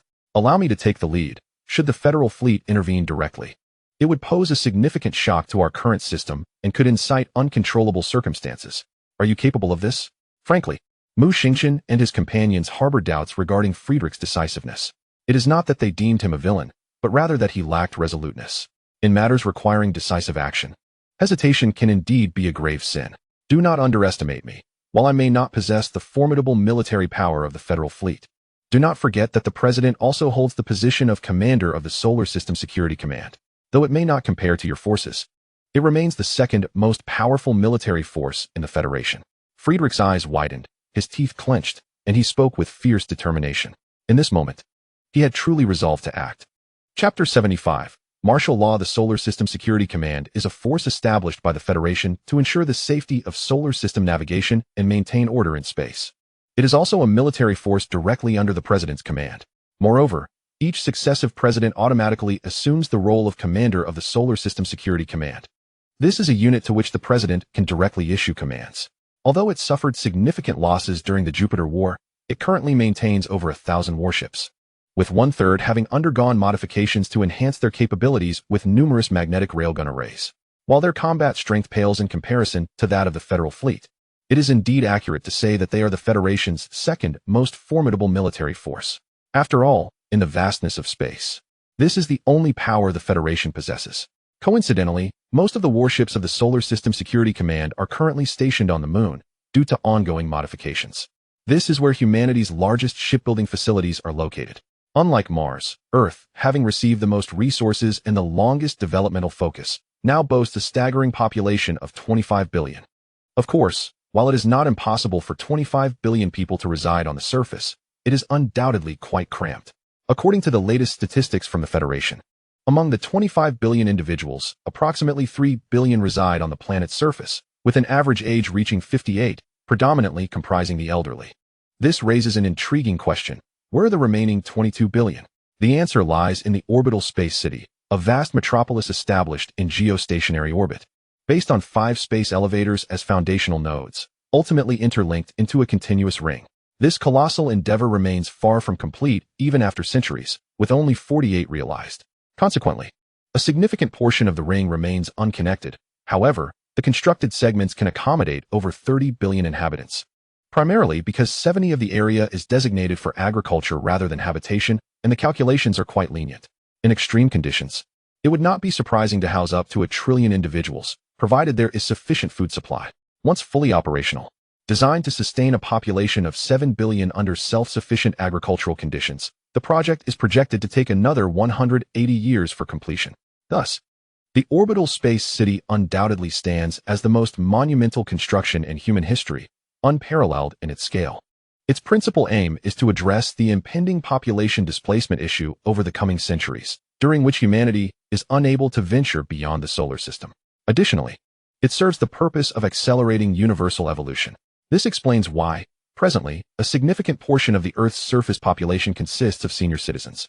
As for the presidential office and the Parliament of the Federation, they are situated near the first node of the orbital space city, in a complex that, while connected to the first node, is not part of the ring but rather extends independently from the side. At this moment, both the presidential office and the Federation Parliament are in disarray. Just minutes earlier, the current president, Friedrich, delivered a public address announcing a crucial decision. In light of significant threats to civilizational security, a month-long martial law will be imposed on the Earth, accompanied by the forced dissolution of the Federation Parliament and Cabinet in accordance with Article 7 of the Federation Statute. Following the month of martial law, a restructuring will take place. As he spoke, Friedrich's demeanor was fierce, providing no explanation for the martial law before concluding his address. Almost simultaneously, nearly 1,000 warships under the Solar System Security Command set out from the Moon, fully armed, arriving at the 5 critical nodes, namely the 5 space elevators.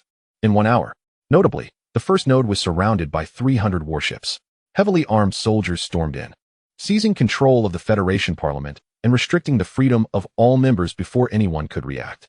Likewise, the presidential office was also breached by numerous soldiers, who swiftly escorted hundreds from within to other locations. The fleets at the remaining 4 sites were equally active. On one hand, troops were dispatched, and numerous individuals identified as traitors were apprehended. On the other hand, all media institutions within the Earth sphere were forcibly controlled. Although the initial 3 days of the operation indeed incited considerable chaos, by the 4th day, as the majority of the targeted individuals had been captured, soldiers gradually withdrew from the orbital space city.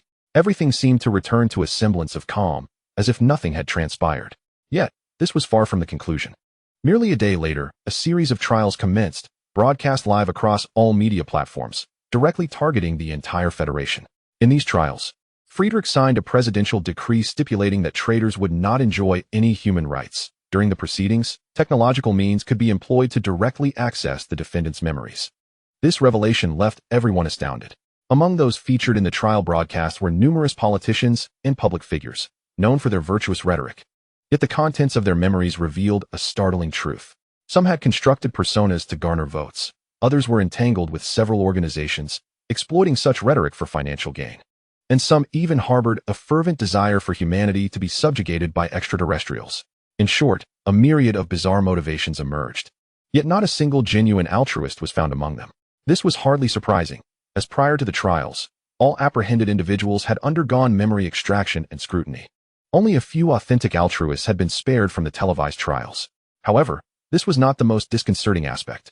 Alongside the motivations for their hypocritical proclamations, the extraction of memories also unveiled their past actions, revealing depths of depravity that were unfathomable. There seemed to be no limit to their transgressions, with scarcely a handful exhibiting any semblance of decency. As for those entirely untainted, not a single one existed. The public was left in shock. What manner of monsters were these so-called elites of humanity? Their actions could scarcely be described as human. Over the course of more than 10 days of continuous trial broadcasts, public opinion underwent a radical transformation. Protests against Friedrich's martial law ceased. replaced by petitions demanding the execution of those traitors. Subsequently, Friedrich signed yet another presidential decree, one that astonished all. The Federation would establish a new department tasked with conducting memory examinations of all officials and legislators, including the president, every 3 years, with no exceptions. The initial results of these examinations would be filtered by artificial intelligence. Furthermore, all memories would be promptly obliterated post-examination, with no retention whatsoever. Only in instances of suspected criminal behavior would associated memories be extracted for manual review. Additionally, personnel within this department would undergo memory examinations every 3 months to ensure their impartiality. In addition, candidates aspiring to run for congressional seats and the presidency must also undergo a memory examination to qualify. Following the signing of this presidential decree, Friedrich was the first to undergo the memory review as a demonstration of leadership. Under normal circumstances, such a draconian invasion of privacy would undoubtedly provoke widespread public outrage. However, after more than 10 days of relentless trials, and with Friedrich leading the way in accepting the memory examination, the entire Federation exhibited overwhelming support. Chapter 76. The eve of war events unfolding within the Earth sphere have captured the attention of the Federal fleet on the front lines. It is, in fact, the 3 Titans who have taken the initiative to relay daily progress to the entire military, aiming to assure everyone that the disruptors at the rear have been thoroughly eliminated. One cannot deny that this decisive action has substantially uplifted the morale of the Federal fleet. Just months prior, as they witnessed the so-called elites at the rear espousing anti-intellectual and inhumane rhetoric, many questioned whether their sacrifices at the front lines were truly in defense of anything worthwhile. Simultaneously, it was particularly disheartening to see the legislators, eager for public attention, emerge with bizarre performances. Frontline soldiers expressed their grievances, wondering why the presidential office remained inactive in the face of such developments. Now, it seems that the president has finally taken action. Although the initial steps startled even the federal soldiers, they soon found themselves exhilarated by the president's fierce resolve. This president, it turns out, possesses a formidable tenacity when provoked. After this initial shock, the entire assembly erupted in applause. Such a president is beloved by all soldiers. Let us do this. All of us in the federal ranks stand behind you. Friedrich likely never anticipated that his bold maneuvers would garner such widespread support among the federal forces. A remarkable stroke of fortune. Time swiftly passes. At this moment, it is the year 202 of the Federation. A year and a half have elapsed since the Battle of Jupiter. Currently, the 2 sides are primarily engaged in small-scale skirmishes and encounters within the asteroid belt. The most significant military engagement since Jupiter was Lin Yu's annihilation of 87 warships. Apart from this battle and the subsequent surprise attack by the Shavana on the Federation's 3rd outpost, only a handful of encounters resulted in double-digit losses, while most engagements merely resulted in minor damage to warships. This pattern of small scale and low intensity has become the norm in the standoff within the asteroid belt. However, change is on the horizon. At the boundary of the asteroid belt towards Jupiter, over 500 warships have gathered, although the majority are small vessels. And these newly constructed ships are merely rudimentary versions. The sheer scale is impressive. Concurrently, within the asteroid belt, one of the Klein's outposts has amassed over 500 warships. After a year and a half, the Klein have increased their fleet from over 1,000 to more than 2,000 warships. Certainly, this is incomparable to the fleet prior to the Jupiter War. The newly constructed 200 vessels are all small craft, and the celestial bodies found within this asteroid belt possess a hardness that pales in comparison to those containing nova crystals from their home planet. Furthermore, due to the urgency and the inadequacy of required resources, numerous compromises were made. After all, the Klein species and humanity originate from 2 distinct stellar systems. Although most elements are common, there are some that are unique to each. This disparity has resulted in certain resources necessary for the Klein-designed warships being absent in the solar system, with few viable substitutes available. Consequently, the overall design had to be significantly simplified. Conversely, humanity's existing warships are designed around the resources available within the solar system. Thus, as long as the asteroid belt remains intact, there is no need to simplify anything. They can operate at full capacity. It is noteworthy that the complexity of human warships far exceeds that of the Klein vessels. Additionally, the Klein's simplification of their warship design has drastically accelerated their production rate. Over the span of a year and a half, humanity has commissioned more than 180 warships, while the Klein have managed to produce 200, highlighting a stark contrast. However, despite the rapid production of warships, it is crucial to note that not all of the Klein's 200 vessels can be deemed legitimate warships. In contrast, the Federation is implementing a plan for thousands of fire support vessels. According to the plan, within 2 years, the Federation fleet will retrofit 10,000 civilian ships. Smaller vessels will be equipped with 1 or 2 railguns, while larger ones may host a dozen or more. Although their firepower may still fall short of that of corvettes, the ability to rapidly and massively equip such vessels is undeniable. The ships are readily available. The only requirement is to mass-produce railguns and install them accordingly. Currently, while not yet complete, 6,000 vessels have been modified. They may lack close combat capabilities, but they can provide fire support from a distance. In summary, both sides are preparing for a decisive battle. The difference lies in the fact that, at this moment, the Klein are unable to restrain themselves and are eager to engage. Klein forces comprise 877 main warships, 256 modified vessels, and over 5,000 assault ships. The Human Federation consists of 748 main warships, 178 military gunboats, retrofits from the Solar System's Patrol Command, and 6,022 civilian gunboats, retrofitted from civilian vessels. If one were to assess which side holds the advantage, the figures indicate that the Klein still maintain an upper hand. While humanity possesses more warships, the gunboats primarily provide distant fire support, and their railgun firepower poses little threat to the Klein's main warships. In reality, only 748 main vessels are capable of directly engaging the Klein forces.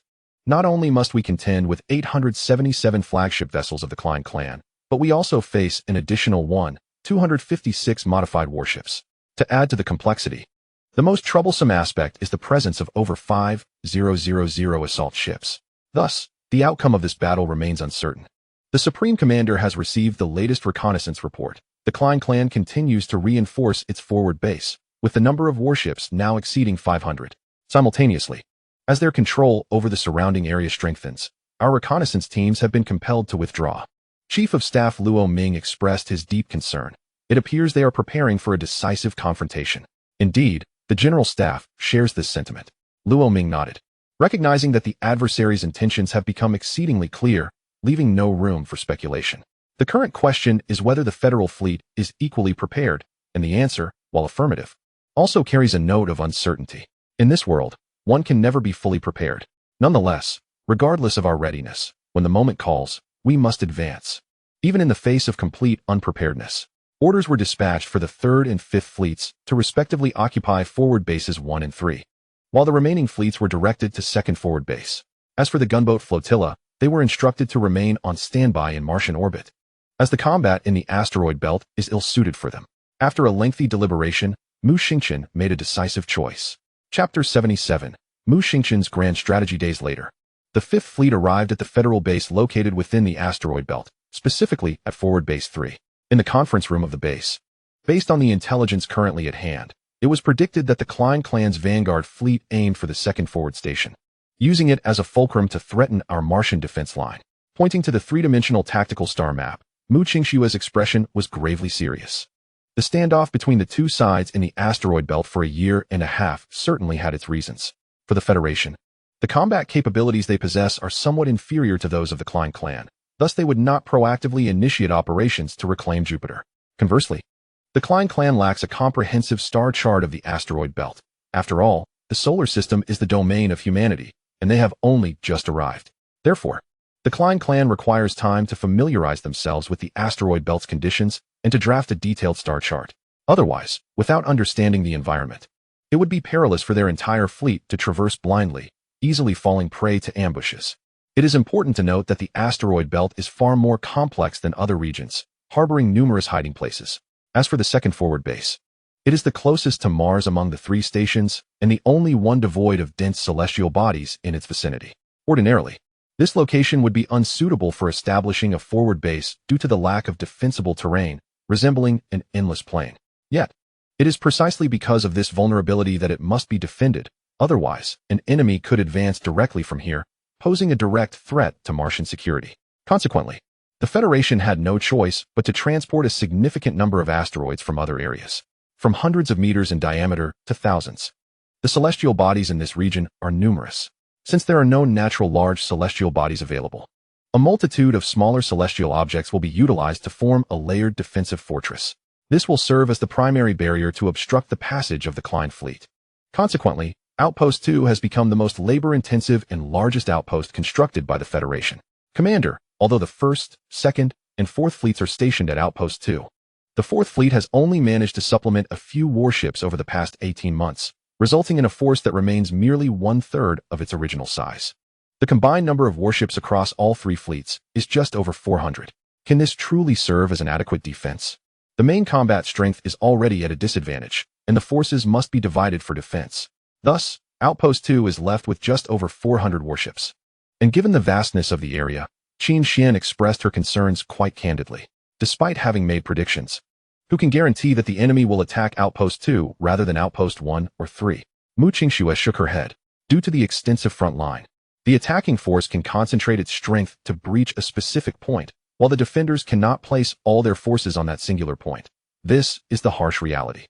The arrangements made by Mu Xingchen were indeed born out of necessity. This is precisely why he left over 6,000 modified civilian gunboats and more than 1,000 warships from the garrison command in Martian orbit. To put it plainly, Mu Xingchen did not expect Outpost 2 to completely thwart the Klein fleet. His intention was merely to leverage the advantage of distance to delay the enemy's advance, deplete some of their warships, and buy some time for the true decisive battle to come. Now, the operations at Outpost 2 will be under the command of the Supreme Commander of Freedom, while our headquarters has other plans. Everyone was momentarily taken aback. What does our commander mean? Are we not participating in the decisive battle, but rather engaged in something else? At that moment, everyone turned their gaze towards Mu Qingxue.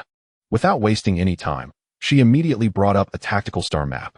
This depicted Jupiter and its surrounding areas. Here lies Europa, once the heart of the Jupiter defense line. A formidable war fortress. Unfortunately, during the last battle for Jupiter, this satellite, regarded as a war bastion, was destroyed. Of course, the satellite itself remains, but all its facilities have been lost. Currently, according to information provided by previous captives from the Klein, after our withdrawal from Jupiter to Mars, the Klein have occupied this area and constructed a vast warship production line in orbit around Europa. Simultaneously, the Klein's immigrant fleet is also present here. None among those gathered are foolish. With Mu Qingxue having laid out these details, everyone has essentially grasped the task assigned to the 5th Fleet by the fleet headquarters. It seems you have all deduced the implications.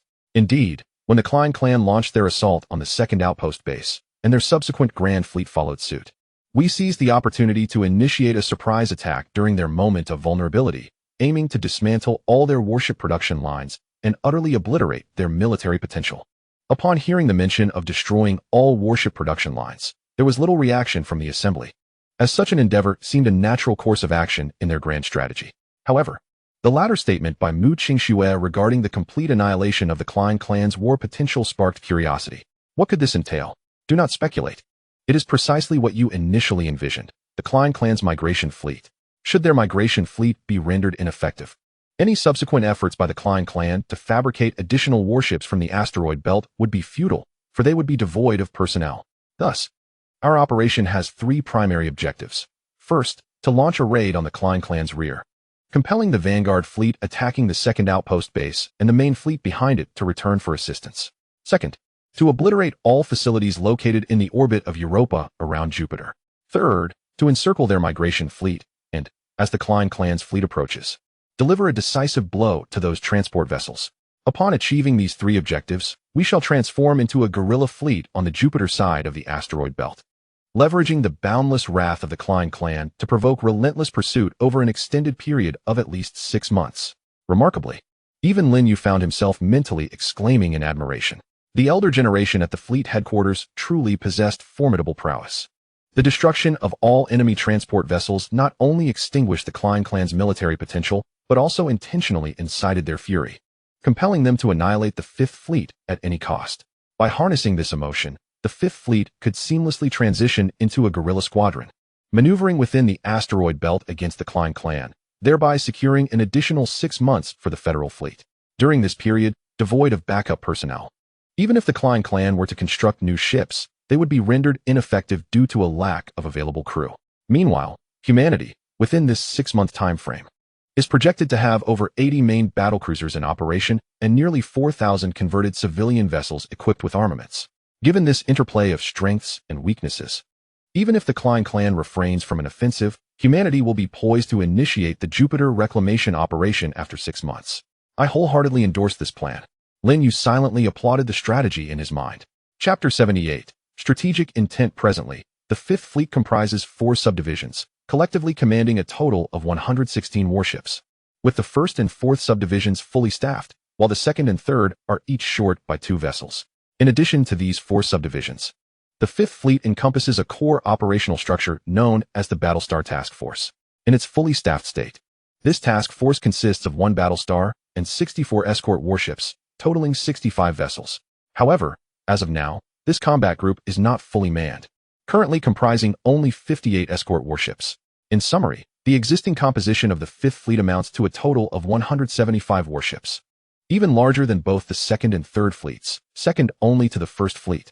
The primary reason lies in the fact that Lin Yu's fleet was initially an additional formation specifically sanctioned by the Federation Fleet Headquarters, which later expanded to 30 vessels, still classified as an extra formation, without encroaching upon the original allocation of the Fifth Fleet. Although those 2 fleets also possess 4 detachments each, they essentially achieve this by diminishing the combat strength of the Battlestar Task Group. In contrast, Mu Qingshua's strategy prioritizes the fortification of the core combat group, even if it necessitates the reduction of 1 detachment. In other words, when fully staffed, the Fifth Fleet would surpass the second and third fleets by 30 warships.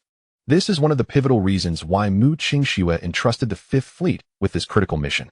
Undoubtedly, the most significant factor remains the presence of Mu Qingxue and Lin Yu.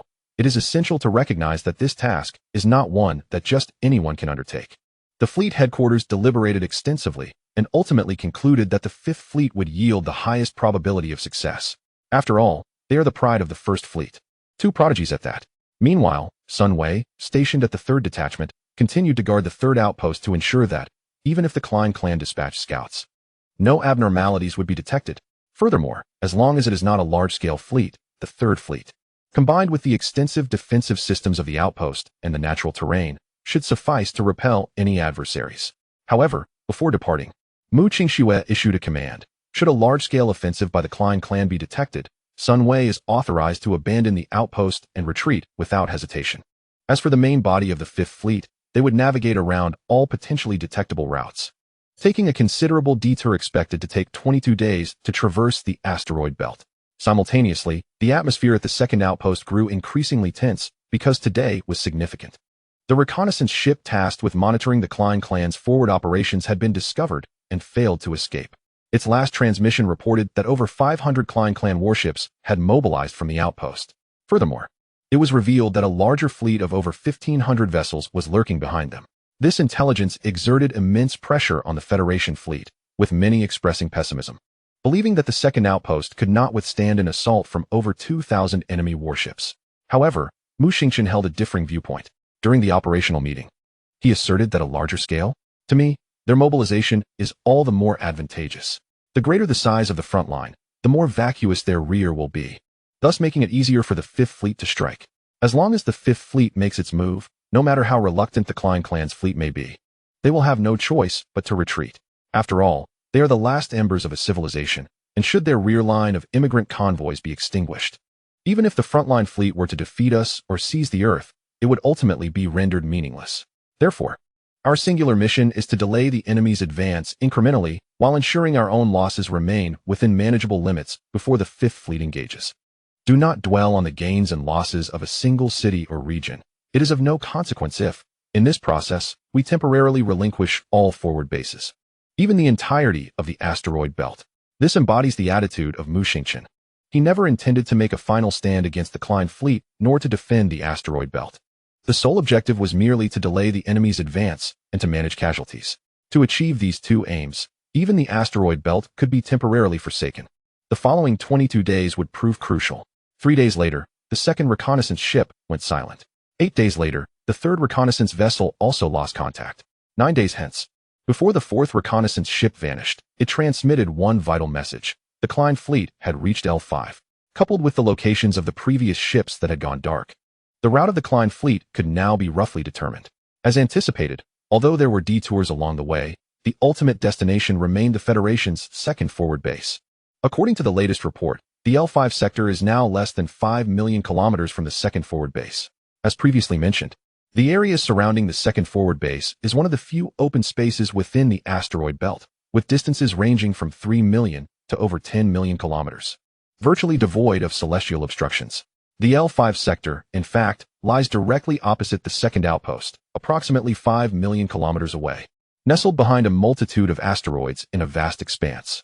This indicates a state of readiness for a full-scale offensive at any moment. Although the environment surrounding the second forward base lacks the natural barriers present at the third base, this has its advantages. The surrounding emptiness alleviates concerns of ambush. At least several million kilometers of open space mean that any enemy attempting to attack would require several hours to traverse, even if their fleet were at maximum speed.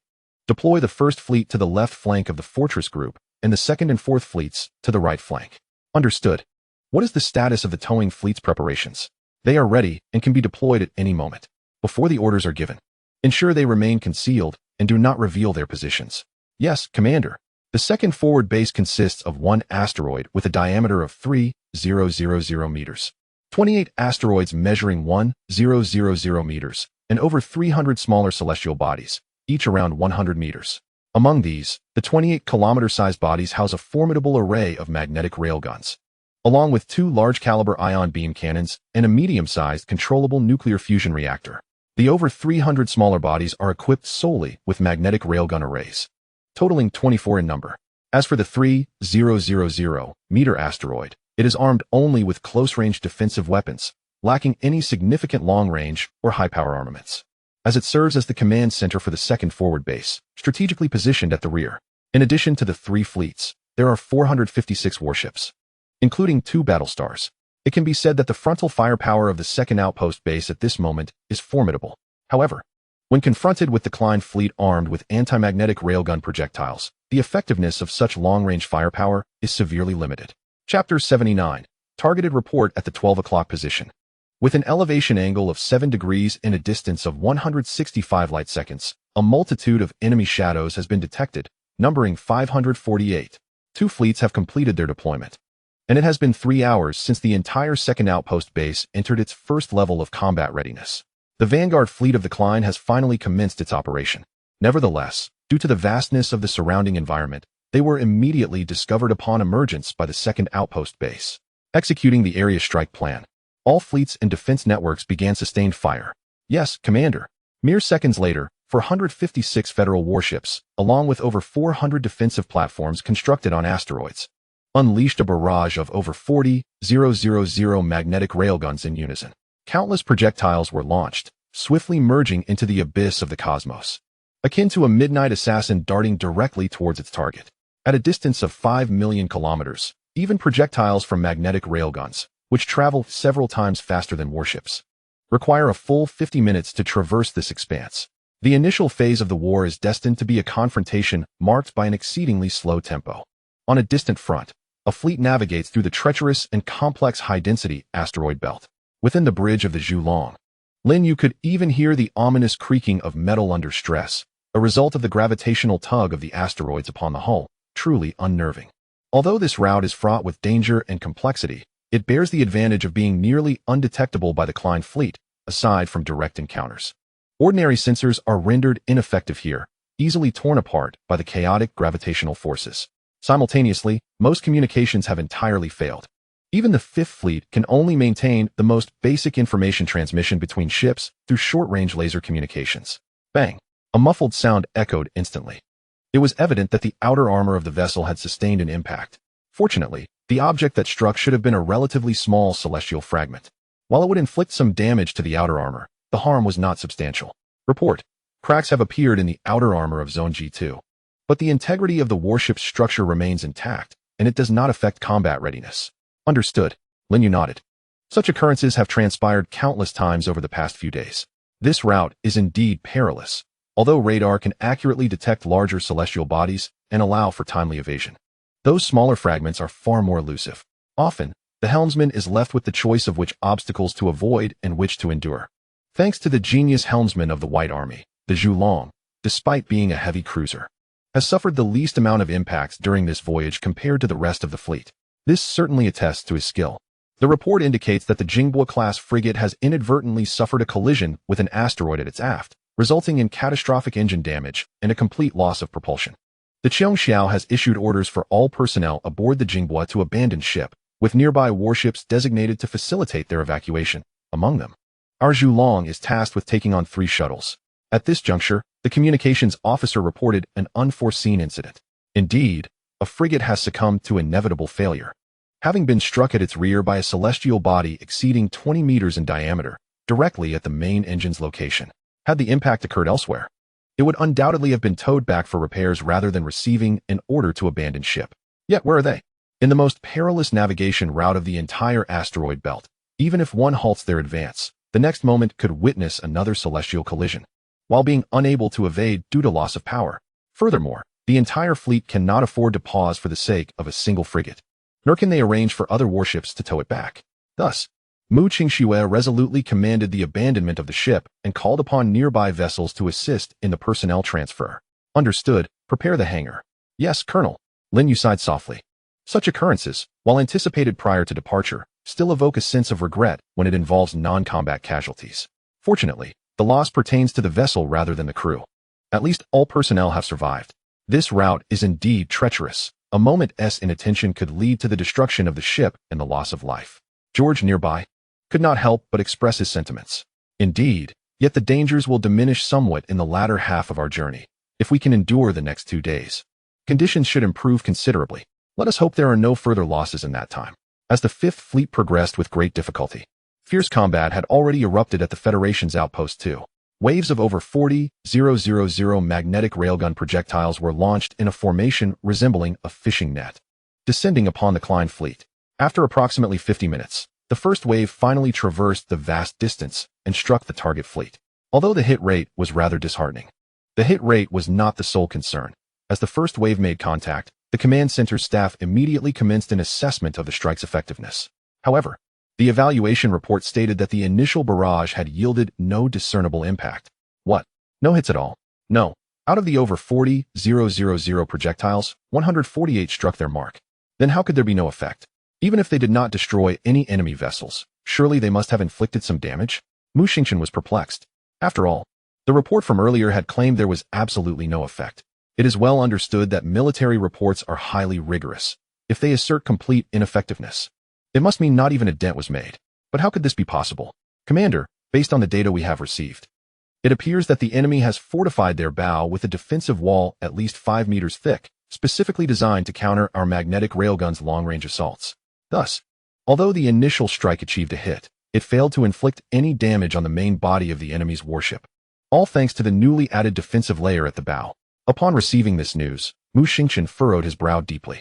The kinetic damage from the railgun is indeed formidable, given its impressive speed. However, the mass of the projectile is relatively small. To illustrate, if a 10-meter celestial body were struck by a railgun projectile, do you believe it could shatter that body? Or would it merely create a dent on its surface? Indeed, while railguns are highly effective, they can be countered by the most savage of defenses, which involves simply layering on sufficient armor. Remarkably, there is no need to cover the entire warship in thick armor. Merely increasing the thickness at the bow suffices. This is because your attacks are limited to a linear trajectory. At this moment, the vanguard fleet of the Klein tribe is executing just that. Over the past year, the Klein tribe has not only scoured the asteroid belt for suitably sized celestial bodies to convert into warships, but has also processed numerous celestial bodies into ultra-thick, appropriately shaped forms, directly affixed to the bows of their warships. Of course, this is not invincible. A sufficient number of concentrated railgun projectiles can still breach this layer of defense. However, the difficulty is significantly greater than before. Chapter 80. The astonished commander. The modifications to the Klein fleet have placed immense pressure on the Federation's riverfront. Originally, the command center envisioned the destruction of about 10% of the enemy fleet, approximately 50 warships, before they approached within 1,000,000 kilometers. However, it now seems impossible. Before reaching a close enough distance, the Federation cannot employ precision strikes. After all, the time required for a projectile to travel from launch to impact is too lengthy. Any slight maneuver from the enemy can easily evade all precision rounds. Yet, without precision strikes, while widespread area bombardment may ensure a certain hit rate, it cannot concentrate fire on a single warship. This implies that one cannot inflict sufficient damage on a particular warship to breach its bow defenses. This presents a paradox, one that humanity at this stage cannot resolve. Unless the zero-point module can be mass-produced, allowing for the construction of more next-generation warships akin to the Zhulong-class cruisers. The staff immediately devised a new strike plan, assigning attack tasks in a one-on-one manner, and then the entire fleet commenced precision strikes. Commander, we are currently 4 million kilometers away. I understand the need for precision strikes, but to adjust the course to evade incoming attacks, we must first reduce speed. Since our strikes have proven ineffective, let's proceed with precision attacks directly. Either they do not evade, and we hit them repeatedly, or they slow down to avoid our fire. Mu Xingchen declared loudly. The others suddenly came to a realization. Indeed, since our attacks had no effect, we should at least compel the enemy to decelerate, buying us more time. Understood, Commander. The efficiency of the headquarters staff was remarkable. Within merely half a minute, each warship had been assigned its target and orders were dispatched. Moments later, the 3 fleets stationed at Outpost 2, along with a considerable array of magnetic railgun installations, simultaneously unleashed a barrage of projectiles, striking each enemy vessel with precision according to the newly devised attack plan. However, the strategy was not solely reliant on pinpoint accuracy. It involved 10 successive waves of precise strikes, followed by a return to the original saturation bombardment mode. Subsequently, the forces awaited the enemy's maneuvers and renewed acceleration before switching back to precision strikes, again executing 10 waves, before reverting to saturation bombardment. This pattern repeated ad infinitum. The objective was blunt yet effective, to compel the Klein fleet to continuously decelerate and evade, forcing them to maintain a low-speed advance, thereby preventing any high-speed charges. This tactic proved to be remarkably effective. The Klein fleet, having suffered a setback in their previous encounter with the Nix, quickly recognized the shift in human assault patterns. It was evident that this was likely a tactic reminiscent of the Nix battle, interspersing sudden waves of precision strikes amidst saturation bombardment when the enemy was least attentive. Reacting promptly, they ordered their fleet to reduce speed to 50 kilometers per second over the course of 10 minutes, subsequently maneuvering slightly off their original course before attempting to accelerate once more. However, within less than a minute of this renewed acceleration, the Klein commander discovered that the humans had transitioned from saturation bombardment back to precision strikes. After 10 rounds of attack, the humans reverted again to saturation bombardment. Reluctantly, he commanded the fleet to halt acceleration and adjust their course once more. Yet, upon ordering the fleet to accelerate again, the previous scenario replayed itself. The Klein commander seemed to grasp the situation, exclaiming in frustration before begrudgingly repeating his earlier maneuvers. After 20 arduous hours, the commander of the Klein Vanguard fleet finally saw the light at the end of the tunnel. 20 hours, an excruciating stretch of time. Do you have any notion of what these 20 hours entailed? Initially, it would have taken just over 5 hours to breach a range of 500,000 kilometers and launch a final assault on the human outpost. Yet, these humans, devoid of martial ethics, forced his fleet to remain under 50 kilometers per second, constantly maneuvering to evade their precise long-range strikes. What should have been a 5-hour charge was stretched painfully to 20. However, the end was finally in sight. Only a final stretch of over 500,000 kilometers remained. He issued orders for the warriors to board the assault ships and prepare for launch. It was time to deliver the final blow to humanity. After the torturous 20 hours, the commander of the Klein Vanguard fleet raised his hand and shouted with near ferocity. Yes, Lord Loxy. In the next instant, countless Klein warships were boarding the assault vessels within all medium and large ships. Subsequently, the assault ships, filled to capacity and with their hatches sealed, were dispatched to the launch site, awaiting the command from Roxy to be released like torpedoes. The only distinction lay in the fact that the assault ships boasted remarkable speed, extraordinary speed. Moreover, during the final stage, they could be maneuvered autonomously for a brief period, executing tactical adjustments. Within a radius of 500,000 kilometers, no human vessel could evade an assault from our Klein clan's ships. Roxy brimmed with confidence regarding this. Launch all assault ships at once, he commanded. Yes, my Lord Roxy. His tone even bordered on mania, suggesting that the previous 20 hours had left him feeling quite stifled by Mu Xingchen. Although the Vanguard fleet carried just over 1,000 assault ships, Roxy's assertion held truth. As long as they approached within 500,000 kilometers, these 1,000 vessels posed a lethal threat to 3 human fleets. This was no exaggeration. Even if the Federation fleet managed to endure the onslaught of the assault ships, by that time, the Klein fleet would likely have closed the distance. Ultimately, they would still be unable to escape the fate of annihilation. At that moment, a multitude of assault ships were being launched in rapid succession from the warships, soaring through the void like projectiles from a railgun, far surpassing the speed of the battleships as they sped towards the Federation's second outpost. Witnessing this, Toxi clenched his right fist. The outcome of this battle seemed to be sealed. However, he failed to notice the hesitation of a subordinate nearby, who appeared to be on the verge of speaking. "My Lord Roxy, we have just discovered that the human fleet has commenced a full retreat." "What?" Roxy was taken aback. "A complete withdrawal? What of the outpost? Are we disregarding it?" He was rendered momentarily speechless. Although the assault ships posed a significant threat to humanity, they had a notable limitation. The energy they carried could sustain only a brief period of maneuverability and secondary acceleration. Essentially, these ships were launched by the battleships over several 100,000 kilometers, propelled forward by inertia, with the final stage relying on human operation for secondary acceleration, course adjustment, and target alignment. In other words, the operational range during the final phase of the assault ships was rather short, approximately 50 to 60,000 kilometers. Beyond that, while they could still surge forward due to inertia, they could no longer alter their trajectory. Thus, if they had just launched their assault, the humans would be making their escape. What use would these thousands of assault ships serve? Moreover, they would have to invest considerable time in recovery operations. Roxy was left in a state of disbelief. Chapter 81. Trading space for time. The speed of the assault ships was indeed impressive. However, by the time they traversed the 500,000 kilometers to reach the human outpost, the enemy would have already retreated 200 to 300,000 kilometers. Furthermore, observing the trajectory of the enemy's retreat, it was evident that they had deliberately avoided the path of the assault ship formation. This meant that unless they altered their course, they would be unable to target the human fleet effectively. However, you can alter your course. Humanity has ample time to adjust as well. With a distance of hundreds of thousands of kilometers, they have sufficient opportunity. Consequently, the assault vessel ultimately lost its target, along with the invaluable ability to alter its trajectory and accelerate once more, rendering it incapable of even a retrieval. After all, the speed of the assault vessel surpasses that of the warships, and the Klein fleet could not keep pace. To avert such a predicament, Loxy had no choice but to command all assault vessels to redirect their attack, now aimed squarely at the human outpost. While this strategy would not eliminate the human fleet, it would enable the assault vessels to swiftly dismantle the human outposts.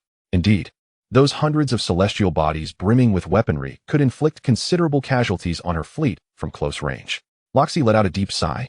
Although she had fulfilled the chief's orders and successfully captured the human outpost, establishing a direct and secure route to Mars, an unsettling discontent lingered in her heart. 20 minutes later, over 1,000 assault vessels launched their attacks, colliding violently with the celestial bodies. Subsequently, numerous Klein warriors surged forth from the assault vessels, wreaking havoc on the magnetic railguns and other armaments deployed on these celestial bodies. Everything proceeded smoothly. However, mere minutes later, as these warriors completed their clearing operation and awaited the return of their fleet, something lurking deep within those celestial bodies seemed to awaken, as if responding to an unspoken command. Red lights began to flicker on their shells, with intervals growing shorter. Seconds later, without a sound, the celestial bodies erupted into fragments, scattering debris in all directions.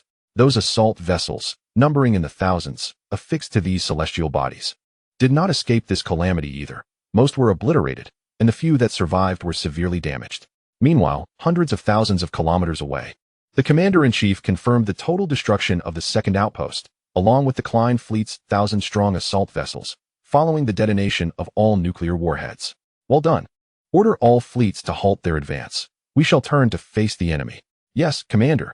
Although the second outpost's defensive capabilities were no longer in play, the Klein fleet had also lost its assault vessel contingent. In comparison, their combat effectiveness had diminished even more than that of the Federation fleet. Furthermore, with the threat of the assault vessels eliminated, Mu Xingqian could now fully prepare to engage the enemy once more, at least before the opposing fleet could arrive. Mu Xingqian hoped to find ways to diminish the enemy's main battleship numbers, laying the groundwork for the true decisive battle ahead. Shortly thereafter, the fleet, having completed its deceleration maneuver, began to execute a turn in an arched trajectory. Then, they unleashed a fierce barrage upon the already chaotic remnants of the former Federation's second outpost and the approaching Klein vanguard fleet. Although Mu Xingqian had taken a bold stance and engaged fiercely with the enemy, he had previously advised against fixating on the losses of a single city or a mere pond. Instead, he opted to exchange space for time, endeavoring to delay the enemy forces as much as possible. Consequently, the Federal fleet began to employ a strategy of retreat while launching attacks. Though the warships moved backward at a markedly slower pace than they did forward, this was inconsequential. Once the adversary approached within a certain distance, Mu Xingqian would issue the command to retreat, simultaneously deploying a multitude of mines. The Klein fleet, in response, would either slow down to navigate around the minefield and then accelerate to pursue, or they would come to a complete halt, utilizing expendable units to clear the minefield. Regardless of the choice made, each would result in a significant loss of time for them. Meanwhile, the Federal fleet would utilize this time to regain distance from the Klein forces before turning to confront the foe once more. For a full 3 days, the position of the Federal fleet retreated further and further. One could even discern from the tactical star chart that if they continued to withdraw at this rate, they would completely exit the asteroid belt within 2.5 days. At that point, the Federal fleet would be compelled to engage in a decisive battle with the Klein forces in the open expanse of space, a scenario evidently disadvantageous for the Federation. Furthermore, since they had never allowed the enemy to close in within the attack range of their ion beam cannons, retreating immediately whenever the Klein fleet approached within 500,000 kilometers, despite several days of conflict. Predominantly featuring unilateral assaults by the Federal fleet against the Klein vessels, the losses inflicted on the Klein Vanguard fleet had only reached a mere 23 ships. This paled in comparison to the anguish caused by the loss of over 1,000 raiding ships just days prior. Has there been any news from the Fifth Fleet? No. Chief of Staff Roaming replied, shaking his head. According to the plan, they will not exit the communication black zone for another 3 days. And it will be 8 days before they can launch an attack on Europa. Well, no news is good news. Mu Xingchen nodded, feeling a sense of relief. Although the route was perilous, it was unlikely to result in the annihilation of the entire fleet. Even in the event of unforeseen circumstances, Mu Qingxue could lead the majority of the fleet away from the route and contact headquarters to report the situation. The absence of communication with headquarters indicated that the Fifth Fleet was progressing smoothly through the route. Furthermore, based on the timeline, they had already passed the most treacherous section. In the remaining days, while some dangers still lingered, it was comparatively safe compared to the preceding days. In fact, just as Mu Xingchen had surmised, the Fifth Fleet had traversed the most hazardous segment of the route. Although there had been losses, they remained within acceptable limits.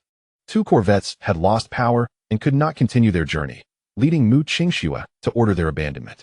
1 destroyer, though severely damaged and with all weapon systems offline, managed to keep its engines and life support operational, barely salvaging the vessel to continue following the fleet.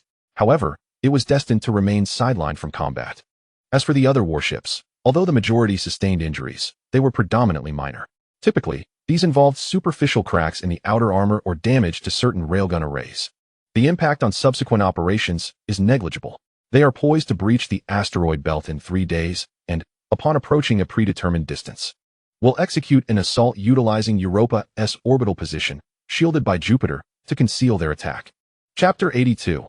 Operation Star Rain. On the 8th day since the Federal Outpost Base No. 2 came under attack, the front lines reached the asteroid belt, approximately 1 million kilometers from its edge. Once they traverse this final stretch, the Klein faction will completely clear the asteroid belt and advance the front lines to the Martian defenses. The Federation will consequently lose its most critical barrier, leaving only Mars and Earth as defensive strongholds. Most crucially, the total loss of resources from the asteroid belt will render humanity's survival exceedingly precarious. Thus, it is said that the asteroid belt is the linchpin of the entire conflict. To safeguard the asteroid belt is to protect human civilization. The loss of the asteroid belt heralds humanity's demise. There is no exaggeration in this assertion. Are there only 4 days left? That is ample time. Order the immediate activation of the Star Rain plan, and the staff must calculate the optimal withdrawal point for our fleet from the asteroid belt with utmost precision. Mu Xingchen rose and issued the command with authority. Yes, Commander. A few minutes later, outside the asteroid belt, towards Mars, over 2,000 asteroid tugboats began to accelerate, either towing individually or in small groups, carrying thousands of asteroids of various sizes. Within the asteroid belt, having computed the precise timing, the entire fleet commenced operations in concert with this timing, hastening their retreat during the counterattack. Meanwhile, the Klein fleet, witnessing their imminent triumph over the asteroid belt, was buoyed by their momentum. Moreover, Loxi received word from Tumalo that the clan's grand fleet had arrived approximately 5 million kilometers behind the Vanguard fleet. As soon as Loxi cleared the path ahead, the main fleet would surge forward, leaving humanity no respite and directly initiating the struggle for Mars. Losing the asteroid belt would deprive humanity of over 90% of its resources. The loss of Mars would further strip humanity of its frontline foothold. What remains is a period of development on Mars before either launching an assault on Earth or advancing directly towards it. The power of decision lies firmly within the grasp of the Klein faction. Regardless of the choice made, the moment humanity loses both the asteroid belt and Mars. The outcome will be irrevocably sealed.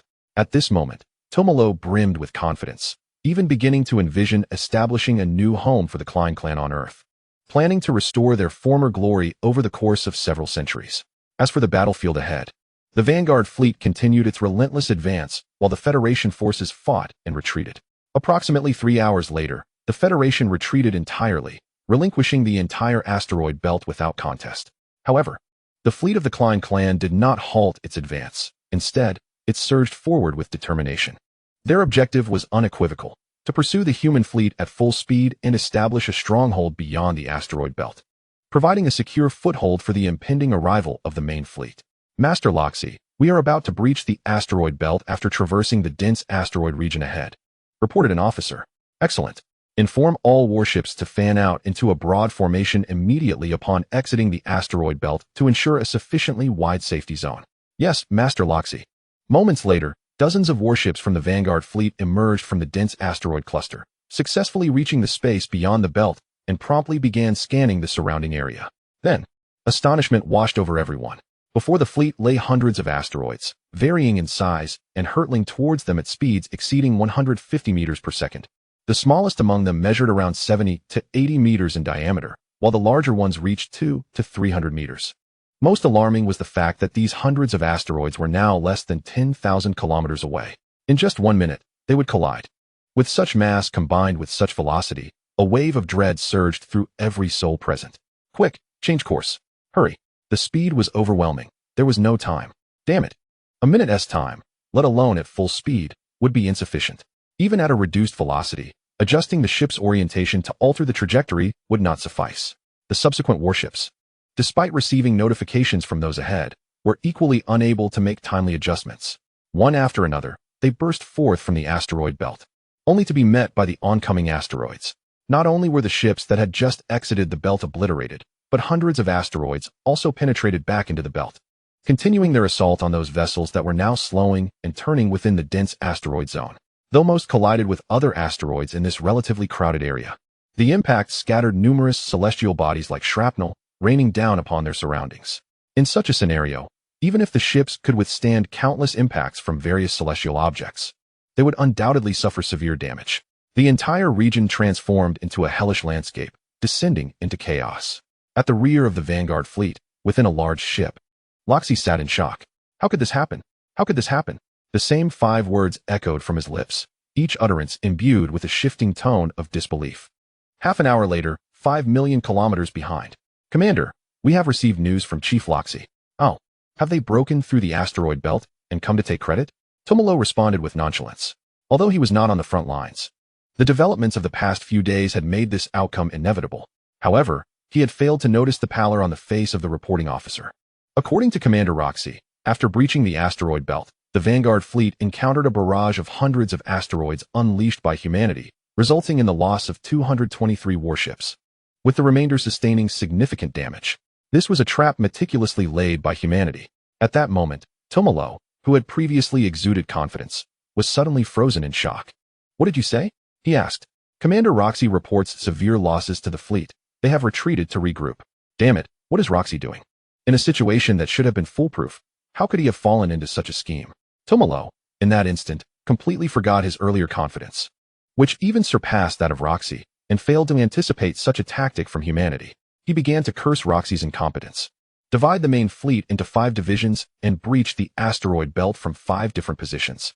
Inform Roxy that after regrouping, we will break through from our previous location once more. After a moment of contemplation, Tomolo voiced his conviction. He refused to believe that humanity could accurately predict each of his fleet's breakthrough points.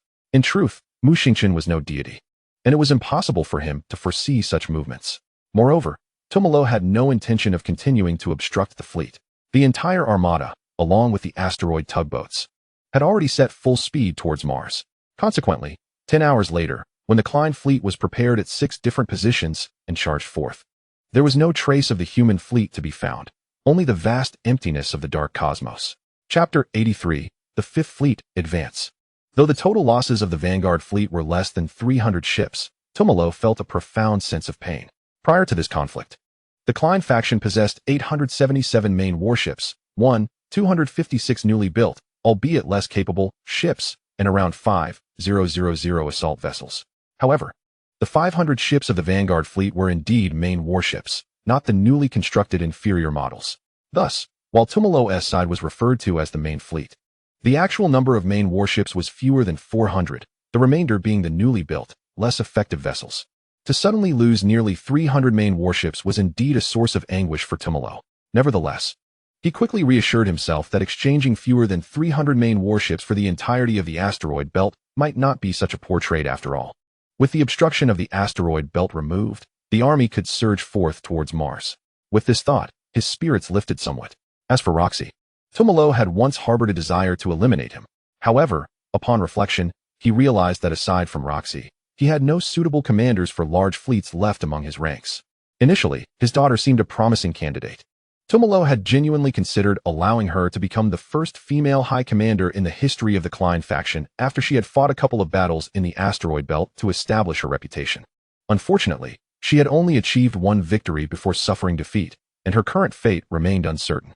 Had I foreseen the events of today, I would have intervened to prevent Auram's tragic fate instead of allowing it to transpire. Thus, I would not find myself in a situation where so few remain capable of assisting. Sighing softly, Tumalo issued the command for the entire fleet to set sail, with Mars as the destination. Acknowledged, Chief. Although the Klein clan had already departed from Mars, the distance between Mars and their fleet meant that even without any interference from the Federation's fleet, it would take at least 8 days to arrive. At this moment, the Fifth Fleet had also departed from the asteroid belt, even earlier than the Klein clan's departure, and was likewise en route to Jupiter. More precisely, they were heading towards one of Jupiter's remaining 4 moons, Europa. 4 days later, near Jupiter, the Fifth Fleet, excluding the 3rd Division and 2 lost corvettes, had 146 warships now positioned near Jupiter. Their objective, Europa, was situated on the opposite side of Jupiter. However, calculations indicated that in approximately 20 minutes, they would orbit into a position where they could be observed by the Fifth Fleet. At this moment, the alert level of the entire fleet was raised to the highest, utilizing Jupiter's orbit to accelerate further and minimize the response time available to the Klein clan after detection. The application of gravitational slingshots remains relevant even in the Federation's year 202. Currently, the fleet was traveling at 288 meters per second, with 21 minutes remaining until direct observation of Europa, with expectations to ultimately accelerate to 332 meters per second. The Qiongxiao commanded the fleet to secure the orbital zone of Europa, overseeing the Klein clan's warship production and the spaceport area, where newly manufactured ships would likely be under operation. At that moment, the area would fall well within the range of the Zhulong's firepower. Within the bridge, Lin Yu listened to the report and nodded in acknowledgement. The Zhulong's main cannon boasts a range of 6 light seconds, while the secondary cannon extends nearly 17 light seconds, equating to 1.8 million kilometers and 500,000 kilometers, respectively. Although Europa had just traversed from the far side of Jupiter, it was already within the firing range of both the main and secondary cannons of the Zhulong. While only the Zhulong among the entire Fifth Fleet could engage with energy-based weaponry at this distance, other warships, though capable of utilizing railguns, would be hindered by the excessive distance and prolonged projectile travel time. As the Fifth Fleet detected Europa, the Klein clan station there would equally become aware of the Fifth Fleet. Thus, the task naturally fell upon the Zhulong. Time continued to elapse, and the projected countdown within the Zhulong diminished steadily. In 10 seconds, Europa would emerge within our observable range. Prepare for action. Once in the observational zone, confirm the warship production and port areas, and lock onto all vessels immediately. Yes, Colonel, responded both the radar officer and the weapons officer in unison.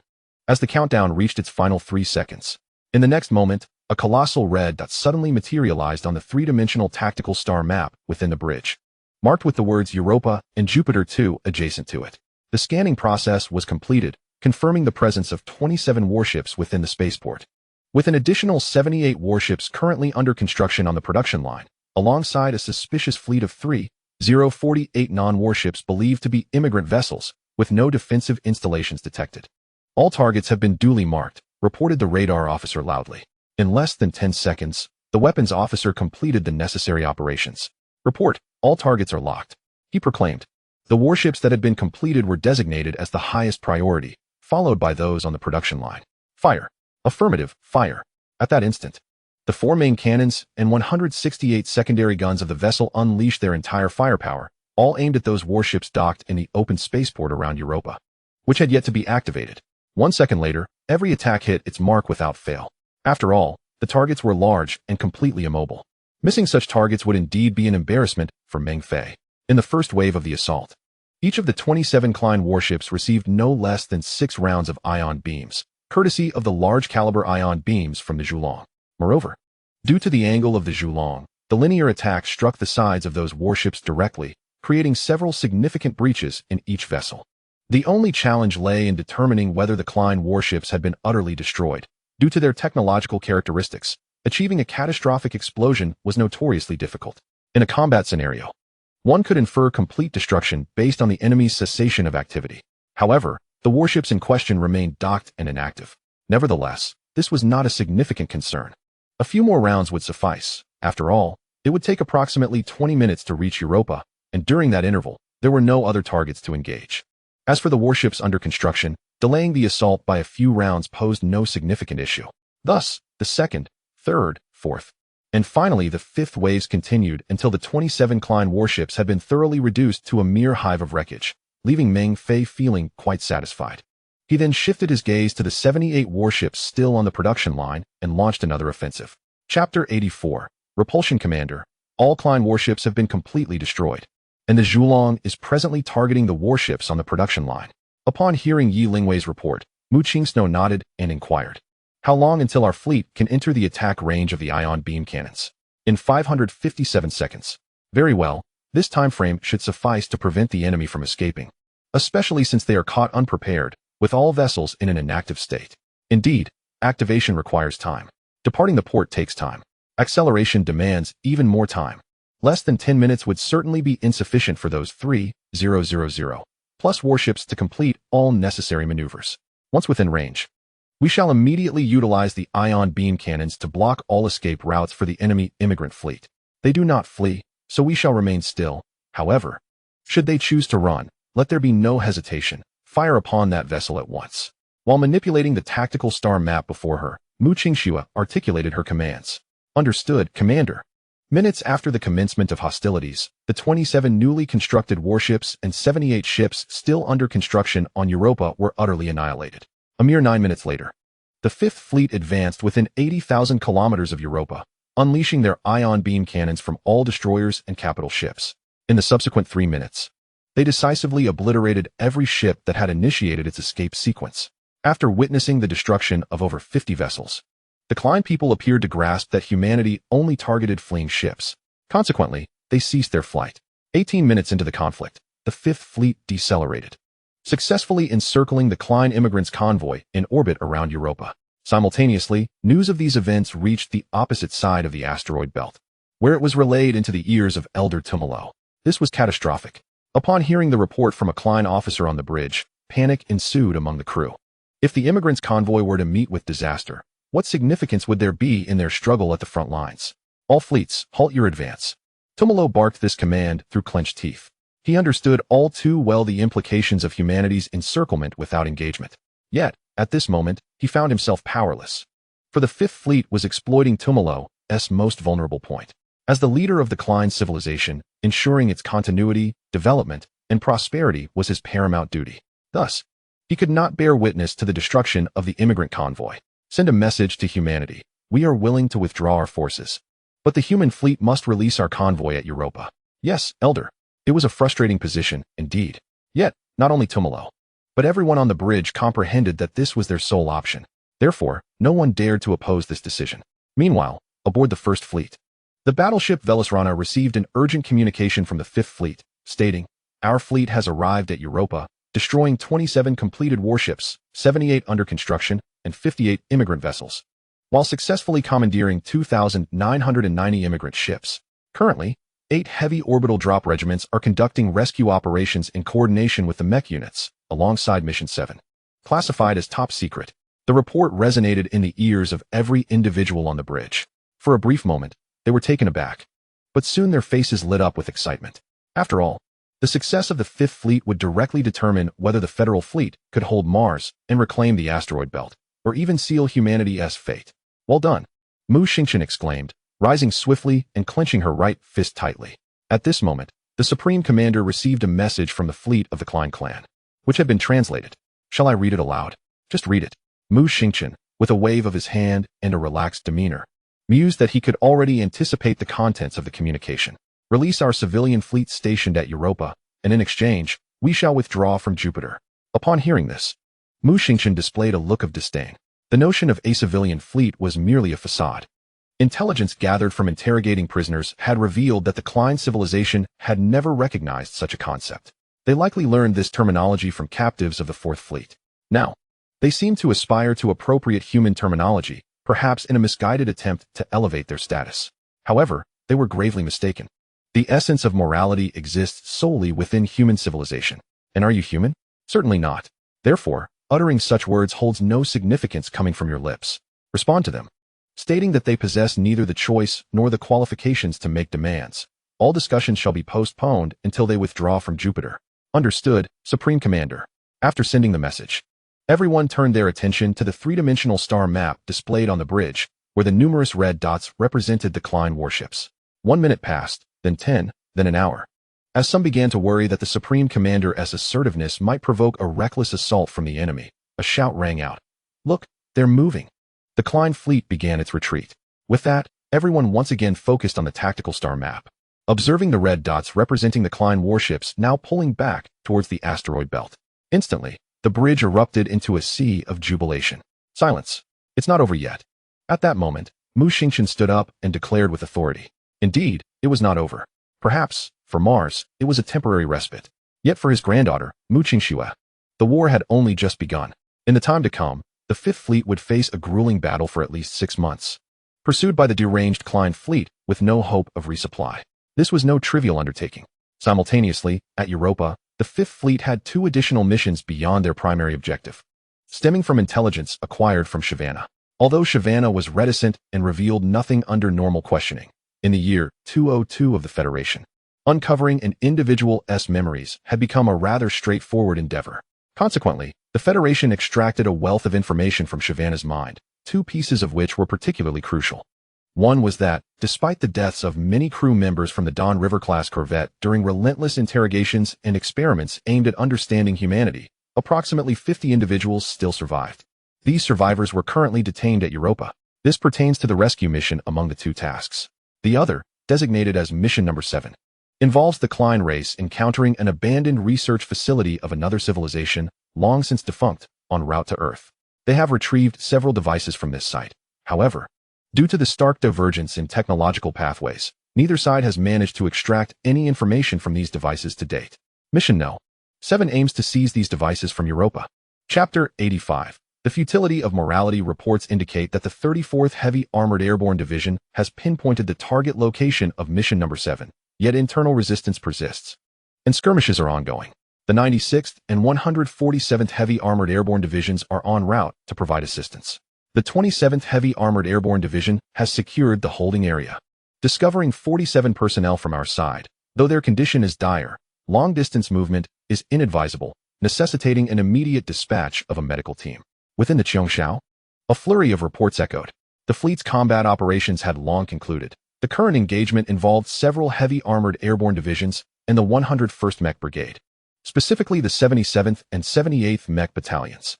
Their assault targets were previously acquired from the memories of the Shawana, the areas where the crew of the Don River and the items related to Mission Number 7 were detained. However, these locations remained fiercely defended by numerous Klein guards. Thus, the battle raged on, with substantial casualties among the armored divisions. After all, there were individuals to rescue within those facilities, as well as critical items the Federation needed.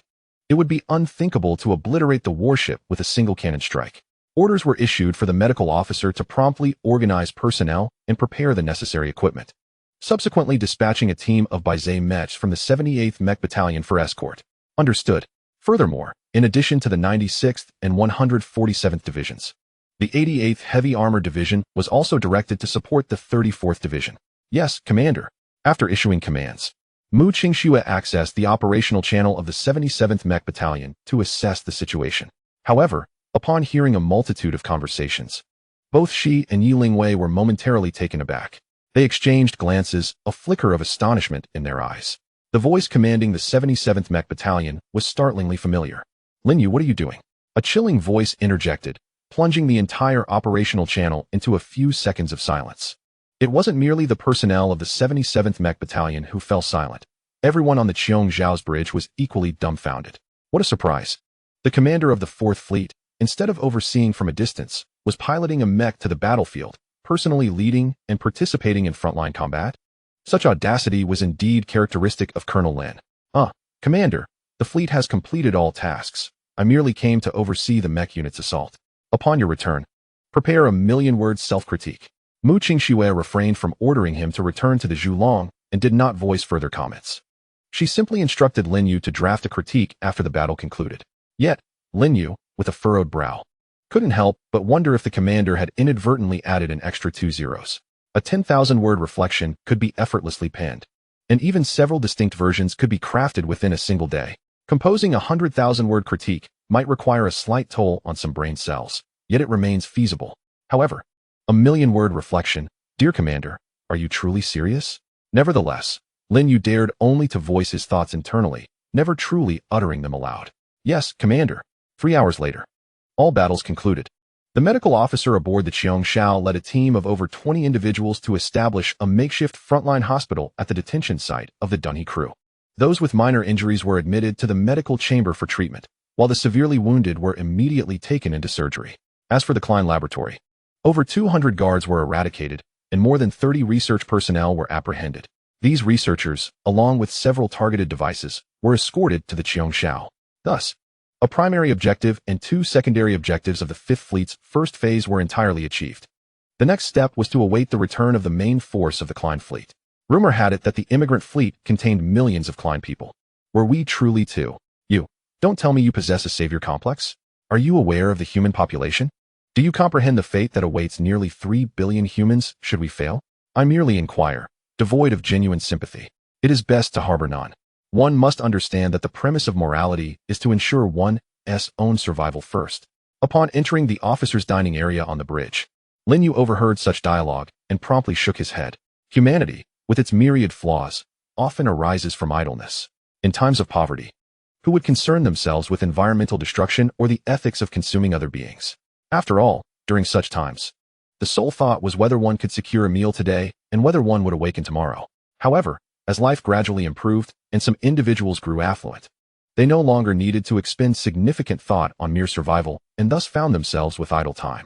Consequently, they began to advocate for environmental protection, animal rights, and safeguarding all manner of entities, yet neglecting the protection of humanity itself.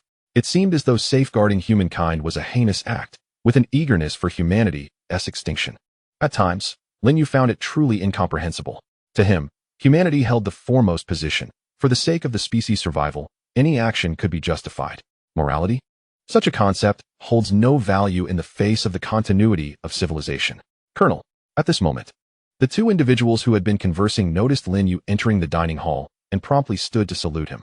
After all, he was not only the captain of the Zhulong, but also the commander of the 4th Division under the 5th Fleet.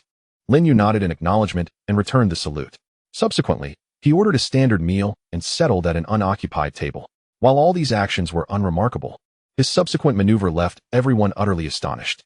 Lin Yu was seen eating with chopsticks in his right hand, while his left hand deftly navigated the virtual interface projected by his light brain, continuously inputting text. His eyes darted back and forth, seamlessly balancing both nourishment and work. Was the colonel drafting a report? I had heard whispers regarding this matter. What was the story? After the recent fleet operation concluded, several heavy armored orbital airborne troops and the 101st Mech Brigade were dispatched. What transpired next? The colonel had taken it upon himself to abandon his command post, piloting a mech to the front lines to direct the mech units, and even personally engage in combat. Ultimately, he was caught by Major General Mu, who demanded that the colonel submit a lengthy self-reflection of 1,000,000 words. Goodness, the colonel is quite the man. Wait, did you say 1,000,000 words of self-reflection? Indeed. Otherwise, why do you think the colonel is so dedicated that he doesn't even spare time during meals? Moreover, I wager that in recent days, aside from sleeping, he has been writing even while using the restroom, tucked away in a corner of the dining hall. A few members of the bridge crew, absent during the ambush on Europa, were engaged in hushed conversations. Little did they know that, despite their whispers, Lin Yu heard every word. The monthly cleaning service for the restrooms had also been arranged for them. Once they returned, George would be instructed to provide them with the service under the guise of discussing their superior behind his back. Chapter 86. 3 items 5 days after taking Europa. Within a cargo hold of the Qiongxiao, which had been temporarily modified and filled with extensive research equipment, over 100 scientists, specially assembled to accompany the Fifth Fleet, were diligently analyzing 3 remarkably sci-fi devices. After all, even though the Fifth Fleet had acquired these items, they would be unable to return for at least 6 months. The first item was an equilateral cube measuring 18 meters on each side, composed of an unidentified material. Preliminary tests revealed that its surface exhibited an astonishing coefficient of friction of 0. According to research conducted by the Klein race, this was likely an information storage device. However, the Klein race had never entered the electrical age, let alone the so-called information age. Thus, they had no means to access the information contained within this device in the short term. The second item resembled a hexagonal crystal pillar, measuring 27 centimeters in length. Pale blue in color, visually devoid of impurities, and transparent in appearance. What this object was remained a mystery to the Klein race. However, the Federation scientists had begun to formulate hypotheses, currently undergoing testing to verify their conjectures. As for the final item, it was a small spherical device with an extraordinarily complex internal structure. The most peculiar aspect was that, despite its size being comparable to that of a ping-pong ball, it weighed over 100 tons. Initial assessments indicated that, while it did not rival the terrifying mass of a neutron star, it was nonetheless a genuine example of degenerate matter. Given that such a complex internal structure was crafted from degenerate matter, just how formidable was the civilization from which the Klein race unearthed this relic? Should humanity feel fortunate that the Klein race was the one invading the solar system? If it were to be replaced by that civilization, then there would be no point in fighting. One could simply recline in ease. Dr. Liu, how long might it take to extract the information contained within? Mu Qingxue inquired, gazing at the cube before her. At first glance, it appeared that their technological trajectory was not vastly different from ours, merely that they were exceedingly more advanced. Even so, deciphering the information within would not be a trivial endeavor. It could take months, years, or even decades, perhaps even centuries, as it would not be surprising. The doctor, clad in a white lab coat, pondered for a moment before responding. This revelation left Mu Qingxue feeling somewhat disheartened. It seemed that the ambition to swiftly analyze and acquire some of this advanced civilization's technology to defeat the Klein race was indeed rather fanciful. At that moment, another lab-coated individual hurried over, engaging in fervent conversation with Dr. Liu. What? Are you certain? Yes, doctor, the young researcher affirmed, nodding as he projected several interfaces from his quantum computer, displaying a plethora of flashing data. Indeed, it is precisely as I suspected. Soon after, Dr. Liu, upon reviewing the data, erupted with excitement once more. Dr. Liu, what is this? Mu Qingxue asked. Commander Mu, do you recognize what this is? Although the storage devices differ, the interior contains vacuum zero-point energy, the very power source utilized by your fleet's Zhulong. Dr. Liu exclaimed, his enthusiasm palpable. It is worth noting that humanity possesses only 3 of these devices, obtained through an irreproducible experiment. Yet the Klein race has secured a staggering 32 from that civilization's research site. 32 zero-point modules. No wonder he was so exhilarated. Zero-point modules? Yes, zero-point modules. Although they have been preserved for thousands, even tens of thousands of years, there is still no leakage. They remain filled with vacuum zero-point energy. This is far more advanced than the 3 we have constructed.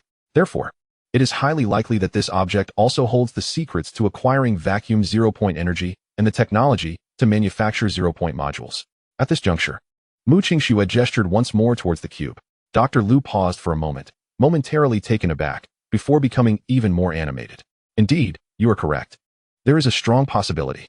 He resolved that from this moment forth, aside from nourishment and rest, every other moment must be devoted to deciphering the information contained within this cube. After familiarizing herself with the situation in the laboratory, Mu Qingxue returned to the command bridge. Just as she settled into the captain's chair, she unexpectedly received a document. Few within the entire fleet had the authority to send files directly to Mu Qingxue. Upon opening it, she discovered it was from Lin Yu. However, only a few seconds into reading, her expression turned peculiar. Commander, what is the matter? Look, the young lad Lin Yu has sent a reflection, and it is indeed a million words, not a letter more, nor a letter less. Mu Qingxue responded with a wry smile. As Yi Lingwei leaned in for a closer look, her eyes widened at the document, revealing a staggering word count of 1 million. Just as Mu Qingxue had stated, it was neither a word more nor a word less. The most crucial aspect was that, upon reading a portion of it carefully, It became evident that this was not a mere assembly of words. Rather, it was akin to crafting a book, imbued with coherence and fluidity that irresistibly compelled further reading. This fellow truly was a genius. Unable to contain her amusement any longer, Yi Lingwei burst into laughter. All right, enough of the laughter. Since Lin Yu has been rather idle lately, let us have him stay aboard the Qiongxiao for a while to assist Dr. Lu and the others. Is that feasible? She pondered, recognizing the rigorous nature of scientific work. Although humanity in this era possessed a naturally high degree of cerebral development, and anyone who graduated from a normal university had a remarkably broad and rich knowledge base, not everyone was suited for research. In this field, mere breadth of knowledge is insufficient. What is paramount is the ability to think divergently, often referred to as lateral thinking, creative thinking, or unconventional thinking. This quality ultimately dictates a scientist's creativity, a trait not possessed by all. Fear not. Have you forgotten that Lin Yu's forte lies in his boundless imagination, coupled with unparalleled analytical and interpretative skills? Are these not the essential attributes of a great scientist? Upon hearing Mu Qingshue's words, Yi Lingwei was momentarily taken aback. Yet upon reflection, it did seem to hold some truth. Perhaps, in truth, Lin Yu was more suited to the role of a scientist than that of a fleet commander. A few minutes later, Lin Yu received an order from Mu Qingxue to temporarily relinquish his fleet duties to the chief of staff of the Zhulong, Qin Xiong, and then proceed to the Qiongxiao for a duration. Chapter 87. Hyperspace Technology aboard the Qiongxiao. Within the laboratory, Lin Yu donned a white lab coat, tirelessly inputting data on a virtual keyboard at a control console. Before him, a series of screens, arranged in 3 rows in a fan shape, displayed a torrent of data streams flashing across them. Lin Yu's eyes darted rapidly, switching between the screens with remarkable agility. His actions left the group of lab-coated individuals in the room utterly astonished. Is this still a human? One mused. Major Mu, why not let Colonel Lin Yu join us at the Far East's premier research institute? Keeping him on the front lines in battle is a grave betrayal of humanity. Dr. Lu, snapping back to reality, addressed Mu Qingxue. In that moment, Mu Qingxue too was overwhelmed by Lin Yu's brilliance, delighting in the astonishment he had evoked within the entire research team. Did you see that? This is my Lin Yu. Even when clad in a lab coat, he stands unrivaled. Yet, mere seconds later, Dr. Lu boldly requested Lin Yu for their team, even using the term betrayal of humanity. This caused Mu Qingxue's expression to darken instantly. Dr. Lu, had it not been for Lin Yu at the front lines, humanity might have already faced extinction. Do you still believe that placing Lin Yu on the front lines is the greatest betrayal of humanity? Mu Qingxue remarked with a smile. Dr. Lu was momentarily taken aback. He found himself at a loss for words, for in his esteemed position, he was privy to many secrets, having even participated in several pivotal events. Take, for instance, the previous campaign known as Igniting Jupiter, in which he had played an integral role, leading a team tasked with devising a strategy to ensure that Io collided with Jupiter at a predetermined speed and within a set time frame. He was acutely aware of the origin of this plan. Ultimately, it was the successful execution of this initiative that afforded humanity a moment of respite, enabling them to confront the Klein faction in the asteroid belt. Indeed, it was Lin Yu's involvement that spared the Federation from the direst of outcomes, a sentiment that held no flaw. Furthermore, he had learned that the Star Rain plan, employed by Commander Mu Xingchen to inflict significant damage on the Klein Vanguard fleet, was also a proposal submitted by Lin Yu, which had been adopted by the fleet headquarters. Thus, to assert that placing him in command of the front lines constituted the utmost betrayal of humanity was, quite frankly, an inappropriate statement. However, even after retracting this remark, Dr. Lu did not abandon his intention to recruit talent. Time was still ample. He intended to deepen his relationship with Lin Yu while persuading him to join the first research institute of the Far East, which he represented. Yet, this scheme did not escape Mu Qingxue's keen perception. At that moment, she began to harbor some regrets. Inviting Lin Yu for research purposes had inadvertently placed him in the sights of the proverbial wolf, Dr. Lu. She resolved to speak with Ling Wei about the need to maintain vigilant protection against this formidable predator, ensuring the safety of Lin Yu, the unsuspecting lamb. In the days that followed, Lin Yu found himself immersed in a plethora of data. On the 7th day of his arrival, he paused, momentarily lost in thought as he gazed at the data stream before him. Had he truly unlocked the first layer of data? It seemed almost unbelievable. Yet, as a wealth of information unfolded, Lin Yu's eyes widened in astonishment. What had he just uncovered? The hyperspace project, constrained by the limitations of the transition engine, found itself incapable of executing a single leap across millions of kilometers, thus hindering interstellar-level transitions. Simultaneously, the technology for spatial gateways had yet to achieve a breakthrough. leading to the proposal of the hyperspace project as an alternative. Upon opening an overview file, Lin Yu immediately encountered the aforementioned content, along with a succinct summary of hyperspace technology. In essence, hyperspace existed as a high-dimensional realm independent of conventional three-dimensional space, allowing vessels to traverse at superluminal speeds. To enter hyperspace, one must open a quantum window and envelop the craft in an energy field to resist dimensional rifts. Exiting hyperspace necessitated precise coordinate calculations. Otherwise, one risked becoming ensnared within a hyperspace bubble, lost for eternity. The most significant aspect of this technology was its lack of distance limitations. Upon entering hyperspace, a vessel can navigate within it continuously until it reaches its destination, at which point it can exit hyperspace. This capability allows for intergalactic journeys spanning millions, even tens of millions of light years. Regarding the energy consumption of this technology, it is directly proportional to the distance traveled and increases exponentially. After absorbing this information, Lin Yu took a deep breath. Thus, the Klein clan has discovered a research site belonging to a level 5 civilization.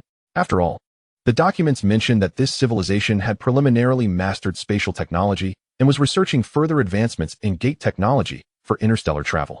However, progress on the gate technology has been sluggish, prompting the initiation of another project, namely the hyperspace project currently before him. What are you looking at, Lin Yu? Why do you appear so astonished? Dr. Lu inquired. I believe I have unraveled part of the documents. If you've unraveled it, then so be it. You haven't rested for over a day. Go take a break.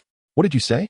I said I have deciphered part of the documents, which includes the project descriptions being conducted by that extraterrestrial laboratory. Despite being over 70, Dr. Lu moved with the swiftness of a leopard upon hearing Lin Yu's words, swiftly approaching him to gaze at the virtual screen before him. The document Lin Yu had opened was displayed there. They are researching the hyperspace engine. Moreover, that sphere crafted from degenerate matter is actually the core device of the hyperspace engine. Wait, there are even complete research materials on hyperspace technology? After reviewing the document Lin Yu had accessed, Dr. Lu turned his attention to other files, continuously exclaiming with astonishment. Half an hour later, Mu Qingxue arrived at the scene. As soon as she entered, her brow furrowed deeply. What is going on? This is an important laboratory. Why is it so noisy? Commander Mu, I told you Lin Yu should join me in research. Look, in just a few days, he has already unraveled a considerable amount of information. Do you know what they are studying within these extraterrestrial research sites? Hyperspace technology. This is far superior to jump technology. After all, jump technology is constrained by a single trip's maximum distance and cannot achieve intergalactic travel, whereas hyperspace technology is different. Dr. Lu continued to elaborate, unable to pause. As for what he said, it entered Mu Qingxue's left ear and exited through her right, bypassing her brain entirely. At this moment, her mind retained only one thought. I told you Lin Yu should join me in research. Goodness, she felt as if her own home was being invaded. Could she tolerate this? Lin Yu, the Klein clan's fleet, is nearly here. You should return. Yes, Commander. This command sounded like music to Lin Yu's ears. He had been stifled by the recent commotion and had long sought an excuse to escape. Now, with the Commander's order, what was there to wait for? Doctor. Lu was not given a chance to respond. Lin Yu had already shed his lab coat and vanished in a flash. Mu Qingxue, witnessing this scene, nodded in satisfaction. Indeed. Perceptive. Chapter 88. Reclaiming the asteroid belt. Lin Yu fled back to the Zhulong. The current situation, as Mu Qingxue had stated, was that the Klein fleet had traversed the asteroid belt and was swiftly approaching Jupiter. It would not be long before they arrived. Despite having suffered considerable losses during their offensive, they still boasted over 500 main battleships, more than 200 newly constructed auxiliary vessels, and approximately 4,000 assault ships. For the Fifth Fleet, which possessed only 146 ships, this was a formidable force to contend with. 4 days later, the Klein fleet halted approximately 8 million kilometers from Europa. They were warned to cease their advance by the Fifth Fleet, and, with the entire immigrant convoy in the hands of others, Tamaro dared not push forward recklessly. Simultaneously, Tamaro sent a message to the Fifth Fleet, expressing a desire for negotiation. In response, Mu Qingxue opted for a more decisive action. She detonated all nuclear devices previously placed in orbit around Europa. Hundreds of fireballs erupted instantaneously in the void of space. Every facility, whether it be the ship production zones, docking areas, residential quarters, or resource processing centers, was obliterated in an instant. This sight left Tamaro with reddened eyes. Yet he remained paralyzed with fear, for compared to these facilities, the Klein immigrant convoy in orbit held far greater significance. However, Mu Qianxue soon demonstrated through her actions that while the convoy was crucial for the Klein, it held no value for humanity. Without any forewarning, over 100 Federation warships launched an assault on the immigrant convoy from close range. These were not Klein warships, but rather ordinary vessels. The proximity and the fact that all immigrant ships were powered down rendered them akin to stationary targets. Even the precision strikes of railguns ensured a 100 hit rate. The entire convoy was being dismantled at an alarming speed. Tamero, infuriated, shouted for a charge to annihilate the humans, yet regrettably, they were still too far away. Moreover, the entire fleet had come to a halt, requiring over 10 hours to reach Europa. By that time, it would be too late. Approximately 40 minutes later, the last of the Klein immigrant ships was destroyed. The Fifth Fleet then made a swift retreat, not toward Mars, but in the entirely opposite direction. 11 hours later, the vast Klein fleet arrived at Europa, only to find that nothing remained. Although countless corpses floated in the void, not a single living soul could be found. The various facilities that had taken over a year to establish an orbit were utterly annihilated. The prospect of rebuilding them seemed nearly impossible. The entire fleet of immigrants has vanished, signifying a severe deficiency of skilled personnel, with all necessary tools and equipment rendered non-existent. How can one hope to reconstruct under such circumstances? Pursue them, follow closely. That human fleet must be annihilated. After a moment of sorrow, when Tumalo raised his head once more, the calm demeanor he once possessed was irrevocably replaced by a fierce rage and a palpable madness. Indeed, Tumalo had succumbed to utter insanity and lost all semblance of reason. At this moment, his mind was singularly fixated on one objective: to obliterate the human fleet, even if it meant chasing them to the ends of the earth. Thus, trailing approximately 7.5 million kilometers behind the Fifth Fleet, the Klein fleet commenced their relentless pursuit. Upon receiving the news, Mu Xingqian immediately sprang into action. After Tumalo's retreat, he had successfully regained control of the areas previously held by the Federation in the asteroid belt. However, Tumalo was now leading his fleet in the opposite direction, hunting down the Fifth Fleet. Meanwhile, the two outposts belonging to the Klein tribe each housed around 30 warships. Such a prime opportunity could not be overlooked. On one hand, it presented a chance to utterly destroy the two Klein outposts. On the other, it would allow him to seize 60 warships without the concern of reinforcements from the enemy's main force. Most crucially, it would enable the reclamation of the entire asteroid belt. With Tumalo leading his forces against the Fifth Fleet, it would be the perfect moment to exploit the resources of the asteroid belt. Once those 60 warships were eliminated, the Klein tribe would have no vessels left to threaten the mining fleet. The Federation's thousands of asteroid tugboats could then operate freely to extract resources, thereby securing ample supplies to support the Federation's subsequent construction plans. Why not seize such an opportunity? Thus, 6 days later, the main fleet of the Federation entered the asteroid belt. 13 days later, the first outpost of the Klein tribe within the asteroid belt was destroyed, resulting in the loss of 30 warships.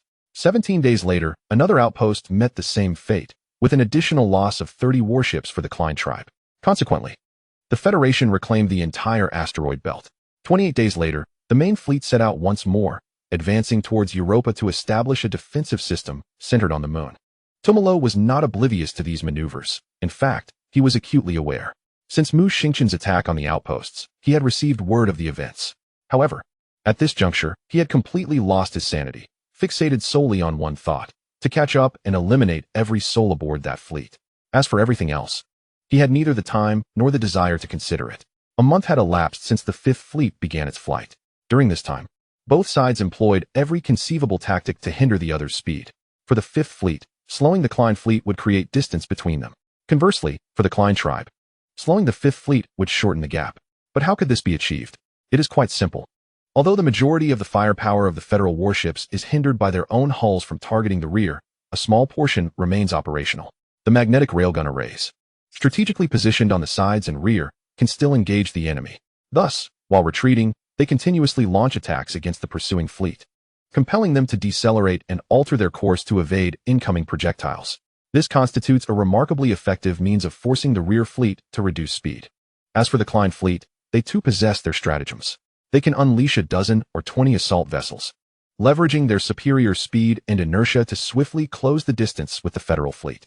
In response, the Federal fleet must also slow down and change their trajectory. Otherwise, these assault vessels could penetrate their formations, leading to significant complications. Moreover, one might wonder if a single course alteration suffices. Not at all. The Klein assault vessels are equipped with the capability for brief course adjustments and secondary acceleration. After the Federal fleet alters its course, these vessels can similarly adjust their trajectory to continue their advance, necessitating yet another course change from the Federal fleet. The cunning 2 Mello might employ a stratagem where, for instance, he dispatches 20 assault vessels, prompting the human fleet to change course to evade the initial path of these vessels. At this juncture, rather than commanding all 20 assault vessels to adjust their course simultaneously, he might instruct only 5 to do so initially. The human fleet then faces a dilemma. Should they change course or maintain their current trajectory? If they choose to alter their course, once they resume acceleration, 2 Mello can command the remaining 5 assault vessels to change course and advance towards them. Conversely, if they opt not to change, the 15 vessels will continue on their original path, with the 5 assault vessels directly breaching the fleet's formation. Chapter 89. The Universal Language of Technology Exchange in Space. 2 fleets, one large and one small, perpetually chase each other through the cosmos. The distance between them fluctuates, at times drawing near and at others receding. Nevertheless, they remain within detection range. This is partly by design, as Mu Qingshua's objective for the 5th Fleet is to provoke 2 Mello and effectively hinder him for at least 6 months. Thus far, this mission has been executed with remarkable success. At this moment, the distance has once again widened to 10 million kilometers, based on the patterns observed over the past month. It will not be long before the Klein fleet launches another batch of assault vessels to compel the 5th Fleet to repeatedly decelerate and alter its course, aiming to close the gap. However, for those aboard the battleship, there is a brief respite, a moment to rest. Yet, while others can take a breather, Lin Yu cannot. For Dr. Liu on the Qiong Shao has sent a plethora of data that requires analysis. Ah, what a plight. George, the task is now yours. I shall attend to Dr. Liu's matters in the captain's quarters. Should the situation change, notify me immediately. Rest assured, I shall handle it. George nodded, a glimmer of excitement on his face. For as soon as Lin Yu departs, he will have the opportunity to occupy the captain's chair. The Zhulong, the Federation's sole heavy cruiser of the unique generation, holds an unparalleled allure for him, a mere graduate of less than 2 years. Observing this, Lin Yu could only manage a wry smile, and subsequently rose to depart. 8 hours later, within the captain's chamber of the Zhulong, an array of incomprehensible symbols was projected throughout the space. A staggering 788 symbols, each accompanied by a corresponding image. Lin Yu had been perplexed for a full 8 hours. Yet the mysteries remained elusive. Unlike the previously deciphered documents, which, despite being in an alien language, were relatively straightforward to unravel with humanity's current capabilities, the content he was now examining was indeed of a highly technical nature. Any material pertaining to specific technological aspects was conveyed in this exceedingly peculiar manner. Lin Yu had attempted to decode it as a language, but his efforts had been in vain. The inability to decipher this information meant he could not access the intricate details of hyperspace technology. He found it utterly baffling why ordinary documents and technical files were inscribed in 2 distinct languages. Particularly, the technical documents could hardly be classified as a language at all. They resembled a specialized script devised solely for the presentation of technology, akin to how humans created Arabic numerals for a simple and efficient counting system. This was not a language, but rather a construct born out of specific necessity. Consequently, unless one was privy to the intentions and thoughts of those who devised this method, deciphering it proved exceedingly challenging. In summary, it was quite a headache. Nevertheless, Lin Yu was not entirely without leads. At the very least, he sensed a hint of familiarity from certain symbols and their corresponding images. However, at that moment, he could not pinpoint the source of this familiarity. After shaking his head once more, Lin Yu resolved to adopt a different approach, gathering together those symbols and their respective images that evoked a sense of recognition. After completing this task, he confirmed the quantity. A total of 118 symbols. Wait, 118? Suddenly, it was as if Lin Yu had grasped something elusive, his entire being jolting with realization. He then revisited the 118 sets of symbols and images before him. Moments later, laughter erupted from Lin Yu, resounding throughout the captain's chamber for several minutes. In the communication channel, Dr. Liu appeared somewhat haggard, likely having gone without rest for an extended period. However, Lin Yu could empathize with him. After all, everyone had been stymied by this issue for over half a month. Dr. Liu, I have deciphered it. What? You have deciphered it? Dr. Liu, who had just moments ago worn a weary expression, now stared wide-eyed in astonishment. After a brief moment of shock, excitement and exhilaration washed over his face. Indeed, if I am not mistaken, this is a universal script employed for technical communication between different civilizations. Is the universal language of the cosmos specifically designed for technical communication? Indeed, each symbol represents an element, and its corresponding pattern illustrates the structure of that element, albeit in a manner distinct from human artistic representation. Wait a moment. Are you implying that there are 788 elements in the universe? Dr. Liu was greatly astonished. It is noteworthy that the current periodic table of elements known to humanity comprises only 118. The disparity is indeed staggering. However, I merely meant to convey that this is a universal language for technical exchange among different civilizations in the cosmos, akin to our Arabic numerals. Regardless of the diverse languages spoken or scripts written, everyone comprehends that 123 signifies the same numerical value. This concept is analogous, and the 788 elements pertain solely to those utilized within the Milky Way. The total would undoubtedly be greater when considering the entirety of the universe. Nevertheless, this is of little concern, for the unique nature of this technical language ensures that even if several hundred new elements were to emerge, it would not pose any issue. If your technical documentation does not require these elements, then their symbols and patterns will naturally be absent from this technical language system. In other words, it is a plug-and-play system specifically designed for technical communication. Upon hearing Lin Yu's explanation, Dr. Liu experienced a moment of clarity. So that is how it is. He also held a deep admiration for the civilization that created this technical language system. It undoubtedly represents a great civilization. This system ensures that regardless of how many elements a civilization understands, it will not hinder their ability to utilize this technical language system. That is its most remarkable aspect. Just as Lin Yu stated, it is indeed a plug-and-play system that solely serves technical communication. This is fantastic. Lin Yu, you have resolved our significant dilemma. Dr. Liu was elated.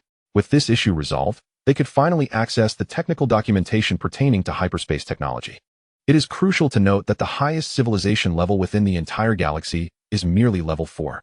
While hyperspace technology is something that can only be achieved by a level 5 civilization at a minimum. Yet, at this moment, complete hyperspace technical data lay before him. How could he not feel exhilarated? I won't sleep. For the next few days, I shall forego slumber. Dr. Liu, who had previously appeared weary, was now fervently shouting within his heart. Chapter 90. Departing the Fleet, New Orders. With the universal technical communication language system, based on the periodic table of elements, being deciphered, a plethora of technical materials from unknown civilizations began to be transmitted in batches to the Earth's sphere, subsequently disseminated across various research institutes. The entire scientific community erupted in excitement. This pertains to hyperspace technology, which is far more advanced than humanity's nascent theories of transition technology. Moreover, through this technology, humanity could potentially undertake extensive technical extensions along this trajectory. The future holds immense promise. Of course, even with complete technical documentation, the actual fabrication of a hyperspace engine remains a task that cannot be accomplished in a short span of time. At least, it is virtually impossible for this war to conclude before its end. However, another matter has emerged that is entirely different. The Klein race has acquired 32 zero-point modules filled with vacuum zero-point energy from the ruins of that ancient civilization. Why did the Federation construct only one Candle Dragon-class vessel? It is simply because humanity possessed only 3 zero-point modules, which were fortuitously obtained due to an irreproducible experimental accident. Thus, to allocate one for the creation of next-generation warships for the Federation fleet is already the utmost limit. The remaining 2 undoubtedly must be preserved for scientific research. Yet, the situation has transformed. 32 sets of zero-point modules now lie before you.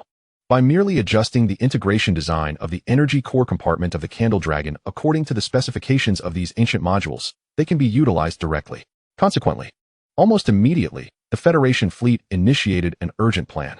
18 Candle Dragon-class warships commenced construction at an accelerated pace to ensure delivery within 6 months. This necessitated the seizure of numerous warships already halfway through production to clear the shipyard for these new vessels.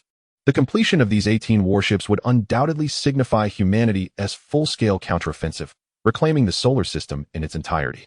Of course, to realize this ambition, one essential task must be accomplished, delivering these 32 sets of zero-point modules back. As for who would undertake this mission, Mu Qingshan gave it little thought and directly assigned it to Lin Yu. Thus, after transferring the scientific team, the 47 crew members rescued from the Dawn River, the cube from the unknown civilization, the core components of the hyperspace engine, and the 32 sets of zero-point modules to the Candle Dragon. Lin Yu commanded the ship to depart from the fleet. This action did not go unnoticed by the pursuing Klein fleet. Although Tumalo was unaware of humanity's intentions, He promptly dispatched 10 warships to pursue, while the main fleet continued to relentlessly hound Mu Qingshan. Pursuing other Federation vessels posed no issue for the 10 warships. But targeting the Candle Dragon? They were all small vessels, lacking even a single medium ship. Had there been a medium ship, Lin Yu would have had to exercise greater caution, as the Klein medium fleet carried numerous assault vessels. However, with only small ships, Lin Yu regarded them with disdain, commanding Bai Jun to moderate their speed, allowing the enemy to close the distance gradually. After more than 10 hours, when the enemy had pursued to a distance of 1.8 million kilometers, Lin Yu welcomed them with his large-caliber ion beam cannons. Although the 4 main guns could not be fired rearward, and the majority of the 168 secondary guns similarly could not engage targets directly behind, 8 secondary guns were still capable of doing so. Although their caliber was not as substantial as the 4 main guns, the enemy's warships were not part of the Klein main fleet, but rather a stripped-down version manufactured near Europa. After a round of bombardment, Lin Yu discerned the disparity in defense. It was vastly inferior compared to that of the enemy's main fleet. Even Tumei Luo had yet to equip these fragile battleships with assault vessels. Subsequently, Lin Yu maintained a distance between both parties while continuously calling out names for Meng Fei. In a mere span of 10 minutes, the 10 battleships behind suffered severe damage, losing power and becoming incapacitated or were completely annihilated. As for turning back to finish them off, Lin Yu chose not to waste time on that. Having dealt with the threats at his rear, he promptly instructed the White Army to accelerate towards Europa. A month later, the Zhulong arrived at Europa. Subsequently, Mu Qingshan dispatched a fleet comprising 30 battleships to escort the Zhulong back to the Earth sphere. The fleet headquarters also issued new orders to Lin Yu. Given the current situation of the Fifth Fleet, returning would serve little purpose, as it would merely involve endless back and forth. Simultaneously, in light of the strong requests from the Far East's First Research Institute, Lin Yu was temporarily reassigned there for 3 months to assist in analyzing more data from the cube. Following that, the Federal Fleet would establish a new fleet, directly under the fleet headquarters, with Lin Yu appointed as its commanding officer.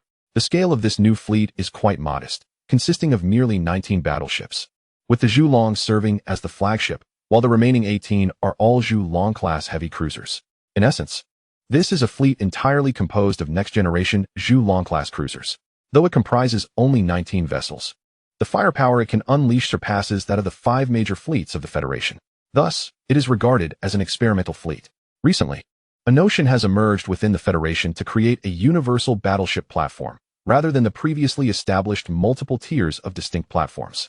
After all, as battleships evolve, weaponry becomes increasingly specialized, with little variation in speed. Once we enter an era dominated by fully energy-based weaponry, the efficacy of armor becomes moot. Consequently, the concept of multi-tiered battleship platforms, designated for different tasks, is gradually becoming obsolete. It is in this context that the idea of a universal platform has arisen, leading to the formation of this unique fleet under Lin Yu's command. Should circumstances allow, the Federation may ultimately possess only 2 types of battleships, the Battlestar and the Universal Battleship. The days of frigates, destroyers, light cruisers, heavy cruisers, battleships, and aircraft carriers will fade into history.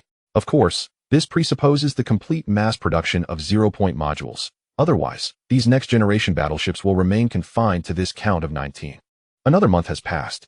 In the Earth's orbital space city, at the second space elevator node, within the Far East's First Research Institute, a certain individual clad in a lab coat, with a pair of plain glasses and hair tousled like a bird's nest, was processing a vast amount of data at a control console with remarkable speed. Upon closer inspection, one would discover that this individual in the lab coat was none other than Lin Yu. Should someone capture this moment and send it to the Fifth Fleet, countless jaws would undoubtedly drop in astonishment. The contrast is indeed striking. Chapter 91, An Ominous Premonition. Lin Yu's responsibility does not lie in scientific research per se, but rather in the analysis of data from the unknown civilization's cubic structure. In this realm, he is exceptionally well suited. Almost daily, he experiences new breakthroughs, with a plethora of technical data continuously being deciphered. This further solidifies Lin Yu's belief that what the Klein clan has discovered is likely a laboratory dedicated to the experimentation of spatial technology by that civilization.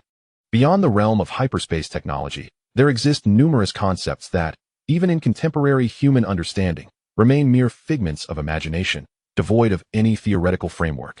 According to the classification of civilizations in the universe, these projects fall entirely within the domain of a level 5 civilization. Presently, The most advanced civilization within the Milky Way is merely at level 4.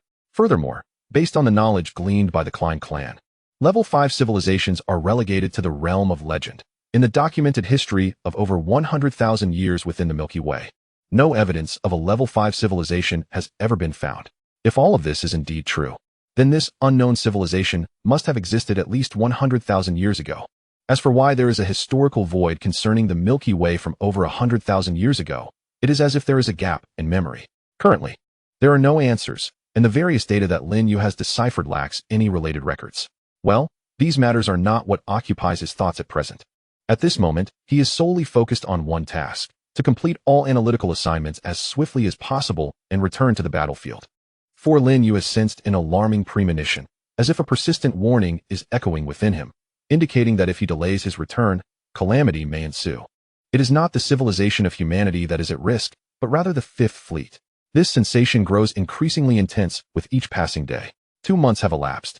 After a total of 79 days, Lin Yu has completed the analysis of the entire cubic structure ahead of schedule. A significant volume of technical data has been thoroughly deciphered. However, this does not imply that the information obtained today will translate into relevant technologies for the Federation by tomorrow. According to Dr. Liu's reasonable estimates, even under the most favorable circumstances, acquiring mastery over these technologies and implementing them will require at least several decades. This is already the most optimistic projection.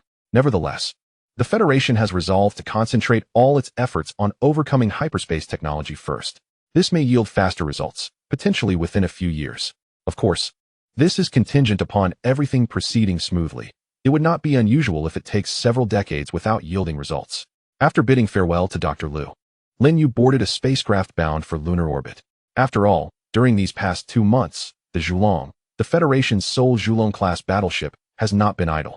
It has temporarily assumed the role of a training vessel, responsible for training crew members in lunar orbit, so that when the 18 Zhulong-class ships are launched, they can immediately assume their roles. It is imperative to note that the Federation does not have the luxury of time to allow these crew members to train for several months before they can be combat ready. The expectation is to have the ships operational and combat ready upon arrival. Thus, the personnel aboard the Zhulong have been exceedingly busy during these past 2 months, particularly those in the bridge crew. The collective has transformed into instructors, with one person overseeing a dozen or more, and some commanding dozens. After all, the crew of the 18 Zhulong-class battleships is quite substantial. Report: Shuttlecraft E-3371 requests permission to board. Did they not specify who it is? They did. It is the captain. George paused momentarily. Lin Yu had mentioned a 3-month secondment, and that time had not yet elapsed. Grant permission to board. I will leave the bridge to the Chief of Staff and head to the hangar. With that, George rose and departed. Minutes later, in hangar 1 of the Zhulong, Lin Yu, shouldering a military backpack, took a deep breath and descended the gangway slowly. He was finally back. Indeed, within his own warship, even the air felt sweet. Lin Yu. At that moment, a figure rushed toward him, calling out, "George, how have things been during my absence?" "All has gone smoothly. In a month at most. We should complete the training for the bridge crew and other major departments ahead of schedule. How about the new warship? That is also ahead of schedule. As you know, the entire Federation is currently leaning toward military expansion, and the pace of military production accelerates daily. The newly adjusted rollout timeline is nearly synchronized with our predicted training completion. A month, huh? I have been having some unsettling premonitions lately. It would be beneficial for us to return to the battlefield sooner." Lin Yu nodded in agreement. This startled George. Lin Yu's uncanny intuition had proven accurate on numerous occasions. In the past, George might have laughed it off or dismissed it as overthinking. But now he dared not underestimate Lin Yu's ominous premonitions. "All right, I will return to my quarters to tidy up and report to the Rear Admiral. You hold the fort on the bridge for a while longer. Not a problem. Besides, you really ought to clean yourself up." George had noticed Lin Yu's disheveled appearance upon his arrival, almost failing to recognize him immediately. About an hour later, in the captain's quarters, Lin Yu had a maintenance robot trim his hair and shave his stubble, followed by a thorough wash. He then donned a clean and tidy military uniform. Standing before the mirror, he assessed his appearance. Indeed, a dashing young man. Subsequently, Lin Yu requested a remote communication with the Qiong Shao, which was connected moments later. When the connection was established, the face that appeared was not Mu Qingxue, but Yi Lingwei. Lin Yu was not surprised, as Mu Qingxue could not possibly be on the bridge at all times. When she was absent, Yi Lingwei naturally took over command.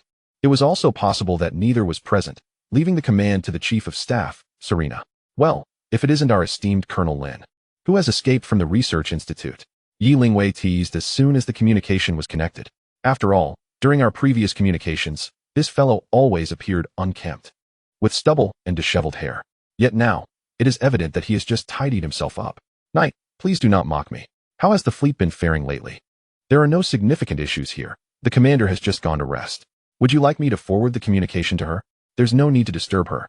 If everything is fine, I shall be at ease, for I have been plagued by a foreboding sense lately.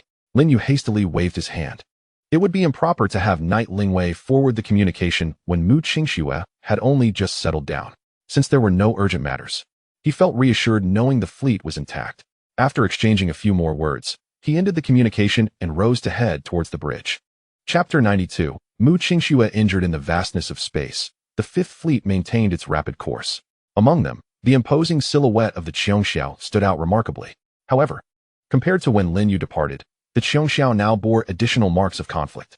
Two enemy assault vessels from the Klein race were deeply embedded in the bow of the Qiongxiao, alongside a substantial breach approximately 5 meters in diameter.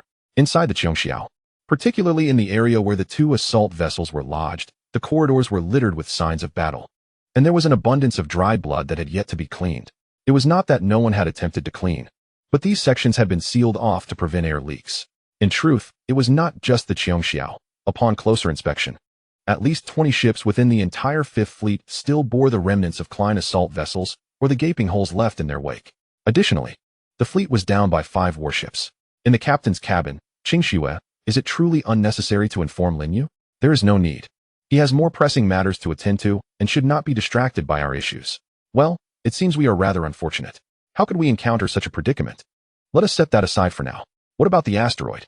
Mu Qingxue inquired, shaking her head slightly before posing a serious question. It has been secured in the storage. Luo Xian, our science officer aboard the Qiongxiao, is currently conducting research. According to her preliminary findings, as long as there are no severe impacts, the previous situation should not recur. Have we assessed our losses yet? Upon hearing the response, Mu Qingxue breathed a sigh of relief and then inquired again. We lost 5 frigates, and 24 warships were breached by Klein warriors, resulting in a total personnel loss of 573. Furthermore, 968 individuals were injured, with 217 sustaining serious injuries. The figures relayed by Knight Lingwei caused Mu Qingxue, who lay there, to clench her fists tightly. This marked the first time the Fifth Fleet had suffered such a substantial loss since its inception. Even during the assault on Europa, the casualties had not been so grievous. Qingxue, in light of these losses, we face an even graver issue. What is it? The main engine of the Qiongxiao has sustained damage. What? This is a serious problem. They are currently engaged in a game of pursuit with Klein's fleet, where the engine emerges as the most crucial element. Should the engine sustain damage and hinder the battleship's ability to sail at full speed, the only recourse would be to abandon the ship and transfer all personnel to another vessel. Otherwise, they would inevitably be caught by Klein's fleet. Now, to Knight Lingwei's dismay, she learns that the main engine of the Qiongxiao has been compromised. Luo Xian advises that it would be prudent to restrict the engine's power to below 60. Otherwise, if it continues to operate at full capacity, internal fissures will expand rapidly, ultimately leading to complete engine failure. We absolutely cannot reduce speed. Mu Qingxue states without hesitation. Indeed, I conveyed the same to Luo Xian. However, she warned that if we maintain full power, the engine is certain to fail within a month at the least, or 3 months at most. Let us strive to endure for 3 months. Very well, I shall relay this to her. You should rest well. Knight Lingwei nods, and subsequently departs the captain's quarters. Meanwhile, Mu Qingxue reflects on the events of the previous day. At that time, she was commanding the fleet, attacking dozens of raiding ships launched by the Klein people from the rear. Although the majority of the magnetic railguns were unable to fire upon the fleet due to angle restrictions, a portion could still be deployed. Targeting those raiding vessels allowed for precise strikes, as they had only a singular capacity for trajectory alteration and acceleration, rendering long-distance engagement impossible. Thus, initially, the fleet was able to diminish their numbers through this tactic. Everything was proceeding normally, just as it had on previous occasions, until suddenly, the entire battleship shook violently. Mu Qingxue recalls the sensation akin to being struck by a vehicle. Many were flung from their seats, herself included.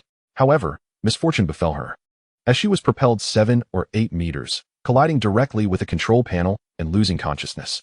Upon regaining her senses, She discovered that the Qiongxiao had been struck by a meteorite approaching from the side, and the violent tremor had indeed been caused by that impact. Astonishingly, the radar had failed to detect the meteorite, the reason for which remains a mystery. After all, the battleship was advancing at a speed of 200 meters. And when a meteorite struck from the side with such tremendous force, it even altered the Qiongxiao's trajectory. The sheer magnitude of that force is evident when considering Mu Qingshua's expulsion 7 or 8 meters away. Yet, this was not the most troubling aspect. Following the collision, that enigmatic meteorite unleashed a peculiar energy, instantly engulfing the entire Fifth Fleet and causing numerous systems to go offline, including weaponry, engine, radar, and communication systems. Fortunately, short-range laser communications remained functional, allowing for internal fleet communication. Subsequently, a thorough inspection revealed that only minor components were damaged. Replacing them would resolve the issues at hand. Each warship is equipped with spare components. The only challenge lies in the considerable number of replacements required, coupled with the complexity of the replacements in certain areas. Thus, time is of the essence, at least 12 hours. While the fleet can still rely on inertia for navigation, the pursuing Klein fleet will not catch up within this time frame. However, with dozens of assault ships rendered inoperative, lacking functioning radar, weaponry, and engines, Mu Qingxue finds herself at a loss. Although the assault ships in the hangar remain capable of flight, the non-functioning radar renders her incapable of discerning which warships may be targeted by these compromised vessels, preventing her from preemptively allocating the reinforcements of the airborne division to bolster defenses on the intended ships. This situation is decidedly precarious. As for the eventual outcome, several dozen Klein assault ships managed to deliver hundreds of Klein warriors onto various warships, leading to an exceedingly brutal close-quarters combat. Though the majority of warships, with the support of the reinforced division, successfully repelled the invaders, 5 frigates succumbed to simultaneous assaults from 2 or 3 assault ships, falling before the airborne division could arrive, with only a handful managing to escape via the emergency pods. As for Mu Qingxue herself, a medical officer's examination revealed multiple fractures, including cracked ribs. Unfortunately, such bone injuries cannot be repaired in the medical bay and must heal naturally over time. Consequently, she is unable to command from the bridge in the short term, which is why Lin Yu contacted Yi Lingwei for command duties.